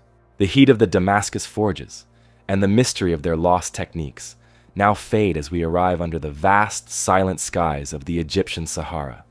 At Nabta Playa, the focus shifts from human craftsmanship to a deliberate alignment with the stars, a prehistoric endeavor whose purpose continues to intrigue those who study the dawn of human understanding of the universe.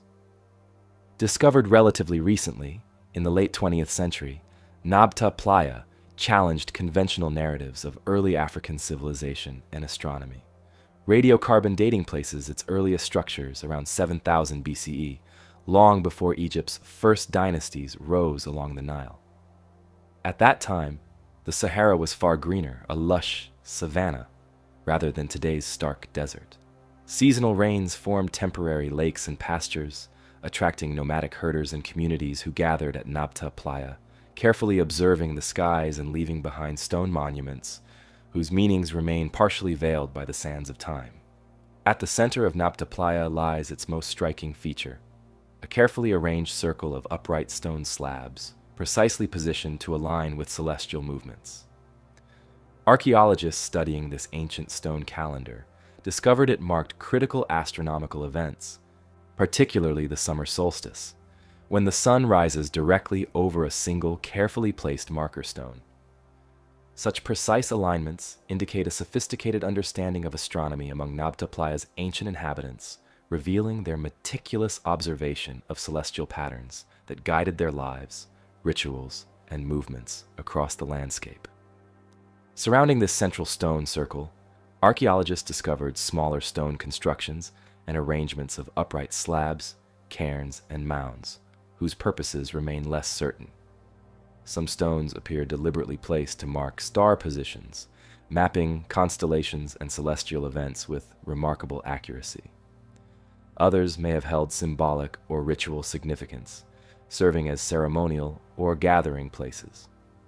One particularly fascinating aspect of Nabta Playa involves its connections with later Egyptian civilization. Scholars have noted intriguing similarities between Nabta Playa's astronomical alignments and symbolic structures, and those found much later along the Nile Valley. Certain features at Nabta Playa resemble early Egyptian temple structures, particularly in their astronomical precision and symbolic significance.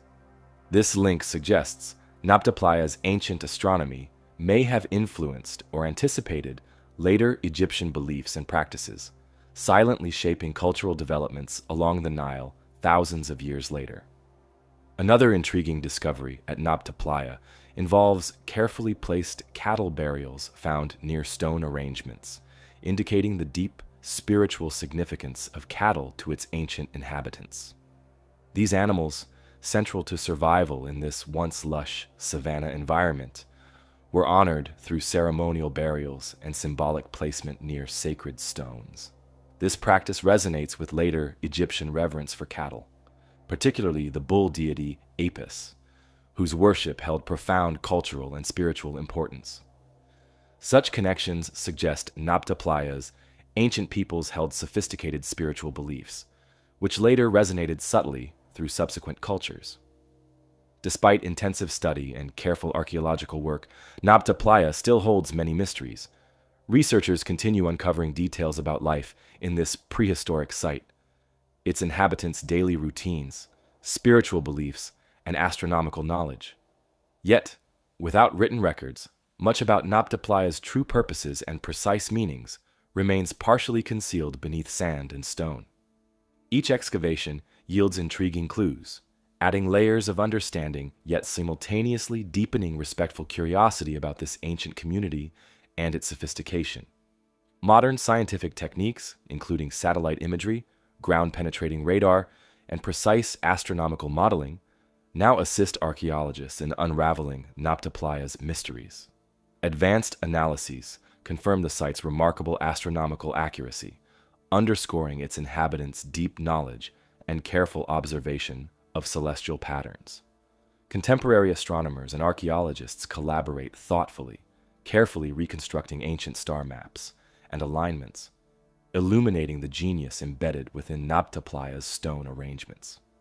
Today, Nabta Playa attracts visitors and researchers from around the world, all drawn by its mysterious stone alignments and ancient astronomical connections. Preserved as an important archaeological site in the vast expanse of the Sahara Desert, it offers visitors a rare glimpse into prehistoric African life. People exploring Nabta Playa often marvel at the carefully positioned stones that were placed thousands of years ago to mark significant celestial events and seasonal cycles. Local guides provide clear explanations and share archaeological knowledge, carefully balancing what is known with what remains uncertain, allowing visitors to appreciate the site's historical significance without overstating conclusions.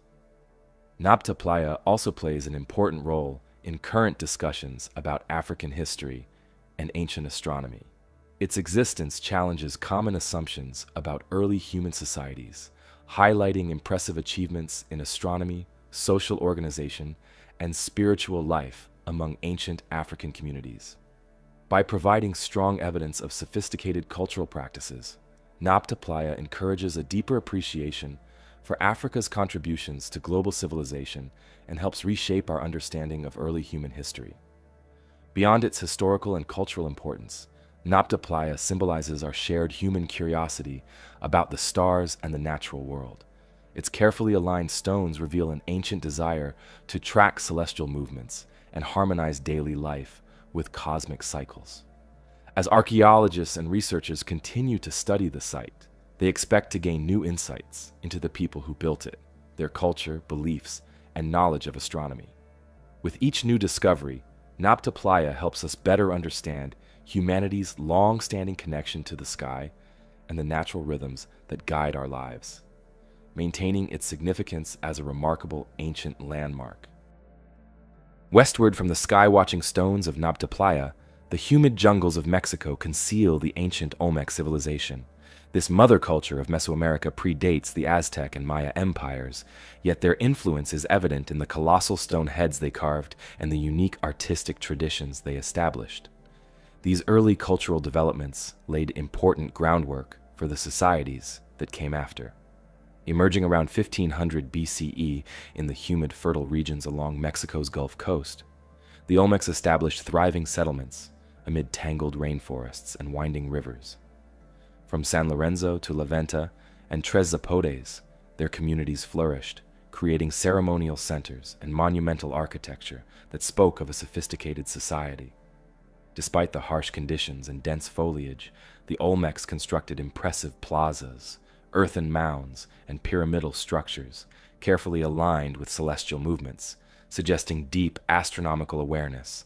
These ceremonial spaces likely hosted elaborate rituals, community gatherings, and sacred practices that form the spiritual heart of Olmec life. Yet, perhaps the most striking legacy of the Olmecs lies in their colossal stone heads. Massive basalt sculptures weighing several tons, each carved from a single volcanic stone transported over long distances through jungle paths and river channels. Each head depicts a distinct face, marked by carefully detailed expressions, powerful jaws, thick lips, and helmet-like headdresses, hinting at individual identities, rulers, or revered figures. Scholars speculate these immense portraits represented powerful Olmec leaders or ancestral figures, embodying their strength and authority in stone. Precisely how these enormous stones were transported and sculpted remains an ongoing mystery, as the Olmecs possessed no metal tools or draft animals, relying instead on stone tools, ingenuity, and tremendous human effort. Alongside these giant sculptures, Olmec artisans produced smaller but equally captivating artifacts, jade figurines, ceramic vessels, and finely detailed masks that highlight their artistic excellence and complex symbolism. The Olmecs held jade in particularly high esteem, meticulously shaping it into figurines, masks, and ritual ornaments. These jade artifacts often depicted humans, animals, or hybrid creatures, embodying both realistic detail and symbolic significance. This reverence for jade reflects deeper spiritual beliefs and cultural values, suggesting the material's symbolic connection to life, fertility, or the supernatural. The Olmecs also displayed remarkable skill in ceramics, crafting delicate vessels decorated with intricate designs, patterns, and motifs that subtly reflect their worldview. Images of jaguars, serpents, birds, and mythical creatures recur frequently, symbolizing aspects of power, transformation, or spirituality in Olmec mythology. The jaguar in particular held deep significance, appearing prominently in Olmec art and iconography as a symbol of strength, authority, and spiritual transformation. These carefully rendered motifs provide vital clues into Olmec beliefs, cosmology, and their intricate relationship with the natural and supernatural worlds. Despite their clear artistic achievements and cultural sophistication, much about the Olmecs remains unknown. One particularly compelling mystery surrounds their writing system, an early form of hieroglyphic symbols appearing on monuments, pottery, and small artifacts. Scholars agree the Olmecs developed one of the earliest known forms of written language in the Americas, yet despite dedicated study, their script remains largely undeciphered. Occasional glyphs and symbolic motifs appear repeatedly, suggesting a coherent system for recording information, history, or rituals. Still, without a clear translation, their meanings remain tantalizingly out of reach, leaving only hints about the stories, rituals, or histories they once conveyed. Another remarkable, yet elusive aspect of Olmec civilization involves their widespread influence. Artifacts and architectural styles, reflecting Olmec motifs and techniques, appear throughout the broader Mesoamerican region, from present-day Mexico to Central America, indicating extensive trade networks and cultural interactions. Olmec-style artifacts, jade ornaments, ceramic vessels, symbolic figurines, found far beyond their heartland, suggest the civilization's far-reaching impact, shaping traditions, beliefs, and artistic practices across diverse communities. Yet, exactly how this influence spread and was maintained remains unclear, with researchers exploring whether it resulted from peaceful trade relationships, shared religious beliefs, or more complex interactions still not fully understood. The eventual decline and disappearance of the Olmec civilization around 400 BCE presents yet another intriguing puzzle. Archaeological evidence indicates that their major ceremonial centers, once bustling hubs of cultural and spiritual life, gradually fell into abandonment and decay. Possible explanations include environmental factors such as changing climates, disrupted agricultural practices, or natural disasters. Alternatively, shifts in trade routes, internal social conflicts, or cultural transformations may have contributed to their civilization's gradual dispersal. While researchers carefully examine these possibilities, no single explanation conclusively explains the Olmec's mysterious retreat into history. Modern archaeological efforts continue shedding new light on Olmec society. Excavations at La Venta, San Lorenzo, and Tres Zapotes reveal complex social structures, sophisticated urban planning, and intricate religious practices. Burial sites uncovered near ceremonial centers suggest hierarchical societies with clear social distinctions, elite rulers, and specialized roles within the community. Analysis of remains and artifacts provides valuable insights into Olmec diet, agricultural practices, and daily life, helping reconstruct a more comprehensive image of this influential, yet still confusing civilization. Today, Olmec sites attract visitors and researchers from around the world, drawn by the fascinating artifacts and mysteries left behind by this ancient civilization. Museums across Mexico proudly display Olmec sculptures, including the famous giant stone heads, intricately carved jade figures, and detailed ceramic pottery, helping visitors appreciate the remarkable artistic achievements of the Olmec people. At archaeological sites, guided tours lead visitors through ceremonial plazas, impressive stone monuments, and ancient residential areas, offering deeper insight into Olmec daily life while highlighting questions that still remain unanswered. The Olmec civilization continues to intrigue us precisely because so much about it remains unknown. This ancient culture challenges common ideas about how early societies developed in the Americas, showing surprising sophistication in art, trade networks, and technology. Each new artifact discovered provides valuable clues that deepen our understanding and spark fresh curiosity, while also reminding us that many important details still lie hidden beneath dense jungle soil. Although many mysteries about the Olmecs persist, such as their undeciphered writing system, the reasons behind their civilization's decline, and how their cultural influence spread so widely, their legacy remains undeniably significant. With ongoing archaeological excavations and advances in research technology, historians and scientists anticipate uncovering new evidence that could eventually answer some of these lingering questions. Each discovery moves us closer to understanding the Olmec people and ensures their place as one of the most fascinating civilizations in ancient history. Leaving the Olmec civilization's jungle monuments in Mexico, we now travel east to medieval Europe and the scriptoria of ancient monasteries. Here, among old texts, we find the Codex Gigas, also called the Devil's Bible. Its immense size, how it was made, and its contents continue to intrigue scholars. Legend and mystery surround this ancient book. Crafted sometime in the early 13th century within a Benedictine monastery in Bohemia, modern-day Czech Republic, the Codex Gigas is an extraordinary work.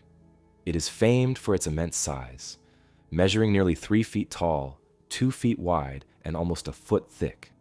Bound in wood, leather, and metal, the manuscript weighs roughly 165 pounds, making it one of the largest medieval manuscripts ever created. Its sheer scale alone demands attention, evoking curiosity about the dedication, purpose, and circumstances behind its meticulous production. Yet, beyond its remarkable size, the Codex Gigas harbors a deeper intrigue: its content. The manuscript contains a vast compilation of texts meticulously penned in Latin across over 300 parchment leaves made from animal skins.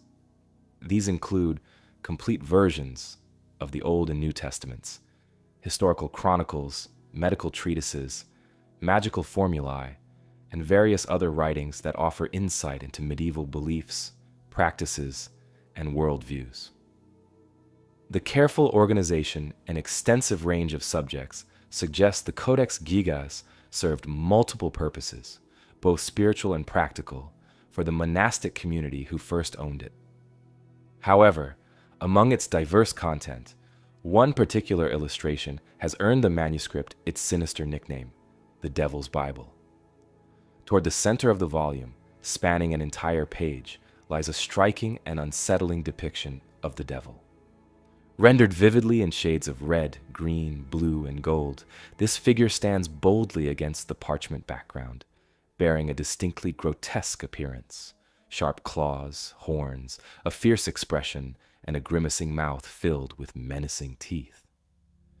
This unsettling portrait contrasts sharply with the religious texts surrounding it, raising questions about the intent, meaning, and context behind its inclusion.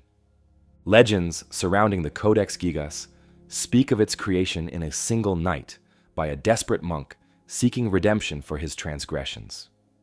According to the story, having committed a grievous sin and facing severe punishment, the monk pleaded for mercy, promising to produce a manuscript containing all human knowledge in exchange for his life. Recognizing the impossibility of the task, the monk allegedly summoned the devil, bargaining his soul in exchange for assistance. Thus, the devil supposedly aided the monk completing the massive tome by dawn, leaving behind his own ominous portrait as a mark of his involvement. While historians regard this legend with skepticism, it undeniably adds to the Codex's mysterious allure. Modern analysis, however, suggests a more plausible yet no less impressive origin. Scholars estimate the manuscript required decades of meticulous labor, likely created by a single dedicated scribe or a small team of monks working together. Consistency in handwriting, ink quality, and meticulous formatting support the theory of a single scribe working steadily over many years, a lifetime commitment to creating this comprehensive compilation. The devil's portrait, therefore, may have been intended symbolically, possibly serving as a reminder of spiritual dangers, the constant presence of evil, or simply as a warning to readers against straying from the path of righteousness. Throughout its existence, the Codex Gigas has endured a turbulent history, passing through numerous hands, monasteries, and royal collections. It narrowly escaped destruction during wars, fires, and upheavals, further enhancing its legend and mystique. Its original home, the Podlagis Monastery, faced hardships leading to the manuscript's relocation to various religious centers, castles, and libraries across Europe, each move accompanied by new stories, superstitions, and speculations.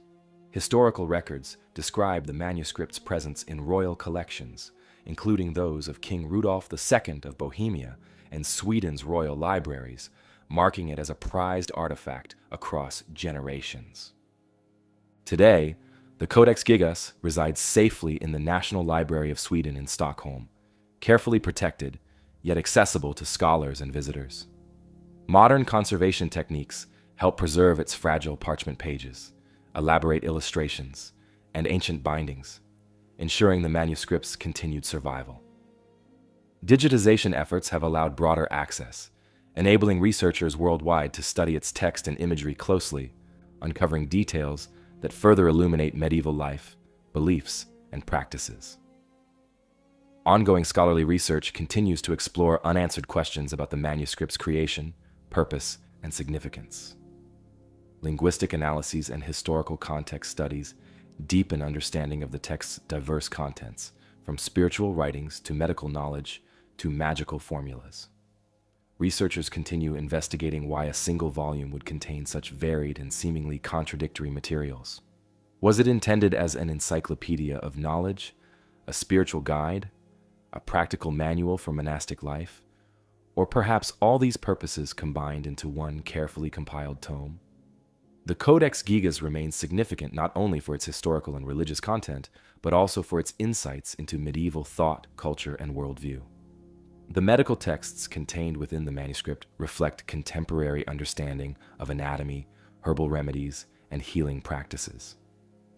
Similarly, the inclusion of magical and mystical formulas provides unique glimpses into medieval beliefs regarding supernatural powers, spiritual protection, and symbolic rituals, practices that occupied an intriguing space between religion and superstition in medieval Europe. Even now, the Codex Gigas continues to captivate popular imagination, inspiring fiction, documentaries, and artistic representations. Its depiction of the devil, in particular, has resonated culturally, symbolizing humanity's enduring fascination with evil, temptation, and the supernatural.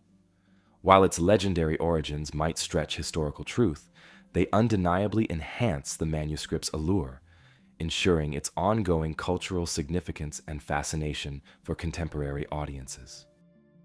Eastward from the shadowed legends of the Codex Gigas, we arrive in China's distant Qinghai province and the stark form of Mount Baigong. Hidden within this rugged peak are the Baigong Pipes. Here, far from bustling cities and quiet villages, stands Mount Baigong, a solitary formation rising starkly against the barren backdrop of Qinghai province. At first glance, it seems simply another rugged peak, untouched by human hands.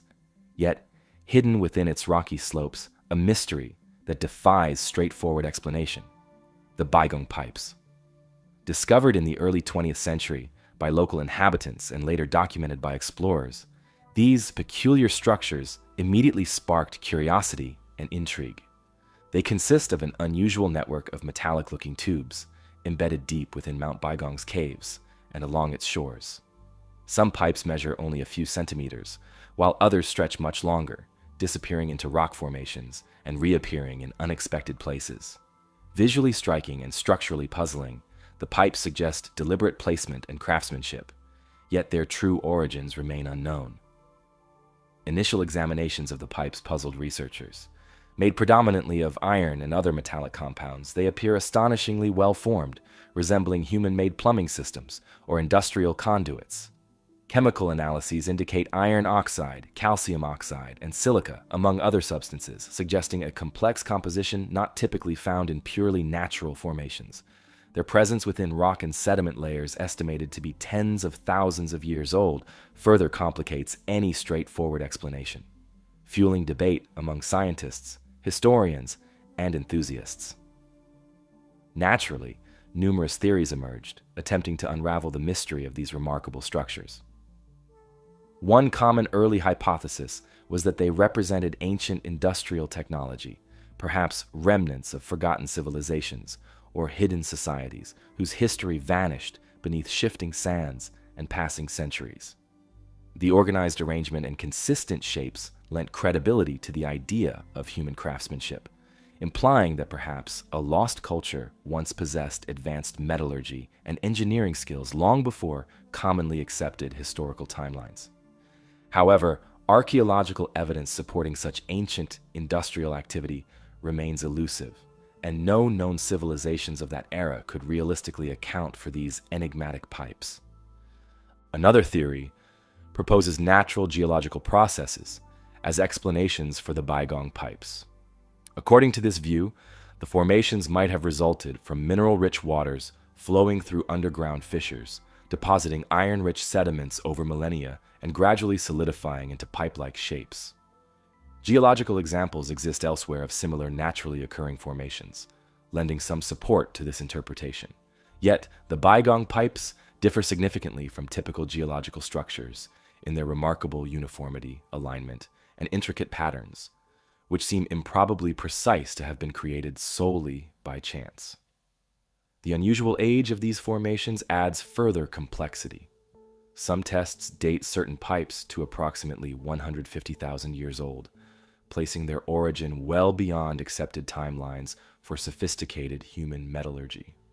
While some critics argue that such dating might be inaccurate due to environmental conditions or contamination, the sheer magnitude of these dates continues to intrigue and confound researchers. Consequently, debates persist over whether the pipes truly represent human or natural creations, or perhaps an unknown combination of both, further deepening their mystery. Intriguingly, local folklore and legend from nearby communities around Mount Baigong speak of mysterious lights, strange occurrences, and hidden entities inhabiting the region. Some stories suggest ancient beings or mythical cultures residing within or beneath the mountain, implying that perhaps these pipes served as passageways, conduits, or symbolic structures created by unknown inhabitants. While these legends offer fascinating cultural context, they add another layer of mystique rather than providing clear answers. Further examinations conducted by scientists yielded interesting insights, but no definitive explanations.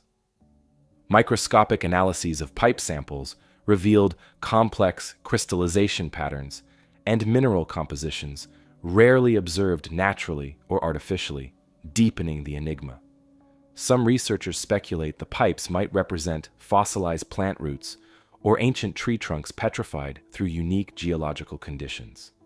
Yet, despite plausible explanations proposed by botanists and geologists, no singular theory fully accounts for all observed features, leaving many questions unanswered. Over the past several decades, the Baigong Pipes have attracted growing international interest, prompting visits and detailed studies from Chinese researchers and global scientific teams. Experts in archaeology, geology, metallurgy, and chemistry have traveled to the region, drawn by the unusual nature of these artifacts and the possibility of new insights into Earth's geological or cultural history. Despite thorough investigations, consensus remains elusive, preserving the mystery and scientific intrigue surrounding these formations. Today, travelers and researchers visiting Mount Baigong are fascinated by the unusual pipes embedded within the rock formations, prompting them to wonder about their origins and purpose. Informational displays at the site carefully explain what researchers have discovered so far and discuss various theories about the pipes without jumping to conclusions. Visitors often pause to examine the pipe's unique structure and placement, engaging thoughtfully with ideas offered by both scientists and local folklore. Recently, scientists have continued investigating the Baigong Pipes using advanced methods such as satellite imaging, ground-penetrating radar, and chemical analysis. These modern techniques help researchers explore the site in greater detail, potentially uncovering previously hidden clues. Geologists and metallurgists regularly study similar structures found elsewhere, comparing their findings to understand whether natural geological processes, ancient human activities, or a combination of factors might explain these intriguing formations. Though the exact origins of the Baigong Pipes are still unknown, their presence raises interesting questions about geology, archaeology, and possibly unknown natural phenomena. They demonstrate the complexity of Earth's history and how much we still have left to discover. Every new study or visitor's insight adds valuable information and helps build a better understanding of these mysterious structures. As research progresses, the Baigong Pipes remain an engaging puzzle, continually sparking curiosity and encouraging further exploration into Earth's past. From the remote Chinese mountains and the curious nature of the Baigong Pipes, our journey continues eastward across the Pacific's vast expanse to Micronesia. On the coast of Pohnpei lies Nan Madol, an ancient city uniquely constructed on artificial islands. This Venice of the Pacific, bordered by mangroves, presents stone structures whose origins and purposes remain a scholarly puzzle. Constructed around the 8th or 9th century and reaching its height between the 12th and 16th centuries, Nan Madol was an impressive feat of ancient engineering. The entire city spreads across nearly 100 artificial islands, carefully built upon shallow coral reefs and interconnected by a network of canals, channels, and waterways. Its structures, composed of massive basalt logs stacked intricately upon each other without mortar, create monumental platforms, temples, and tombs that rise solemnly above water. Each stone weighs many tons, quarried and transported from distant volcanic regions, reflecting meticulous planning, impressive labor, and sophisticated engineering. Precisely how these heavy basalt stones were moved, lifted, and assembled into place remains a central mystery of Nan Madol. Local legends speak of powerful magicians or ancient rulers who commanded supernatural forces, levitating stones into position or summoning spirits to assist their labor. These stories, preserved through generations of oral tradition, add intrigue and a sense of wonder to the city's legacy. Yet archaeologists propose more practical explanations, suggesting extensive human labor, advanced techniques, and ingenious engineering enabled the movement and placement of these enormous stones. Despite numerous studies, no single theory fully explains all aspects, leaving the true methods obscured by time. Nan Madol served as the ceremonial, political, and spiritual center of the Sodeleur dynasty, which ruled Pohnpei for centuries. Its complex layout reveals careful urban planning, social hierarchy, and religious symbolism. Royal residences, sacred shrines, ritual spaces, and tombs were thoughtfully arranged across islands, creating distinct districts separated by water yet unified through interconnected canals. Central platforms housed temples and royal tombs, symbolizing the ruler's power and divine authority. Archaeological evidence indicates Nan Madol was reserved primarily for the ruling elite and priests, its isolation and complexity underscoring its sacred significance and exclusivity within Saudeleur society. Throughout Nan Madol, many structures were dedicated to religious and ceremonial functions. Priests conducted rituals and ceremonies, communing with ancestral spirits or divine entities believed to reside within sacred stones, structures, or surrounding waters. Water played a central role in spiritual practices, symbolizing purification, renewal, and connection between earthly life and the spiritual realm. Stone-lined pools, canals, and platforms enhance these spiritual experiences, creating an environment conducive to meditation, prayer, and reflection. The presence of elaborate burial sites and tomb complexes further underscores Nan Madol's significance as a sacred landscape intimately tied to beliefs about death, afterlife, and ancestral worship. Despite its impressive construction and cultural prominence, Nan Madol gradually declined and was abandoned around the 17th century. The precise reasons for its abandonment remain unclear, though legends speak of internal conflicts, environmental changes, and shifting political dynamics undermining Saudeleur authority. Archaeological studies suggest ecological challenges, such as reduced agricultural productivity, resource depletion, or shifting trade routes, may have contributed significantly to Nan Madol's decline. Eventually, the city's elaborate canals became choked with silt, mangroves reclaimed islands, and the stone structures slowly succumbed to natural forces, their grandeur softly fading beneath tropical vegetation and encroaching waters. European explorers first encountered Nan Madol in the 19th century, struck by its unexpected presence and mysterious origins. Early accounts described its structures as extraordinary, resembling ancient temples or forgotten cities, sparking international interest and curiosity. Since then, Nan Madol has become a focal point for archaeological research, exploration, and historical inquiry, drawing scholars from across the globe intrigued by its mysteries. Researchers continue investigating construction methods, cultural practices, and historical context, employing modern techniques, including underwater surveys, ground-penetrating radar, and detailed mapping to unravel the site's complex history. Contemporary archaeological excavations and analyses offer intriguing insights, yet also highlight Nan Madol's enduring mysteries. Artifacts uncovered, including pottery, tools, ceremonial objects, and burial remains, provide valuable clues into daily life, rituals, and societal structure during its heyday. Examination of human remains from burial sites indicates clear distinctions in social status, health conditions, and dietary practices, emphasizing Nan Madol's hierarchical society. Yet many fundamental questions remain unanswered, including precise methods of construction, the full scope of religious beliefs and practices, and detailed reasons behind its eventual abandonment. Today, Nan Madol exists as both an archaeological treasure and cultural landmark, protected as a UNESCO World Heritage Site. Visitors journey through its waterways by small boats or canoes, navigating carefully around mangroves and stone ruins, experiencing firsthand the city's beauty and lingering mystery.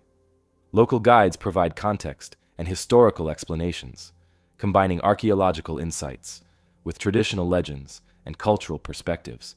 Conservation efforts focus on preserving fragile stone structures, managing vegetation growth, and mitigating erosion, ensuring Nan Madol's continued survival and cultural significance. Local communities maintain a close bond with Nan Madol, seeing it as sacred, ancestral land deeply connected to their cultural identity. Traditions, stories, songs, and ceremonies that have been passed down through generations preserve memories of the city's creation, its cultural importance, and eventual decline. For the people of Pohnpei, Nan Madol is not only a historical or archaeological site, but also a place of spiritual significance and cultural pride, closely tied to their daily lives and heritage. Researchers continue to investigate Nan Madol, and each year brings new discoveries about the ancient city. Archaeologists frequently uncover artifacts, structures, or signs of daily life that offer valuable clues about how the city was built, how its people lived, and the role it played in regional culture and society. Modern tools such as remote sensing, underwater archaeology, and advanced imaging technologies allow experts to access previously hidden areas, uncovering details about ancient construction techniques and the way different parts of the city were connected. Although much of Nan Madol's story remains unknown, the city represents an impressive example of human skill and creativity. Its carefully arranged stone buildings, complex waterways, and symbolic structures reflect a sophisticated understanding of architecture, spirituality, and community organization. Nan Madol demonstrates the remarkable abilities of ancient people to shape their environment, creating a thriving society that continues to capture our imagination and interest today. The tropical waters and unique architecture of Nan Madol now give way to the misty mountains and ancient stone structures of Russia's North Caucasus. Here, hidden among the valleys and forests, the dolmens stand as silent enigmas. Their builders, origins, and purposes remain a captivating mystery for archaeologists and all who encounter them. Constructed primarily between 3000 and 2000 BCE, the North Caucasus dolmens number in the thousands, scattered throughout remote forested areas, rocky slopes, and tranquil valleys. Each dolmen typically consists of massive stone slabs, carefully shaped, carved, and precisely fitted together to form small rectangular chambers or tomb-like enclosures. Enormous roof slabs often top these structures, supported by carefully arranged vertical stones that balance and hold the entire formation together without mortar or visible fastenings. Their design displays remarkable engineering skill, accuracy, and patience, showcasing advanced stoneworking techniques of their unknown builders. Perhaps the most intriguing feature of these dolmens is the small, circular opening or portal, carefully carved into one of the stones, typically positioned at the front.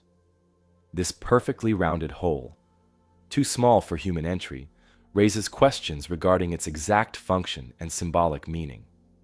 Some researchers suggest these portals allowed offerings, ceremonial objects, or spiritual communications to pass between the living and the deceased ancestors interred within the dolmen chambers. Others theorize the openings might align with specific celestial events, acting as symbolic passages for sunlight or moonlight, connecting earthly structures to cosmic rhythms. Inside many dolmens, archaeologists discovered human remains, artifacts, pottery fragments, tools, and jewelry, suggesting they primarily served as burial structures or ceremonial tombs. Careful analyses indicate that dolmen burials typically belong to individuals of significant social or spiritual status, their remains often accompanied by valuable grave goods or ritual offerings. Yet precisely who these ancient peoples were, their cultural identity, beliefs, and traditions, remains largely mysterious.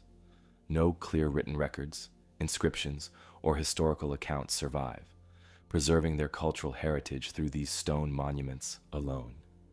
The careful orientation and placement of many dolmens hint subtly at sophisticated astronomical awareness and spiritual significance. Researchers noted that certain dolmens align with sunrise or sunset during equinoxes and solstices, indicating deliberate positioning that links these structures closely to celestial phenomena. Such alignments suggest ancient builders observed and celebrated solar cycles, incorporating these celestial rhythms deeply into spiritual practices, beliefs, and rituals.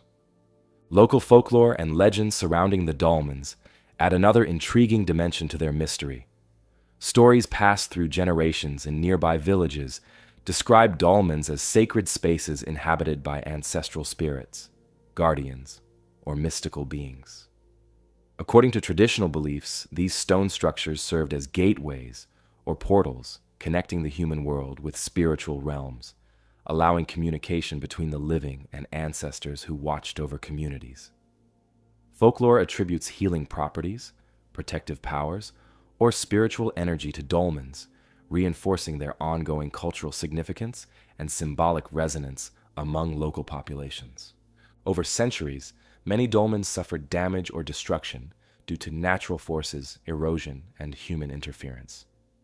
Yet remarkably, countless structures remain intact, preserved in remote mountain locations or protected within national parks. Conservation efforts and archaeological studies today focus on documenting, preserving, and analyzing dolmen sites, recognizing their cultural and historical importance. Advanced technologies such as laser scanning, photogrammetry, and detailed mapping assist researchers in understanding construction techniques, astronomical alignments, and cultural contexts. Despite careful research and extensive archaeological exploration, the exact identity, language, and cultural traditions of dolmen builders remain uncertain. Historians speculate connections with broader prehistoric cultures inhabiting surrounding regions during that era, yet no definitive evidence conclusively links North Caucasus dolmens directly to known ancient societies. This uncertainty deepens their intrigue, inviting respectful curiosity and ongoing scholarly investigation. Researchers continue exploring comparative studies, cultural analyses, and archaeological excavations, hoping eventually to reveal clearer insights into the lives, beliefs, and practices of these mysterious ancient peoples. Today, the North Caucasus dolmens attract visitors, historians, archaeologists, and spiritual seekers intrigued by their presence and ancient mysteries. Travelers journey along winding mountain paths, exploring remote dolmen clusters hidden amid forests, streams, and peaceful valleys. Local guides provide historical context, archaeological insights, and traditional legends, combining academic knowledge with cultural narratives.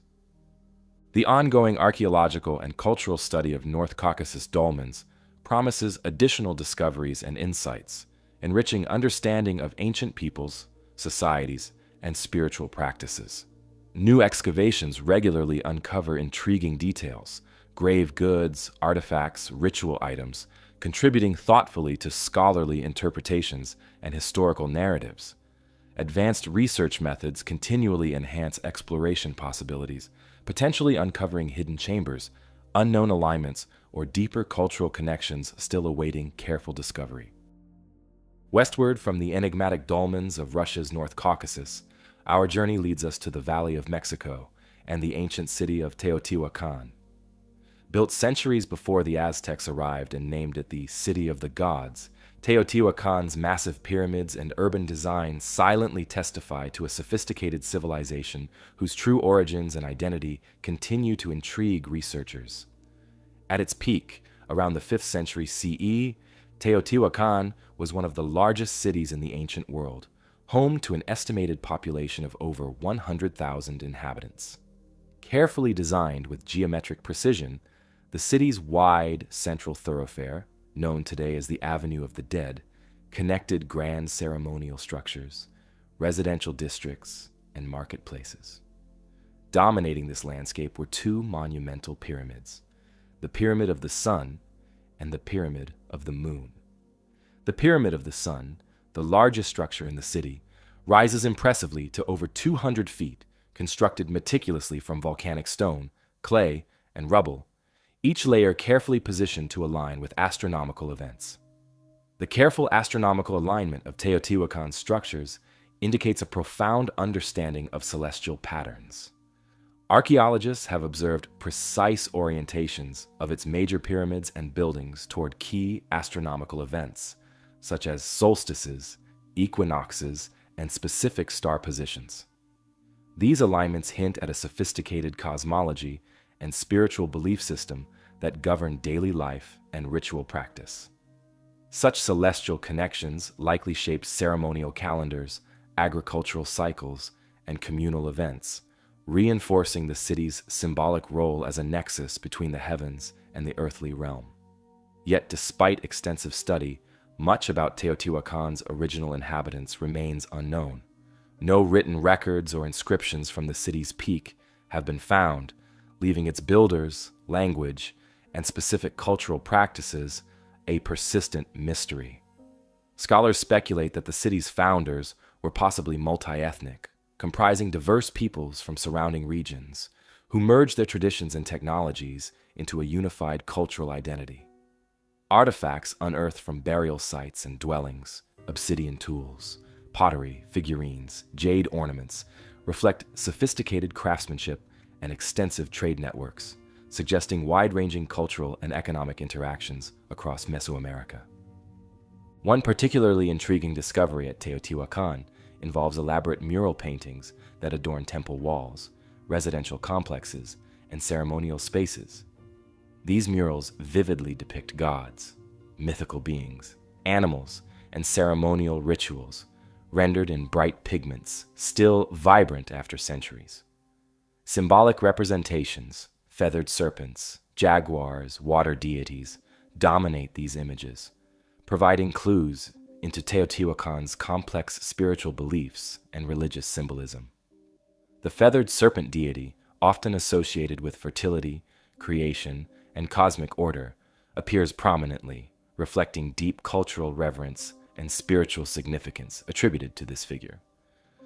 Recent archaeological excavations have revealed hidden tunnels and chambers beneath key structures, adding another layer of intrigue to Teotihuacan's story. Beneath the pyramid of the feathered serpent, archaeologists uncovered an underground passage filled with offerings, pottery vessels, obsidian blades, sculptures, jade artifacts, arranged deliberately in symbolic patterns. Further exploration uncovered chambers containing liquid mercury pools, polished pyrite spheres, representing stars, and elaborate symbolic installations. These discoveries suggest elaborate rituals involving sacred spaces, symbolic offerings, and possibly representations of the underworld or cosmic realms, enhancing our understanding of the city's spiritual complexity and ceremonial practices. The gradual decline and abandonment of Teotihuacan around 650 CE present another intriguing puzzle. While its massive structures, murals, and artifacts remain, the reasons for its decline remain uncertain. Archaeological evidence indicates significant social unrest, internal conflicts, or environmental stresses possibly contributed to its collapse. Some scholars suggest resource depletion, climate changes affecting agricultural productivity, or shifts in trade networks undermined its economic and social foundations. Others hypothesize internal rebellions or political upheavals weakened central authority, leading to gradual population dispersal and abandonment. Despite extensive research, no single theory fully explains the city's decline, preserving the questions surrounding its final days. Centuries later, the Aztecs encountered Teotihuacan's abandoned ruins and revered them as sacred ancestral sites. They integrated the city's monumental pyramids and ceremonial spaces into their own spiritual narratives, recognizing its ancient grandeur and cultural significance. Aztec mythology attributed Teotihuacan's creation to gods, believing it the sacred birthplace of the sun and moon, central elements within their cosmology. The Aztecs performed ceremonies, pilgrimages, and rituals at these ruins, preserving memories and cultural reverence long after the original inhabitants vanished, ensuring Teotihuacan's lasting place within Mesoamerican cultural heritage. Modern research continues shedding new light on Teotihuacan through archaeological excavation, scientific analyses, and technological advancements. High-resolution imaging, remote sensing, and ground-penetrating radar assist researchers in identifying hidden chambers, burial sites, and structures beneath the city's surface. Chemical analyses of artifacts, murals, and construction materials deepen understanding of craftsmanship techniques, resource usage, and trade interactions. These ongoing investigations continually yield small yet significant insights, enriching appreciation for Teotihuacan's societal complexity, economic sophistication, and spiritual depth. Today, Teotihuacan remains one of Mexico's most iconic archaeological sites, attracting visitors worldwide drawn by its ancient grandeur, monumental pyramids, and enigmatic history. Visitors climb the pyramids, explore residential complexes, and walk along the Avenue of the Dead, experiencing firsthand the city's careful planning, architectural skill, and spiritual symbolism. Interpretative centers and guided tours offer historical context, archaeological explanations, and cultural perspectives, combining scholarly knowledge with traditional interpretations to enhance visitor experiences and understanding. Conservation efforts ensure the preservation and protection of Teotihuacan's fragile murals, stone structures, and archaeological sites. Restoration projects carefully stabilize ancient buildings, manage environmental threats, and mitigate human impact, safeguarding the city's historical integrity for future generations. Collaborative research programs, cultural exchanges, and educational initiatives involve local communities actively, recognizing Teotihuacan's importance as both archaeological heritage and contemporary cultural resource. As researchers continue exploring Teotihuacan's mysteries, the city offers ongoing discoveries, surprises, and insights, ensuring enduring fascination and scholarly interest. Each new excavation or technological advancement reveals additional layers of complexity, symbolism, and cultural interconnectedness, deepening appreciation for its historical significance and societal achievements. Whether viewed archaeologically, culturally, or spiritually, Teotihuacan remains an extraordinary testament to humanity's creativity, ingenuity, and profound connection with the natural and cosmic worlds. Leaving behind the stone islands and ancient canals of Nan Madol, we now travel back across vast oceans and continents, moving through time to one of history's most puzzling and dramatic periods, the Bronze Age collapse.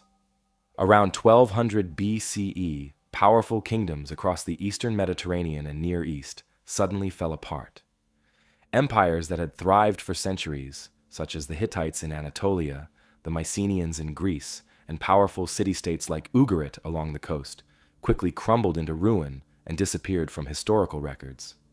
Within just a few decades, societies once bustling with trade, industry, and vibrant culture were reduced to abandoned cities, deserted palaces, and silent ports.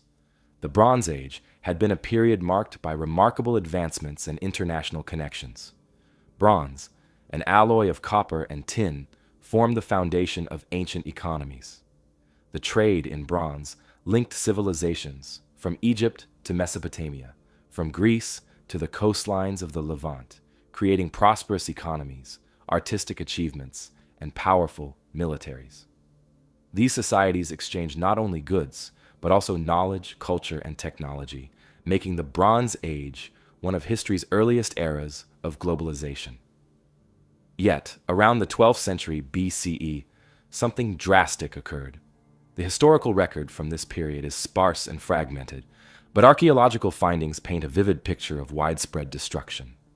In city after city, excavations reveal layers of ash and burned structures, indicative of fierce attacks and sudden collapse. Palaces in Mycenae and Tiryns in Greece show evidence of violent destruction. In Anatolia, the great Hittite capital of Hattusa was abandoned, its once grand temples and administrative buildings reduced to rubble. Across the eastern Mediterranean, cities like Ugarit, renowned for their wealth and vibrant trade, were abruptly destroyed and never rebuilt. One possible factor behind this sudden collapse was a series of invasions by mysterious groups known collectively as the Sea Peoples. Ancient Egyptian texts and relief carvings from the reign of Pharaoh Ramesses III vividly depict battles against these seaborne attackers. According to inscriptions, these invaders devastated coastal cities and disrupted maritime trade routes, spreading chaos throughout the region. Despite their impact, the exact origins of the Sea Peoples remain uncertain. Scholars have speculated they may have originated from regions around the Aegean Sea or even further afield, possibly migrating due to famine, conflict, or natural disasters. Environmental conditions may have played a critical role as well. Archaeological and geological evidence indicates that the late Bronze Age experienced significant climate disruptions, including prolonged droughts. Tree ring data, pollen analysis, and sediment studies from across the Mediterranean reveal that regions reliant on agriculture faced severe crop failures, leading to widespread famine and social unrest. Reduced agricultural productivity would have weakened central governments, destabilizing economies and making societies more vulnerable to internal rebellions and external invasions. The collapse of these interconnected civilizations had a domino effect. As one kingdom fell, trade networks were disrupted, cutting off supplies of essential resources like tin and copper, crucial for making bronze. With the collapse of trade, economies quickly unraveled. Societies dependent on imported grain and raw materials could no longer sustain their populations, leading to internal conflict, mass migrations, and abandonment of urban centers. Once powerful cities emptied, their palaces and temples left to decay. Egypt, under Pharaoh Ramesses III, survived these attacks, but barely. Egyptian records describe dramatic battles against the Sea Peoples, including both land and naval engagements. While Egypt repelled these invasions, the cost was high. The kingdom entered a period of economic decline and diminished regional influence, signaling the end of its peak power in the Bronze Age. In other regions, the impact was even more severe. The Hittite Empire, once a dominant force in Anatolia, disappeared completely from history, leaving behind only scattered ruins and texts preserved in clay tablets. In Greece, the collapse was profound. The Mycenaean civilization, known for monumental architecture, sophisticated palace complexes, and advanced administrative systems, fell into ruin. Linear B, the script used by Mycenaean scribes, ceased to be used, plunging Greece into centuries of reduced literacy and cultural stagnation, a period historians now call the Greek Dark Ages. Population levels dropped sharply, urban centers shrank dramatically, and organized governance collapsed, setting Greek civilization back significantly. Despite extensive research, no single cause fully explains the complexity and scale of the Bronze Age collapse. Scholars widely agree that a combination of factors, including invasion, environmental crisis, internal conflict, and economic breakdown, converged simultaneously, overwhelming even the strongest kingdoms. The collapse reshaped the political and cultural landscape of the ancient Near East and Mediterranean, profoundly altering historical trajectories. In the aftermath, the Mediterranean region entered a long period of transformation. New peoples moved into abandoned areas, eventually establishing new societies and laying foundations for future civilizations. In Greece, for instance, smaller, more localized communities emerged, eventually developing into the classical Greek city-states such as Athens and Sparta, which later became influential centers of Western civilization. In the Levant, Phoenician city-states rose from the remnants of collapsed kingdoms, becoming renowned maritime traders who would spread their influence across the Mediterranean. Modern researchers continue to piece together this critical historical puzzle, using advanced archaeological techniques and scientific analyses to better understand the sequence of events. Satellite imagery, ground-penetrating radar, and chemical studies of soil and artifacts provide valuable insights into environmental changes, trade disruptions, and societal impacts of the collapse. Every new excavation and scientific study adds clarity, yet significant questions remain unresolved. Today, the Bronze Age collapse stands as a dramatic example of how interconnected and interdependent ancient civilizations could rapidly fall apart under combined pressures of environmental change, economic strain, and societal instability. The archaeological and historical records of this era continue to offer valuable lessons, reminding us that even powerful, advanced societies can prove vulnerable when faced with unexpected disruptions. As ongoing research reveals more details about this turbulent period, the Bronze Age collapse will continue to fascinate historians, archaeologists, and anyone intrigued by the rise and fall of ancient civilizations. Leaving the Mediterranean world of collapsing kingdoms and shattered Bronze Age empires behind, we move forward in time and journey to the cold, wind-swept northern frontier of Roman Britain. Here, far from Rome's marble temples and bustling forums, stood a land the empire had fought hard to control, a region of dense forests, unpredictable weather, and fiercely independent tribes. And it was here, in the rugged landscape of Roman Britain, that one of Rome's most storied military units, the Ninth Legion, known officially as Legionime Hispana, vanished from historical records, creating a historical puzzle that continues to intrigue scholars and historians today. The Ninth Legion was no ordinary Roman force. Formed during the late Republic, it earned its reputation under Julius Caesar's command, notably in his Gallic Wars, distinguishing itself through bravery and effectiveness in battle. Following Caesar's conquests, the Ninth Legion continued its service during Rome's civil wars, fighting loyally alongside Octavian, later Augustus, at the decisive Battle of Actium in 31 BCE. Their bravery and skill in these significant campaigns firmly established their formidable reputation, ensuring their place as one of Rome's elite fighting forces. In the early years of the Roman Empire, the Ninth Legion was stationed across various provinces, securing peace and enforcing Roman rule in Hispania, modern-day Spain, from which it gained its name, Hispana. However, the legion's most famous posting came in 43 CE, when Emperor Claudius ordered the conquest and occupation of Britain. The Ninth was among the primary units that landed on the British shores, quickly proving its mettle in battle against local tribes who fiercely resisted Roman rule. Under the leadership of capable generals, the legion pushed steadily north, establishing forts and roads and bringing Roman administration deep into unfamiliar territory. By the late 1st century CE, the Ninth Legion was permanently stationed in Britain, its main base located at Eboracum, known today as York. From this strategic position, the legion maintained control over the region, suppressing revolts, building defenses, and carrying out numerous campaigns. Their presence symbolized the extent of Roman authority, bringing stability to a volatile frontier. For decades, historical records and archaeological evidence show the legion as actively participating in the consolidation of Roman power throughout the region. Yet after the early 2nd century CE, references to the Ninth Legion abruptly disappear from Roman military records and inscriptions, prompting one of history's most debated mysteries. What exactly happened to the Ninth Legion remains uncertain, with historical evidence scattered and incomplete.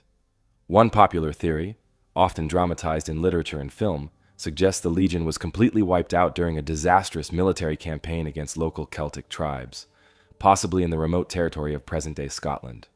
The scenario envisions a sudden ambush by fierce northern warriors, resulting in catastrophic losses, and the legion's complete annihilation.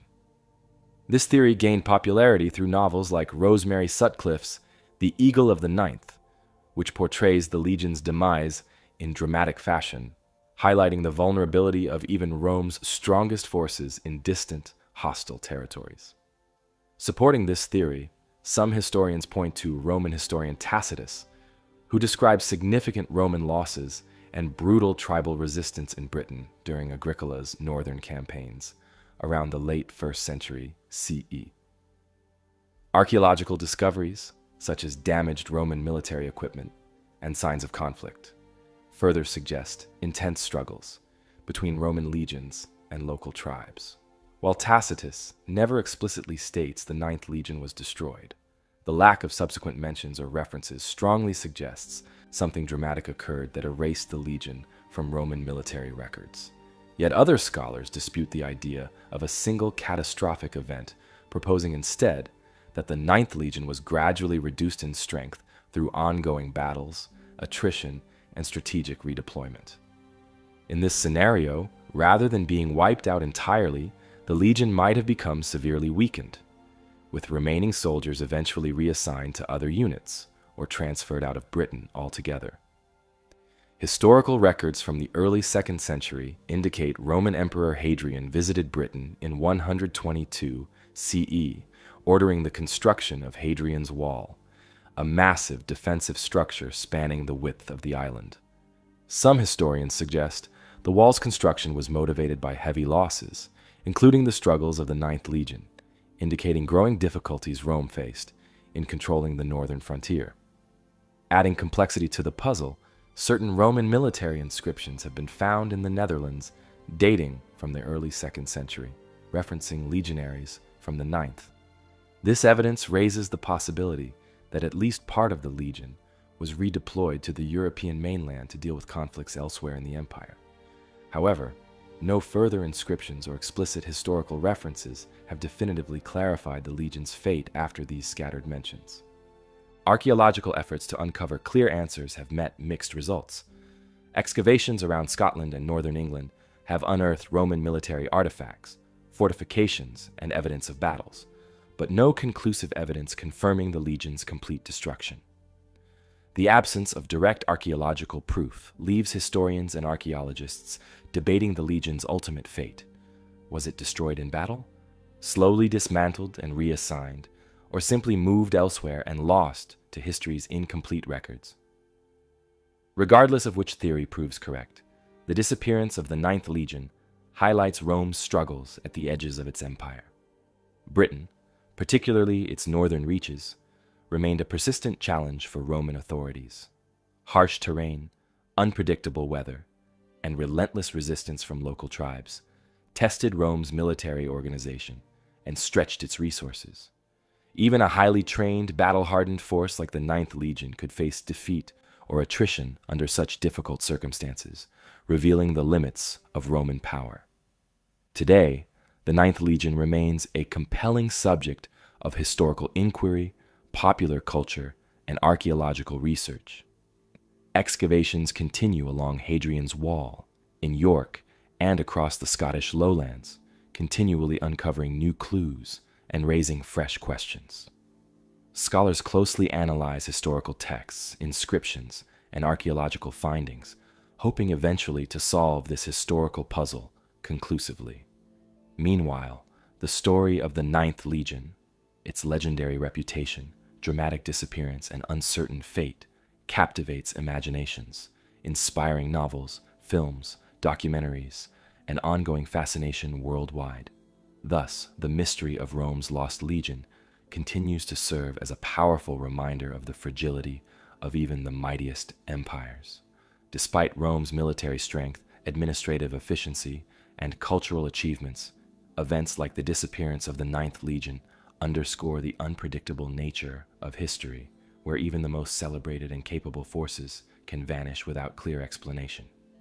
Whether through dramatic defeat in distant battles, slow attrition, or strategic redeployment, the fate of the Ninth Legion vividly illustrates the complex realities faced by ancient empires striving to maintain control over vast, challenging territories.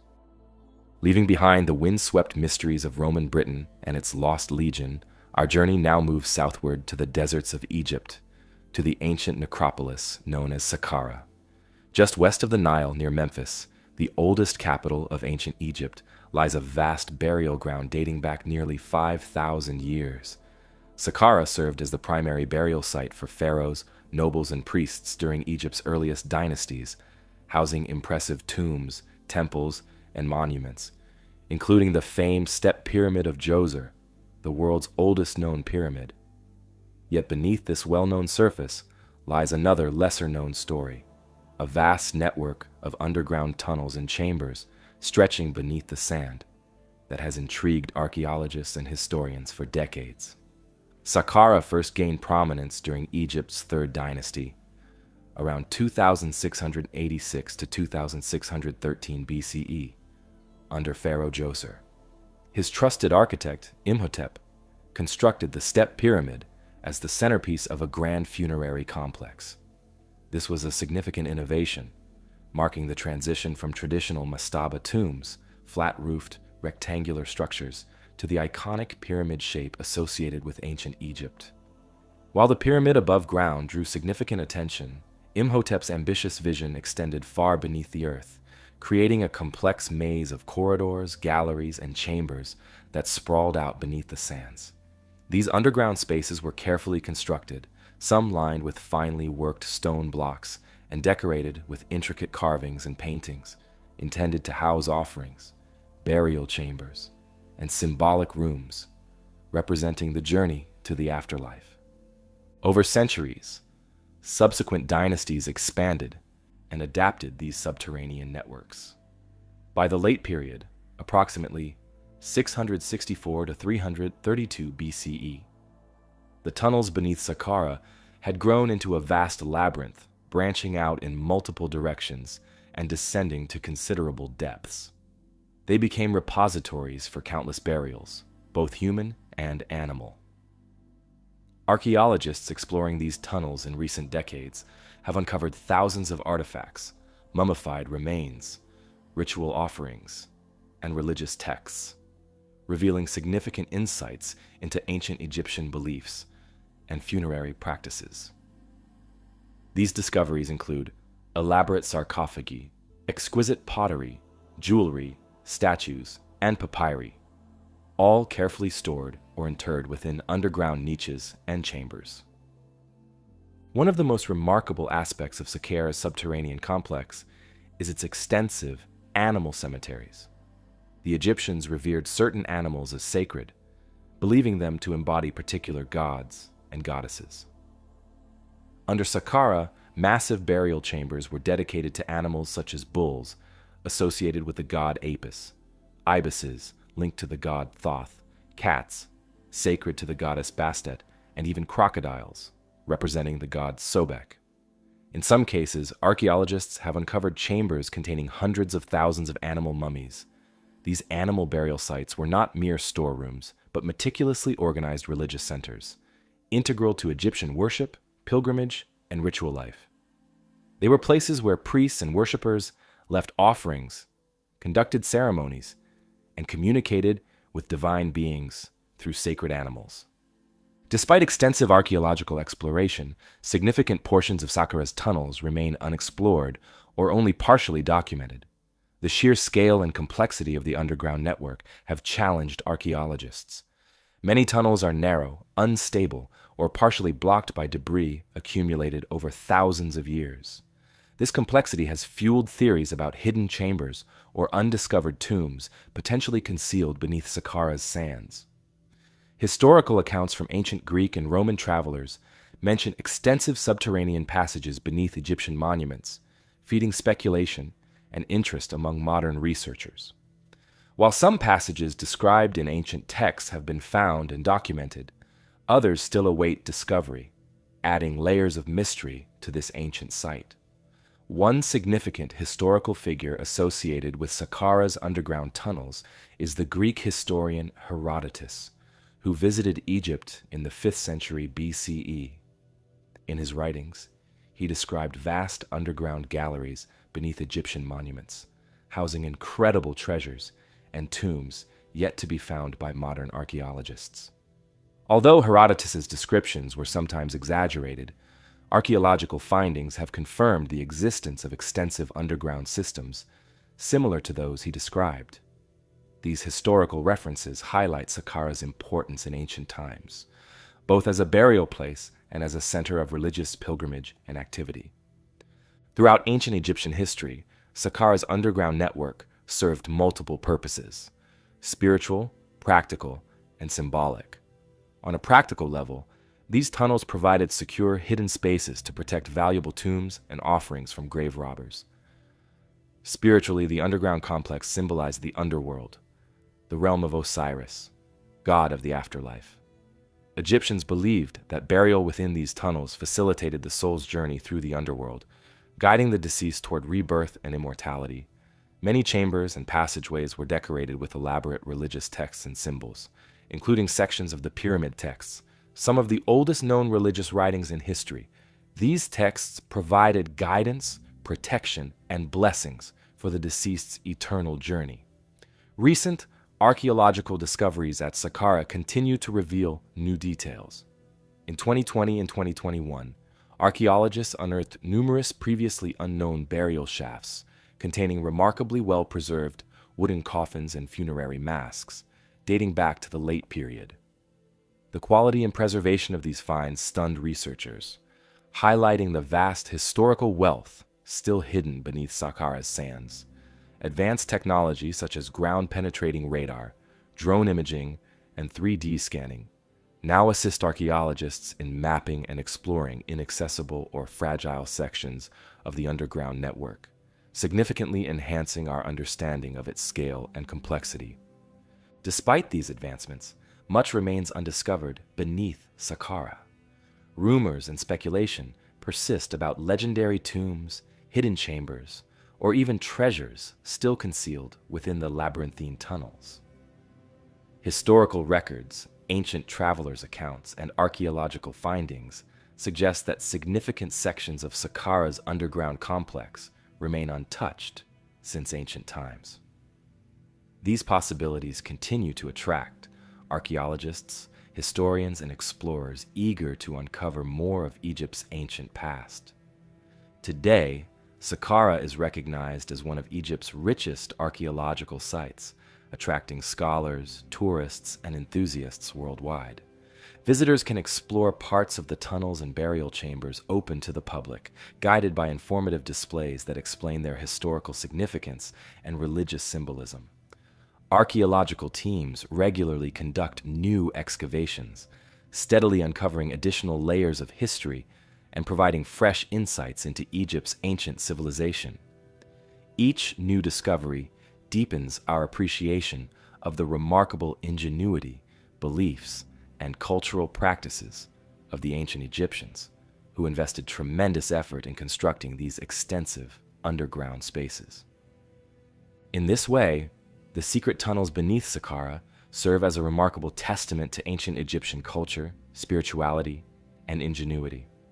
They represent not only a vast funerary complex, but also a reflection of Egypt's deeply held beliefs about life, death, and the afterlife. As exploration continues, archaeologists hope to uncover even more hidden passages, chambers, and artifacts beneath the desert sands, further illuminating this significant chapter in human history. Saqqara's tunnels thus remain a compelling historical puzzle, inviting ongoing investigation and discovery, enriching our understanding of ancient Egypt's extraordinary civilization. Moving from the underground passages of Saqqara, we now journey far across the oceans to the isolated shores of Easter Island, one of the most remote inhabited places on Earth. Easter Island, known locally as Rapa Nui, lies in the southeastern Pacific Ocean, nearly 2,200 miles west of Chile, making it one of the most distant islands from any mainland. This tiny triangular island, covering just about 63 square miles, is famous worldwide for its massive stone statues, known as moai, imposing figures carved from volcanic rock that stand guard along its rugged coastline. But beyond these enigmatic statues, the island holds yet another extraordinary puzzle: the mysterious Rongorongo Script, a unique form of writing discovered on wooden tablets, which remains undeciphered. Easter Island was first settled by Polynesian explorers, likely around 1200 CE, who made extraordinary voyages across thousands of miles of open ocean. These first settlers brought with them the rich cultural traditions and navigational skills of their Polynesian heritage. Over generations, they developed a distinct Rapa Nui civilization, thriving in relative isolation, and creating a society structured around clan groups and powerful chiefs. These early inhabitants became skilled farmers, fishermen, and expert stone carvers. They cultivated crops such as sweet potatoes, taro, and bananas, and established a sophisticated society complete with ceremonial complexes, elaborate rituals, and distinctive artistic traditions. The islanders' greatest legacy is undoubtedly their creation of the moai statues, enormous stone figures carved from the volcanic quarry at Rano Raraku. Hundreds of moai, some standing up to 30 feet tall and weighing over 80 tons, were carefully sculpted, transported, and erected on ceremonial platforms called ahu. Scholars suggest the moai represented important ancestors or revered clan leaders, believed to watch over the community and ensure its prosperity. Yet precisely how the Rapa Nui people moved and raised these immense statues remains an impressive feat of engineering that still fascinates researchers and visitors today. By the time Europeans first encountered the island in the early 18th century, most famously during the Dutch explorer Jacob Roggevien's visit on Easter Sunday in 1722, from which the island got its modern name, Rapa Nui society had undergone dramatic changes. Overpopulation, deforestation, ecological strain, and internal conflicts had significantly altered the island's landscape and culture. The island's original lush forests were largely gone, and tensions between clans intensified. These pressures disrupted traditional social structures, led to resource shortages, and resulted in the decline of the statue-building era, leaving many moai abandoned, unfinished in quarries, or toppled from their platforms.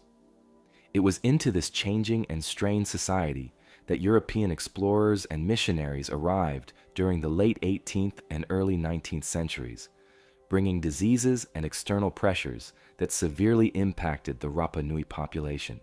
Slave raids from South America in the 1860s drastically reduced the island's population, causing tremendous loss of life and cultural continuity.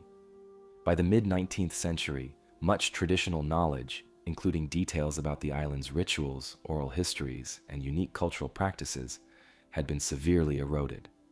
In 1864, amidst these cultural upheavals, a French missionary named Eugène Héraud became the first Westerner to document the Rongorongo Script, noting the curious wooden tablets carved with complex symbolic characters.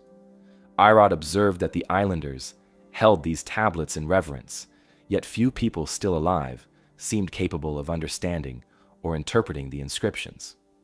The tablet symbols depicted stylized human figures, marine animals, birds, and abstract geometric shapes, arranged in careful, orderly lines. Unlike other writing systems known in the Pacific region, Rongorongo used a rare writing direction called reverse boustrophodon, meaning that readers would flip the tablet upside down at the end of each line to continue reading the text in the opposite direction, creating a continuous, looping effect. These surviving tablets, fewer than 30 authentic examples are known today, have challenged linguists, historians, and archaeologists for over a century.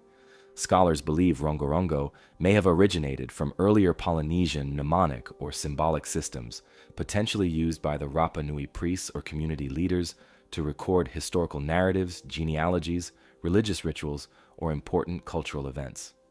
Some researchers speculate the tablets served as memory aids for oral recitations or chants, helping preserve critical knowledge within an oral tradition. Others propose the possibility of calendars or astrological charts, given the symbolic nature of many characters.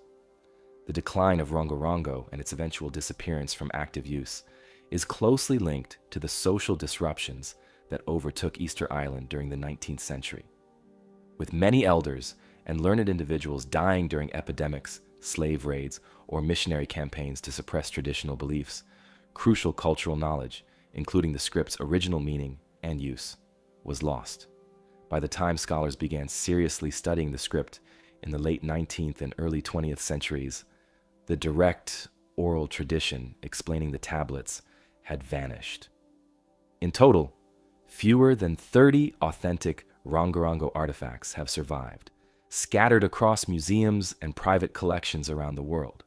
The tablets themselves vary in size, with most being modest, handheld wooden planks carved from native wood. The symbols are carefully engraved using sharp obsidian or shark teeth, demonstrating a high level of skill and craftsmanship. Experts studying the tablets estimate that at least several hundred distinct characters or glyphs exist within the script, though the total may be higher. Some symbols recur frequently, while others appear only once or twice, complicating attempts at decipherment.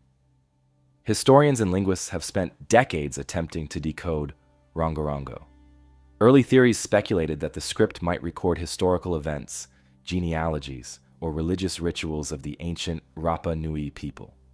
Some researchers believe Rongorongo might relate directly to the island's unique mythology and oral traditions, possibly serving as mnemonic devices to aid in remembering stories or chants. Another theory suggests that Rongorongo may have been a form of calendar or astronomical record, carefully tracking seasons, celestial events, or lunar phases vital to island life. Efforts to decode Rongorongo have faced considerable challenges. Without bilingual texts or direct translations, such as the Rosetta Stone that unlocked Egyptian hieroglyphics, researchers have little context from which to work. Additionally, since Rongorongo's language might be linked to the Rapa Nui language still spoken on Easter Island today, linguists have attempted to match certain symbols with known words or sounds. However, despite meticulous comparisons, no conclusive translations have emerged, leaving the script largely a puzzle. Another complication arises from the unclear origins of Rongorongo itself.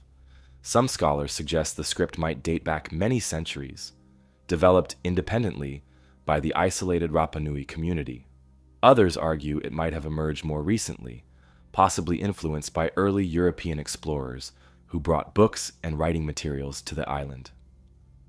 While radiocarbon dating and other scientific methods have tried to pinpoint the age of certain tablets, results remain inconclusive, further clouding Rongorongo's true history.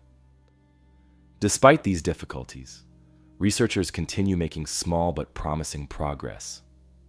Detailed studies, conducted in recent years, have focused on patterns of repeated symbols and their frequency, providing clues that the script might have recorded repetitive or standardized information. Advanced imaging techniques, such as multispectral analysis, have helped reveal previously hidden details on damaged or faded tablets, allowing scholars to reconstruct clearer images of certain inscriptions. Such technological advancements offer hope for future breakthroughs, potentially bringing us closer to finally understanding this elusive writing system. For visitors to Easter Island today, Rongorongo remains an important attraction alongside the Moai statues, drawing attention to the island's rich cultural past and its ongoing historical mysteries. Museums and interpretive centers offer exhibits showcasing replicas and careful interpretations of tablets, providing context and insights into their significance. Local guides also share oral histories and traditional stories, enriching visitors' understanding of how Rongorongo fits into the island's cultural legacy. Ultimately, the Rongorongo script represents more than an undeciphered writing system. It embodies the resilience, creativity, and complexity of the Rapa Nui people. It stands as an important reminder of humanity's capacity for invention and cultural expression, even in isolated corners of the world.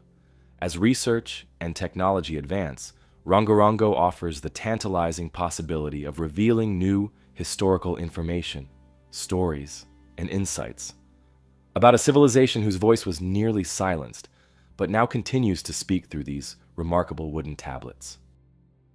Moving from the mysterious wooden tablets of Easter Island, we now travel across the globe to the English countryside, to a place known as Shugborough Hall in Staffordshire.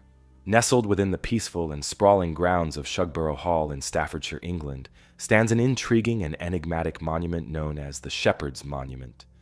Built around 1748, this elegant stone structure was commissioned by Thomas Anson, a wealthy landowner, politician, and enthusiastic patron of the arts, who transformed his family estate into a center of culture and sophistication. Thomas Anson was deeply immersed in the intellectual trends of his time, engaging with classical literature, philosophy, and the fine arts. He frequently traveled across Europe, particularly to France and Italy, developing an extensive personal collection of paintings, sculptures, and antiquities, many of which he displayed within Shugborough Hall and its surrounding gardens. The Shepherd's Monument itself reflects Anson's profound interest in classical themes and symbolism. Its central relief carving closely replicates Nicolas Poussin's famous 17th century painting, The Shepherds of Arcadia, et in Arcadia Ego.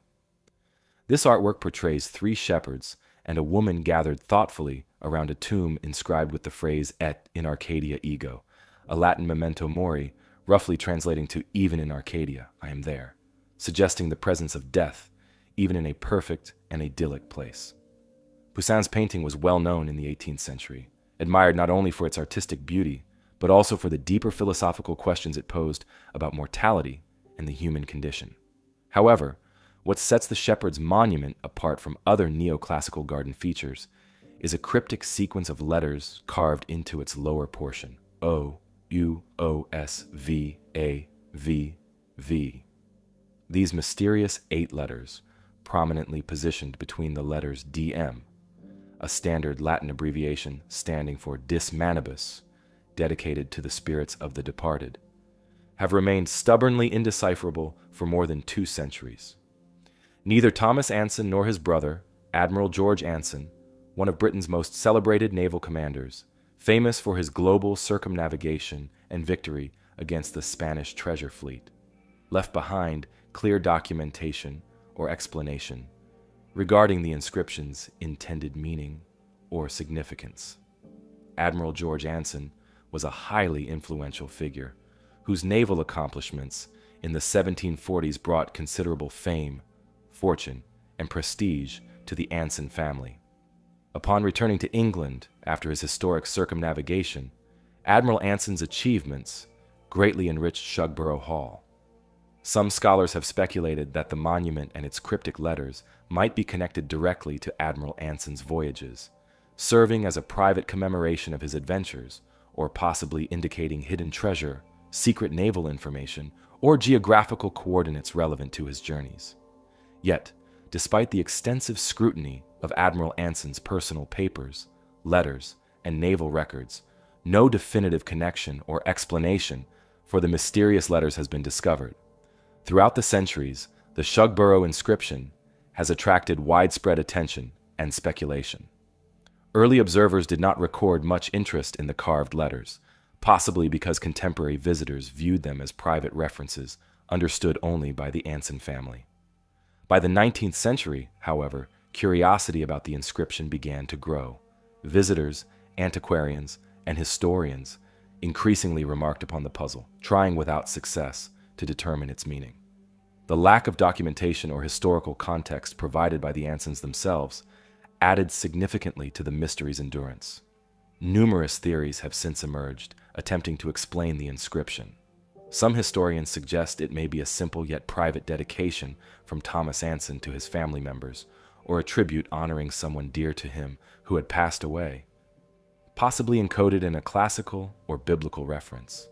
Others theorize the letters might represent an esoteric or philosophical message, reflecting Thomas Anson's documented interests in ancient wisdom traditions, Hermetic philosophy, and secret societies prevalent in the Enlightenment era, such as Freemasonry or Rosicrucianism.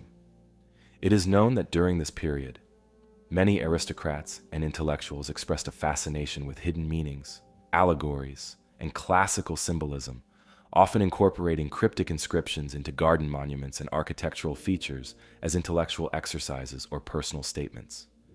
Indeed, the Freemasonry theory gained significant traction due to the broader social context of 18th century England, where secret societies thrived and often communicated symbolically.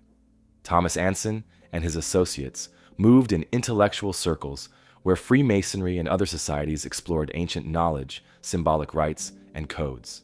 Yet, despite intense historical research into Anson's personal connections and correspondence, no conclusive evidence has confirmed Anson's direct involvement with Freemasonry or a similar society, leaving this theory intriguing but unproven. Further complicating the puzzle, several attempts have been made to link the Shugborough inscription to broader historical mysteries, most notably the legend of the Holy Grail. During the mid-20th century, following the publication of The Holy Blood and the Holy Grail, and later the Da Vinci Code, popular culture eagerly embraced theories proposing that Nicolas Poussin's original painting, The Shepherds of Arcadia, and thus the Shugborough monument inspired by it, contained secret messages relating to sacred relics, ancient bloodlines, or hidden treasures. According to these theories, Shugborough's cryptic letters might conceal geographical clues, secret historical truths, or hints pointing toward locations connected with Grail legends. While this notion greatly boosted public interest, historical scholarship widely considers these theories speculative and lacking substantial evidence. Throughout the 20th century and into the present day, numerous attempts to decipher the Shugborough inscription have involved professional cryptographers and linguists, including experts from Bletchley Park, Britain's famed World War II code-breaking headquarters. Utilizing modern cryptographic techniques and linguistic analysis, these experts systematically tested the inscription against various known historical ciphers, codes, and languages, including Latin, Greek, and Hebrew. However, despite their meticulous efforts, no definitive translation or decoding has been successfully achieved, leaving scholars no closer to unraveling the inscription's original intent.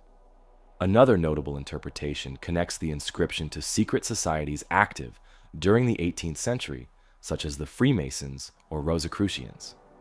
Both organizations used symbolic language, ciphers, and coded inscriptions to communicate discreetly among their members. Shugborough Hall's owner, Thomas Anson, was known to associate with individuals interested in philosophy, esoteric symbolism, and alchemy, sparking theories that the letters might encode a secret message linked to Freemasonry or Rosicrucian traditions. However, extensive historical research into the Anson family's associations with these groups has yielded inconclusive evidence, and no direct link has been firmly established. A more speculative yet captivating theory arose during the 20th century, linking the Shugborough inscription to the legend of the Holy Grail.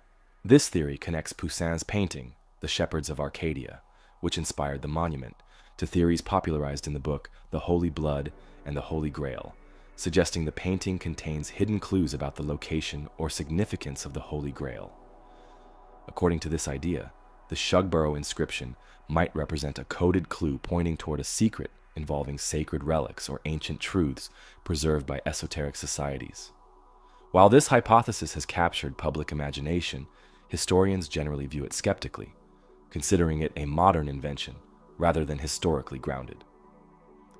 Cryptographers and code breakers have also closely examined the letters, employing various methods ranging from substitution ciphers to numerical codes. Renowned cryptographers from Bletchley Park, the famous World War II code-breaking center, studied the inscription without success, concluding that if it is a cipher, its key remains lost or undiscovered. Linguists have similarly attempted to decode the letters by testing various languages and scripts, Latin, Greek, Hebrew, but none have provided definitive answers. Despite these dedicated efforts, the Shugborough inscription continues to resist decoding, making it one of Britain's most persistent historical mysteries. Interestingly, historical records from visitors to Shugborough Hall over the centuries rarely mention the inscription in detail. It seems the puzzle captured broader public attention only in modern times, especially during the 20th century, when an increasing fascination with historical mysteries and codes made Shugborough's Shepherd's Monument widely known. Today, the Shugborough inscription draws visitors from around the world, intrigued by its unresolved meaning and historical intrigue.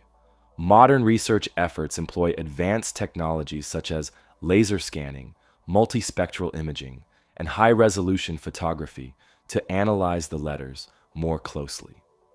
These methods help reveal faint carving marks, alterations, or weathering patterns not visible to the naked eye, potentially providing new clues about the original carving process or intentions. Additionally, historians continuously search archival records, personal correspondence, and estate papers from the Anson family, hoping to uncover overlooked historical references or explanations. For visitors today, Shugborough Hall carefully presents the monument and its inscription, providing historical context without promoting any single interpretation. Informational displays explain the monument's artistic inspiration from Poussin's painting, describe Thomas Anson's historical interests, and briefly outline the most prominent theories proposed by historians and researchers. Visitors can explore the gardens, examine the monument closely, and ponder its mysterious inscription personally, connecting directly with this intriguing piece of historical art. The Shugborough inscription stands as a compelling historical puzzle precisely because it combines art, history, family legacy, and the possibility of hidden meanings or codes. While scholars remain uncertain about the true intent or message behind these 8 letters, their enduring mystery contributes significantly to Shugborough Hall's historical significance and public appeal. Visitors fascinated by history, cryptography, or symbolism continue journeying to this English country estate, eager to view firsthand one of Britain's most intriguing unsolved inscriptions. As ongoing research progresses, historians hope that new discoveries, whether archival documents, technological analyses, or archaeological findings, might eventually provide concrete answers to the Shugborough inscription's meaning. For now, this carved monument remains a fascinating reminder of the mysteries that history sometimes leaves behind, inviting continual exploration and appreciation of Britain's rich cultural heritage. Traveling now from the distant shores and ancient mysteries of Easter Island, our journey now brings us to 19th century North America, specifically to the quiet, historic community of Dorchester, Massachusetts. Dorchester, founded in 1630, was among the earliest settlements established by English colonists in the region. By the mid-1800s, it had transformed from a small colonial settlement into a bustling town at the edge of the rapidly expanding city of Boston. At this time, the United States was experiencing major growth and industrialization, fueling demand for construction materials, particularly stone, for the development of urban infrastructure such as roads, buildings, bridges, and monuments. In 1852, Dorchester found itself at the heart of these expansion efforts. Numerous quarries had opened in and around the area, supplying the Boston metropolitan region with essential building materials. The quarrying process during this era was largely manual and often dangerous, involving drilling holes into solid rock and blasting it apart with explosives to break it into usable pieces. Such operations required skilled supervision to ensure safety and efficiency, and it was in this context that Superintendent Joseph W. Richardson and his team found themselves carefully working through Dorchester's rocky terrain. On a routine day of blasting in June of that year, Richardson's crew set charges to extract large slabs of conglomerate, a naturally formed sedimentary rock composed of pebbles, sand, and gravel, cemented together over millions of years. After detonating their explosives, the workers began examining the shattered rock pieces. Amidst the debris, one worker noticed something unusual protruding from a freshly exposed section. As they chipped away carefully at the remaining stone, they discovered a small, ornate metal pot, embedded firmly within the conglomerate. This strange find immediately captured the crew's attention, as well as that of the local community. Detailed descriptions published shortly thereafter in prominent local newspapers, such as the Boston Transcript and the Scientific American, provide valuable historical documentation of the artifact. The Dorchester Pot was described as an elegantly crafted metal vessel, approximately 4.5 inches high and 6.5 inches across at its widest point. Its surface was adorned with intricate decorative engravings of floral motifs and delicate geometric patterns, clearly indicating a sophisticated artistic skill rarely observed in typical American artifacts of that period, especially ones purportedly found within solid geological formations. Richardson and his men realized quickly that their discovery posed serious historical questions. Geologists of the day estimated the rock formation surrounding the artifact dated back hundreds of millions of years, long before human beings were believed to have existed, let alone possessed the metallurgical knowledge and tools needed to produce such a refined object. The artifact's presence seemed to defy conventional understanding of human history, sparking immediate controversy within scholarly circles, attracting interest from local historians, archaeologists, and curious members of the public alike. As the debate intensified, investigators began to examine the artifact more closely. Initial analyses of the metal revealed that the pot was primarily made from an alloy containing zinc, mixed with traces of silver. Such a combination was unusual for known historical or prehistoric cultures in North America. Zinc alloys were relatively advanced materials, not commonly employed by indigenous American populations, who typically utilized copper or bronze alloys for their limited metalwork. The skill and precision involved in the pot's construction suggested craftsmanship similar to, if not more advanced than, contemporary 19th century metalworking techniques, further complicating its potential origin and historical context. Historians began to offer various explanations and hypotheses for the object's improbable location. Some proposed that the Dorchester Pot represented evidence of a forgotten or lost civilization that predated known human history. The theory suggested an advanced society existed on the North American continent, or perhaps another distant land whose artifacts somehow traveled to North America through trade or unknown geological processes, long before recorded history. Others speculated that the artifact could be related to known ancient civilizations, perhaps indicating unexpected contact or trade routes between distant cultures. Still, skeptical observers argued strongly that the artifact might have been accidentally embedded within rock through natural geological phenomena, or possibly due to human activity misinterpreted by Richardson's team. Skeptics emphasized that quarrying methods at the time were far from precise, and that blasting operations might have inadvertently caused modern objects to appear embedded deep within ancient rock layers. Furthermore, the lack of systematic archaeological documentation during the original excavation and subsequent loss of the artifact itself raised further doubts about the legitimacy of the discovery. Critics of the find argued that the artifact's placement within solid rock layers was likely misinterpreted or exaggerated. Geologists and archaeologists suggested that perhaps the object had been accidentally displaced, or that the rock surrounding it had been disturbed by earlier human activities, allowing a much more recent object to become mistakenly embedded. Skeptics also pointed out inconsistencies in eyewitness accounts and noted that no further detailed documentation or systematic study of the find took place immediately after discovery. Without additional records or evidence, the circumstances surrounding the pot's placement within solid rock remained uncertain, leaving the artifact vulnerable to doubts and skepticism. Adding further complexity to the Dorchester Pot's story was its eventual disappearance. After initial examinations and brief media attention, the artifact vanished from historical records, becoming impossible to re-examine or authenticate using modern scientific techniques. Today, the Dorchester Pot is known solely through a few contemporary newspaper reports and drawings, its current whereabouts completely unknown. This lack of physical evidence severely complicates scholarly investigation, making it difficult for researchers to reach definitive conclusions about the artifact's authenticity or true historical context. Throughout the 20th century and into the present, the Dorchester Pot remains an intriguing topic within discussions of historical anomalies, unexplained archaeological discoveries, and controversial artifacts. It frequently appears in literature and debates involving alternative histories, theories of lost civilizations, or claims of advanced ancient technology.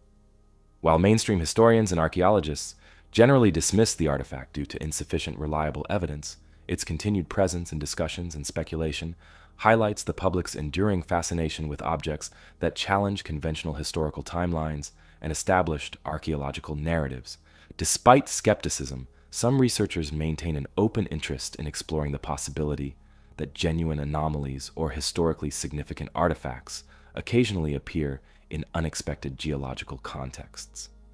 These scholars suggest that while the Dorchester Pot itself may be impossible to confirm, its discovery underscores the broader need for careful archaeological examination and rigorous documentation when encountering unusual artifacts.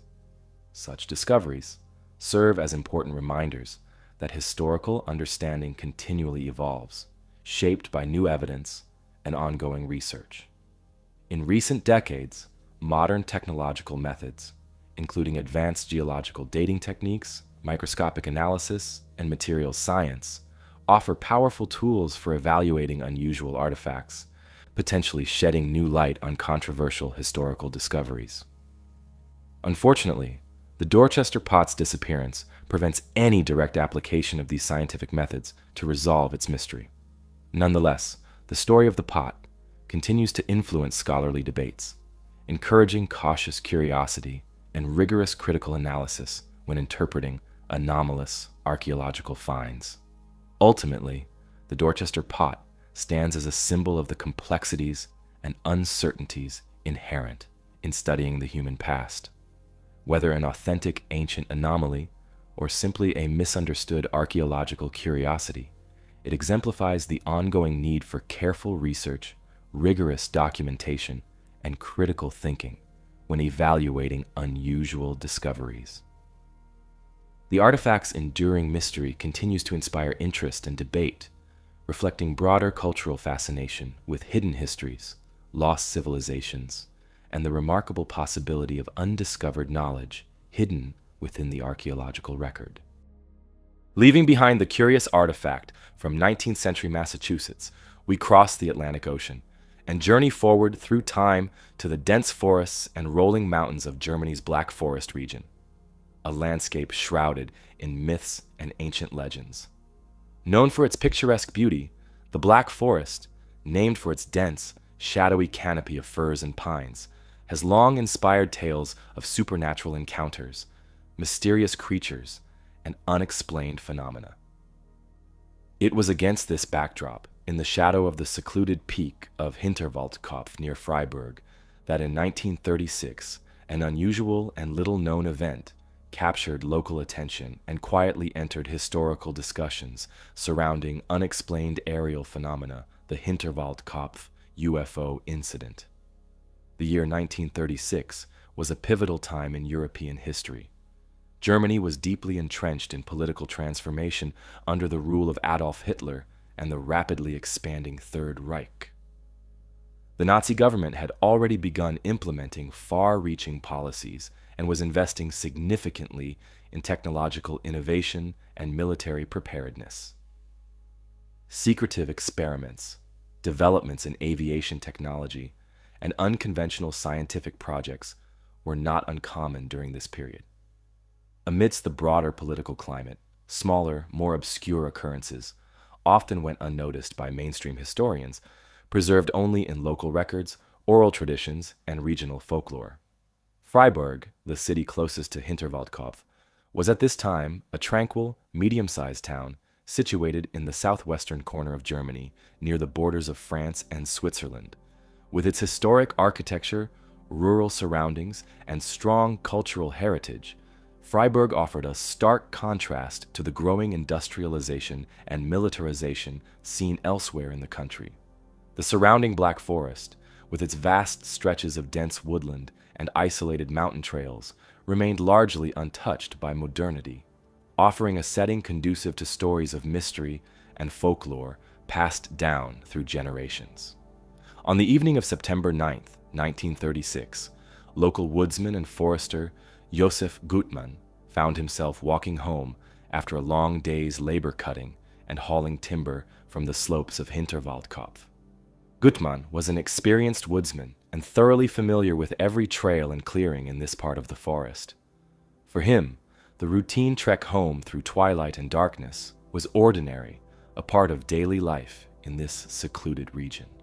However, that night, the familiar paths felt strangely different, as Gutmann would soon discover. Historical accounts, pieced together from eyewitness reports, newspaper articles, and later research by regional historians, describe how Gutmann first noticed something unusual. An eerie glow emanating from deeper within the trees, illuminating the surrounding woodland with a peculiar bluish-white radiance. Initially suspecting a forest fire or perhaps some strange atmospheric phenomenon, Gutmann approached cautiously, his curiosity overriding caution.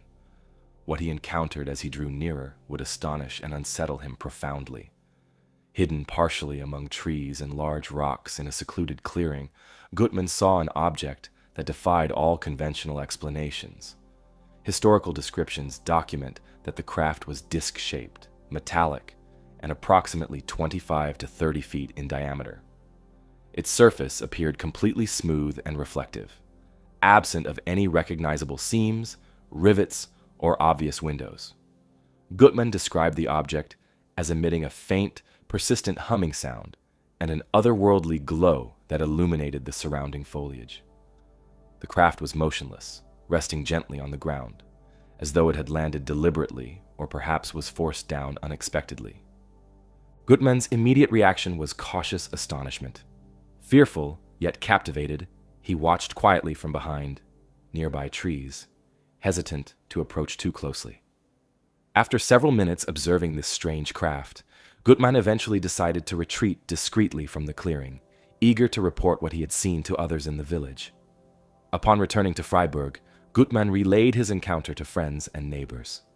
Though initially skeptical, several other residents soon came forward, claiming they too had witnessed strange lights and unexplained aerial phenomena around Hinterwaldkopf during the same period. News of Gutmann's encounter spread quickly, capturing the attention of local newspapers and regional authorities. Historical records indicate that local police and military representatives, cautious about any unusual events amid the tense national atmosphere, quickly initiated an investigation. Although records from this inquiry remain sparse and fragmentary, documents confirm that officials visited the clearing described by Gutmann, where they reported evidence of disturbed soil, broken branches, and flattened vegetation, consistent with a heavy object landing or resting at the site. Yet no definitive physical evidence of the craft itself was reportedly found, adding further mystery to Gutmann's account. Given the technological atmosphere of Germany at this time, marked by secretive research, experimental aviation projects, and emerging rocket technology, some historians suggest that Gutmann might have encountered a prototype military aircraft or experimental flying craft developed clandestinely by Nazi scientists. Germany's research into advanced propulsion systems, aerodynamic shapes, and unconventional technologies was significant during the mid-1930s. However, despite extensive historical research and archival exploration, no conclusive documentation has surfaced connecting Gutmann's sighting directly to known German aviation projects of the era. More speculative interpretations emerged decades later, particularly during the widespread interest in UFO phenomena during the mid to late 20th century. UFO researchers highlighted Gutmann's description of the disc-shaped seamless craft as characteristic of many subsequent reports of unidentified flying objects worldwide. These interpretations suggested the Hinterwaldkopf incident might represent one of the earliest detailed sightings of potential extraterrestrial activity in modern European history. Yet, as with many historical UFO accounts, the lack of physical evidence or photographs left the event open to continued debate and uncertainty. The Hinterwaldkopf UFO incident gained moderate local attention at the time, appearing briefly in regional newspapers before fading into relative obscurity amidst larger national events dominating the news cycle. However, decades later, in the 1960s and 1970s, researchers interested in UFO phenomena rediscovered the Hinterwaldkopf story. These researchers, gathering oral accounts from local witnesses and reviewing surviving historical records, pieced together a more complete narrative. While details remained limited, this revived interest ensured that the Hinterwaldkopf incident gained a quiet place in the broader history of unidentified flying object sightings. Explanations offered for Gutmann's sighting ranged from skeptical to speculative. Some skeptics argued that Gutmann had merely misinterpreted natural phenomena, such as unusual weather conditions, electrical storms, or atmospheric lights known as ball lightning. Others suggested he might have witnessed a secret military experiment, as Germany in the 1930s was known for developing experimental aviation technology under tightly guarded secrecy. Though German military aviation history does document advanced prototypes and research programs at that time, no definitive evidence has ever surfaced linking the Hinterwaldkopf sighting to known military operations or aircraft tests. More speculative theories, popularized by later UFO researchers and enthusiasts, suggested Gutmann's sighting represented one of the earliest modern-era reports of extraterrestrial visitation.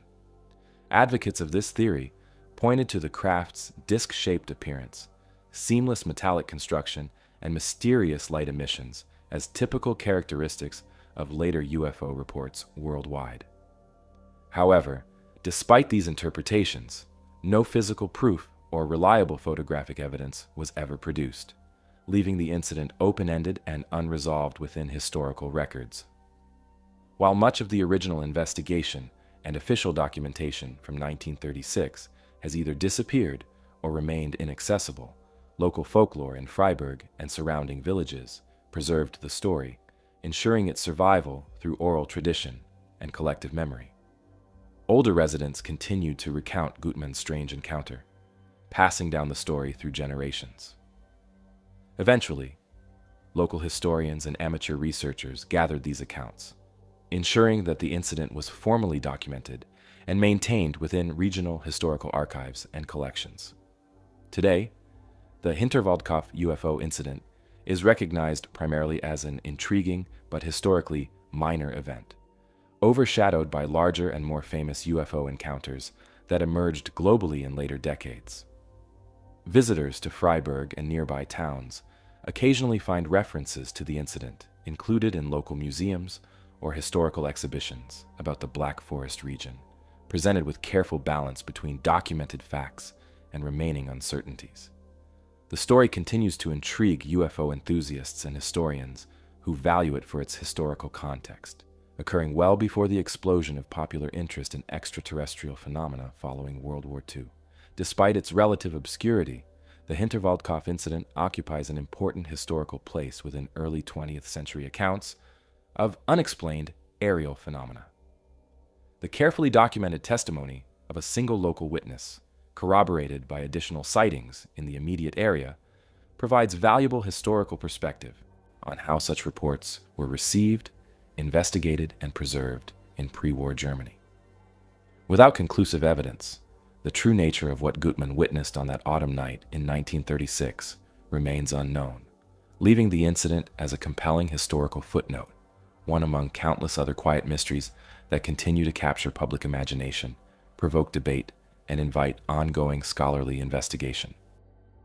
Leaving behind the dark forests and strange lights of Hinterwaldkopf, our historical journey now takes us westward into the heart of rural France, to a small farming village known as Glozel. Situated in the tranquil Allier region of central France, this peaceful community had remained relatively untouched by modernity, continuing a way of life that had changed little since medieval times. By the early 20th century, Glozel was still characterized by its rolling farmland, traditional cottages, and tight-knit community whose lives revolved around agricultural routines and seasonal rhythms. But in the mid-1920s, the quiet simplicity of this rural landscape was abruptly disrupted, thrusting Glozel unexpectedly onto the international stage. France in the 1920s was experiencing an exciting cultural and intellectual revival. The nation was emerging from the shadows of World War I, seeking fresh inspiration and renewed confidence in its cultural heritage. During this period, archaeology captivated public imagination, as significant discoveries like the tomb of Tutankhamun in Egypt, excavated just 2 years earlier, sparked international fascination with uncovering ancient civilizations. Within this historical atmosphere, ordinary people grew more curious and appreciative of local history, folklore, and traditions. It was against this backdrop of renewed cultural curiosity and archaeological enthusiasm that Glozel entered the spotlight, presenting a discovery that challenged accepted historical and archaeological narratives. In March of 1924, a local teenager named Émile Fradin was tending his family's farmland, located near their modest home on the outskirts of the hamlet. Émile, then just 17, was engaged in the routine but labor-intensive task of plowing the fields, preparing them for spring planting. While turning the earth, Fradin's plow suddenly struck something hard beneath the surface. Pausing to investigate, Émile discovered a shallow underground cavity, which upon closer inspection appeared to hold an assortment of intriguing objects. Surprised and fascinated, Émile carefully retrieved these unusual items, quickly realizing they were not ordinary stones or typical farm debris. What Fradin had unearthed in that humble field was unlike any archaeological find previously encountered in the region. The items discovered included intricately carved bone fragments, polished stone tools, unique ceramic tablets, clay figurines shaped in human and animal forms, and even pieces of engraved antler, each clearly crafted by human hands. Most remarkable were the ceramic tablets etched with mysterious, linear inscriptions arranged systematically, appearing to form a coherent script or symbolic language. Such inscriptions had no clear parallels with known ancient alphabets or writing systems found in the region or even elsewhere in prehistoric Europe. Word of Emil's discovery spread rapidly throughout the village, soon drawing the interest and curiosity of neighbors. Within weeks, the local community buzzed with excitement and speculation. News soon reached an amateur archaeologist and respected local physician named Dr. Antonin Morlaix, who lived and practiced medicine in nearby Vichy. Dr. Morlaix, fascinated by archaeology and local history, immediately recognized the potential significance of Freyden's discovery. He swiftly traveled to Glozel to examine the site and artifacts personally, convinced that something remarkable had been uncovered.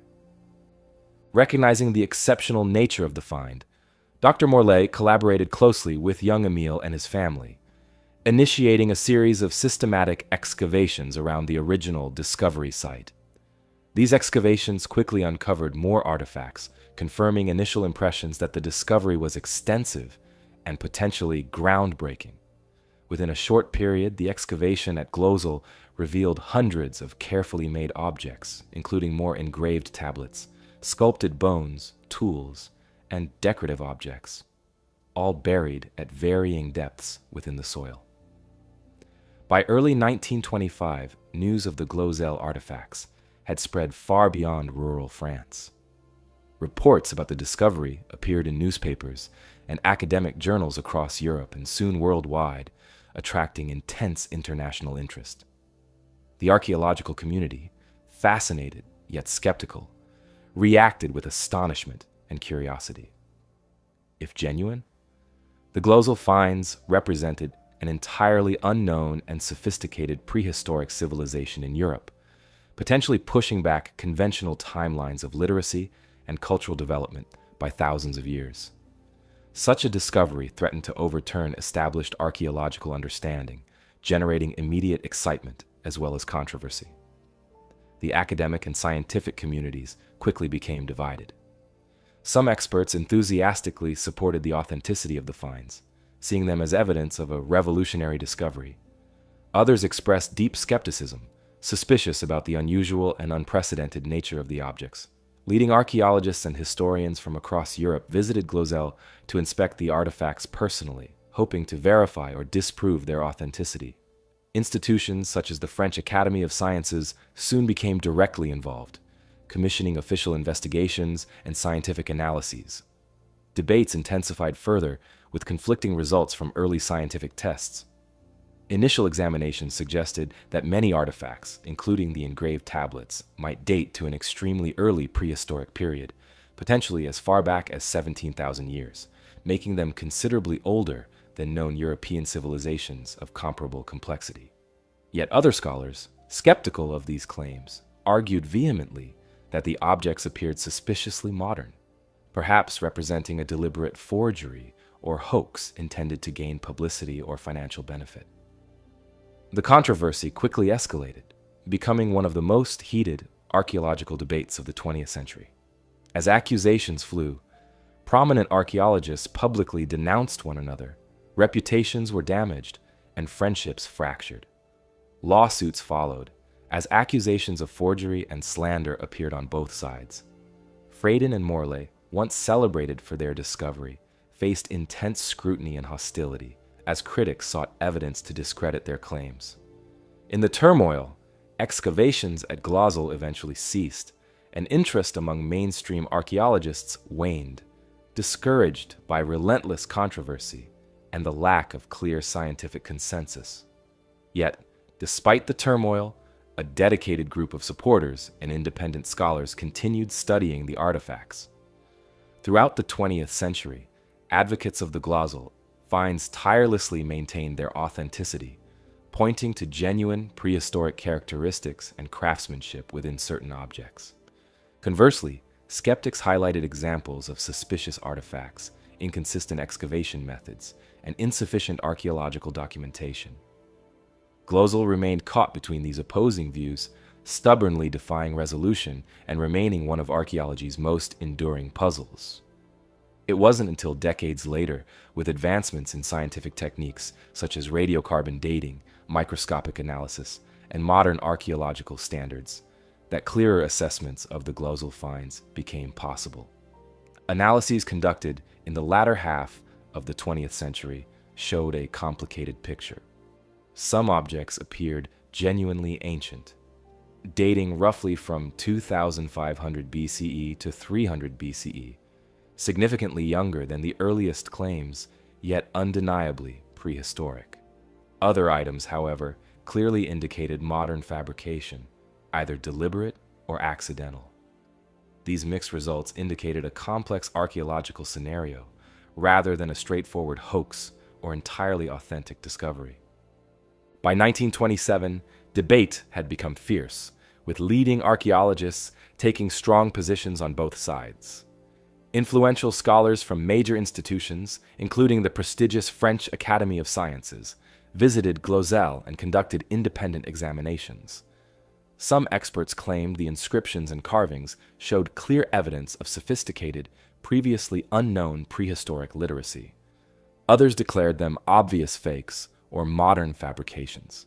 As accusations and counter-accusations escalated, lawsuits were filed, reputations damaged, and professional relationships strained. The controversy over Glozel quickly escalated into one of the most intense and widely publicized archaeological disputes of the early 20th century. Despite extensive official investigations and examinations by archaeological authorities, the matter remained unresolved. Radiocarbon dating techniques, not fully developed or reliable at the time, provided conflicting or inconclusive results. Some tests suggested surprisingly ancient dates for the artifacts, while others pointed toward modern origins. The difficulty in accurately dating organic materials, combined with skepticism about excavation methods and potential contamination, further muddled the waters. By the late 1920s and early 1930s, the controversy had damaged the reputations of key figures involved and divided the archaeological community. Eventually, amidst confusion, allegations of fraud, and legal battles, interest in the Glozel site diminished, and excavation efforts gradually ceased. For decades afterward, the Glozel finds remained controversial and marginalized within mainstream archaeological circles. Official institutions largely avoided re-examining the site or artifacts, wary of reopening painful debates. Yet, small groups of researchers and enthusiasts continued independently studying the Glozel tablets, carvings, and objects. Their efforts kept the debate alive, periodically renewing interest in the possibility that Glozel had indeed revealed a remarkable unknown chapter of European prehistory. It wasn't until the late 20th century that modern scientific approaches provided a chance for reevaluation. In the 1970s and 1980s, advanced dating methods and microscopic examinations offered new insights. Scientific analyses revealed that some objects did indeed date back to prehistoric times, roughly from 2500 BCE to 300 BCE, much later than initially claimed by early proponents, but still ancient. Other artifacts, however, clearly showed evidence of recent creation or alteration, suggesting the site might contain a complex mixture of genuinely ancient objects and later additions, perhaps planted or mistakenly introduced. In light of these modern studies, many archaeologists now view Glozel as a complicated archaeological puzzle rather than a simple fraud or straightforward discovery. Scholars today suggest the site might have originally been a genuine prehistoric or early historical settlement containing authentic artifacts from diverse periods mixed through centuries of natural processes, disturbances, and possibly misguided or deliberate modern interference. The mysterious inscriptions on the tablets, still undeciphered, continue to attract linguists and cryptographers hoping to identify an ancient European script. Although consensus remains elusive, Glozel is now regarded as an important cautionary tale within archaeology, highlighting both the potential and perils of interpreting extraordinary discoveries. Today, visitors to the small village of Glozel can still see a modest museum dedicated to the finds, founded and maintained by descendants of the Fradin family. Displays carefully exhibit original artifacts, historical records, photographs, and interpretations, presenting the site's controversial history transparently and inviting thoughtful discussion. The museum draws scholars, enthusiasts, and the curious public, continuing the tradition of lively debate and exploration that began nearly a century ago. Ultimately, the Glozel Finds embody one of archaeology's most compelling and complex historical chapters. They represent not just a singular discovery, but a profound intersection of scientific inquiry, human curiosity, and controversy. Even without definitive resolution, Glozel continues to enrich our understanding of archaeological methodology, historical interpretation, and the enduring human fascination with uncovering hidden truths from the distant past. And so, we've reached the end of our journey through history's hidden chapters, where civilizations rise and fall, mysteries linger unsolved, and each discovery only deepens the wonder. Thanks for exploring with us. If you enjoyed this video, hit that like button and don't forget to subscribe so you don't miss what's coming next. Until next time, as always, stay safe.